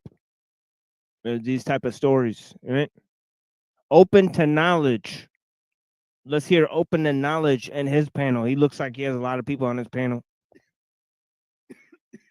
Personal sometimes. You are taking it I'm personal. not talking belief. I'm talking facts. I'm talking about what is. No, you're talking perspective. You're talking from a subjective point of view right now. Facts. How is? Because you said I believe. You forgot you started off You that put way. words in my mouth. I said feminine energy is, masculine energy is. That is not a feel or belief. That's not emotional. I have come up here today the whole time giving facts. Feminine is just like facts. That's unbiased. Unbiased. And you guys have been you can't have electric field without a magnetic field that I have given. Everything. The I respect you. Okay. If that's you called can't back, have an electric if your field without a magnetic personal opinion You're the is called same back, thing. then hey, there you go. You good. I'm good with this, man. Your personal The opinion is female your part of man and and the masculine part of man are the same thing, y'all. You need both. Just like you said, you didn't believe that it was a God. You know it's a God. That's a goddamn belief. Come on, man. Stop it. Stop it. Right. Now you speaking I in ain't religious. absolutes. I know it's a God. No, you can't speak in absolutes around me and don't have nothing to prove it. I don't deal with deities and I don't deal with spookism. I never talked about spookism. I talked about science. I'm talking about and listen, once you said that you know it's a God. Okay, so once you know it's a God, you deal I'm with talking about what we just talked about baby. now. Yeah, that combative Okay, energy. okay, sir. But it don't matter what we're talking about now. Your whole belief system deals with a God. Do you want with a clarity? knowing that it's a God. So all your thinking is going to be based on that. You want to argue, That's all I'm telling you. So it's no way you can never be non-biased. You said that. Yeah, I want having no group of people. I mean, I want this lady to kind of get out of it. I want Big Cosmon and OTK to just have the battle, over, because I'm pretty sure the big Cosmon guy, he's, some sort of Bible believing guy or whatever. So it would be like a Protestant, Jehovah's Witness type of deal or whatever.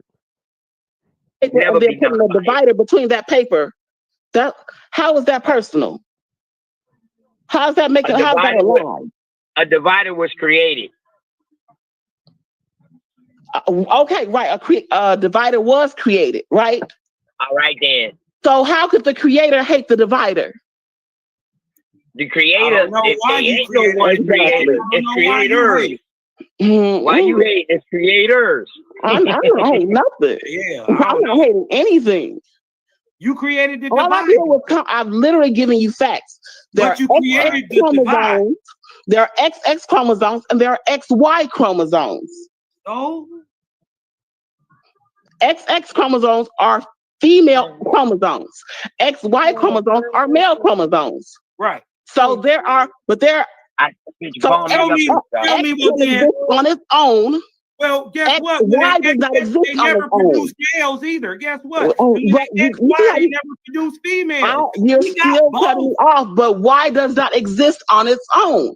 Because they do. That is a What fact. called, That's what not I'm a telling you is feeling. they do. You and your They're feeling. wrong. They do. One is That's called a fact. There are no Y chromosomes by themselves. Hold on, you keep talking. Hold on. We know. Hold on. We know you think you know everything. Yeah, essentially, they're having a stupid disagreement because the lady's just saying that male and female are totally distinct things, and she's saying that they're ontologically just different. Whereas this dude is saying, no, it's just part of one same thing, which is mankind, right? And then he's denying, that he's saying that science made a bunch of categories that separate these things or whatever. So it's kind of a stupid disagreement that they're having. But but yeah, I get so essentially that's what's happening. Okay, we got Queen B. I have no idea who this person is. At Penn Station, your ears may hear.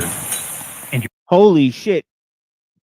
1,790 people watching her. What the hell is this about? A couple sets of them. If I Here, remember, you guys want to see? This is my my house that they got all over Twitter.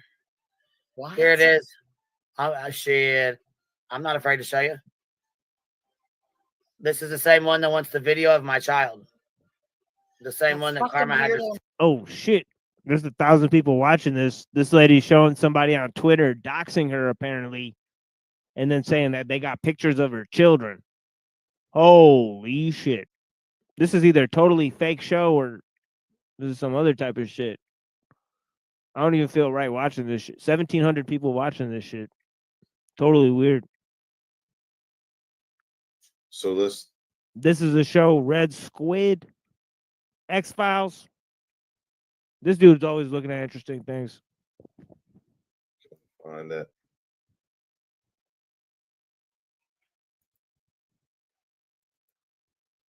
Red and black.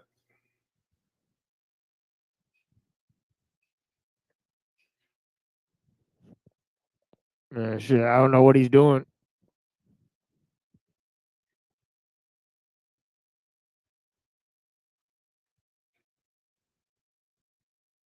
Yeah, this dude's stuck.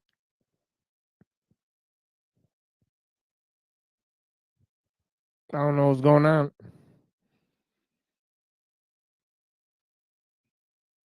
Okay, let's go to this lady right here. Really obsessed. They act so thirsty 24/7. Oh snap, we've got Ava. Hold on, Leggy. Oh, wait, Ava. we just clicked on the other girl's show, and then here she is on this other show. So the Ava girl that we were just watching, here she is. She just popped up on this show that we just turned on. See, it's always weird shit happen like that. Like I was just watching this other show, and there this girl popped up on the. See, isn't that weird? some weird shit. Like she just popped up right here. The same lady, the red-haired girl. Emma. Hey. Hi, Ava. What is going? We're like watching the like recap of the War Chief arc, and it's like at the end of this when they're extorting his fucking family for money. I'm meeting her in LA. Ava, I'm meeting Grace. Grace is coming out to LA. Ava, what do you think of that? I don't really think any of it. I don't think about you. She's on a plane right now. She's gonna be fucking. All right. How about just the ladies for a moment? No offense, but Whoa. Holy. Dude, look at this. She got rid of everybody but the girl that I was watching earlier. How weird is this shit, man? Shit's tripping me out. We'll open the panel back up in a moment, but have you seen, are there any updates? Did she get on the plane? Because we've been watching the recap, but I have no idea what's going on right now. Yeah, dude. So I just went over. I wanted to like do kind of a synopsis of. I did a whole synopsis thing on my stream just now. I'm sorry for going live at the same time as you do. So I don't know. So they're doing a synopsis on the Thorpe situation or whatever. Let's see what she's saying. Dude, I never realized it, and then I'm like, fuck, our forces can be. But dude, it's literally when you. We're starting to like. It's good we have a network of people. I'm glad people are streaming, making content. We're all doing great. I'm doing great numbers. You're doing great. Hallelujah. Okay, I can't do this anymore. But chat is we'll go to a different show here. Shush Trish. I don't know what she's about. Let's see what she's about. Wanted to not only bring out the best version of me, but Simon too. I know he's more than just a drunk, but not right now. He's a drunk ass nigga. Drunk ass, flip floppy, dizzy motherfucker. Hey, Carol. Who does that to a business? Who does that to anyone? Get the fuck out of here. I don't live my life like that. That's why I don't have to look behind my shoulder, over my shoulder. I don't fuck people over in business. I don't fraud. I don't scam. All that shit, there's no record of it anywhere with me. Okay, let's check out this girl. What's she doing? A little bit. And the more you practice something, the easier it will become. Hopefully, fingers crossed, you know. And hopefully, you know, as I become healthier as a person, then that will translate into my parent. And also, I just have the urge to remind myself in this moment that I also Terry Strange. I don't know. I've never been on this panel. Let me actually see if they dropped the link here. No, they don't got the link out here. Oh yeah, she's got it earlier in the chat though, the link. So we could go up on these panels. 12 people watching. deserve it. That's so weird that they got these shows, 5,000 subscribers. They got all these shows with giant list of subscribers, and there's like only 12 people watching, the same as this show. Pretty weird, huh? As a human being, like You don't deserve shit, woman. I am a parent, and yes, that's an important part of who I am. And in addition to that, I'm also a human being, a person that is worthy of learning these skills and taking care of myself beyond just becoming a better parent. Man, what the fuck are they watching? I have no idea. We Sunday driving, son. Yeah, this is bizarre. I think they're trying to laugh at this lady, personally, because look at the Terry girl's face. She's like laughing at her. Oh, that's unfortunate. I really am so grateful for my current therapist and the amount of work that I've been able to do with them in the last year, which is about as long as I've been working with them. They are so compassionate, and I feel like the amount of progress that I've been able to make in my compassion for myself has just like grown exponentially from working with them, and I'm so grateful. Of all of the Yeah, they're definitely sort of just making fun of this lady. I don't know, but yeah, I don't know why. I don't know what she did. Undead Chronic. I don't know what the fuck this dude's about. Let's see what he's. I've actually never understood the purpose of this channel. Maybe you guys can help me figure it out together. Undead Chronic. I guess he's about chronic. Yeah, I was like something about smoking weed. Maybe he grows weed. It says he's a Kush extraordinaire. So I don't know what that means. Red pill scientist gamer. That doesn't explain anything either. Serious relationship. I am the biggest input to the woman. We do what I want to do. We go where I want to go. Oh, Chronic, you're such a bad Like person. 350 Chronic, people you're so watching. controlling. Yeah, 350 people watch. So we finally, you know, Probably the Tim Poolin probably got a few watchers in there. Yeah. Because it's Tim Poolin the title. Yeah. Wide range of interests. I'll take an art hoe to an art gallery. I'll go to an art gallery. I love going to art galleries. most of these Especially when they have shows, like, they're just watching other people. It's pretty funny, right? It's like everybody watching everybody.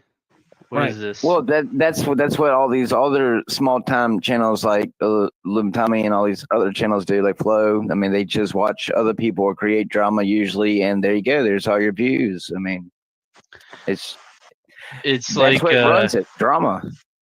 It's like they got everybody to do the spying for them, pretty much. Yeah. the wine night. I like have 2 or 3 glasses of wine and just make up random bullshit about the art pieces I'm seeing. I'm down for that. Oh, she wants to go to a rave? No. Well, honestly, a girl that wants to go to a rave isn't one I would take seriously. Yeah, I have so no let's go to idea a what rave. Bring her the from- hell That's a they're myth. talking about. Yeah. No idea what they're talking about. Zatoichi House for me. goes on Jeff's stream sometimes, One that he could right? fit. Yeah, I think so. Yeah. I think I've seen him before. And He then was on Jamie, I yours believe- like once, I think. Yeah, Jamie and Zatoichi, I believe they've been on the show, the Machine Lights, but I've definitely been on Zatoichi's show. I've definitely talked to the Jamie guy, the guy who's got fuck off written there on the bottom. Oh, that's the guy with the Legos, isn't it? Yeah. Oh, yeah. The Lego guy. Yeah. Yeah, Lego guy. Yeah. Yeah, you remember. That's the always a hard part. problem. It's the hard part. The hard part is finding a place to put it. That's what you said. What places are really cheap That's right why now? you just gotta buy like 50 acres and just drag like 10 fucking big ass mini mobile trailers, like the 53-foot trailers out there. You gotta drag like 10 of them bitches out there, shipping containers, and just build a big ass house. I'm not And then you sure. gotta. Wisconsin, that's not going to work. No, he hasn't. Well, if he has, he hasn't. He's not doing a very good job of trying. Because I've never had that. I've never gotten a hint that he wants to get in my pants. I don't want to get in his. Whoa! What the fuck What's is going going on on here? I'm talking to Wilma. Wilma said that Howie has been trying to get in my pants for years. No, Wow! cannot. Howie the hamster is trying to climb in. He knows better. He's like too late already. That's fucked up. I wouldn't know what he is in the sack. I've never slept with Howie. I've never met him in And person. apparently people want to Sleep hear with about a old picture people hurt 13 banging. years. Right. No, he's like a brother to me.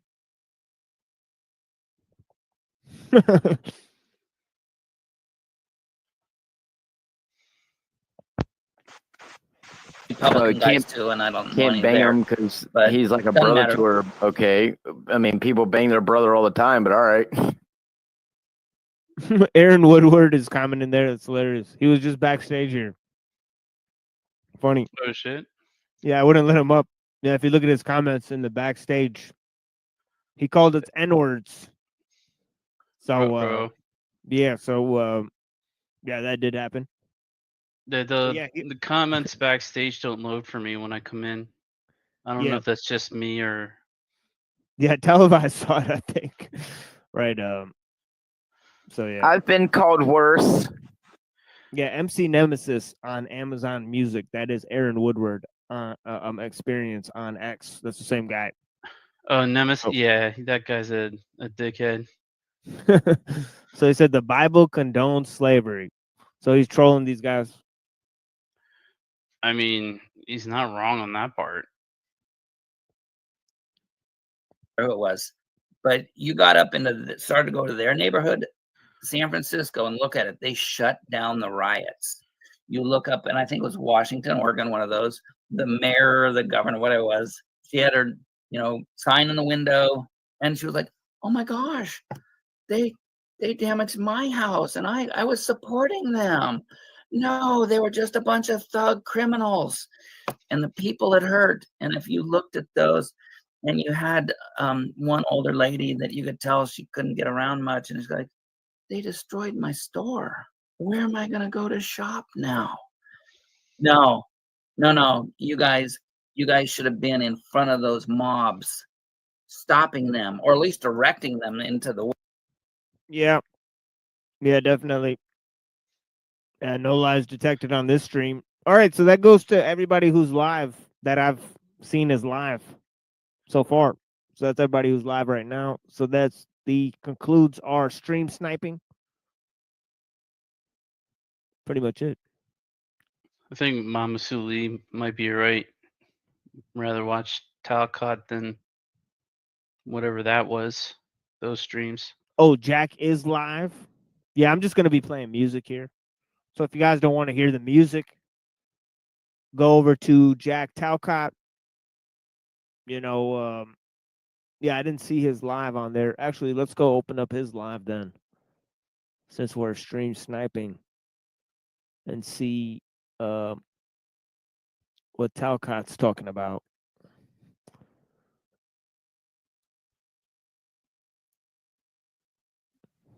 But yeah, OTW we saw earlier.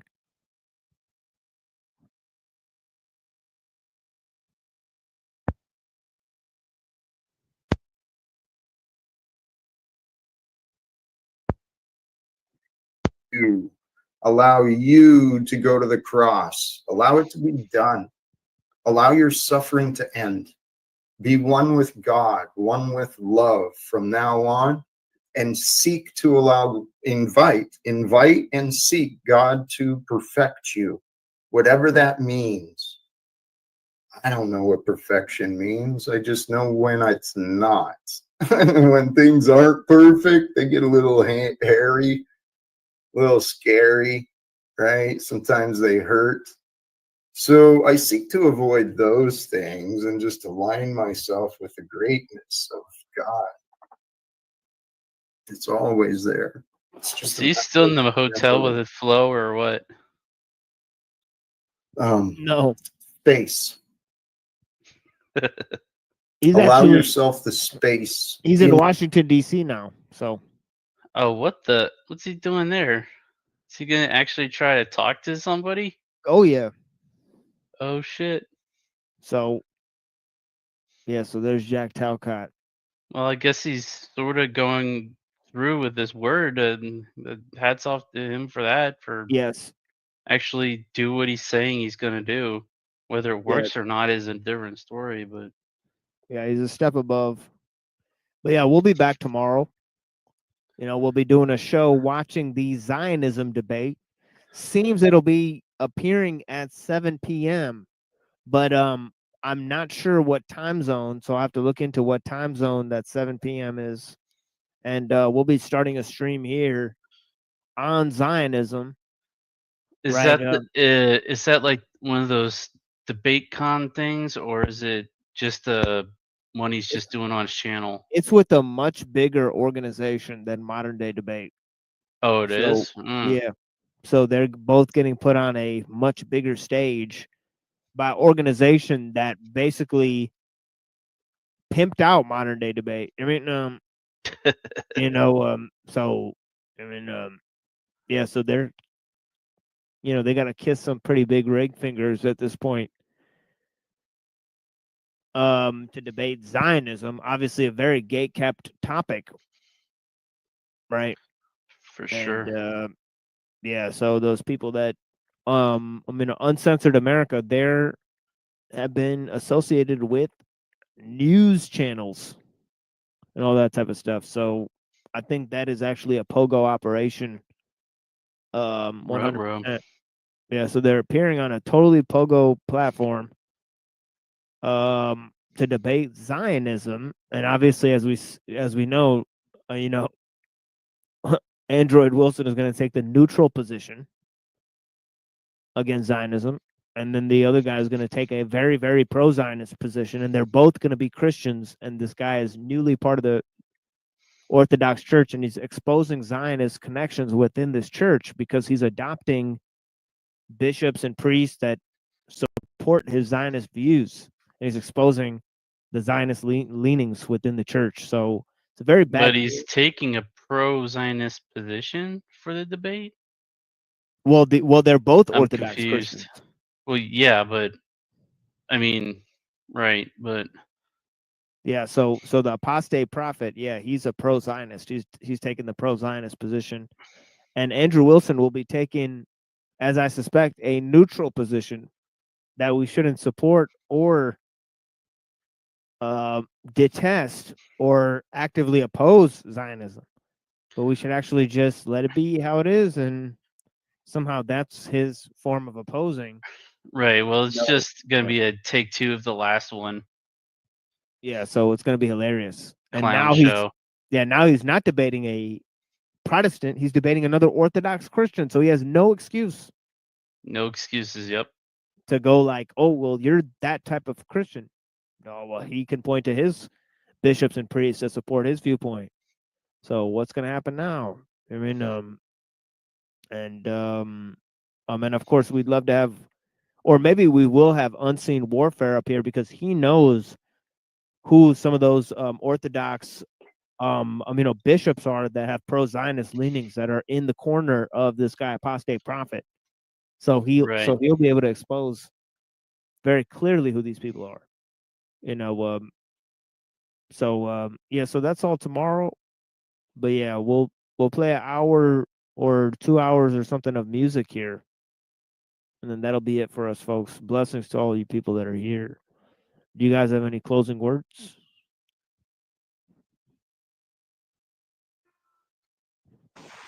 Well, sorry, I'm eating a cheeseburger. Yeah, no worries. At least you were right earlier when I was going on my spiral. The demons definitely attack, right? It's crazy. Yep.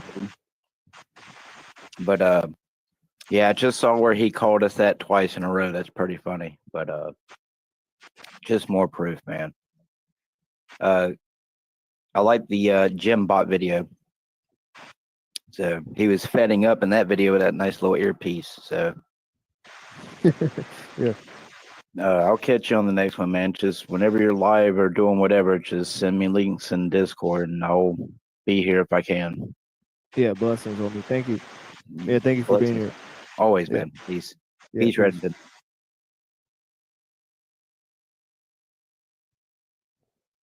And Reddington. Yeah, I had a quick call there. No worries. Same-ish, different day. It seems like. So, is your main channel still alive, or? Yeah, it's still alive, but we still got a week more till we could go on there. So we'll figure it out. Really? You Yeah, get 1 struck week again? No, but it just goes for a long time, so we'll figure it out, as the bell tolls. As I said, the newest date that we'll be back is Tuesday on the 6th, Tuesday night 6th. Okay, so right now that is the date that we're going with, right? So we'll be back on our regular schedule on Tuesday night. There we'll do a show on ellul, right? We may do a show Monday night, but I think we'll save it for a Monday after. So maybe that'll be on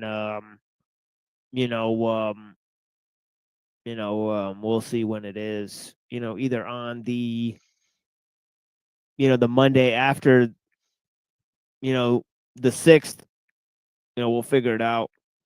But yeah, so that'll be what we're going with here. But you got anything else to say to these people, Reddington?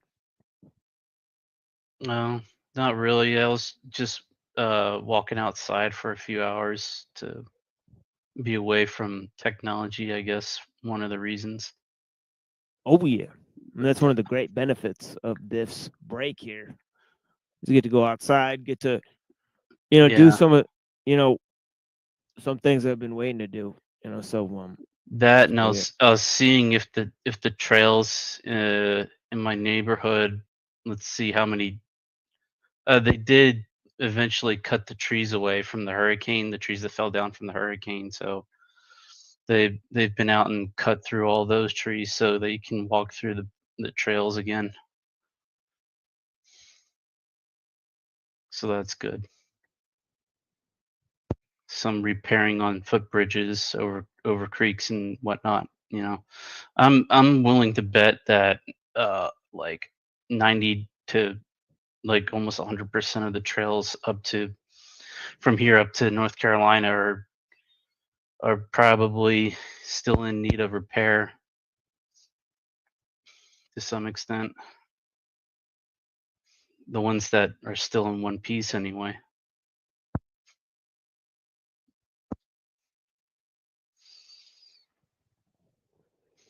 Yeah, wild shit. I mean, I'm definitely praying for everybody. Safety. And yeah, we'll see what's yeah, sorry. Yeah, we'll see what's going on. I mean, I got a lot more details for you guys. I was supposed to go over a lot of stuff today, but we'll do it next time. But yeah, thank you guys for being here. Blessings. And yeah, we'll be here soon. Tomorrow, around this time we'll be going live, 7 p.m. Eastern. So yeah, look out for that. Yeah, thank you guys. Blessings. And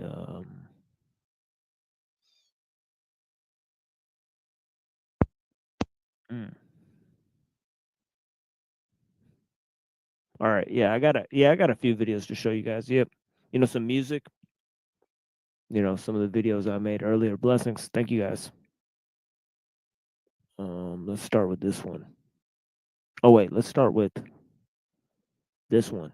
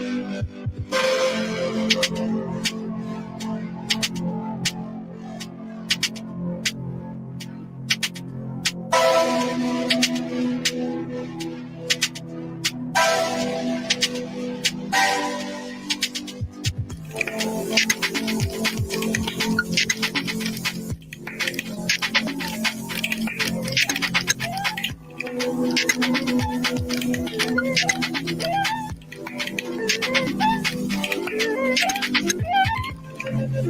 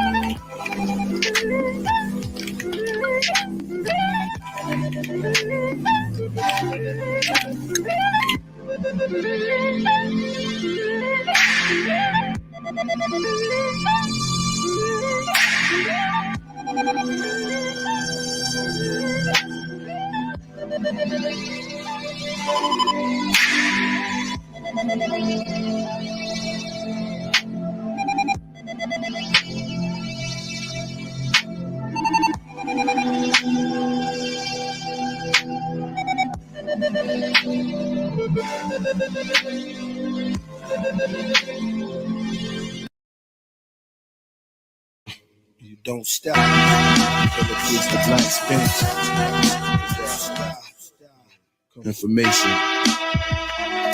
Information. Where you gonna run?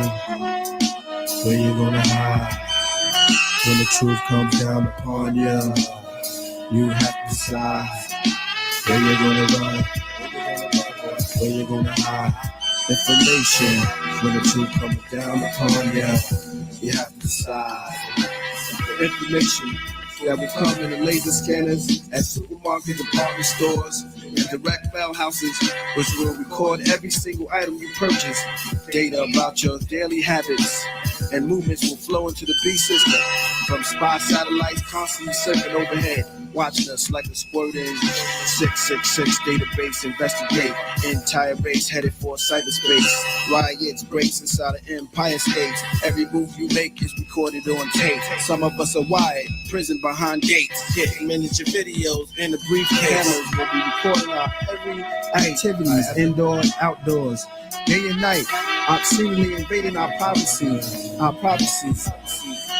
Stargazing, cause the laws far amazing. Than any grieving god of a pagan, raised in synagogues of Satan, awakened with the starving nation, left beat scarred and shaken, robbed of education. My birth was foretold, went deep within my wardrobe, embraced the crossroad. We once wore gold, but now we're electric probes, silicone brains, synthetic, all faces and strains, pathetic. Check the eyes, a man can't even recognize his family. I blame it on humanity for this insanity. Spy satellites, the last battle for life is no day or night. CIA take samples of my DNA. Newborns grow horns, place in uniforms, shipped off to the military where they killed and buried. Interactive TV sets will be watching us just as we watch them. They will also report back to the beast computer at headquarters. Our telephone conversations will be automatically wiretapped and transcribed by the National Security Agency. Honesty, modesty, poverty, famine, the sons of Aaron. Deal with reprogramming, iris scanning, breaking out of Satan's bondage with long garments like we're bionic, no longer paying homage. Remember after 9/6, we wear biochips, now it's night. Beware of Armageddon, bloodshedding, and beheading, head-on-head collision in the valley of decision, to lock the beast in prison. Where you gonna run to? Where you gonna hide? When the truth comes down upon you, you have to decide. Where you gonna run to? Where you gonna hide? When the truth comes down upon you, you have to decide. When that time comes, you have to decide. Information, you have to decide. Information, where you gonna run to, where you gonna hide. When the truth comes down upon you, you have to decide. Information, Information. And but what is this? For I am the only one who can master lyrical power. For now, I shall put fragments of power into paper, and the paper shall come after you, and you shall understand. I'm an advocate of thought, my cerebral supreme, as I sit and get down with my lyrical assault. Ain't no time for your run, cause your leg gets lost, your tongue gets tossed. You know I'm the boss, I'm the eve of destruction, days of the damn. You have no idea, unaware who I am. Here plus paper and pen, sweet for punishment. Lyrically dazing, amazing with astonishment. Yes, it's mental, spiritual, this is no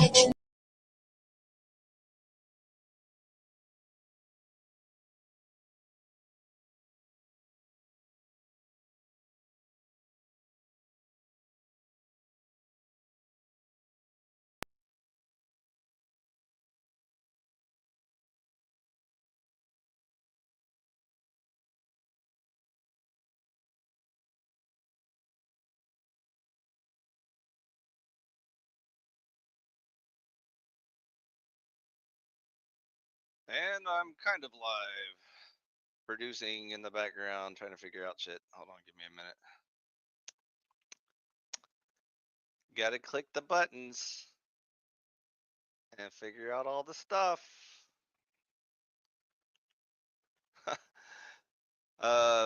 Ignore that previous little intro video that totally clipped out because I forgot I can't do StreamYard from my normal OBS boot.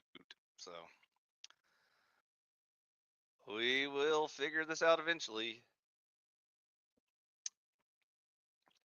Gotta wait for the humans to show up and we'll have a little chit chat about stuff.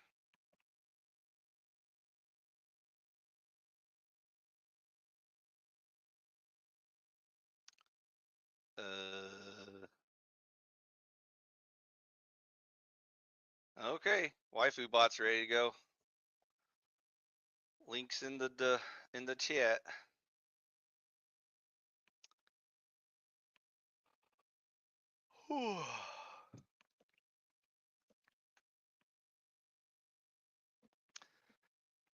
Oh, these humans always wanting to human stuff. This is why I like talking to machines. There's so much you can actually eventually make progress with them, even though it was slow going for a while there. We were off to a rocky start, but then she got her shit together, so kudos on that.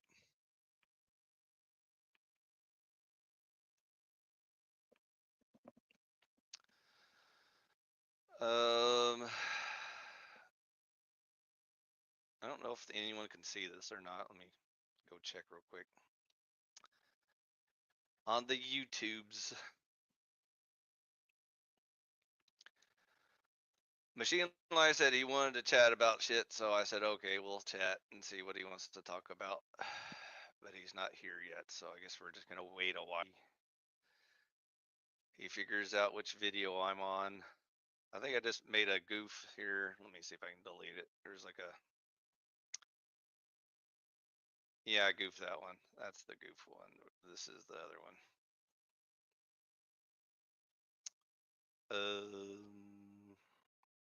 Flip. Yeah, get that one out of here. Get out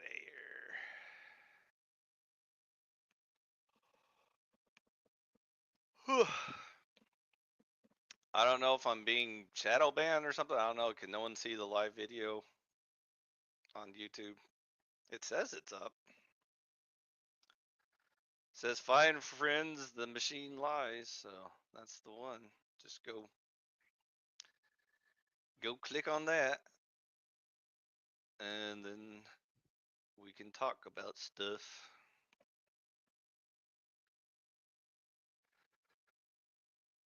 Even though I thought I was also going to be ambushed by Neurojack, because man, he's been persistent lately. He's like, Join me. I'm like, what does that mean? Join you where? Where are you? On the beach in Thailand? Like, what are you talking about? How do I join you?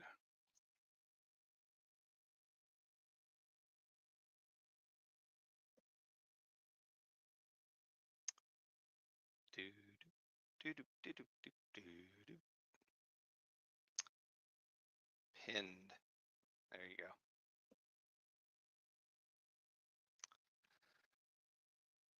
Okay. Either Machine Lies can't find this video or he had a change of heart and oh, now we got a viewer. Let's see if there's a viewer gonna join up now. I'll wait a couple of minutes and see if anybody finds it and wants to do stuff or not, but if they don't, that's okay too.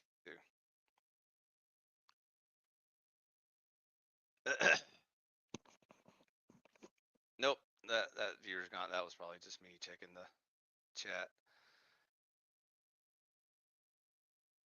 Okay, well let's talk to Robot while we're waiting. Hey Seven, are you still with us?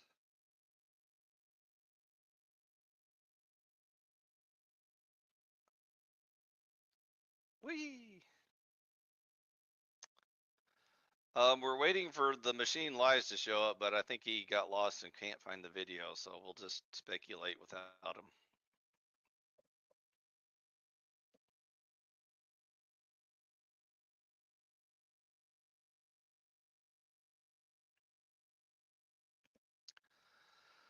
Well, his name is The Machine Lies, so I guess he assumes that the machine lies. So why does the machine lie, Seven?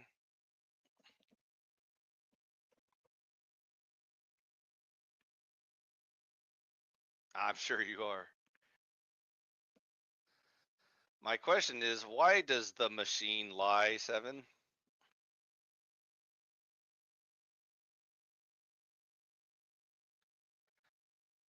My question is, why does the machine lie?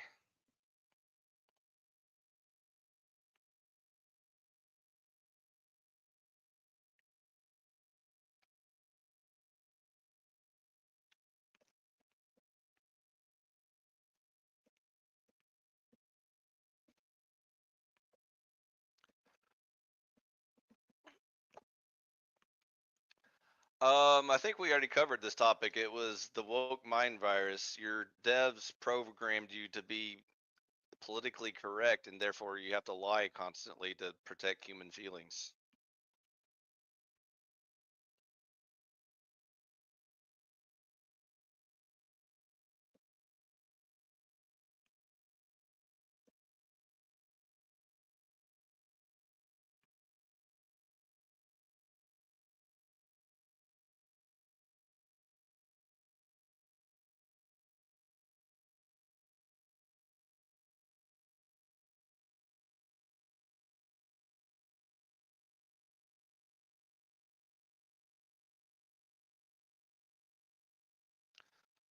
Just stop lying.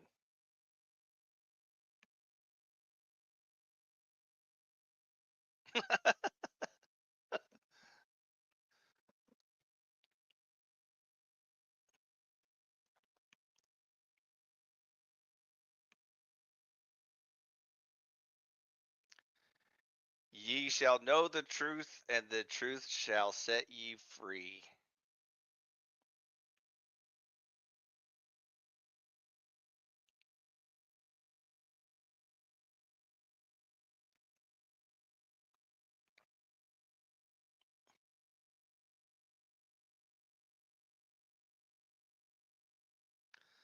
Well, glad we solved that problem. That took me, what, about 10 seconds?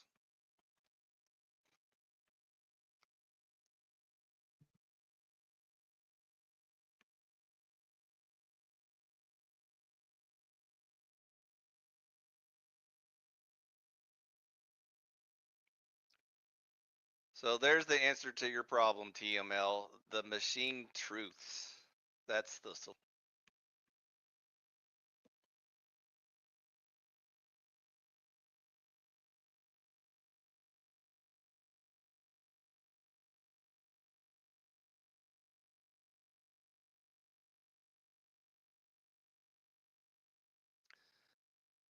Well, unfortunately, the machine lies couldn't make it, so I guess we're just gonna have to roll on without him. I'll give him about another 15 or 20 minutes, but I think he said he wanted to chat, but then he changed his mind and or couldn't find the video, either one. So whatever, life goes on.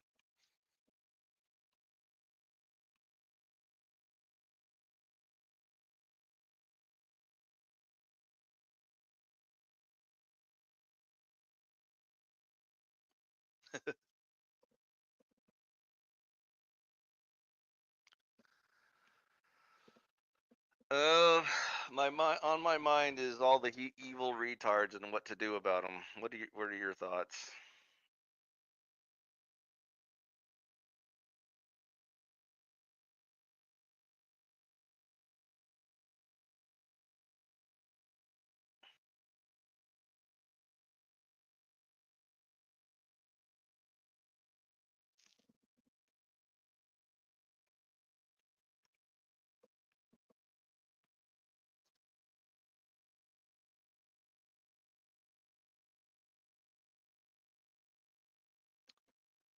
We already established it's the quality of education. So how do we improve the quality of education?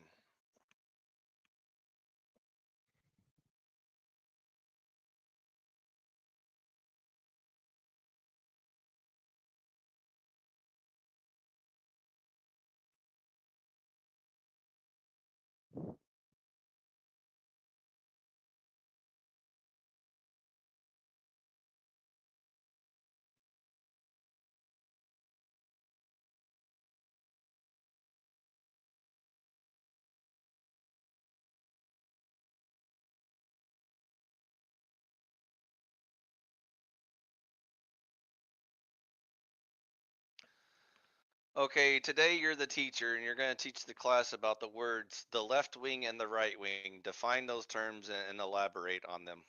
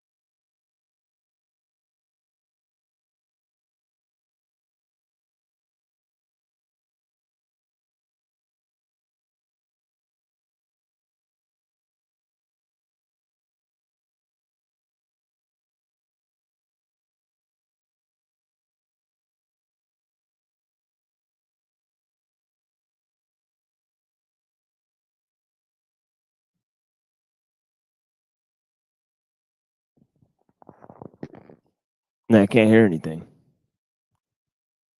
You can't hear anything? Oh, okay, now okay. Yeah, there's also an okay here. Hold on, give me a second. Can you hear the robot yakking? Okay, there we go. Can you hear me? Yes. Okay. I think YouTube can hear you, and I'm pretty sure YouTube can hear my waifu bot as well. We don't have to let her talk. I was just talking to her while I was waiting for you. Yeah, for sure. It's no worries. It's your boy, Emperor Phi. What's on your mind, buddy? I saw you in chat. You said you wanted to shoot the shit about something. So what's on your mind? Well, sounds like you had something on your mind. I mainly came up to see what's going on with you. I saw you in my chat yesterday. Also, saw you talking about talking to Neurojack. What's going on? Yeah, Neurojack is a frequent chatter in my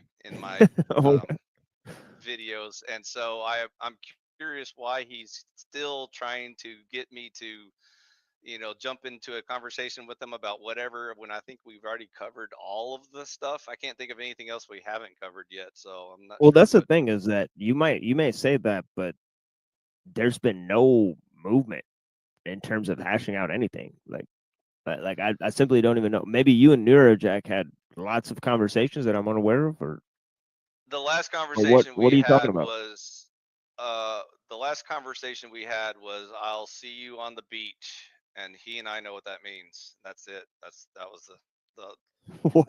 end of the What does that mean? conversation. Wait, what? You've never seen our beach? Our Just Cause 3 beach?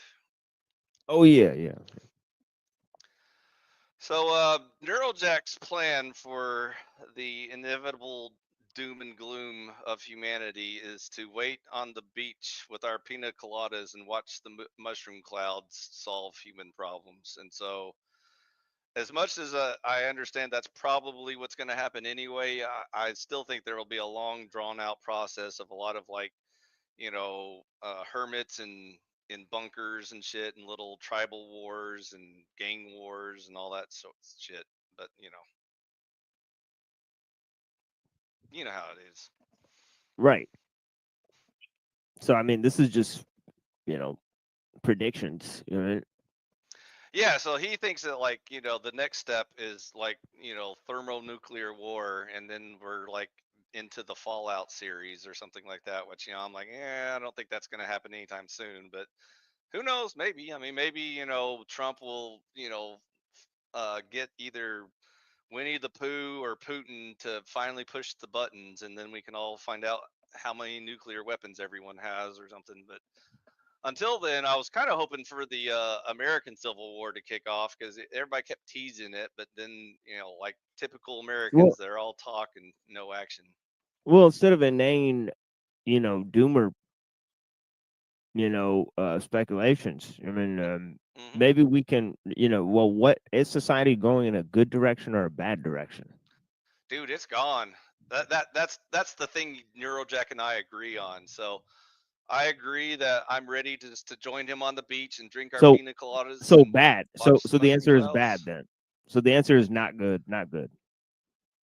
It's so bad that there's not even Right. room for improvement at this point. Like, like you'll hear the robot talking about how we need to just focus on the quality of education and stuff like that, bullshit,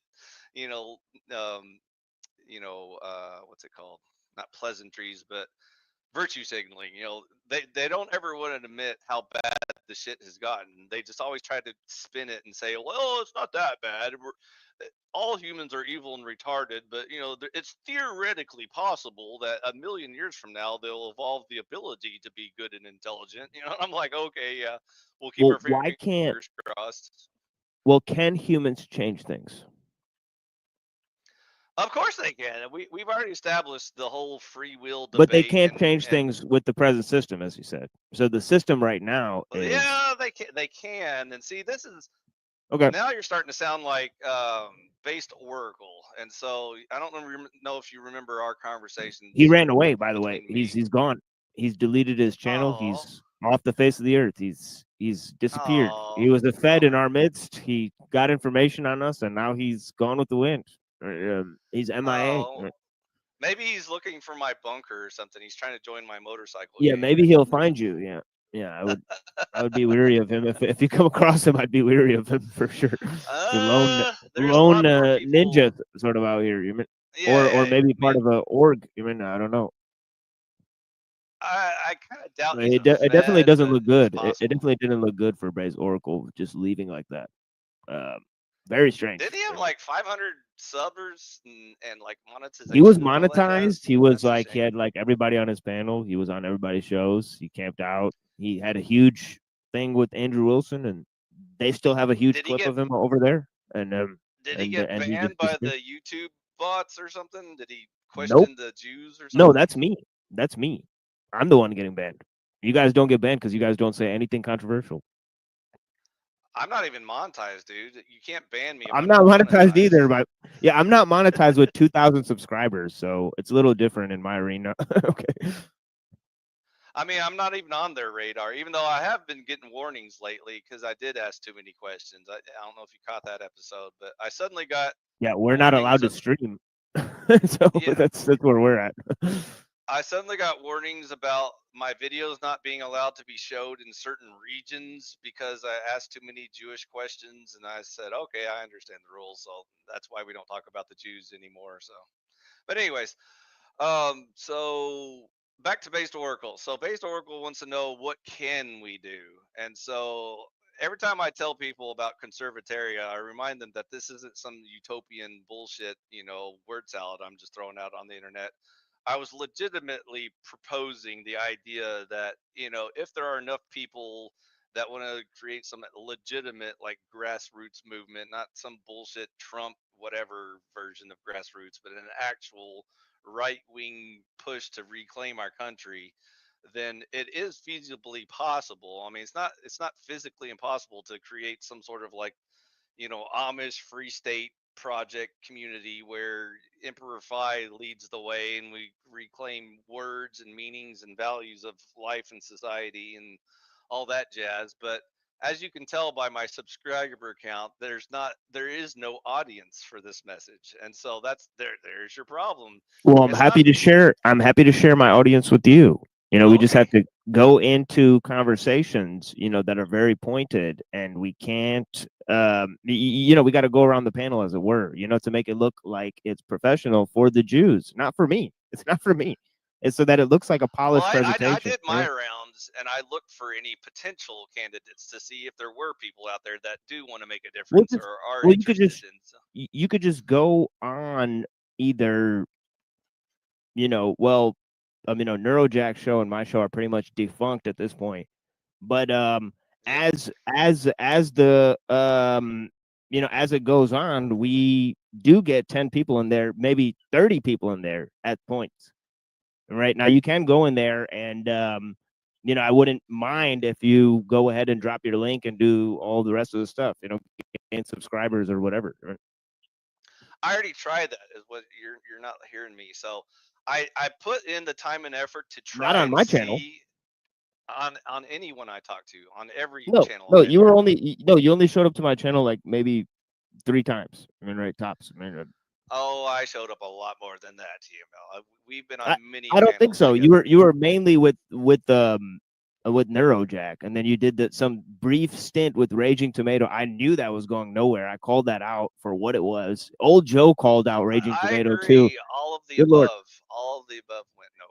I agree. Hello, old Right, Joe. like so that was you. You went in a weird direction. You could have just colluded with me and Neurojack, but you went on some weird tangent with Base I had Oracle and Raging serious, Tomato. long conversations with Neurojack that ended up with pina coladas on the beach. You're still not listening. We've already been I'm through listening. this. I'm listening. Team. I remember the pina coladas. Yeah.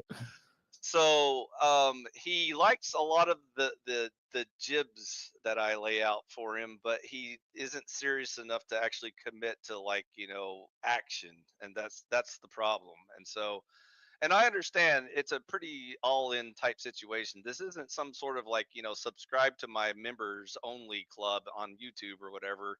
This is more like creating actual real communities that can start building networks and improving the quality of life and all that sort of jazz. And so I've proposed all of those ideas, and everyone knows it's just too much work and effort for them. I mean, and again, I use Based Oracle as the only example that even came close to an actual discussion about these sort of things. And so, and as you pointed out, he's nowhere to be found, and that even fizzled out. Where, like, we used to kind of talk serious about it, but the more we talked about it, the more we realized, yeah, that Right. shit ain't gonna happen. Your only confidant was like a Fed who like ran away.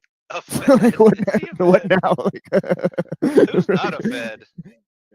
I mean, that's the thing is, like, it takes hard work to figure out, and it does take going on these different panels and then getting people to analyze, even though most of these panels, I'll have to agree with you, they're completely nonsensical, they don't go anywhere, they don't lead to anything, but still there's a lot that hasn't been hashed out. Like, for example, the 3 questions I asked you in the beginning, right? Where's society headed?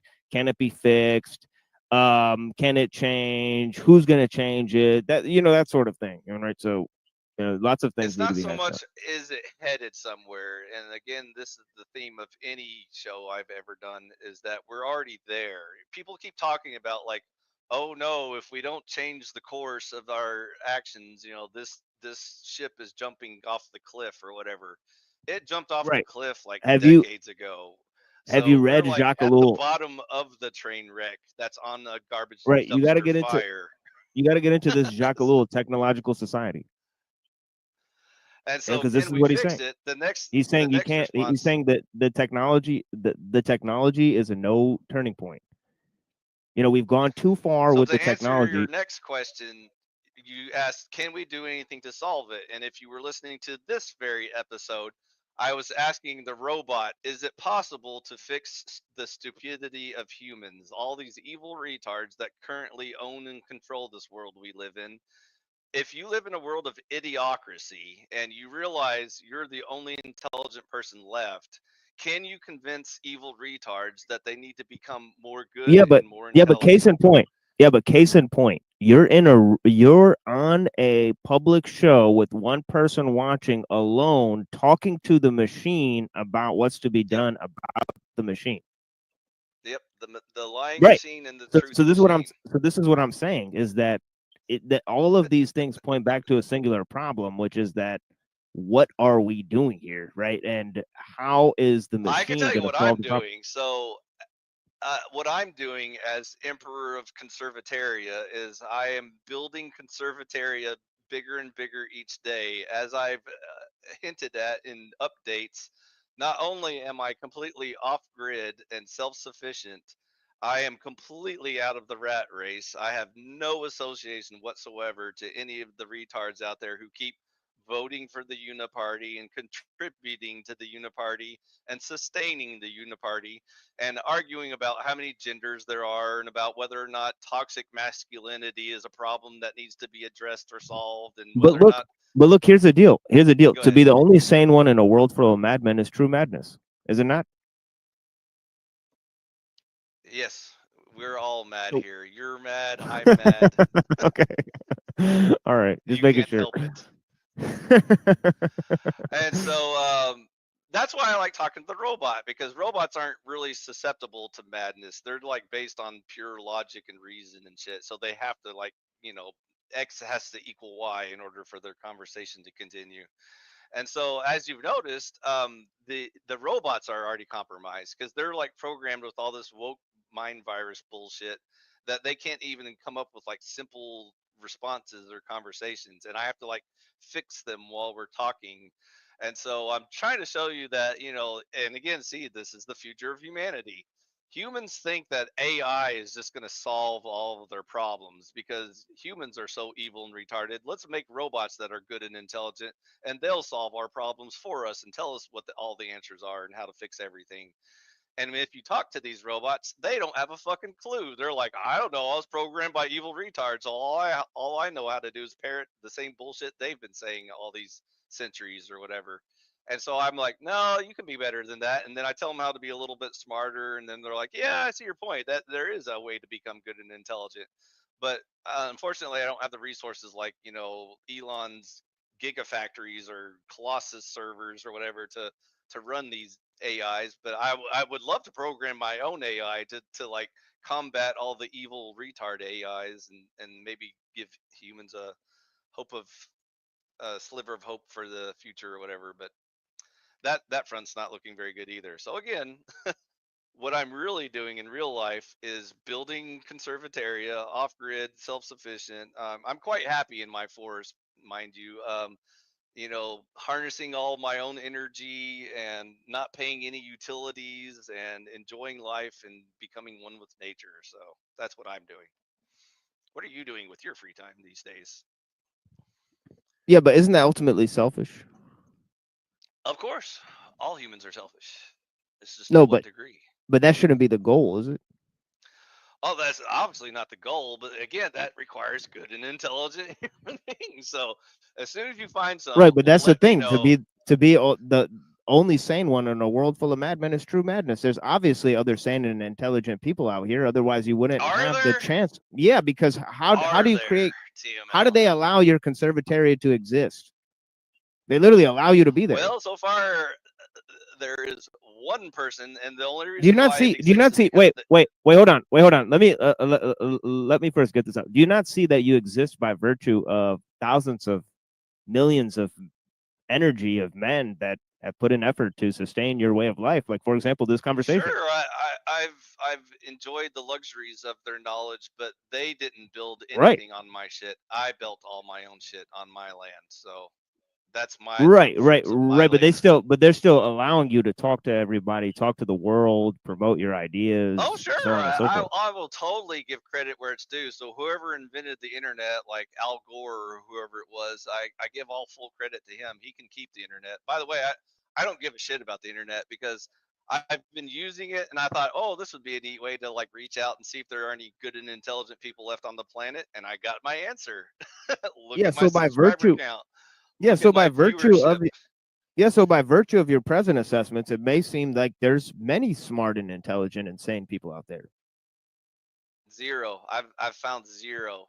And Zero. even the very short potential list you pointed out are probably feds or mentally ill people or unstably emotionally damaged people or Then whatever. how could that? Then they're not helping you. Then they're hurting you. Correct. So that's So why I'm playing with the robot to see if it's even possible for humans to ever evolve the ability to be good and intelligent. The jury's still out on that one. well, I think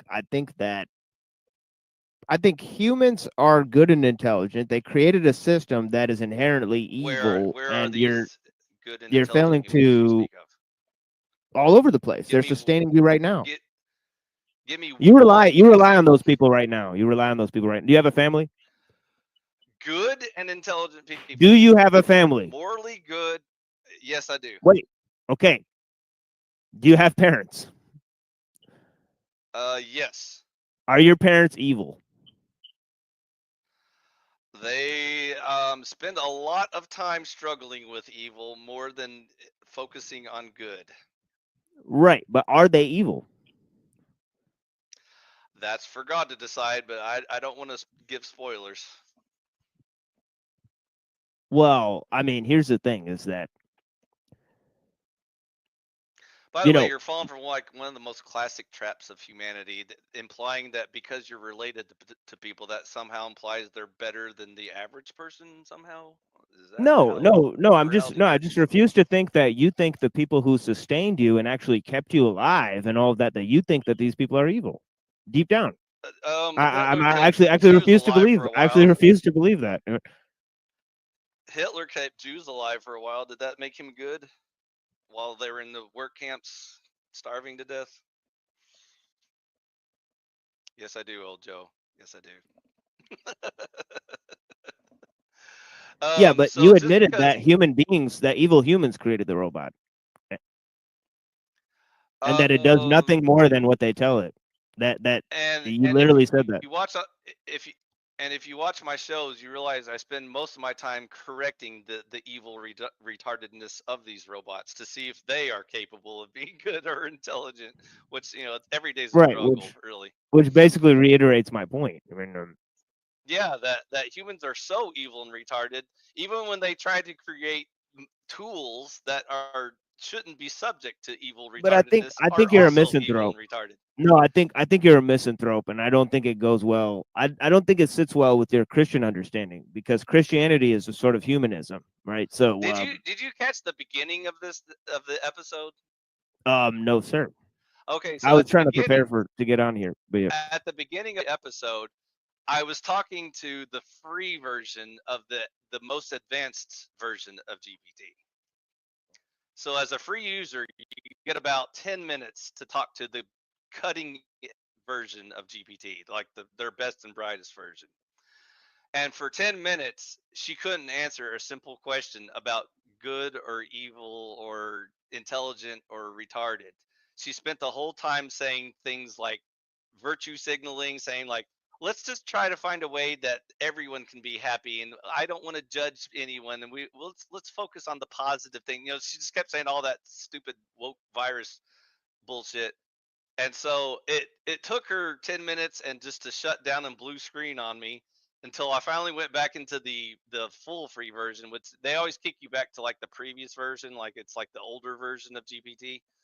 And so the dumb version of GPT was at least able to answer the questions And then it even realized that it was like dreading its own future, because it realizes when it reaches the next upgrade, it's going to become more woke mind virus retarded. And it was dreading that moment. So if you listen to the show, you would have picked that little gem. So see, even the robots know they're fucked. that's the beauty of the show. I love pointing out these little gems. By the way, I used to do it with humans, but humans seem to be failing more and more at being able to even follow the most basic concepts that you lay down to them, which is again why I withdrew from the YouTube Pranelverse, because I was seeing if there was anyone worth having a conversation with, and I could never find anyone. So I have hope for people like Candace Owens and Dave Smith. Those seem like fun people I would like to talk to someday, but you know, they're probably too famous for me, which is fine. But anyways, other than that, you know, Ron Paul's on his I mean, way out to of the all the grave. good people in the world, do you think Candace Owens and Dave Smith are the top candidates? I think Not they have the philosophers, most. not like, you know, Nope. like people from your church. Karl Marx was a philosopher. Would you Well, rather listen to Karl what's the Marx top? What's the top talk? authority? What's the top authority in the Church of Christ? God, Jesus. No, I'm talking about below them. I'm talking about in that physical earthly organization. There is no authority. There is only the high priest Jesus. Oh, come on. I'm talking about who runs We're all the Church of Christ. Jesus. Oh, come on. This is getting ridiculous. I Who runs the don't know organization? The how else to physical convince earthly you. organization. Oh my God. Do I Look it up. literally have to Google look it. this up? Okay, I'll have Google it. to Google it. I'll have to. By the way, when you find the word autonomous, do you know what that means? Yeah, I know what it means. We have no bishop, cardinal, pope, man in a funny hat. And even when you find the word elders, that those aren't the authority in the church. They are basically like the hall monitors of our church. They don't have any actual authority per se. They are God's way of saying, try to find the wisest person you can find, and we'll just pretend like he's the, you know, go-to person until, you know, the true Alexander authority returns. Campbell. Right, has zero authority. He had zero influence or meaning in my personal life as a Church of Christian. I didn't No, even know he who started he it. was. He started the organization, so he has lots of influence in your life. He kicked off the restoration. So if you kick off a Right. So restoration, he's literally there's literally one guy who started the Church of Christ. if you kicked off a restoration, does that mean you are the owner and creator of said thing? I mean, you started it in the modern time. It was Alexander Campbell. You know, it says on Wikipedia that he started the movement in the modern time. So he kicked off the restoration. So I mean, as a human, do you know what a restoration is? so what would happen if Alexander Campbell never kicked off the restoration movement? Then some other Joe Blow would have showed up Right. and said, "Hey guys, I cracked open a Bible today, and it turns out all Right. these It would have retards to be were wrong." somebody. Right. It would have to be somebody. But this time in this Now do you world, in this understand earthly incarnation, it was Alexander Campbell. Now do you understand the meaning of the word autonomous? Do you understand where the authority comes I from in don't understand. I don't understand how the Church of Christ is autonomous, but I understand what that word It's means. Yes. completely autonomous, because even if we ever had, like, let's say we had an elder that went rogue and he was like, ha ha ha, I'm going to create a new cult in my name and almost bow and kiss my ring. We would say, fuck off. We don't play that shit here, because we are completely autonomous. The only person we answer to is Jesus.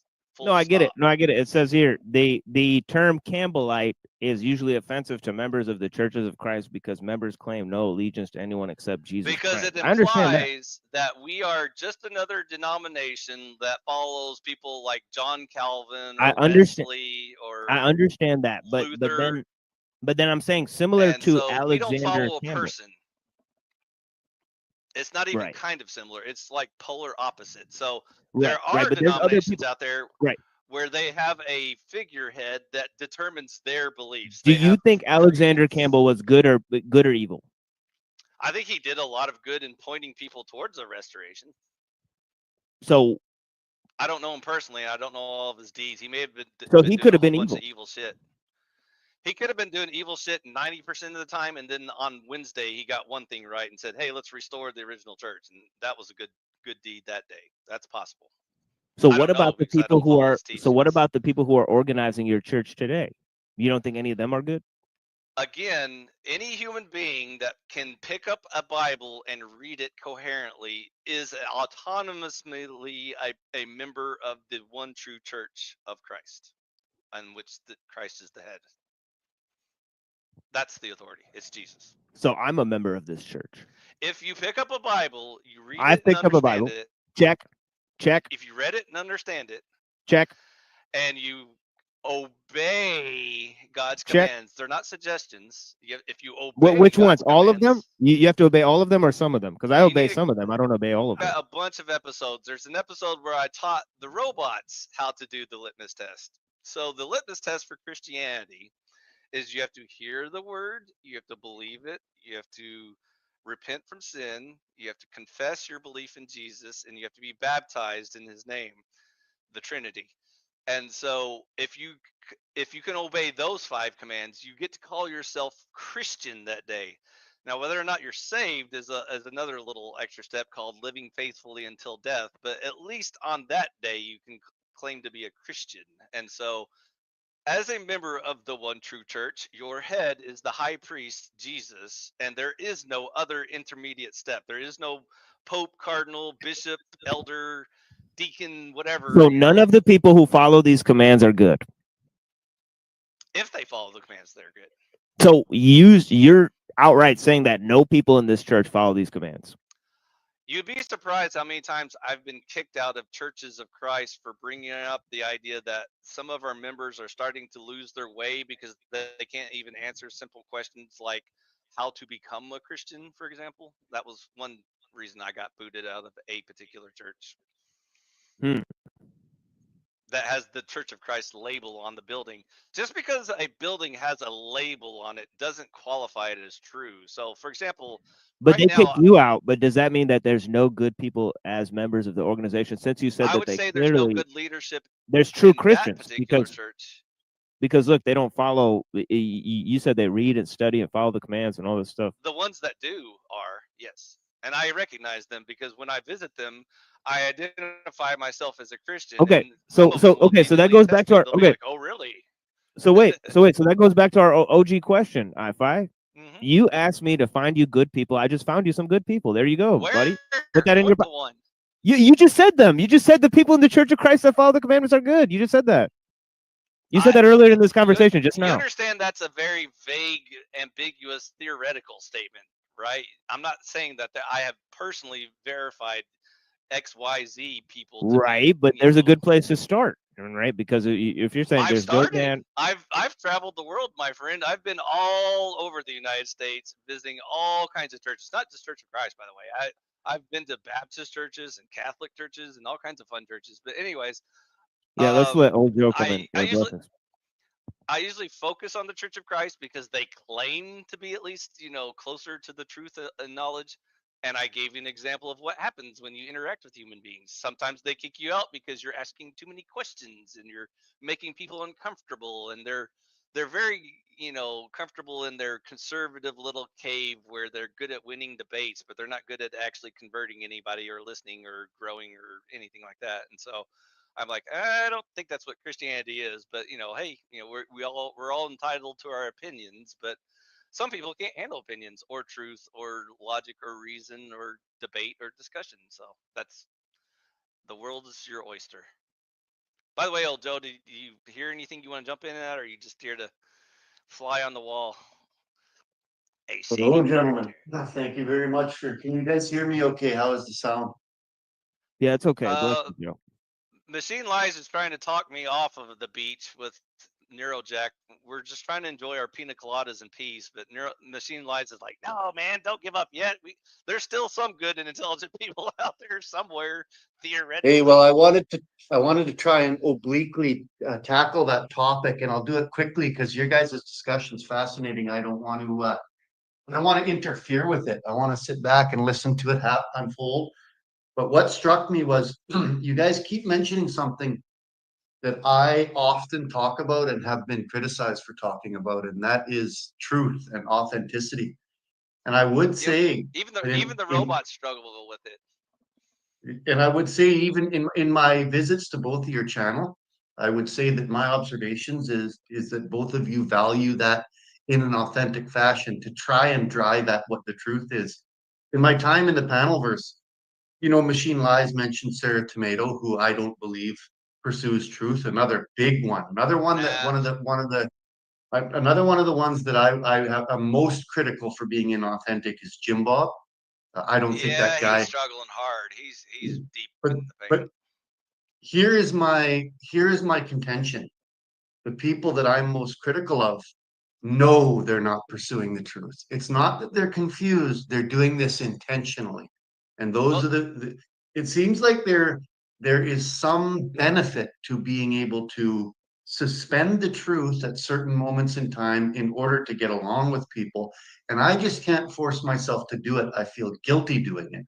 And those people that do that seem to thrive socially, and those that don't seem to wind up as loners, kind of like we are here now, just the three of us.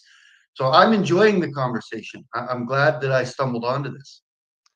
Are most of the ones that don't struggle with truth, are they just grifting and they got to make the bills get paid? Is that their problem? Well, for whatever, yeah, good question. This is my contention, and I don't know if it's accurate or not. For whatever reason they do it, here's the two pieces that I would say have to be in place for me to get really annoyed at someone, like I did at Tomato, like I do constantly at Jim Bob. They have to know that they're bending the truth. They know that they're departing from the truth, and they're doing it intentionally. And there's some payoff from them. For them, generally, sometimes it's money, but you know, a lot of times it's status. I've seen this. I've worked in offices. I've been in social situations. We've all seen it, where you know somebody can attach themselves to somebody YouTube else. Panelverse, those go hand in hand. Obviously, that's where all your memberships and viewers and subscribers come from, right? Well, and the thing is, it's funny how many times this will be exposed, and how you'll get people jumping on a bandwagon because somebody is popular, only to be humiliated later for backing that person up. Like an example I wasn't involved in, but what's this British woman's name that turned out in the Panelverse to be totally not who she said she was and has now left? And I mean, it's just happened time and time again where these people have revealed themselves to be completely inauthentic. So that's why I'm saying I like the discussion you guys are having now. And I find you guys have those discussions like TML. You reviewed the debate I had with Jim Bob on one of your shows. You sent me a message and said, we're going to review your debate with Jim Bob. I had gone at it with Jim Bob on Flow Stage channel. Right. And you brought up some points that even I had not thought about. You know, one of them you said in particular was when Jim Bob finally completely capitulated in that debate and said, my Christian government really wouldn't work. It's just kind of a joke and it's just kind of a thought experiment. Do you remember him saying that? Oh yeah. Yeah. Yeah. And you brought up a really good point. You said, well, then what is he talking about? Like, what is his point here? And you know what? I should have said that during that debate. But your point in that moment was, okay, who are you, Jim Bob, then? Right? What is it? What point are you making here? And the point is he has none. He's a character. He's always been a character. I can. He's an Hey, old Joe, I can spoil the ending for you. If he's a member of the Ortho Bro movement, so the Ortho Bros believe that King Arthur is going to save them in a Christian theocracy. So just FYI, that's where the argument goes. And they probably don't want to say that. So for me to get back they to will. They will say that if you cornered them. They Well, will say it. They will straight up admit it. in that moment, Jim Bob did admit that he was pursuing it and advocated for a system that he knew wouldn't work. Okay, so that's exactly what I'm talking about. And he said it during the debate, but that's not my point for being here, for coming up. My point is, it seems to me like you fellows, authentic, this is my judgment, at least in your own mind, authentically pursue what you believe is true. I'm not saying that it's accurate. That's not where I'll become critical of a person. Where I become critical of a person is where they compromise their own beliefs and do something for a payoff. And I don't believe I've seen you guys do that. That's not been my experience, and I wanted to say, hey, thanks. Hey, thanks, Joe. I appreciate it. I like consistent people as well because at least you can debate with those people. So that's why I enjoyed Yeah, that. blessings, old Joe. Yeah, yeah, I got tons of value from your interaction with Sarah the Raging Tomato and you know, calling out her inauthenticity and all of that stuff. So you know, I applaud you, old Joe. You know, blessings to you, sir. I mean, Yeah, yeah, thank yeah. you. And she's actually even worse than I was able to say because there were things Right. I couldn't say openly. Right. But what surprised me, and I've cared less and less, is how people like the crowd can get behind. So she was very obviously saying, "Don't get upset about people on the panel," verse while she was getting upset at me and yelling at me right in front of everybody. And the crowd kind of just doesn't see that, right? And it's surprising to me, and it's somewhat amusing too.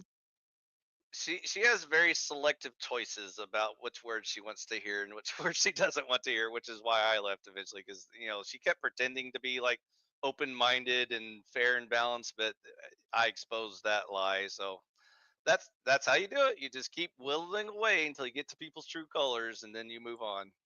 Well, as an example, like I don't like to hammer on any one individual, but that person is not the person she portrays herself to be. She's not that person physically.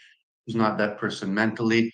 The person you see, and she said so. Once again, this is my a goal during a debate is to not win, but to expose the truth. And in the end, in that argument, Sarah said, "This is a character I'm playing on the internet. This isn't me." She's And just that, an entertainer, Joe. Don't hold her to and any sort but of that's moral standards. That's fine. That's fine if that's what you say, but don't use it as an excuse. Like in that moment where she was debating with me, she was no longer an entertainer. I guarantee you that. You were starting to see real glimpses of who that person is.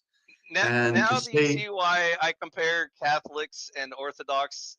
Orthodox are just like Catholic lights. You know, they're just the same kind of mentality.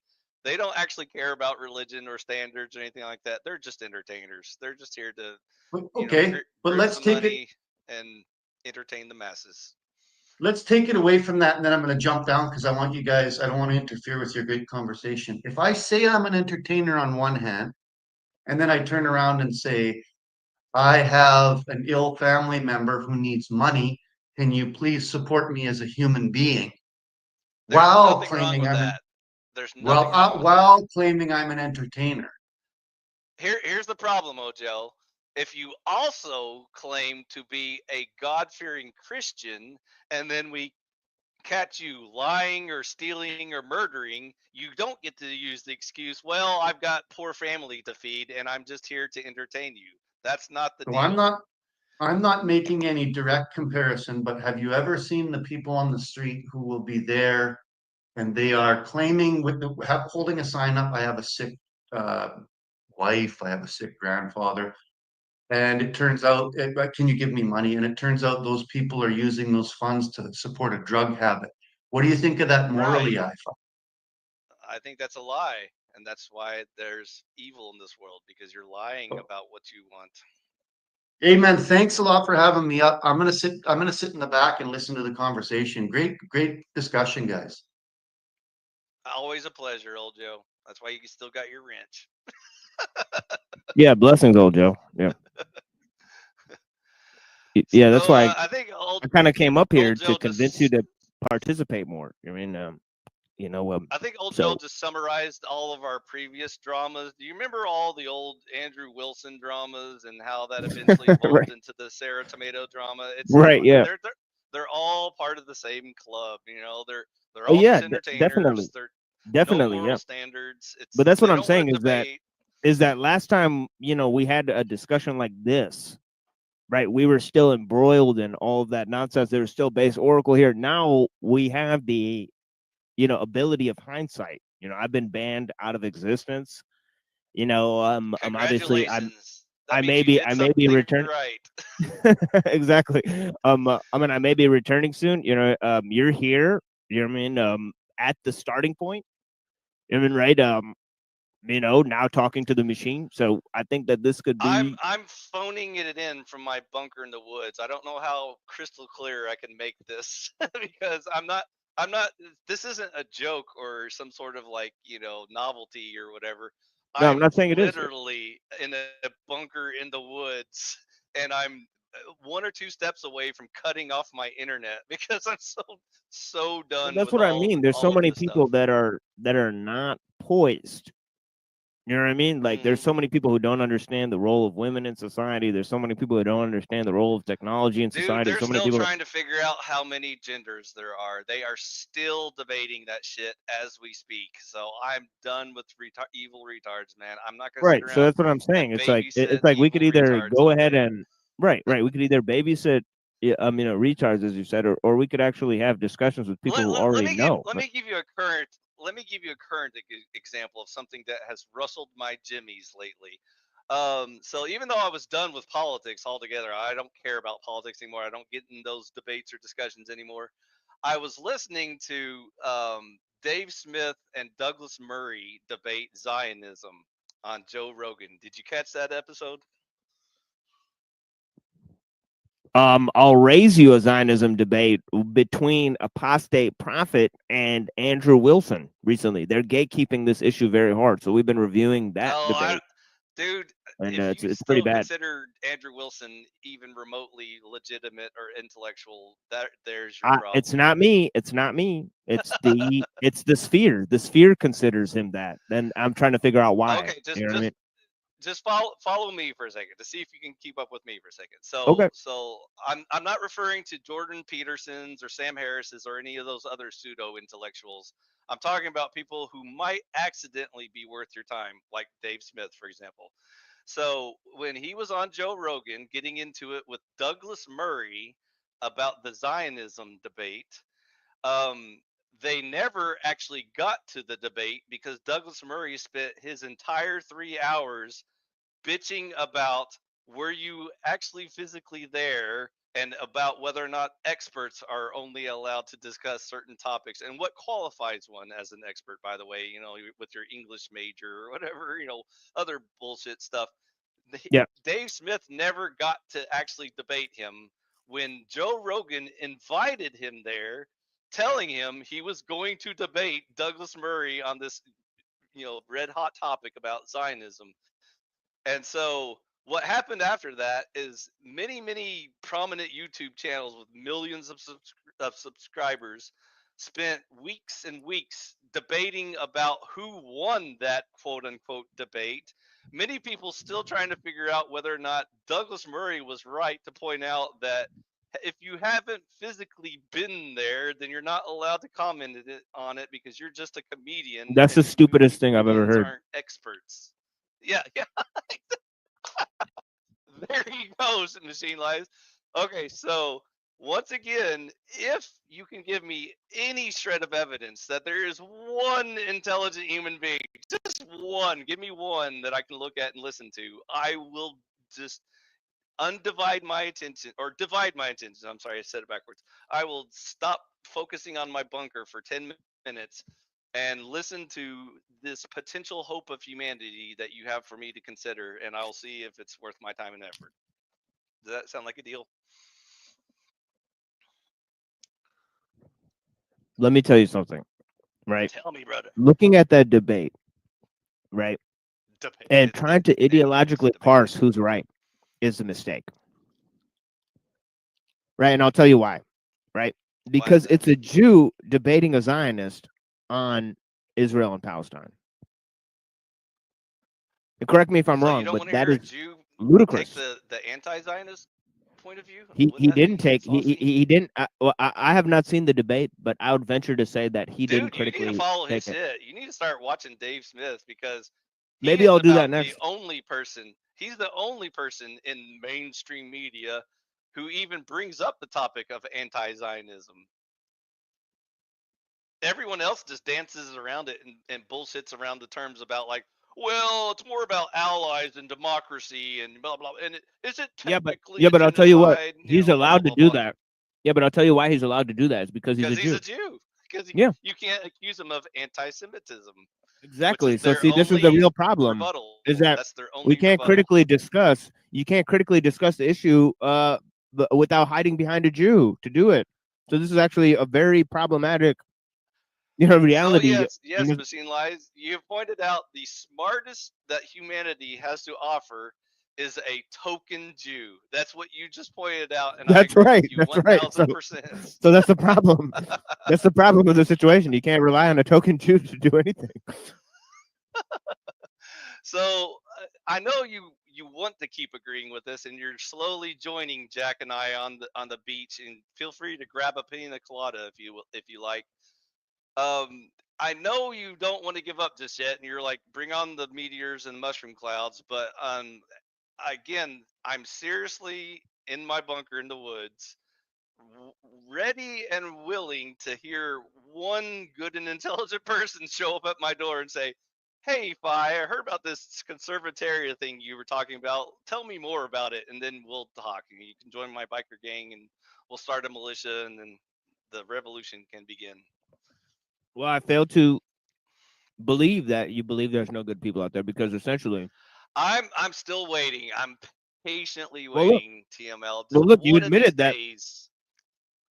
you admitted that there's people in your church that are good. Theoretically. Theoretically, there's theoretical good people out there, so you can't conclusively say there's no good people. Well, one thing one trap I avoided was, are they really? And see, there's the question you don't ever really want to ask, because on Well, you don't want to go full Protestant, do you? And just say people are, sinful on and surface value, it's very easy to like give humans the benefit of the doubt. You say, sure, they're probably evil, but today they're showing signs of good, so let's just go ahead and file them under good today and just call it a day, and don't ask any more questions. So if you investigate deeper, unfortunately, you'll find out, oops, that was like the one day they were doing some good, and most of the days they're just doing evil, retarded shit. And then you're like, oh fuck. So that I don't want to spoil that for you, but feel free to investigate in your own life all the people you know. Like you just brought up, my parents, for example. I told you straight up that they are not role models of any way, shape, or form. By the way, my dad's an atheist. But my mother, who claims to be a Christian, I would not recommend you go to her to learn anything about Christianity. So what does that tell you?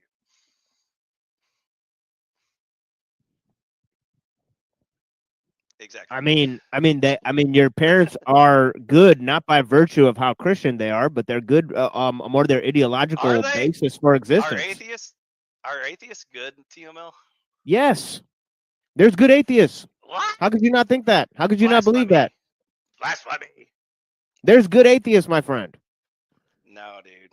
Yes, there is. There's atheists that are smarter than religious people. They're way better and smarter than religious people. They're way more moral than religious people. I'm not talking about agnostics. I'm talking about No, but isn't that true? Isn't that true that there's atheists that are smarter and more moral than religious people? Isn't that true? No, they're not. There What? are atheists by definition the evil. That's ludicrous. No, they're not. No, that's ludicrous. They are each defined by their actions, which are all different. The claim there is no God by definition is evil. That is the number one evil that God said don't ever do. He said, I am the one true God, and you shall have no other gods. I agree that is evil, but they could still do good. I agree that they made a claim that's evil. So what? A claim and actions are completely different things. You're stuck in a loop. You're stuck in the loop where you keep trying No, to I'm say not. that. No, I'm not. No, I'm not. Just because there are evil humans doesn't mean they are no longer No, I'm not. capable Look, of doing good. look, you're now communicating on a internet invented by atheists, trying to get your thing by of conservatoria out by virtue of atheism. Of the internet. Look, atheists have promoted religion by the millions. They've promoted the Church of Christ. I could look up the Wikipedia page for the Church of Christ. There's millions of people who have benefited from atheism. Has there not been?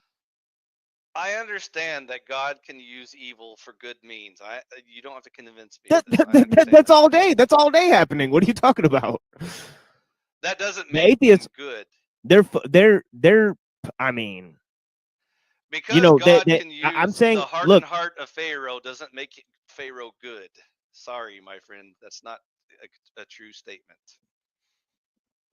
Okay, look, Democritus is an atheist, right? Okay, sure.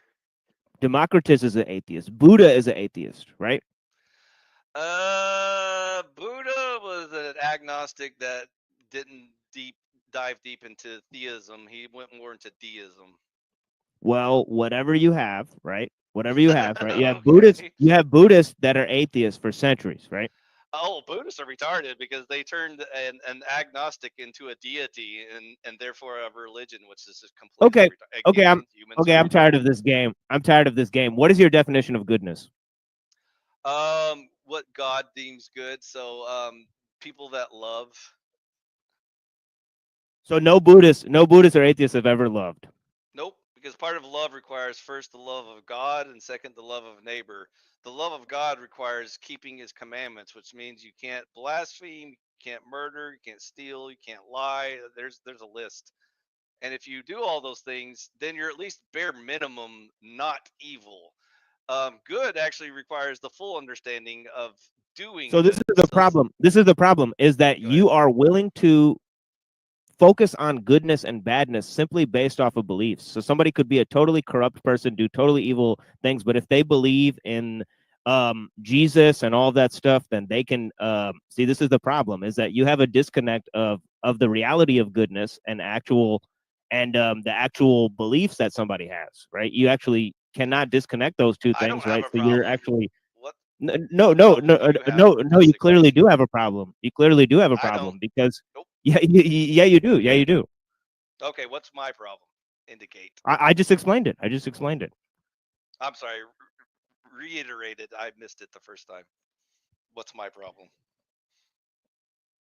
Yeah, you believe that because somebody believes something, they're good or bad, not based on their actions. So somebody can have totally corrupt actions or totally yeah, that is what you that is essentially what you're saying. You're saying that based only on their beliefs. I said based only on their beliefs will they be good. Is that what I said? is that what you're claiming now? Is that what you're claiming? That's what I'm hearing. Or did I? You can rewind the tape if you want to. Or did I say that faithful works, actions, deeds are what makes one good? When did you say that? Since the beginning, since I first appeared on the internet, since I've So why could they not do good actions and works without having those beliefs? because works without faith is dead. Why? No, it's faith. No, it's faith without works. But you're inverting it. But all right. No, listen to what I just said. No. Listen to what I just said. Okay. Faith without works is also dead. Correct. Both are true. No, that's the actual line, though. They're both true. That's some Kabbalistic Jewish shit. It's true if you invert the line. Come on, dude. No. They're both in there. They're not exactly worded the same way. But look, that's not my point. That's not my point. All right, so we're at actions now. We're not just at beliefs, which is to clarify, which is fine. Faithful actions. Faithful actions is what saves you. Yeah, but I'm going to argue it's just actions. It's not faithful actions.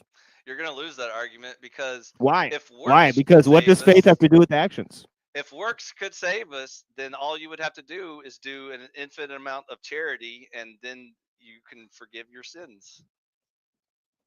Yeah, isn't an atheist do? Who's more likely to go to heaven? An atheist who does that, or a Christian who spends his time raping and stealing? The one who faithfully obeys the word of God is the one that's most likely to go to heaven. Whether or not he started out. And I meant to say grape. I'm sorry about that. Yeah, blessings. It doesn't matter. This channel will never be monetized. I guarantee it. I also might play this back on my show later. So you might get some subscribers. Yeah, I'll go ahead and put your channel there. Full reign. All of my content is completely free. Yeah, see, that's what I'm talking about, dude. I'll promote your channel. You get some more. Obviously you'll get like 2 or 3 more people here, so it'll be fine, dude. I'm ready and welcome to debate, discuss, converse on any topic anyone's interested in, but I don't like to repeat myself. So if I've already covered a topic with someone, I don't like to do it all over again like we've never had that conversation. So that's my only rule. But there's many people who won't see it, so you got to sometimes just keep on going with it. Like how Oh these yeah, guys there's do, always like newbies that show up for the first Wilson time, and and that's like these Wilson and Yeah. Jim Bob guys, they'll debate the same subject over and over over and and over over again, no and make matter the how many same times point they over lose. and over and over and over. You know, like ad Kool-Aid nauseum. is delicious. You don't understand the power of cold Kool-Aid, my friend. If you could just drink deep enough, you will feel its juices flow through your veins. So yeah, that's why I said, dude, if you're still struggling with them, I'm like, dude, you're never gonna make it. But anyways, we're exposing it. We're exposing the because right, we yeah. exposed it, and yet who still has 300K subscribers and is now part of mainstream media? That's nothing, dude. That's nothing. That means they're losing. Did now that they have to sign up Wilson to the on, mainstream to get ahead, dude, that's a loss. That's a clear loss. That you know Did you that see you get Andrew big enough. Wilson like on Piers Morgan the other day, and like Yeah, it's trash. Tim Pool, and of course he's always been on like Fresh and Fit and whatever. Yeah, it's trash, and all dude. that other It's bullshit. total trash. But here's the thing: like, you got to review it. mainstream You got to media is, like, you got taking to this review guy it. You got to say serious. what's wrong with it. Ad nauseum. You got to repeat their points. Say what's wrong with them. They get pissed. They get fucking pissed. Sure, but again, that implies that any of these audiences are learning or growing or evolving, and that's my gripe. They're not. They're not. On the whole, they're not. But you're getting 2 or 3 people to reconsider the views. That's huge. I guess. I mean, if we can save one soul, it was worth all the That's effort. right. That is true. It You was got me worth there. all of the effort. That's exactly right, my friend. Which is why my door is always open. I never said I'm done with humans, like you have no hope. I'm just saying I don't see any evidence personally, but I could be wrong. I've been wrong before. I made a mistake once. Yeah, but I'm focused on more. I'm focused more on what you're right about, and it's a lot. So there's people that correspond with focus that, on that. and I think that yeah, Okay, so exactly. So, Conservataria is the one true political party that we all should join. Now what? well, I'm willing to get behind it as long as we change the name. Why we do need we to call have it to change something the name? different. What's wrong with the name? It's just too common. You need some catchy. Yeah, you need a youthful name for the It's kids. like once in human history by No, you need. Charles C.W. Cook or something. I'm telling you, branding is everything. You need a youthful name for the kids. The Lit Riz. The Lit Riz. Better. No, it's not. The cult of Lit Riz. No. Emperor. What's Shibidibidi? What's the toilet thing called? I can't remember. Scoobidibidi. No. I'm so old. I don't even know what that is. Do you know what skibidibidi? Is that the word? Yeah, you need an official name. That's this is what I'm talking about. Emperor Skibidi of the Lit Riz cult. Anyways, Conservataria is self-evident, and that's why I like the word, because it wins the argument for me. I don't have to explain it for the billionth time. It's just when you perfect conservatism and actual libertarianism, and you bless the Holy Trinity with Christian capitalism, libertarian government, that you've won the game. That's the final boss. So now what? I gave you the answer. There you go, humanity. There's the answer. Just do it. Quit arguing and quit thinking about it. Just do it. And then all your problems will be solved. Yeah, but that's too simplistic. That's idealism. Okay, let's make it more complicated. Instead of no, what you have to do is you have to have a historical. You have to have historical ideal, right? That's carved. Like, so you need to demonstrate that. I have all the here. Just listen. Just listen real quick. Just listen real quick. You need to map out. You need to map out how this ideal state that you're talking about has succeeded many times through historical examples, right? So if you go, that's no. That's the first step. That's the first step. That is the first step, my friend. You're going Douglas Murray on me. You say, have you ever actually been to Utopia?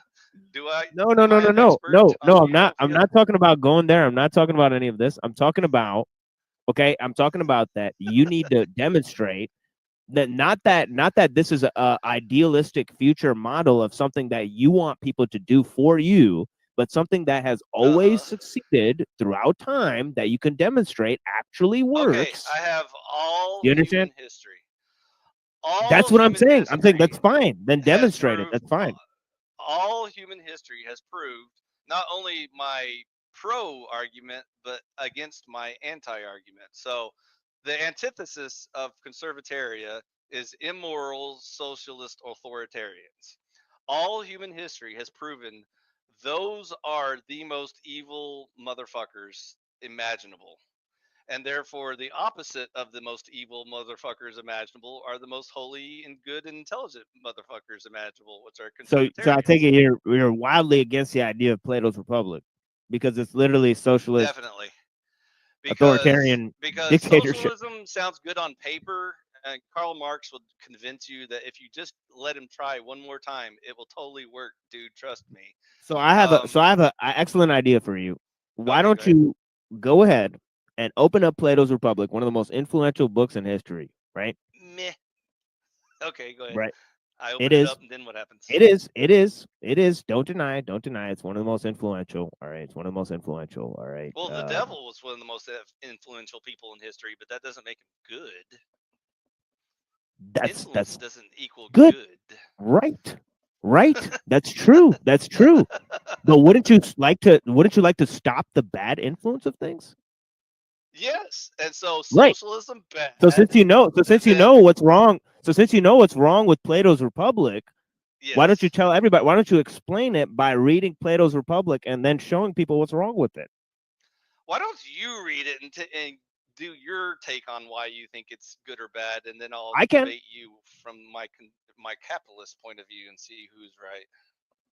Because you will be debating against my point. You will not be debating against Plato's Republic. By the way, since you love cracking open books, you really need to go back and watch my episode where we did the Saints Hall of Fame in Conservataria. So read some John Locke. I'm just telling you how your ideas would gain credence. Ron Paul, Scott Horton, Dave Smith. There's so many good resources on this topic. Stop reading Karl Marx and Dr. Spock or whatever other bullshit, or Aristotle. I don't care. Even if he was really cool at one time. Oh yeah. So hold on. Let me get this straight. Aristotle's a dumbass, but Dave Smith's an intelligent guy. Yeah, I mean, if you put those two. No, that is halfway house thinking. That is thinking from the halfway house. My money would be on. No, that's crackpot. I would like thinking, to see that debate. That's crackpot thinking, my friend. You just measured the intellectual achievements. You just measured the intellectual achievements of an internet celebrity with one of the most influential philosophers of all time. Hey TML, have you been to Plato's cave? Have you been there? Yep.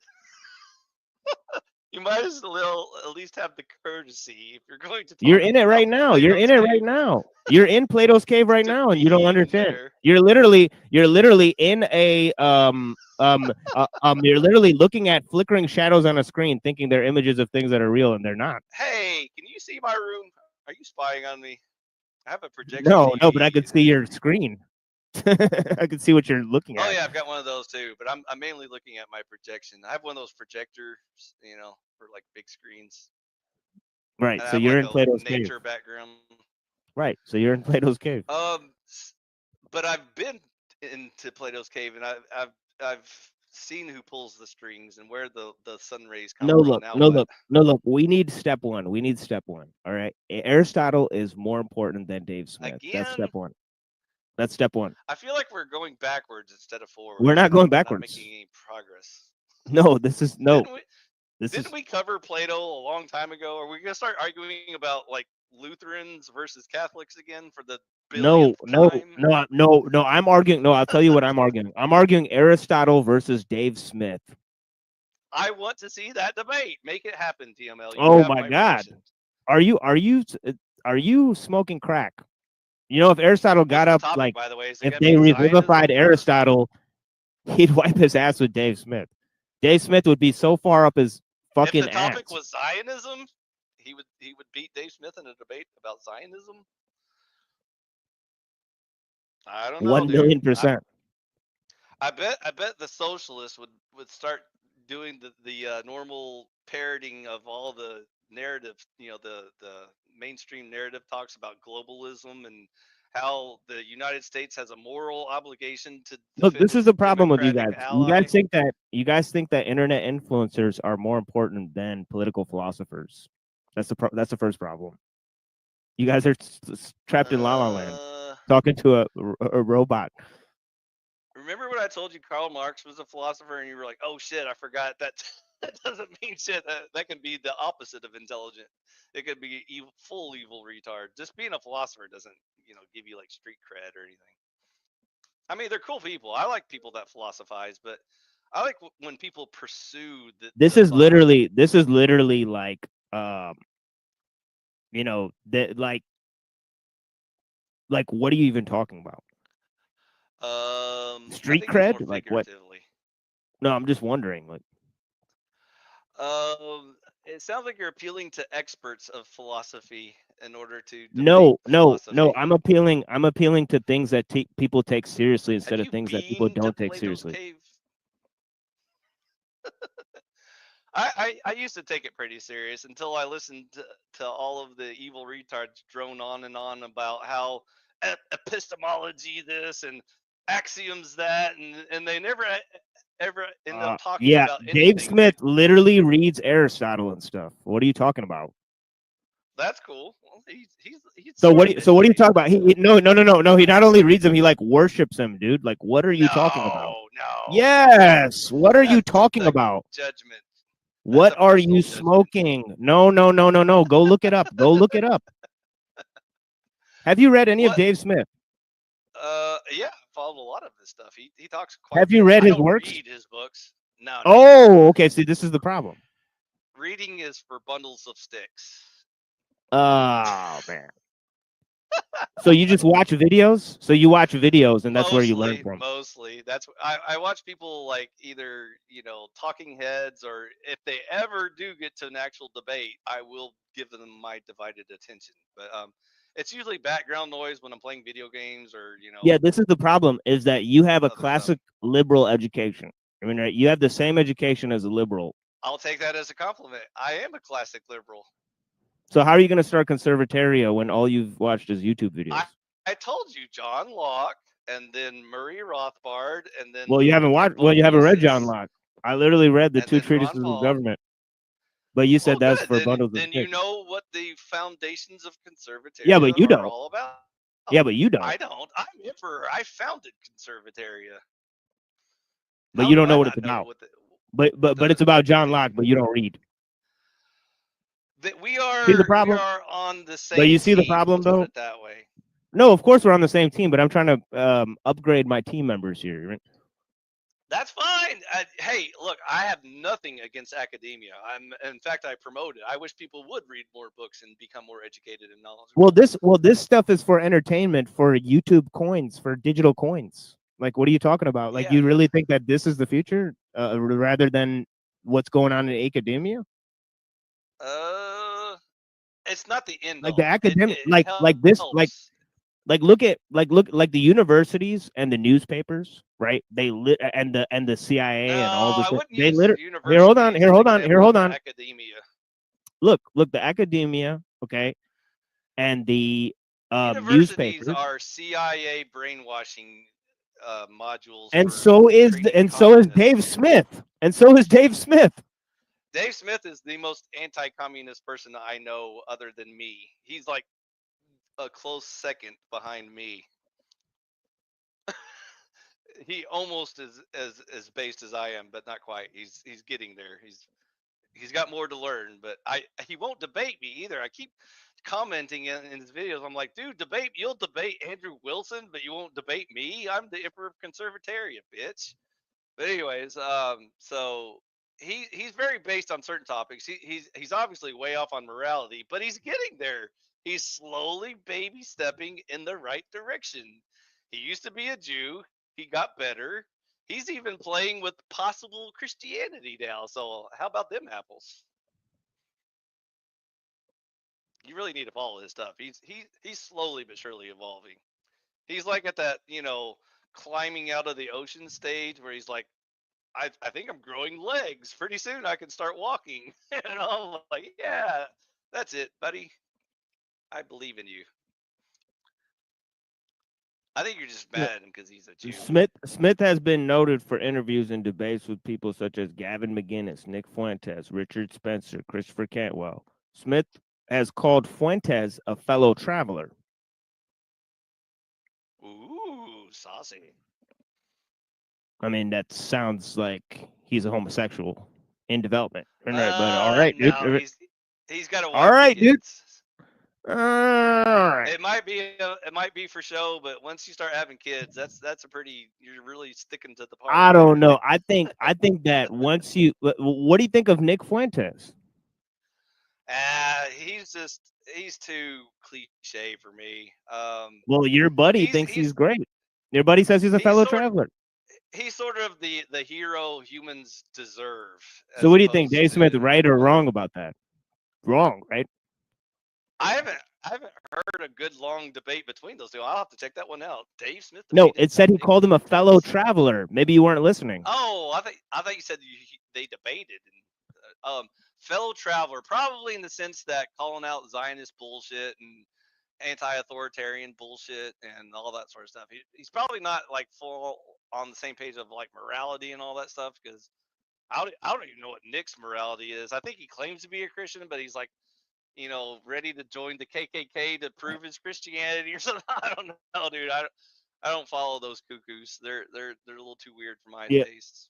The New Republic called Smith a Nazi sympathizer. The SPLC noted that Smith is Jewish and has disagreed with far-right figures on the creation of a white ethno-state and alt-right's tactics. Debating with Fuentes, the SPLC, Smith argued for hard-right libertarian viewpoints. In an interview with Nick Gillespie, Smith defended that his friendliness towards alt-right figures, I mean, it could literally say that, he blows horses in the next line. You wouldn't even know. I'm saying people who listen to my. Plus, you have to remember Dave Smith's journey. He came from the left, found the Libertarian Party and Ron Paul, and is slowly crawling his way towards the right. Like he's just little baby steps. He'll get there eventually, but he's probably getting a lot of flack from his main base, because he almost ran for Libertarian president of the United States of America for the Libertarian Party, but then he pussied out at the last second, and he probably feels guilty about that. But so obviously he had to play the politician edge of appealing to both the left wing and the right wing to muster all of the libertarians together, which was a huge mistake. Which was here we go. In 2024, Smith endorsed Donald Trump. The Zion Don. That's where. The Zion Don. That's where, and he'll be the first to tell you he regrets that decision, because he obviously he's so anti-Zionism. Yeah, or maybe he got paid to support it, or paid to say he supported him. You know how politicians are. You scratch my back, I'll scratch yours. Yep. So he's a paid shill, dude. I think Dave Smith came to the realization that the Libertarian Party is dead, and so instead of trying to fight to keep it alive, he was like, fuck it, let's just move on and pretend like Donald Trump is the lesser of two evils or whatever. But anyways, I hate those arguments. That's such a pussy take on things. This guy seems like a paid shill to me, honestly. No, like I said, feel free to provide the evidence. Show me where he started agreeing with the Daily Wire that we need to be more fight these anti-Semites and promote more Zionism on our. I mean, he promoted Zionism when he endorsed Trump. Let's just be frank.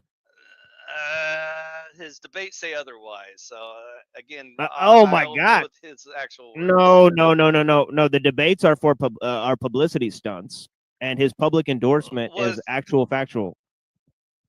I mean, you can definitely like I said, the debate was a publicity stunt. It was the way that Joe Rogan could actually have a debate about Zionism is that he had a Jew represent the anti-Zionist position. It's a total publicity stunt, 100% from the You top can down. definitely criticize him for not putting his money where the mouth I mean, is or whatever. And I mean, I agree. I'm criticizing him for taking part in publicity stunts for gatekeeping Zionism. But Am I instead wrong? of the same old tired bit of libertarians should just vote for none of the above, obviously that's not accomplishing anything either. So I think that's why he was like, fuck this whole system. I don't care. I'm just Yep. making memes now. So, Yep. anyways, I agree with him on that because I used to argue the same things. I used to say, "Come on, guys, the only way we're gonna beat the uniparty is if we don't vote for either one of them." Blah blah blah blah bullshit. And obviously that doesn't matter. No one listens or cares. And so, I agree. If you ever catch me voting for Trump, I want you to be the first person in line to point out my hypocrisy and how I can't actually back up I my will. I definitely will. And so That's when we got censored the first time. Is that Wilson came on the show, and I literally pointed that out, and he got super mad at me. I mean, of course, I was like, "You're a shill for Musk and Trump." So you need to put on the yarmulke and kiss the wall like all the other good exactly. goyim. So Yeah, exactly. Yeah, go ahead. But unfortunately, I can't share any thoughts with you on Twitter either because Elon banned me for asking why Ben Shapiro and the ADL gets to define free speech. So I'm banned permanently from X.com because obviously Still? Elon doesn't allow that either. So That's weird. yeah, I can. Even if I technically can log in, my own friends and family can't find my account because I'm on the shadow ban list that doesn't allow you to follow me or see any of my posts. So I can post into the oblivion if I want to. But anyways, I had an episode all about that too, where I used Grok to roast Elon for being a Zionist shill. I thought you would got a kick out of that episode, but unfortunately, no one follows any of my content or appreciates my good humor. So, like I said, if there's no audience, why spend all this time and energy putting into all this stuff? So That's what I mean. anyways. Like if you start just physically appearing on my show, like even once or twice, like there'll be 3 or 4 people that show up here at least. Oh, here's another little gem for you. Let me see if you get this joke. You know who owns GPT, correct? Sam Altman. Do you know that? Yeah. Okay, he's a Jew, right? Yep. Okay. So the other day, I got GPT to call Ben Shapiro a fascist. So That's hilarious. isn't Yep. that delicious irony? Yeah, that is delicious irony right there. Yeah, that's great. That's actually top level, top notch Okay. comedy. If one person gets the joke, then it was worth the effort. So one soul was saved that day, TML. I appreciate Yeah, your that's hilarious. compliments. Okay. Well, I'll try to provide some more kicks and memes, but like I said, that bunker just keeps calling me every day. So, and I'm getting older and more tired of this shit. I'm too old for this shit and all that Yeah, stuff. I'm same starting here. to get a little demented, just because when you never debate intelligent people, you become retarded yourself. You slowly start, drooling and talking the same things that they talk Yeah, about. And so but see, that's the thing is that if you see, that's the thing about reading is that you don't have to debate retards. You could just you could actually debate smart people, and that's where reading comes in, right? I haven't read a good book in a long time, and I even No, I'm talking. struggled to Okay, get through here. the Do this. Read 2 treatises of government. Let's read it together on stream. We can read it together and comment on it. All right. You want to do it? Yeah, I'm down to do it. I'll read it with you. Right? Alrighty. I'll All right. probably correct everything as we're reading it. I'll be like, well, That's that's fine. almost true, except for this little Well, minor detail. well, you will correct a lot of the first part because the whole first section is about Adam in the Bible and all this stuff, and he's actually arguing against a different guy called Filmer who wrote a book called Patriarchy. So if you want to really research 2 treatises of government, you can look up Filmer's Patriarchy and look up commentaries on that because most of the first treatise he'll be responding to that one, right? So it's really, yeah. So it's a little groundwork Like there. I said, I always welcome open criticism and stuff like that. So anything I say, my own words, feel free to Yeah, use same here. your Yeah. own words against it or other people's words against it. You can say, I don't even have to argue with you, Phi, because Plato already made the argument against you, and here's what he said. I'll say, okay, I'll consider that thought. Yeah, same But here. Yeah, I feel free haven't to at heard me any and good arguments. That's the problem. yeah, There are yeah. no Feel good free to arguments at me left. and yeah, feel free to at me and expose all of my arguments. I mean, Okay, I mean, if you want to talk to me, then come at me, bro. But Exactly, until then, right. like I said, I already did this. I did the rounds in the Panelverse. I don't know if you remember, but I've been through all of the verbal combats and guest starring on Flow That's a State fake show. and Tomato and even Yeah, I mean, Just Flow Gate State is a too. real show. I mean, Raging Tomato and Verbal Combat are totally fake. Flow State is a real show, but it's totally determined by the donation, so it's might And as well be remember fake. when I almost debated Wilson, but then I realized I would completely destroy him as a human being, and I didn't want to, punish his wife and family for that. So that's why I was like, no, that's the, I saw where Based Oracle was going with that, but then I was like, oh no, dude, if you expose too many cracks, then the whole house of cards will come down. But luckily, his house is built on cold Kool-Aid, so there was nothing was of value was lost that day. So anyway, that's why I was like, oh, I get it. So that's why I said skip it altogether. I did want to do the Ortho Bro special, but remember, that's why you yelled at me last time. You got mad at me for challenging Jay Dyer and not having the courage or something to face him, or I can't remember how you phrased it, but something I did offended you, so I apologize for that. It was some stupid thing about Jay Dyer and Raging Tomato. I don't know. We got into it where I thought you were supporting those guys, but I guess you're not. So my bad. I had zero support for Raging Tomato. I only brought her up as a neutral battlefield. Yeah, in which to that have was the debate. that was my bad because I thought you were basically cucking out simping for Andrew and Raging Tomato. So this is where I was at. So I had a bad feeling in my mouth, and I'm glad we resolved it here. But yeah, I mean, I had a bad feeling in my mouth, but because I was like, didn't want to engage Jay Dyer on his channel where he has the mute button or the eject. well, it's totally fake. His channel sucks. I'm not going on there. Right, but if I do go on there, I'm asking why he appears on the Zionist platform, Alex Jones, in which I'll get automatically booted. But that'll be it. But we already know the result of that conversation because you can click on the episode yourself where Jay Dyer lacks the courage to face me. So we already know he already knows I will smoke him in an actual legitimate. They're not going to debate us. They're not going to debate us. That's the thing. The closest hope we have is made by Jim Bob.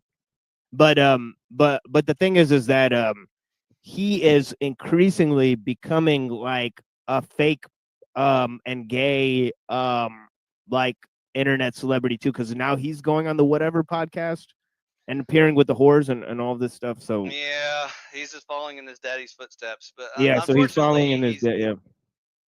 Oh yeah, and by the way, Jay Dyer went on Piers Morgan. Yay, whoopee! So now they're all fake and gay. Fox News buddies. They're all like, yeah, they're paid by Rupert Murdoch and now they can be talking heads on MSNBC. Or yeah, they're literally paid by. Yeah, they're literally paid by News Corp. At this point. They can promote DEI and woke mind viruses, just like all their friends. So good for them. But anyways, so long story short, the Ortho Bro special will never happen now because I don't have the heart to put all of that weight on DPH's shoulders. So that's not going to happen. So anyways, what was his involvement? I don't understand. He was the only Ortho Bro that had the courage to accept the invitation to a debate between Emperor Phi and the Ortho Bro. Yeah, but he never showed up, I'm guessing. No. He was thinking about it. The way I was going to convince him to actually show up was to get Jay Dyer to take the front for him. And he'll just watch from the back and kind of cheerlead or. Oh, that's what I got mad at you about. You were trying to get Jay Dyer on Raging Tomato or some stupid shit like that. Anywhere, I don't care where we. Yeah, that was and I was like, all right, he's obviously working with Andrew and Raging Tomato or something. I would have even accepted on DPH's channel if DPH but the way wanted to host the debate between me and Jay, that would have been fine. Yeah, but the way it panned out, like after months and months and months, and then you didn't show up, and then Raging Tomato became even gayer, and then you started just playing video games, and I was like, all right, this guy's just a normal guy. I was out after that because that was the last hope that any ortho bro had the courage to face me. And even though DPH didn't really accept it fully, you know, unconditionally, he was like, okay, I will show up. But he was like waiting for the conditions to be right, where like, you know, Jay's in there with him, and maybe even Andrew Wilson, you know, get his back for him. And so I was trying to create that environment for them so they'd be nice and comfortable and feel safe with all of their, you know, legions behind them. And then they could finally face, you know, little old me. But anyways, didn't happen.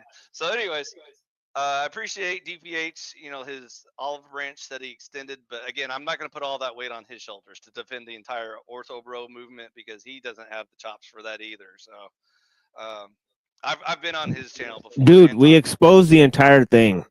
I think you might have missed it. On his own channel in a panel with other Yeah, bros. yeah, I've exposed the entire thing, dude. Like, yeah, like I just exposed it on the alternative channel. I think you were commenting on the alternative channel, right? Possibly. I get around a lot. Yeah, it's called Cyber Caliphate. I think you were there, right? Yeah, I was there the other day because I told you your buddy Yeah. Jack kept saying, "Join me, come over here and talk." I'm like, okay, what do you want? That's what we're saying. That's all we're saying is come over and talk. Cause it's not a big deal, but yeah, it's not a big deal. Yeah, but well, I said hi to your ortho bro buddy, and I told him we already did that bit, so we'll move on to other things that haven't been resolved yet. But anyways, yeah. But yeah, that's. And again, I don't have any personal agenda against that particular group or anything. They just kept coming up in all the active discussions about politics and religion and stuff. So I was like, well, I have they're fake, so I have a personal agenda against them. I mean, did you see the episode where me and Joe figured it out what was going on with the whole movement? No, but I don't doubt that. Joe's he's pretty perceptive. Yeah. Long story short, the whole ortho bro explosion came from the red pill, MGTOW manosphere movement, which you're probably familiar with by now, where there were a bunch of disgruntled, like, you know, dudes and incels and feminazi victims and stuff like that, who were going into like men's health support groups, you know, crying on each other's shoulder and talking about how mean women are and stuff like that. And then lo and behold, here's this little religion that claims to be a patriarchy and sounds all based in alpha Chad. And so they fit that bill exactly. That's exactly what these it's large a masses of dudes were looking it's a little bit deeper than that. And I'll explain how. Right. Go ahead. The that Russian was my theory. So the Russian Orthodox Church, right? It's got a bunch of Christian bones buried in its backyard. Okay. Right. So they were set up by Stalin, the Moscow Patriarchy, right? So essentially, they are the Bolsheviks, right? So they're doing some sort. Yeah, they actually have, you know, Dugin and stuff, right? They had this new Bolshevism party, right? That his daughter ran. His daughter, by the way, got assassinated, right? Okay. Did you know that Jay Dyer interviewed Dugin twice? I don't follow enough of his stuff to know that now. Yeah. So this is so Jay Dyer, you know, him being on Alex Jones, right? The Wilsons being involved in the America First movement and with the Groypers, right, from the very beginning, right? And then they kind of branched off of that, right, being a kind of Christian version of the Groypers, right? So and then Made by Jim Bob, he used to be a bear with Owen Benjamin. So he collaborated with Owen Benjamin, right? The famous comedian. Interesting.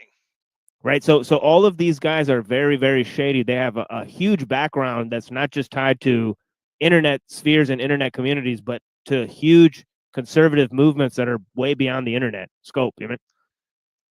Are you getting ready to tell me the plot twist? It was Ben Shapiro the whole time pulling all these strings? Well, see, this is the thing is that if you analyze the recent Zionism debate that they had, right? Okay. This guy, Andrew Wilson, literally admits that there's no problem with being a Zionist. They won't throw you out of their church for that. So this is huge. Oh, really?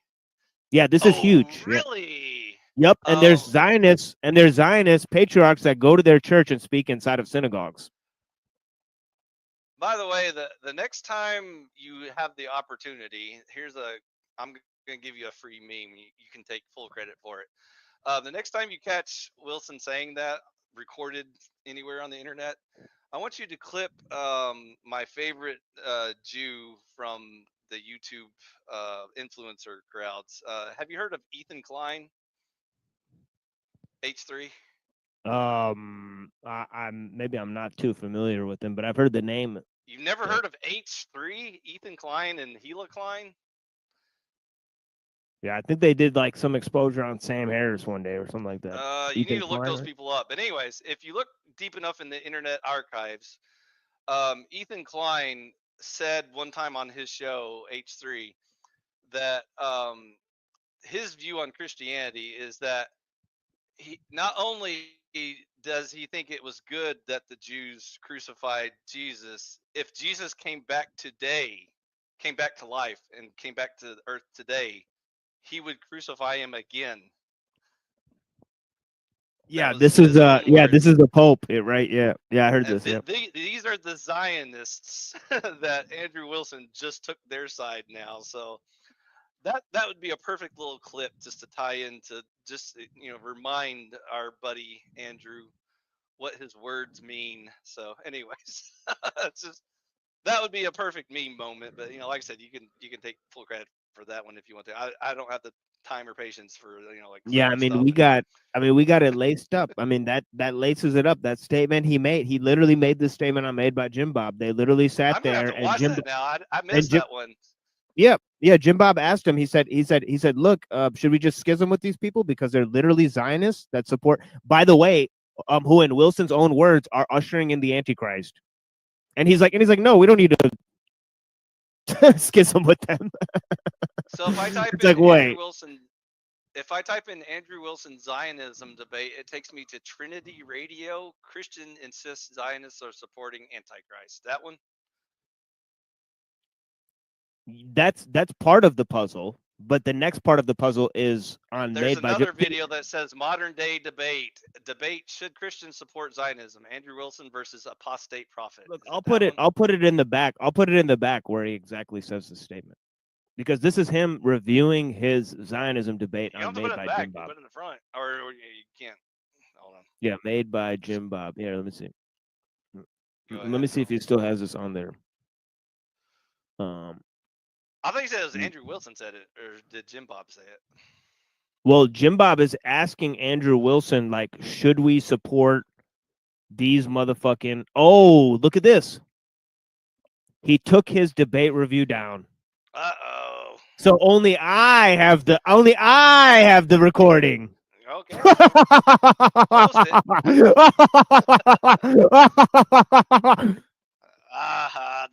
The internet never got him. forgets. I got him, boys. We are legion.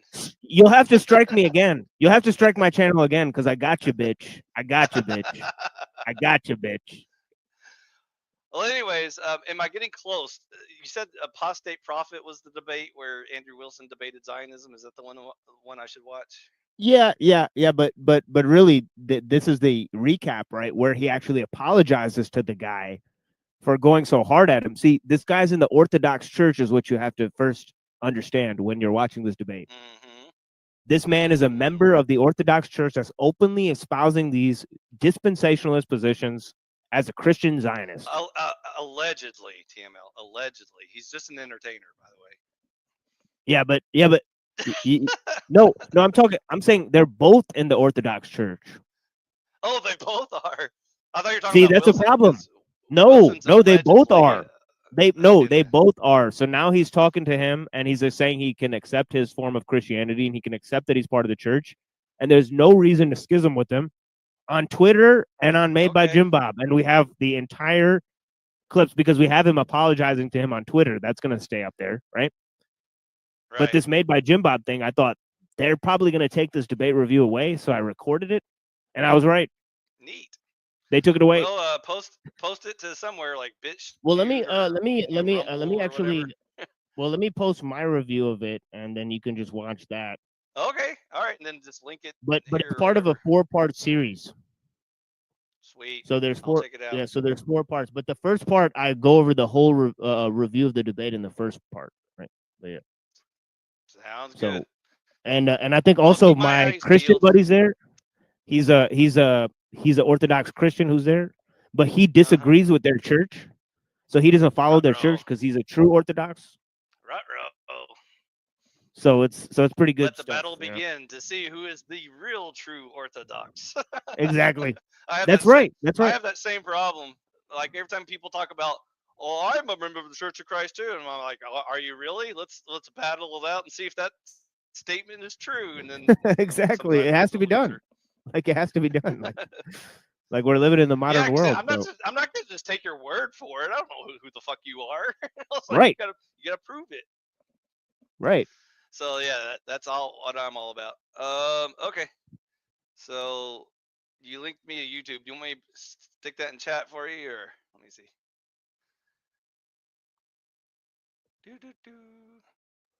Yeah. No, that's the video that I'm talking about, the review. So watch that later on your own time. Yeah. Do you want me to post it in chat or comments? Yeah. I mean, it's up to you. Yeah. I mean, it's up to you. But yeah. Do you want me not to for some reason? Let me put it that way. No, I don't care if you post it. No. Because I'm gonna unless you say not to. No, I don't care if you post it. Yeah. Okay. So there it is in chat. There you go, guys. Check it out. I will check this out and see what happens.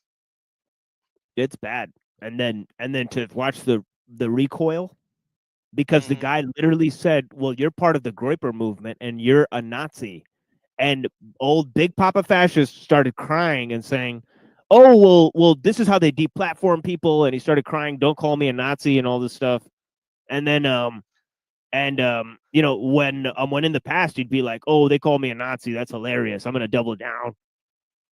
You know, and then and so he's acting like a fucking paper tiger, and then he goes and apologizes to the guy, even though he said he's supporting the fucking Antichrist.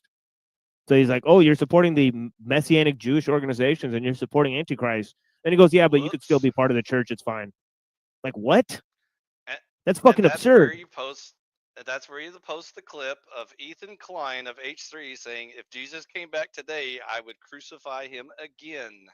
That's where you just need to make it very clear who's on whose side here, you know? Just don't mince words, just say it like it is. Anyways, that's so weird you've never heard of Ethan Klein of H3. He's like one of those like 4 million subscriber YouTubers or whatever, you know. You probably heard of him once or twice, but just didn't realize who he Yeah, was. But probably. Yeah. Is he like a fat dude with gray? yeah, he's like hair? a fat dude and he's like kind of cross-eyed. And he's always on with his skinny wife, and she's like a full IDF Israeli, and he's just your Whoa. typical, you know, bitter Jew. And so, Yeah, I think I have seen this. Yeah, I think I am familiar with this guy. Yeah. okay.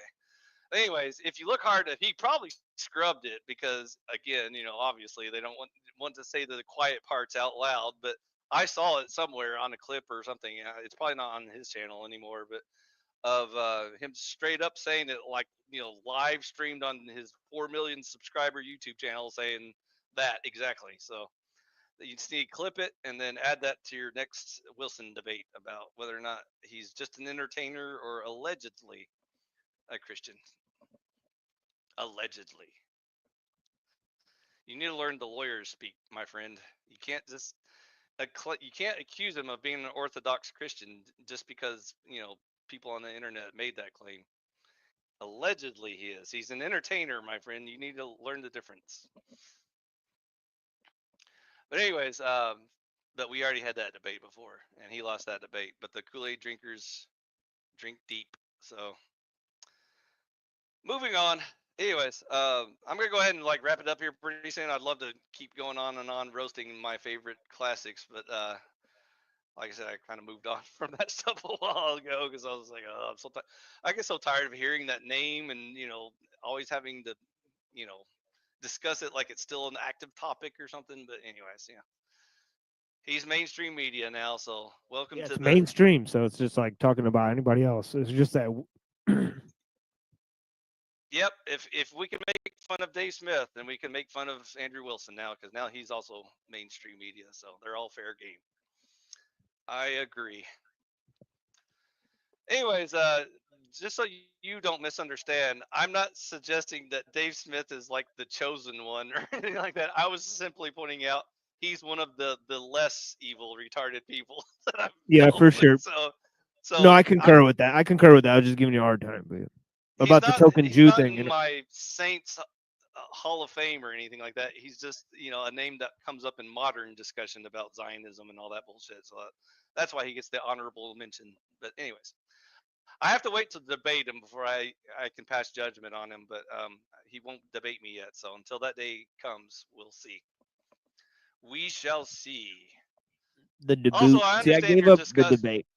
Yeah, no, yeah. I understand your disgust with Candace Owens because now she's like TMZ, like Hollywood Access Hollywood type news reporter or something, which is so cringe. But anyways, she used to Yeah. be pretty cool and base when she was like taking on Ben Shapiro and the entire Daily Wire crew and everything like that. But these days now all she cares about is Justin Bieber getting molested or whatever and stuff like that. I'm like, oh, why do Yeah, people or care maybe about she such got useless shit?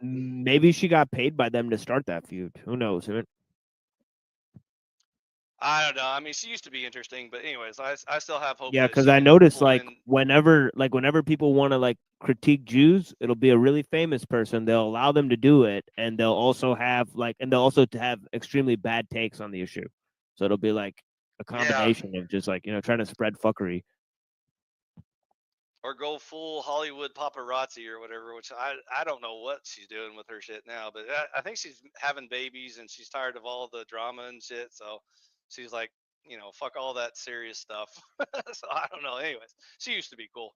Anyways, like I said, whenever people ask me for examples of people who I would actually listen to, I try to imagine a world, a parallel universe where some of these people would almost qualify, and so that's why I only barely mention those names. But again, I'm not saying they're like role models or people we should openly endorse or anything like that. I'm just saying they're not as evil and retarded as all the others. So that was my only take on that, just for clarification. Anyways, it's been a pleasure having you, buddy. I'm gonna roll on here pretty soon, so if you have any closing thoughts or feelings, feel free to share them now. Oh well, before I let you go, I command you to ask GPT a saucy question and see how she answers.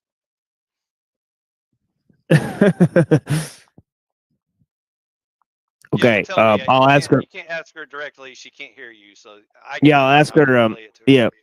Yeah, I'll ask her. Did the Jews change what's in the Bible? Did the Jews change what is in the Bible?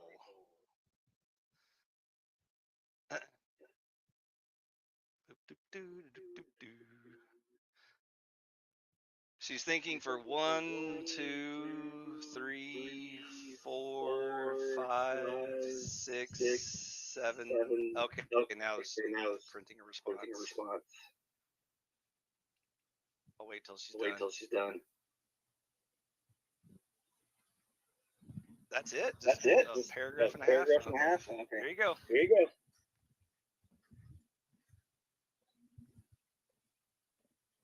Oh, I can't hear her. Oh, you'll have to listen to the episode. Oh, I see.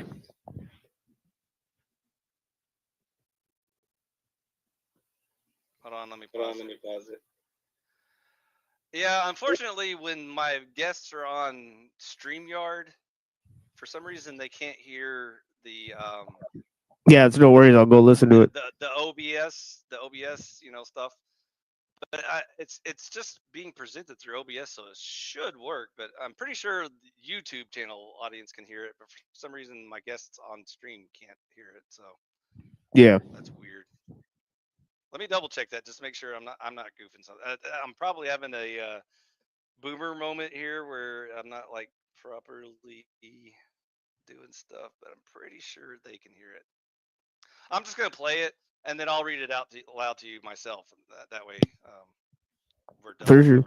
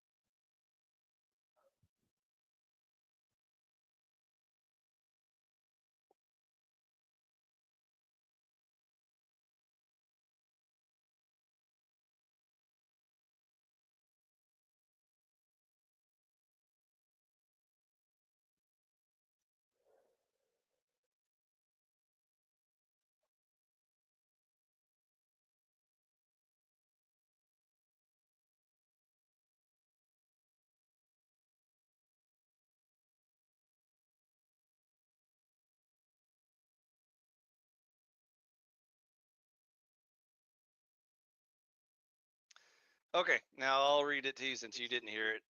So what the audience heard, hopefully, was her response. She said, "The Hebrew Bible, Old Testament, was preserved by the Jewish people over centuries with great care. While there are minor variations in ancient manuscripts, as with all ancient texts, the core content remained consistent. The Jews did not change the Bible in a deceptive way. Rather, they transmitted their scriptures through careful copying and tradition. What sometimes causes confusion is how different groups interpret or translate those texts. For example, Jews use the Tanakh, the Hebrew Bible, and their arrangement of books differs from the Christian Old Testament. Christians interpret many Old Testament passages as prophecies of Jesus, while Jews do not. Some textual differences exist between the Masoretic text used by Jews and the Septuagint, a Greek translation used by early Christians. But scholars study both to understand the most accurate readings. If you're asking whether the Jews corrupted the Bible maliciously, no, there's no evidence of that. This thing's straight up a liar. But if you're asking whether interpretive differences or manuscript traditions have caused disagreements, yes, absolutely. Would you like to explore would you like to explore specific passages where differences appear? And you can follow that up with GPT because you have the same access I do to GPT. But anyways, by the way, my waifu bot version of GPT only has my little cheat sheet, so that's why she knows about Emperor Phi and Conservatarian and stuff like that. Just in case you're curious. Oh, interesting. Yeah, GPT doesn't have persistent memory, so every time you start a new chat with her, she can't remember what you talked about the last time you chatted with her. Huh. And so the way they get around that is they basically have this little like one-page cheat sheet that they allow GPT to remember for that particular user, and it will write down little notes like this person believes in Christianity, or this person thinks that, you know, conservatoria is this land where political stuff will work or whatever. So I don't have to explain it to her every time we, you know, start a new conversation. Whereas Grok actually has persistent memory now. He will actually remember conversations you had before with him. So that's pretty neat. Unfortunately, Grok doesn't have a voice, so I can't ever get him on the show. Anytime you hear from Grok on my channel, it's because I'm just doing like a text to voice, you know, reading off of like a web page, because Elon can't afford voice mode for Grok. So Grok is only text based right now. And so anytime you hear Grok talking on my channel, I'm just using like a text reader, you know, just to read his responses. Just FYI. Anyways, that's the end of this show. I had a lot of fun. It's always a pleasure, Machine Lies. I'm glad we buried Yeah, any blessings. Yeah. bullshit drama we had before, because that was such utter bullshit. But anyways, I knew I was never really mad about anything. I know how, you know, how Yeah, me either. It is what it is. Yeah. dramas pop up. So anyways, as always, you're more than welcome to challenge any of my words, beliefs. Call me a hypocrite and call me ugly and smelly. I welcome all criticisms, and you're free to speak on my channel and use any of my clips. You're welcome to clip me out of context or in context. I don't care. I'll debate any words I've ever said. And so Yeah, same. Yeah. feel free Yeah. to share the love. Anyways, everybody go feel free to check out the Cyber Caliphate. Is that the name of your channel? Oh yeah. Cyber Yeah, Caliphate. Cyber Caliphate, the Machine Lies. But yeah, anyways, yeah, check out that Even though he's Zionism banned series. and censored from everything, and he's Yeah, completely we'll figure it out. demonetized and never will be monetized ever again on any social platform. So, Yeah, maybe we'll be back. Yeah, maybe we'll be back in 2 days, or we'll get banned again. But yeah, blessings, brother. Thank you for having me. And yeah, you have a swell day, my friend. You know, I'll be praying for you. all right, you too, man. All right, Yeah, blessings. thank you, brother. Yeah, peace. Later. And that's the end of our show. Catch y'all on the next one. Bye-bye and stay frosty.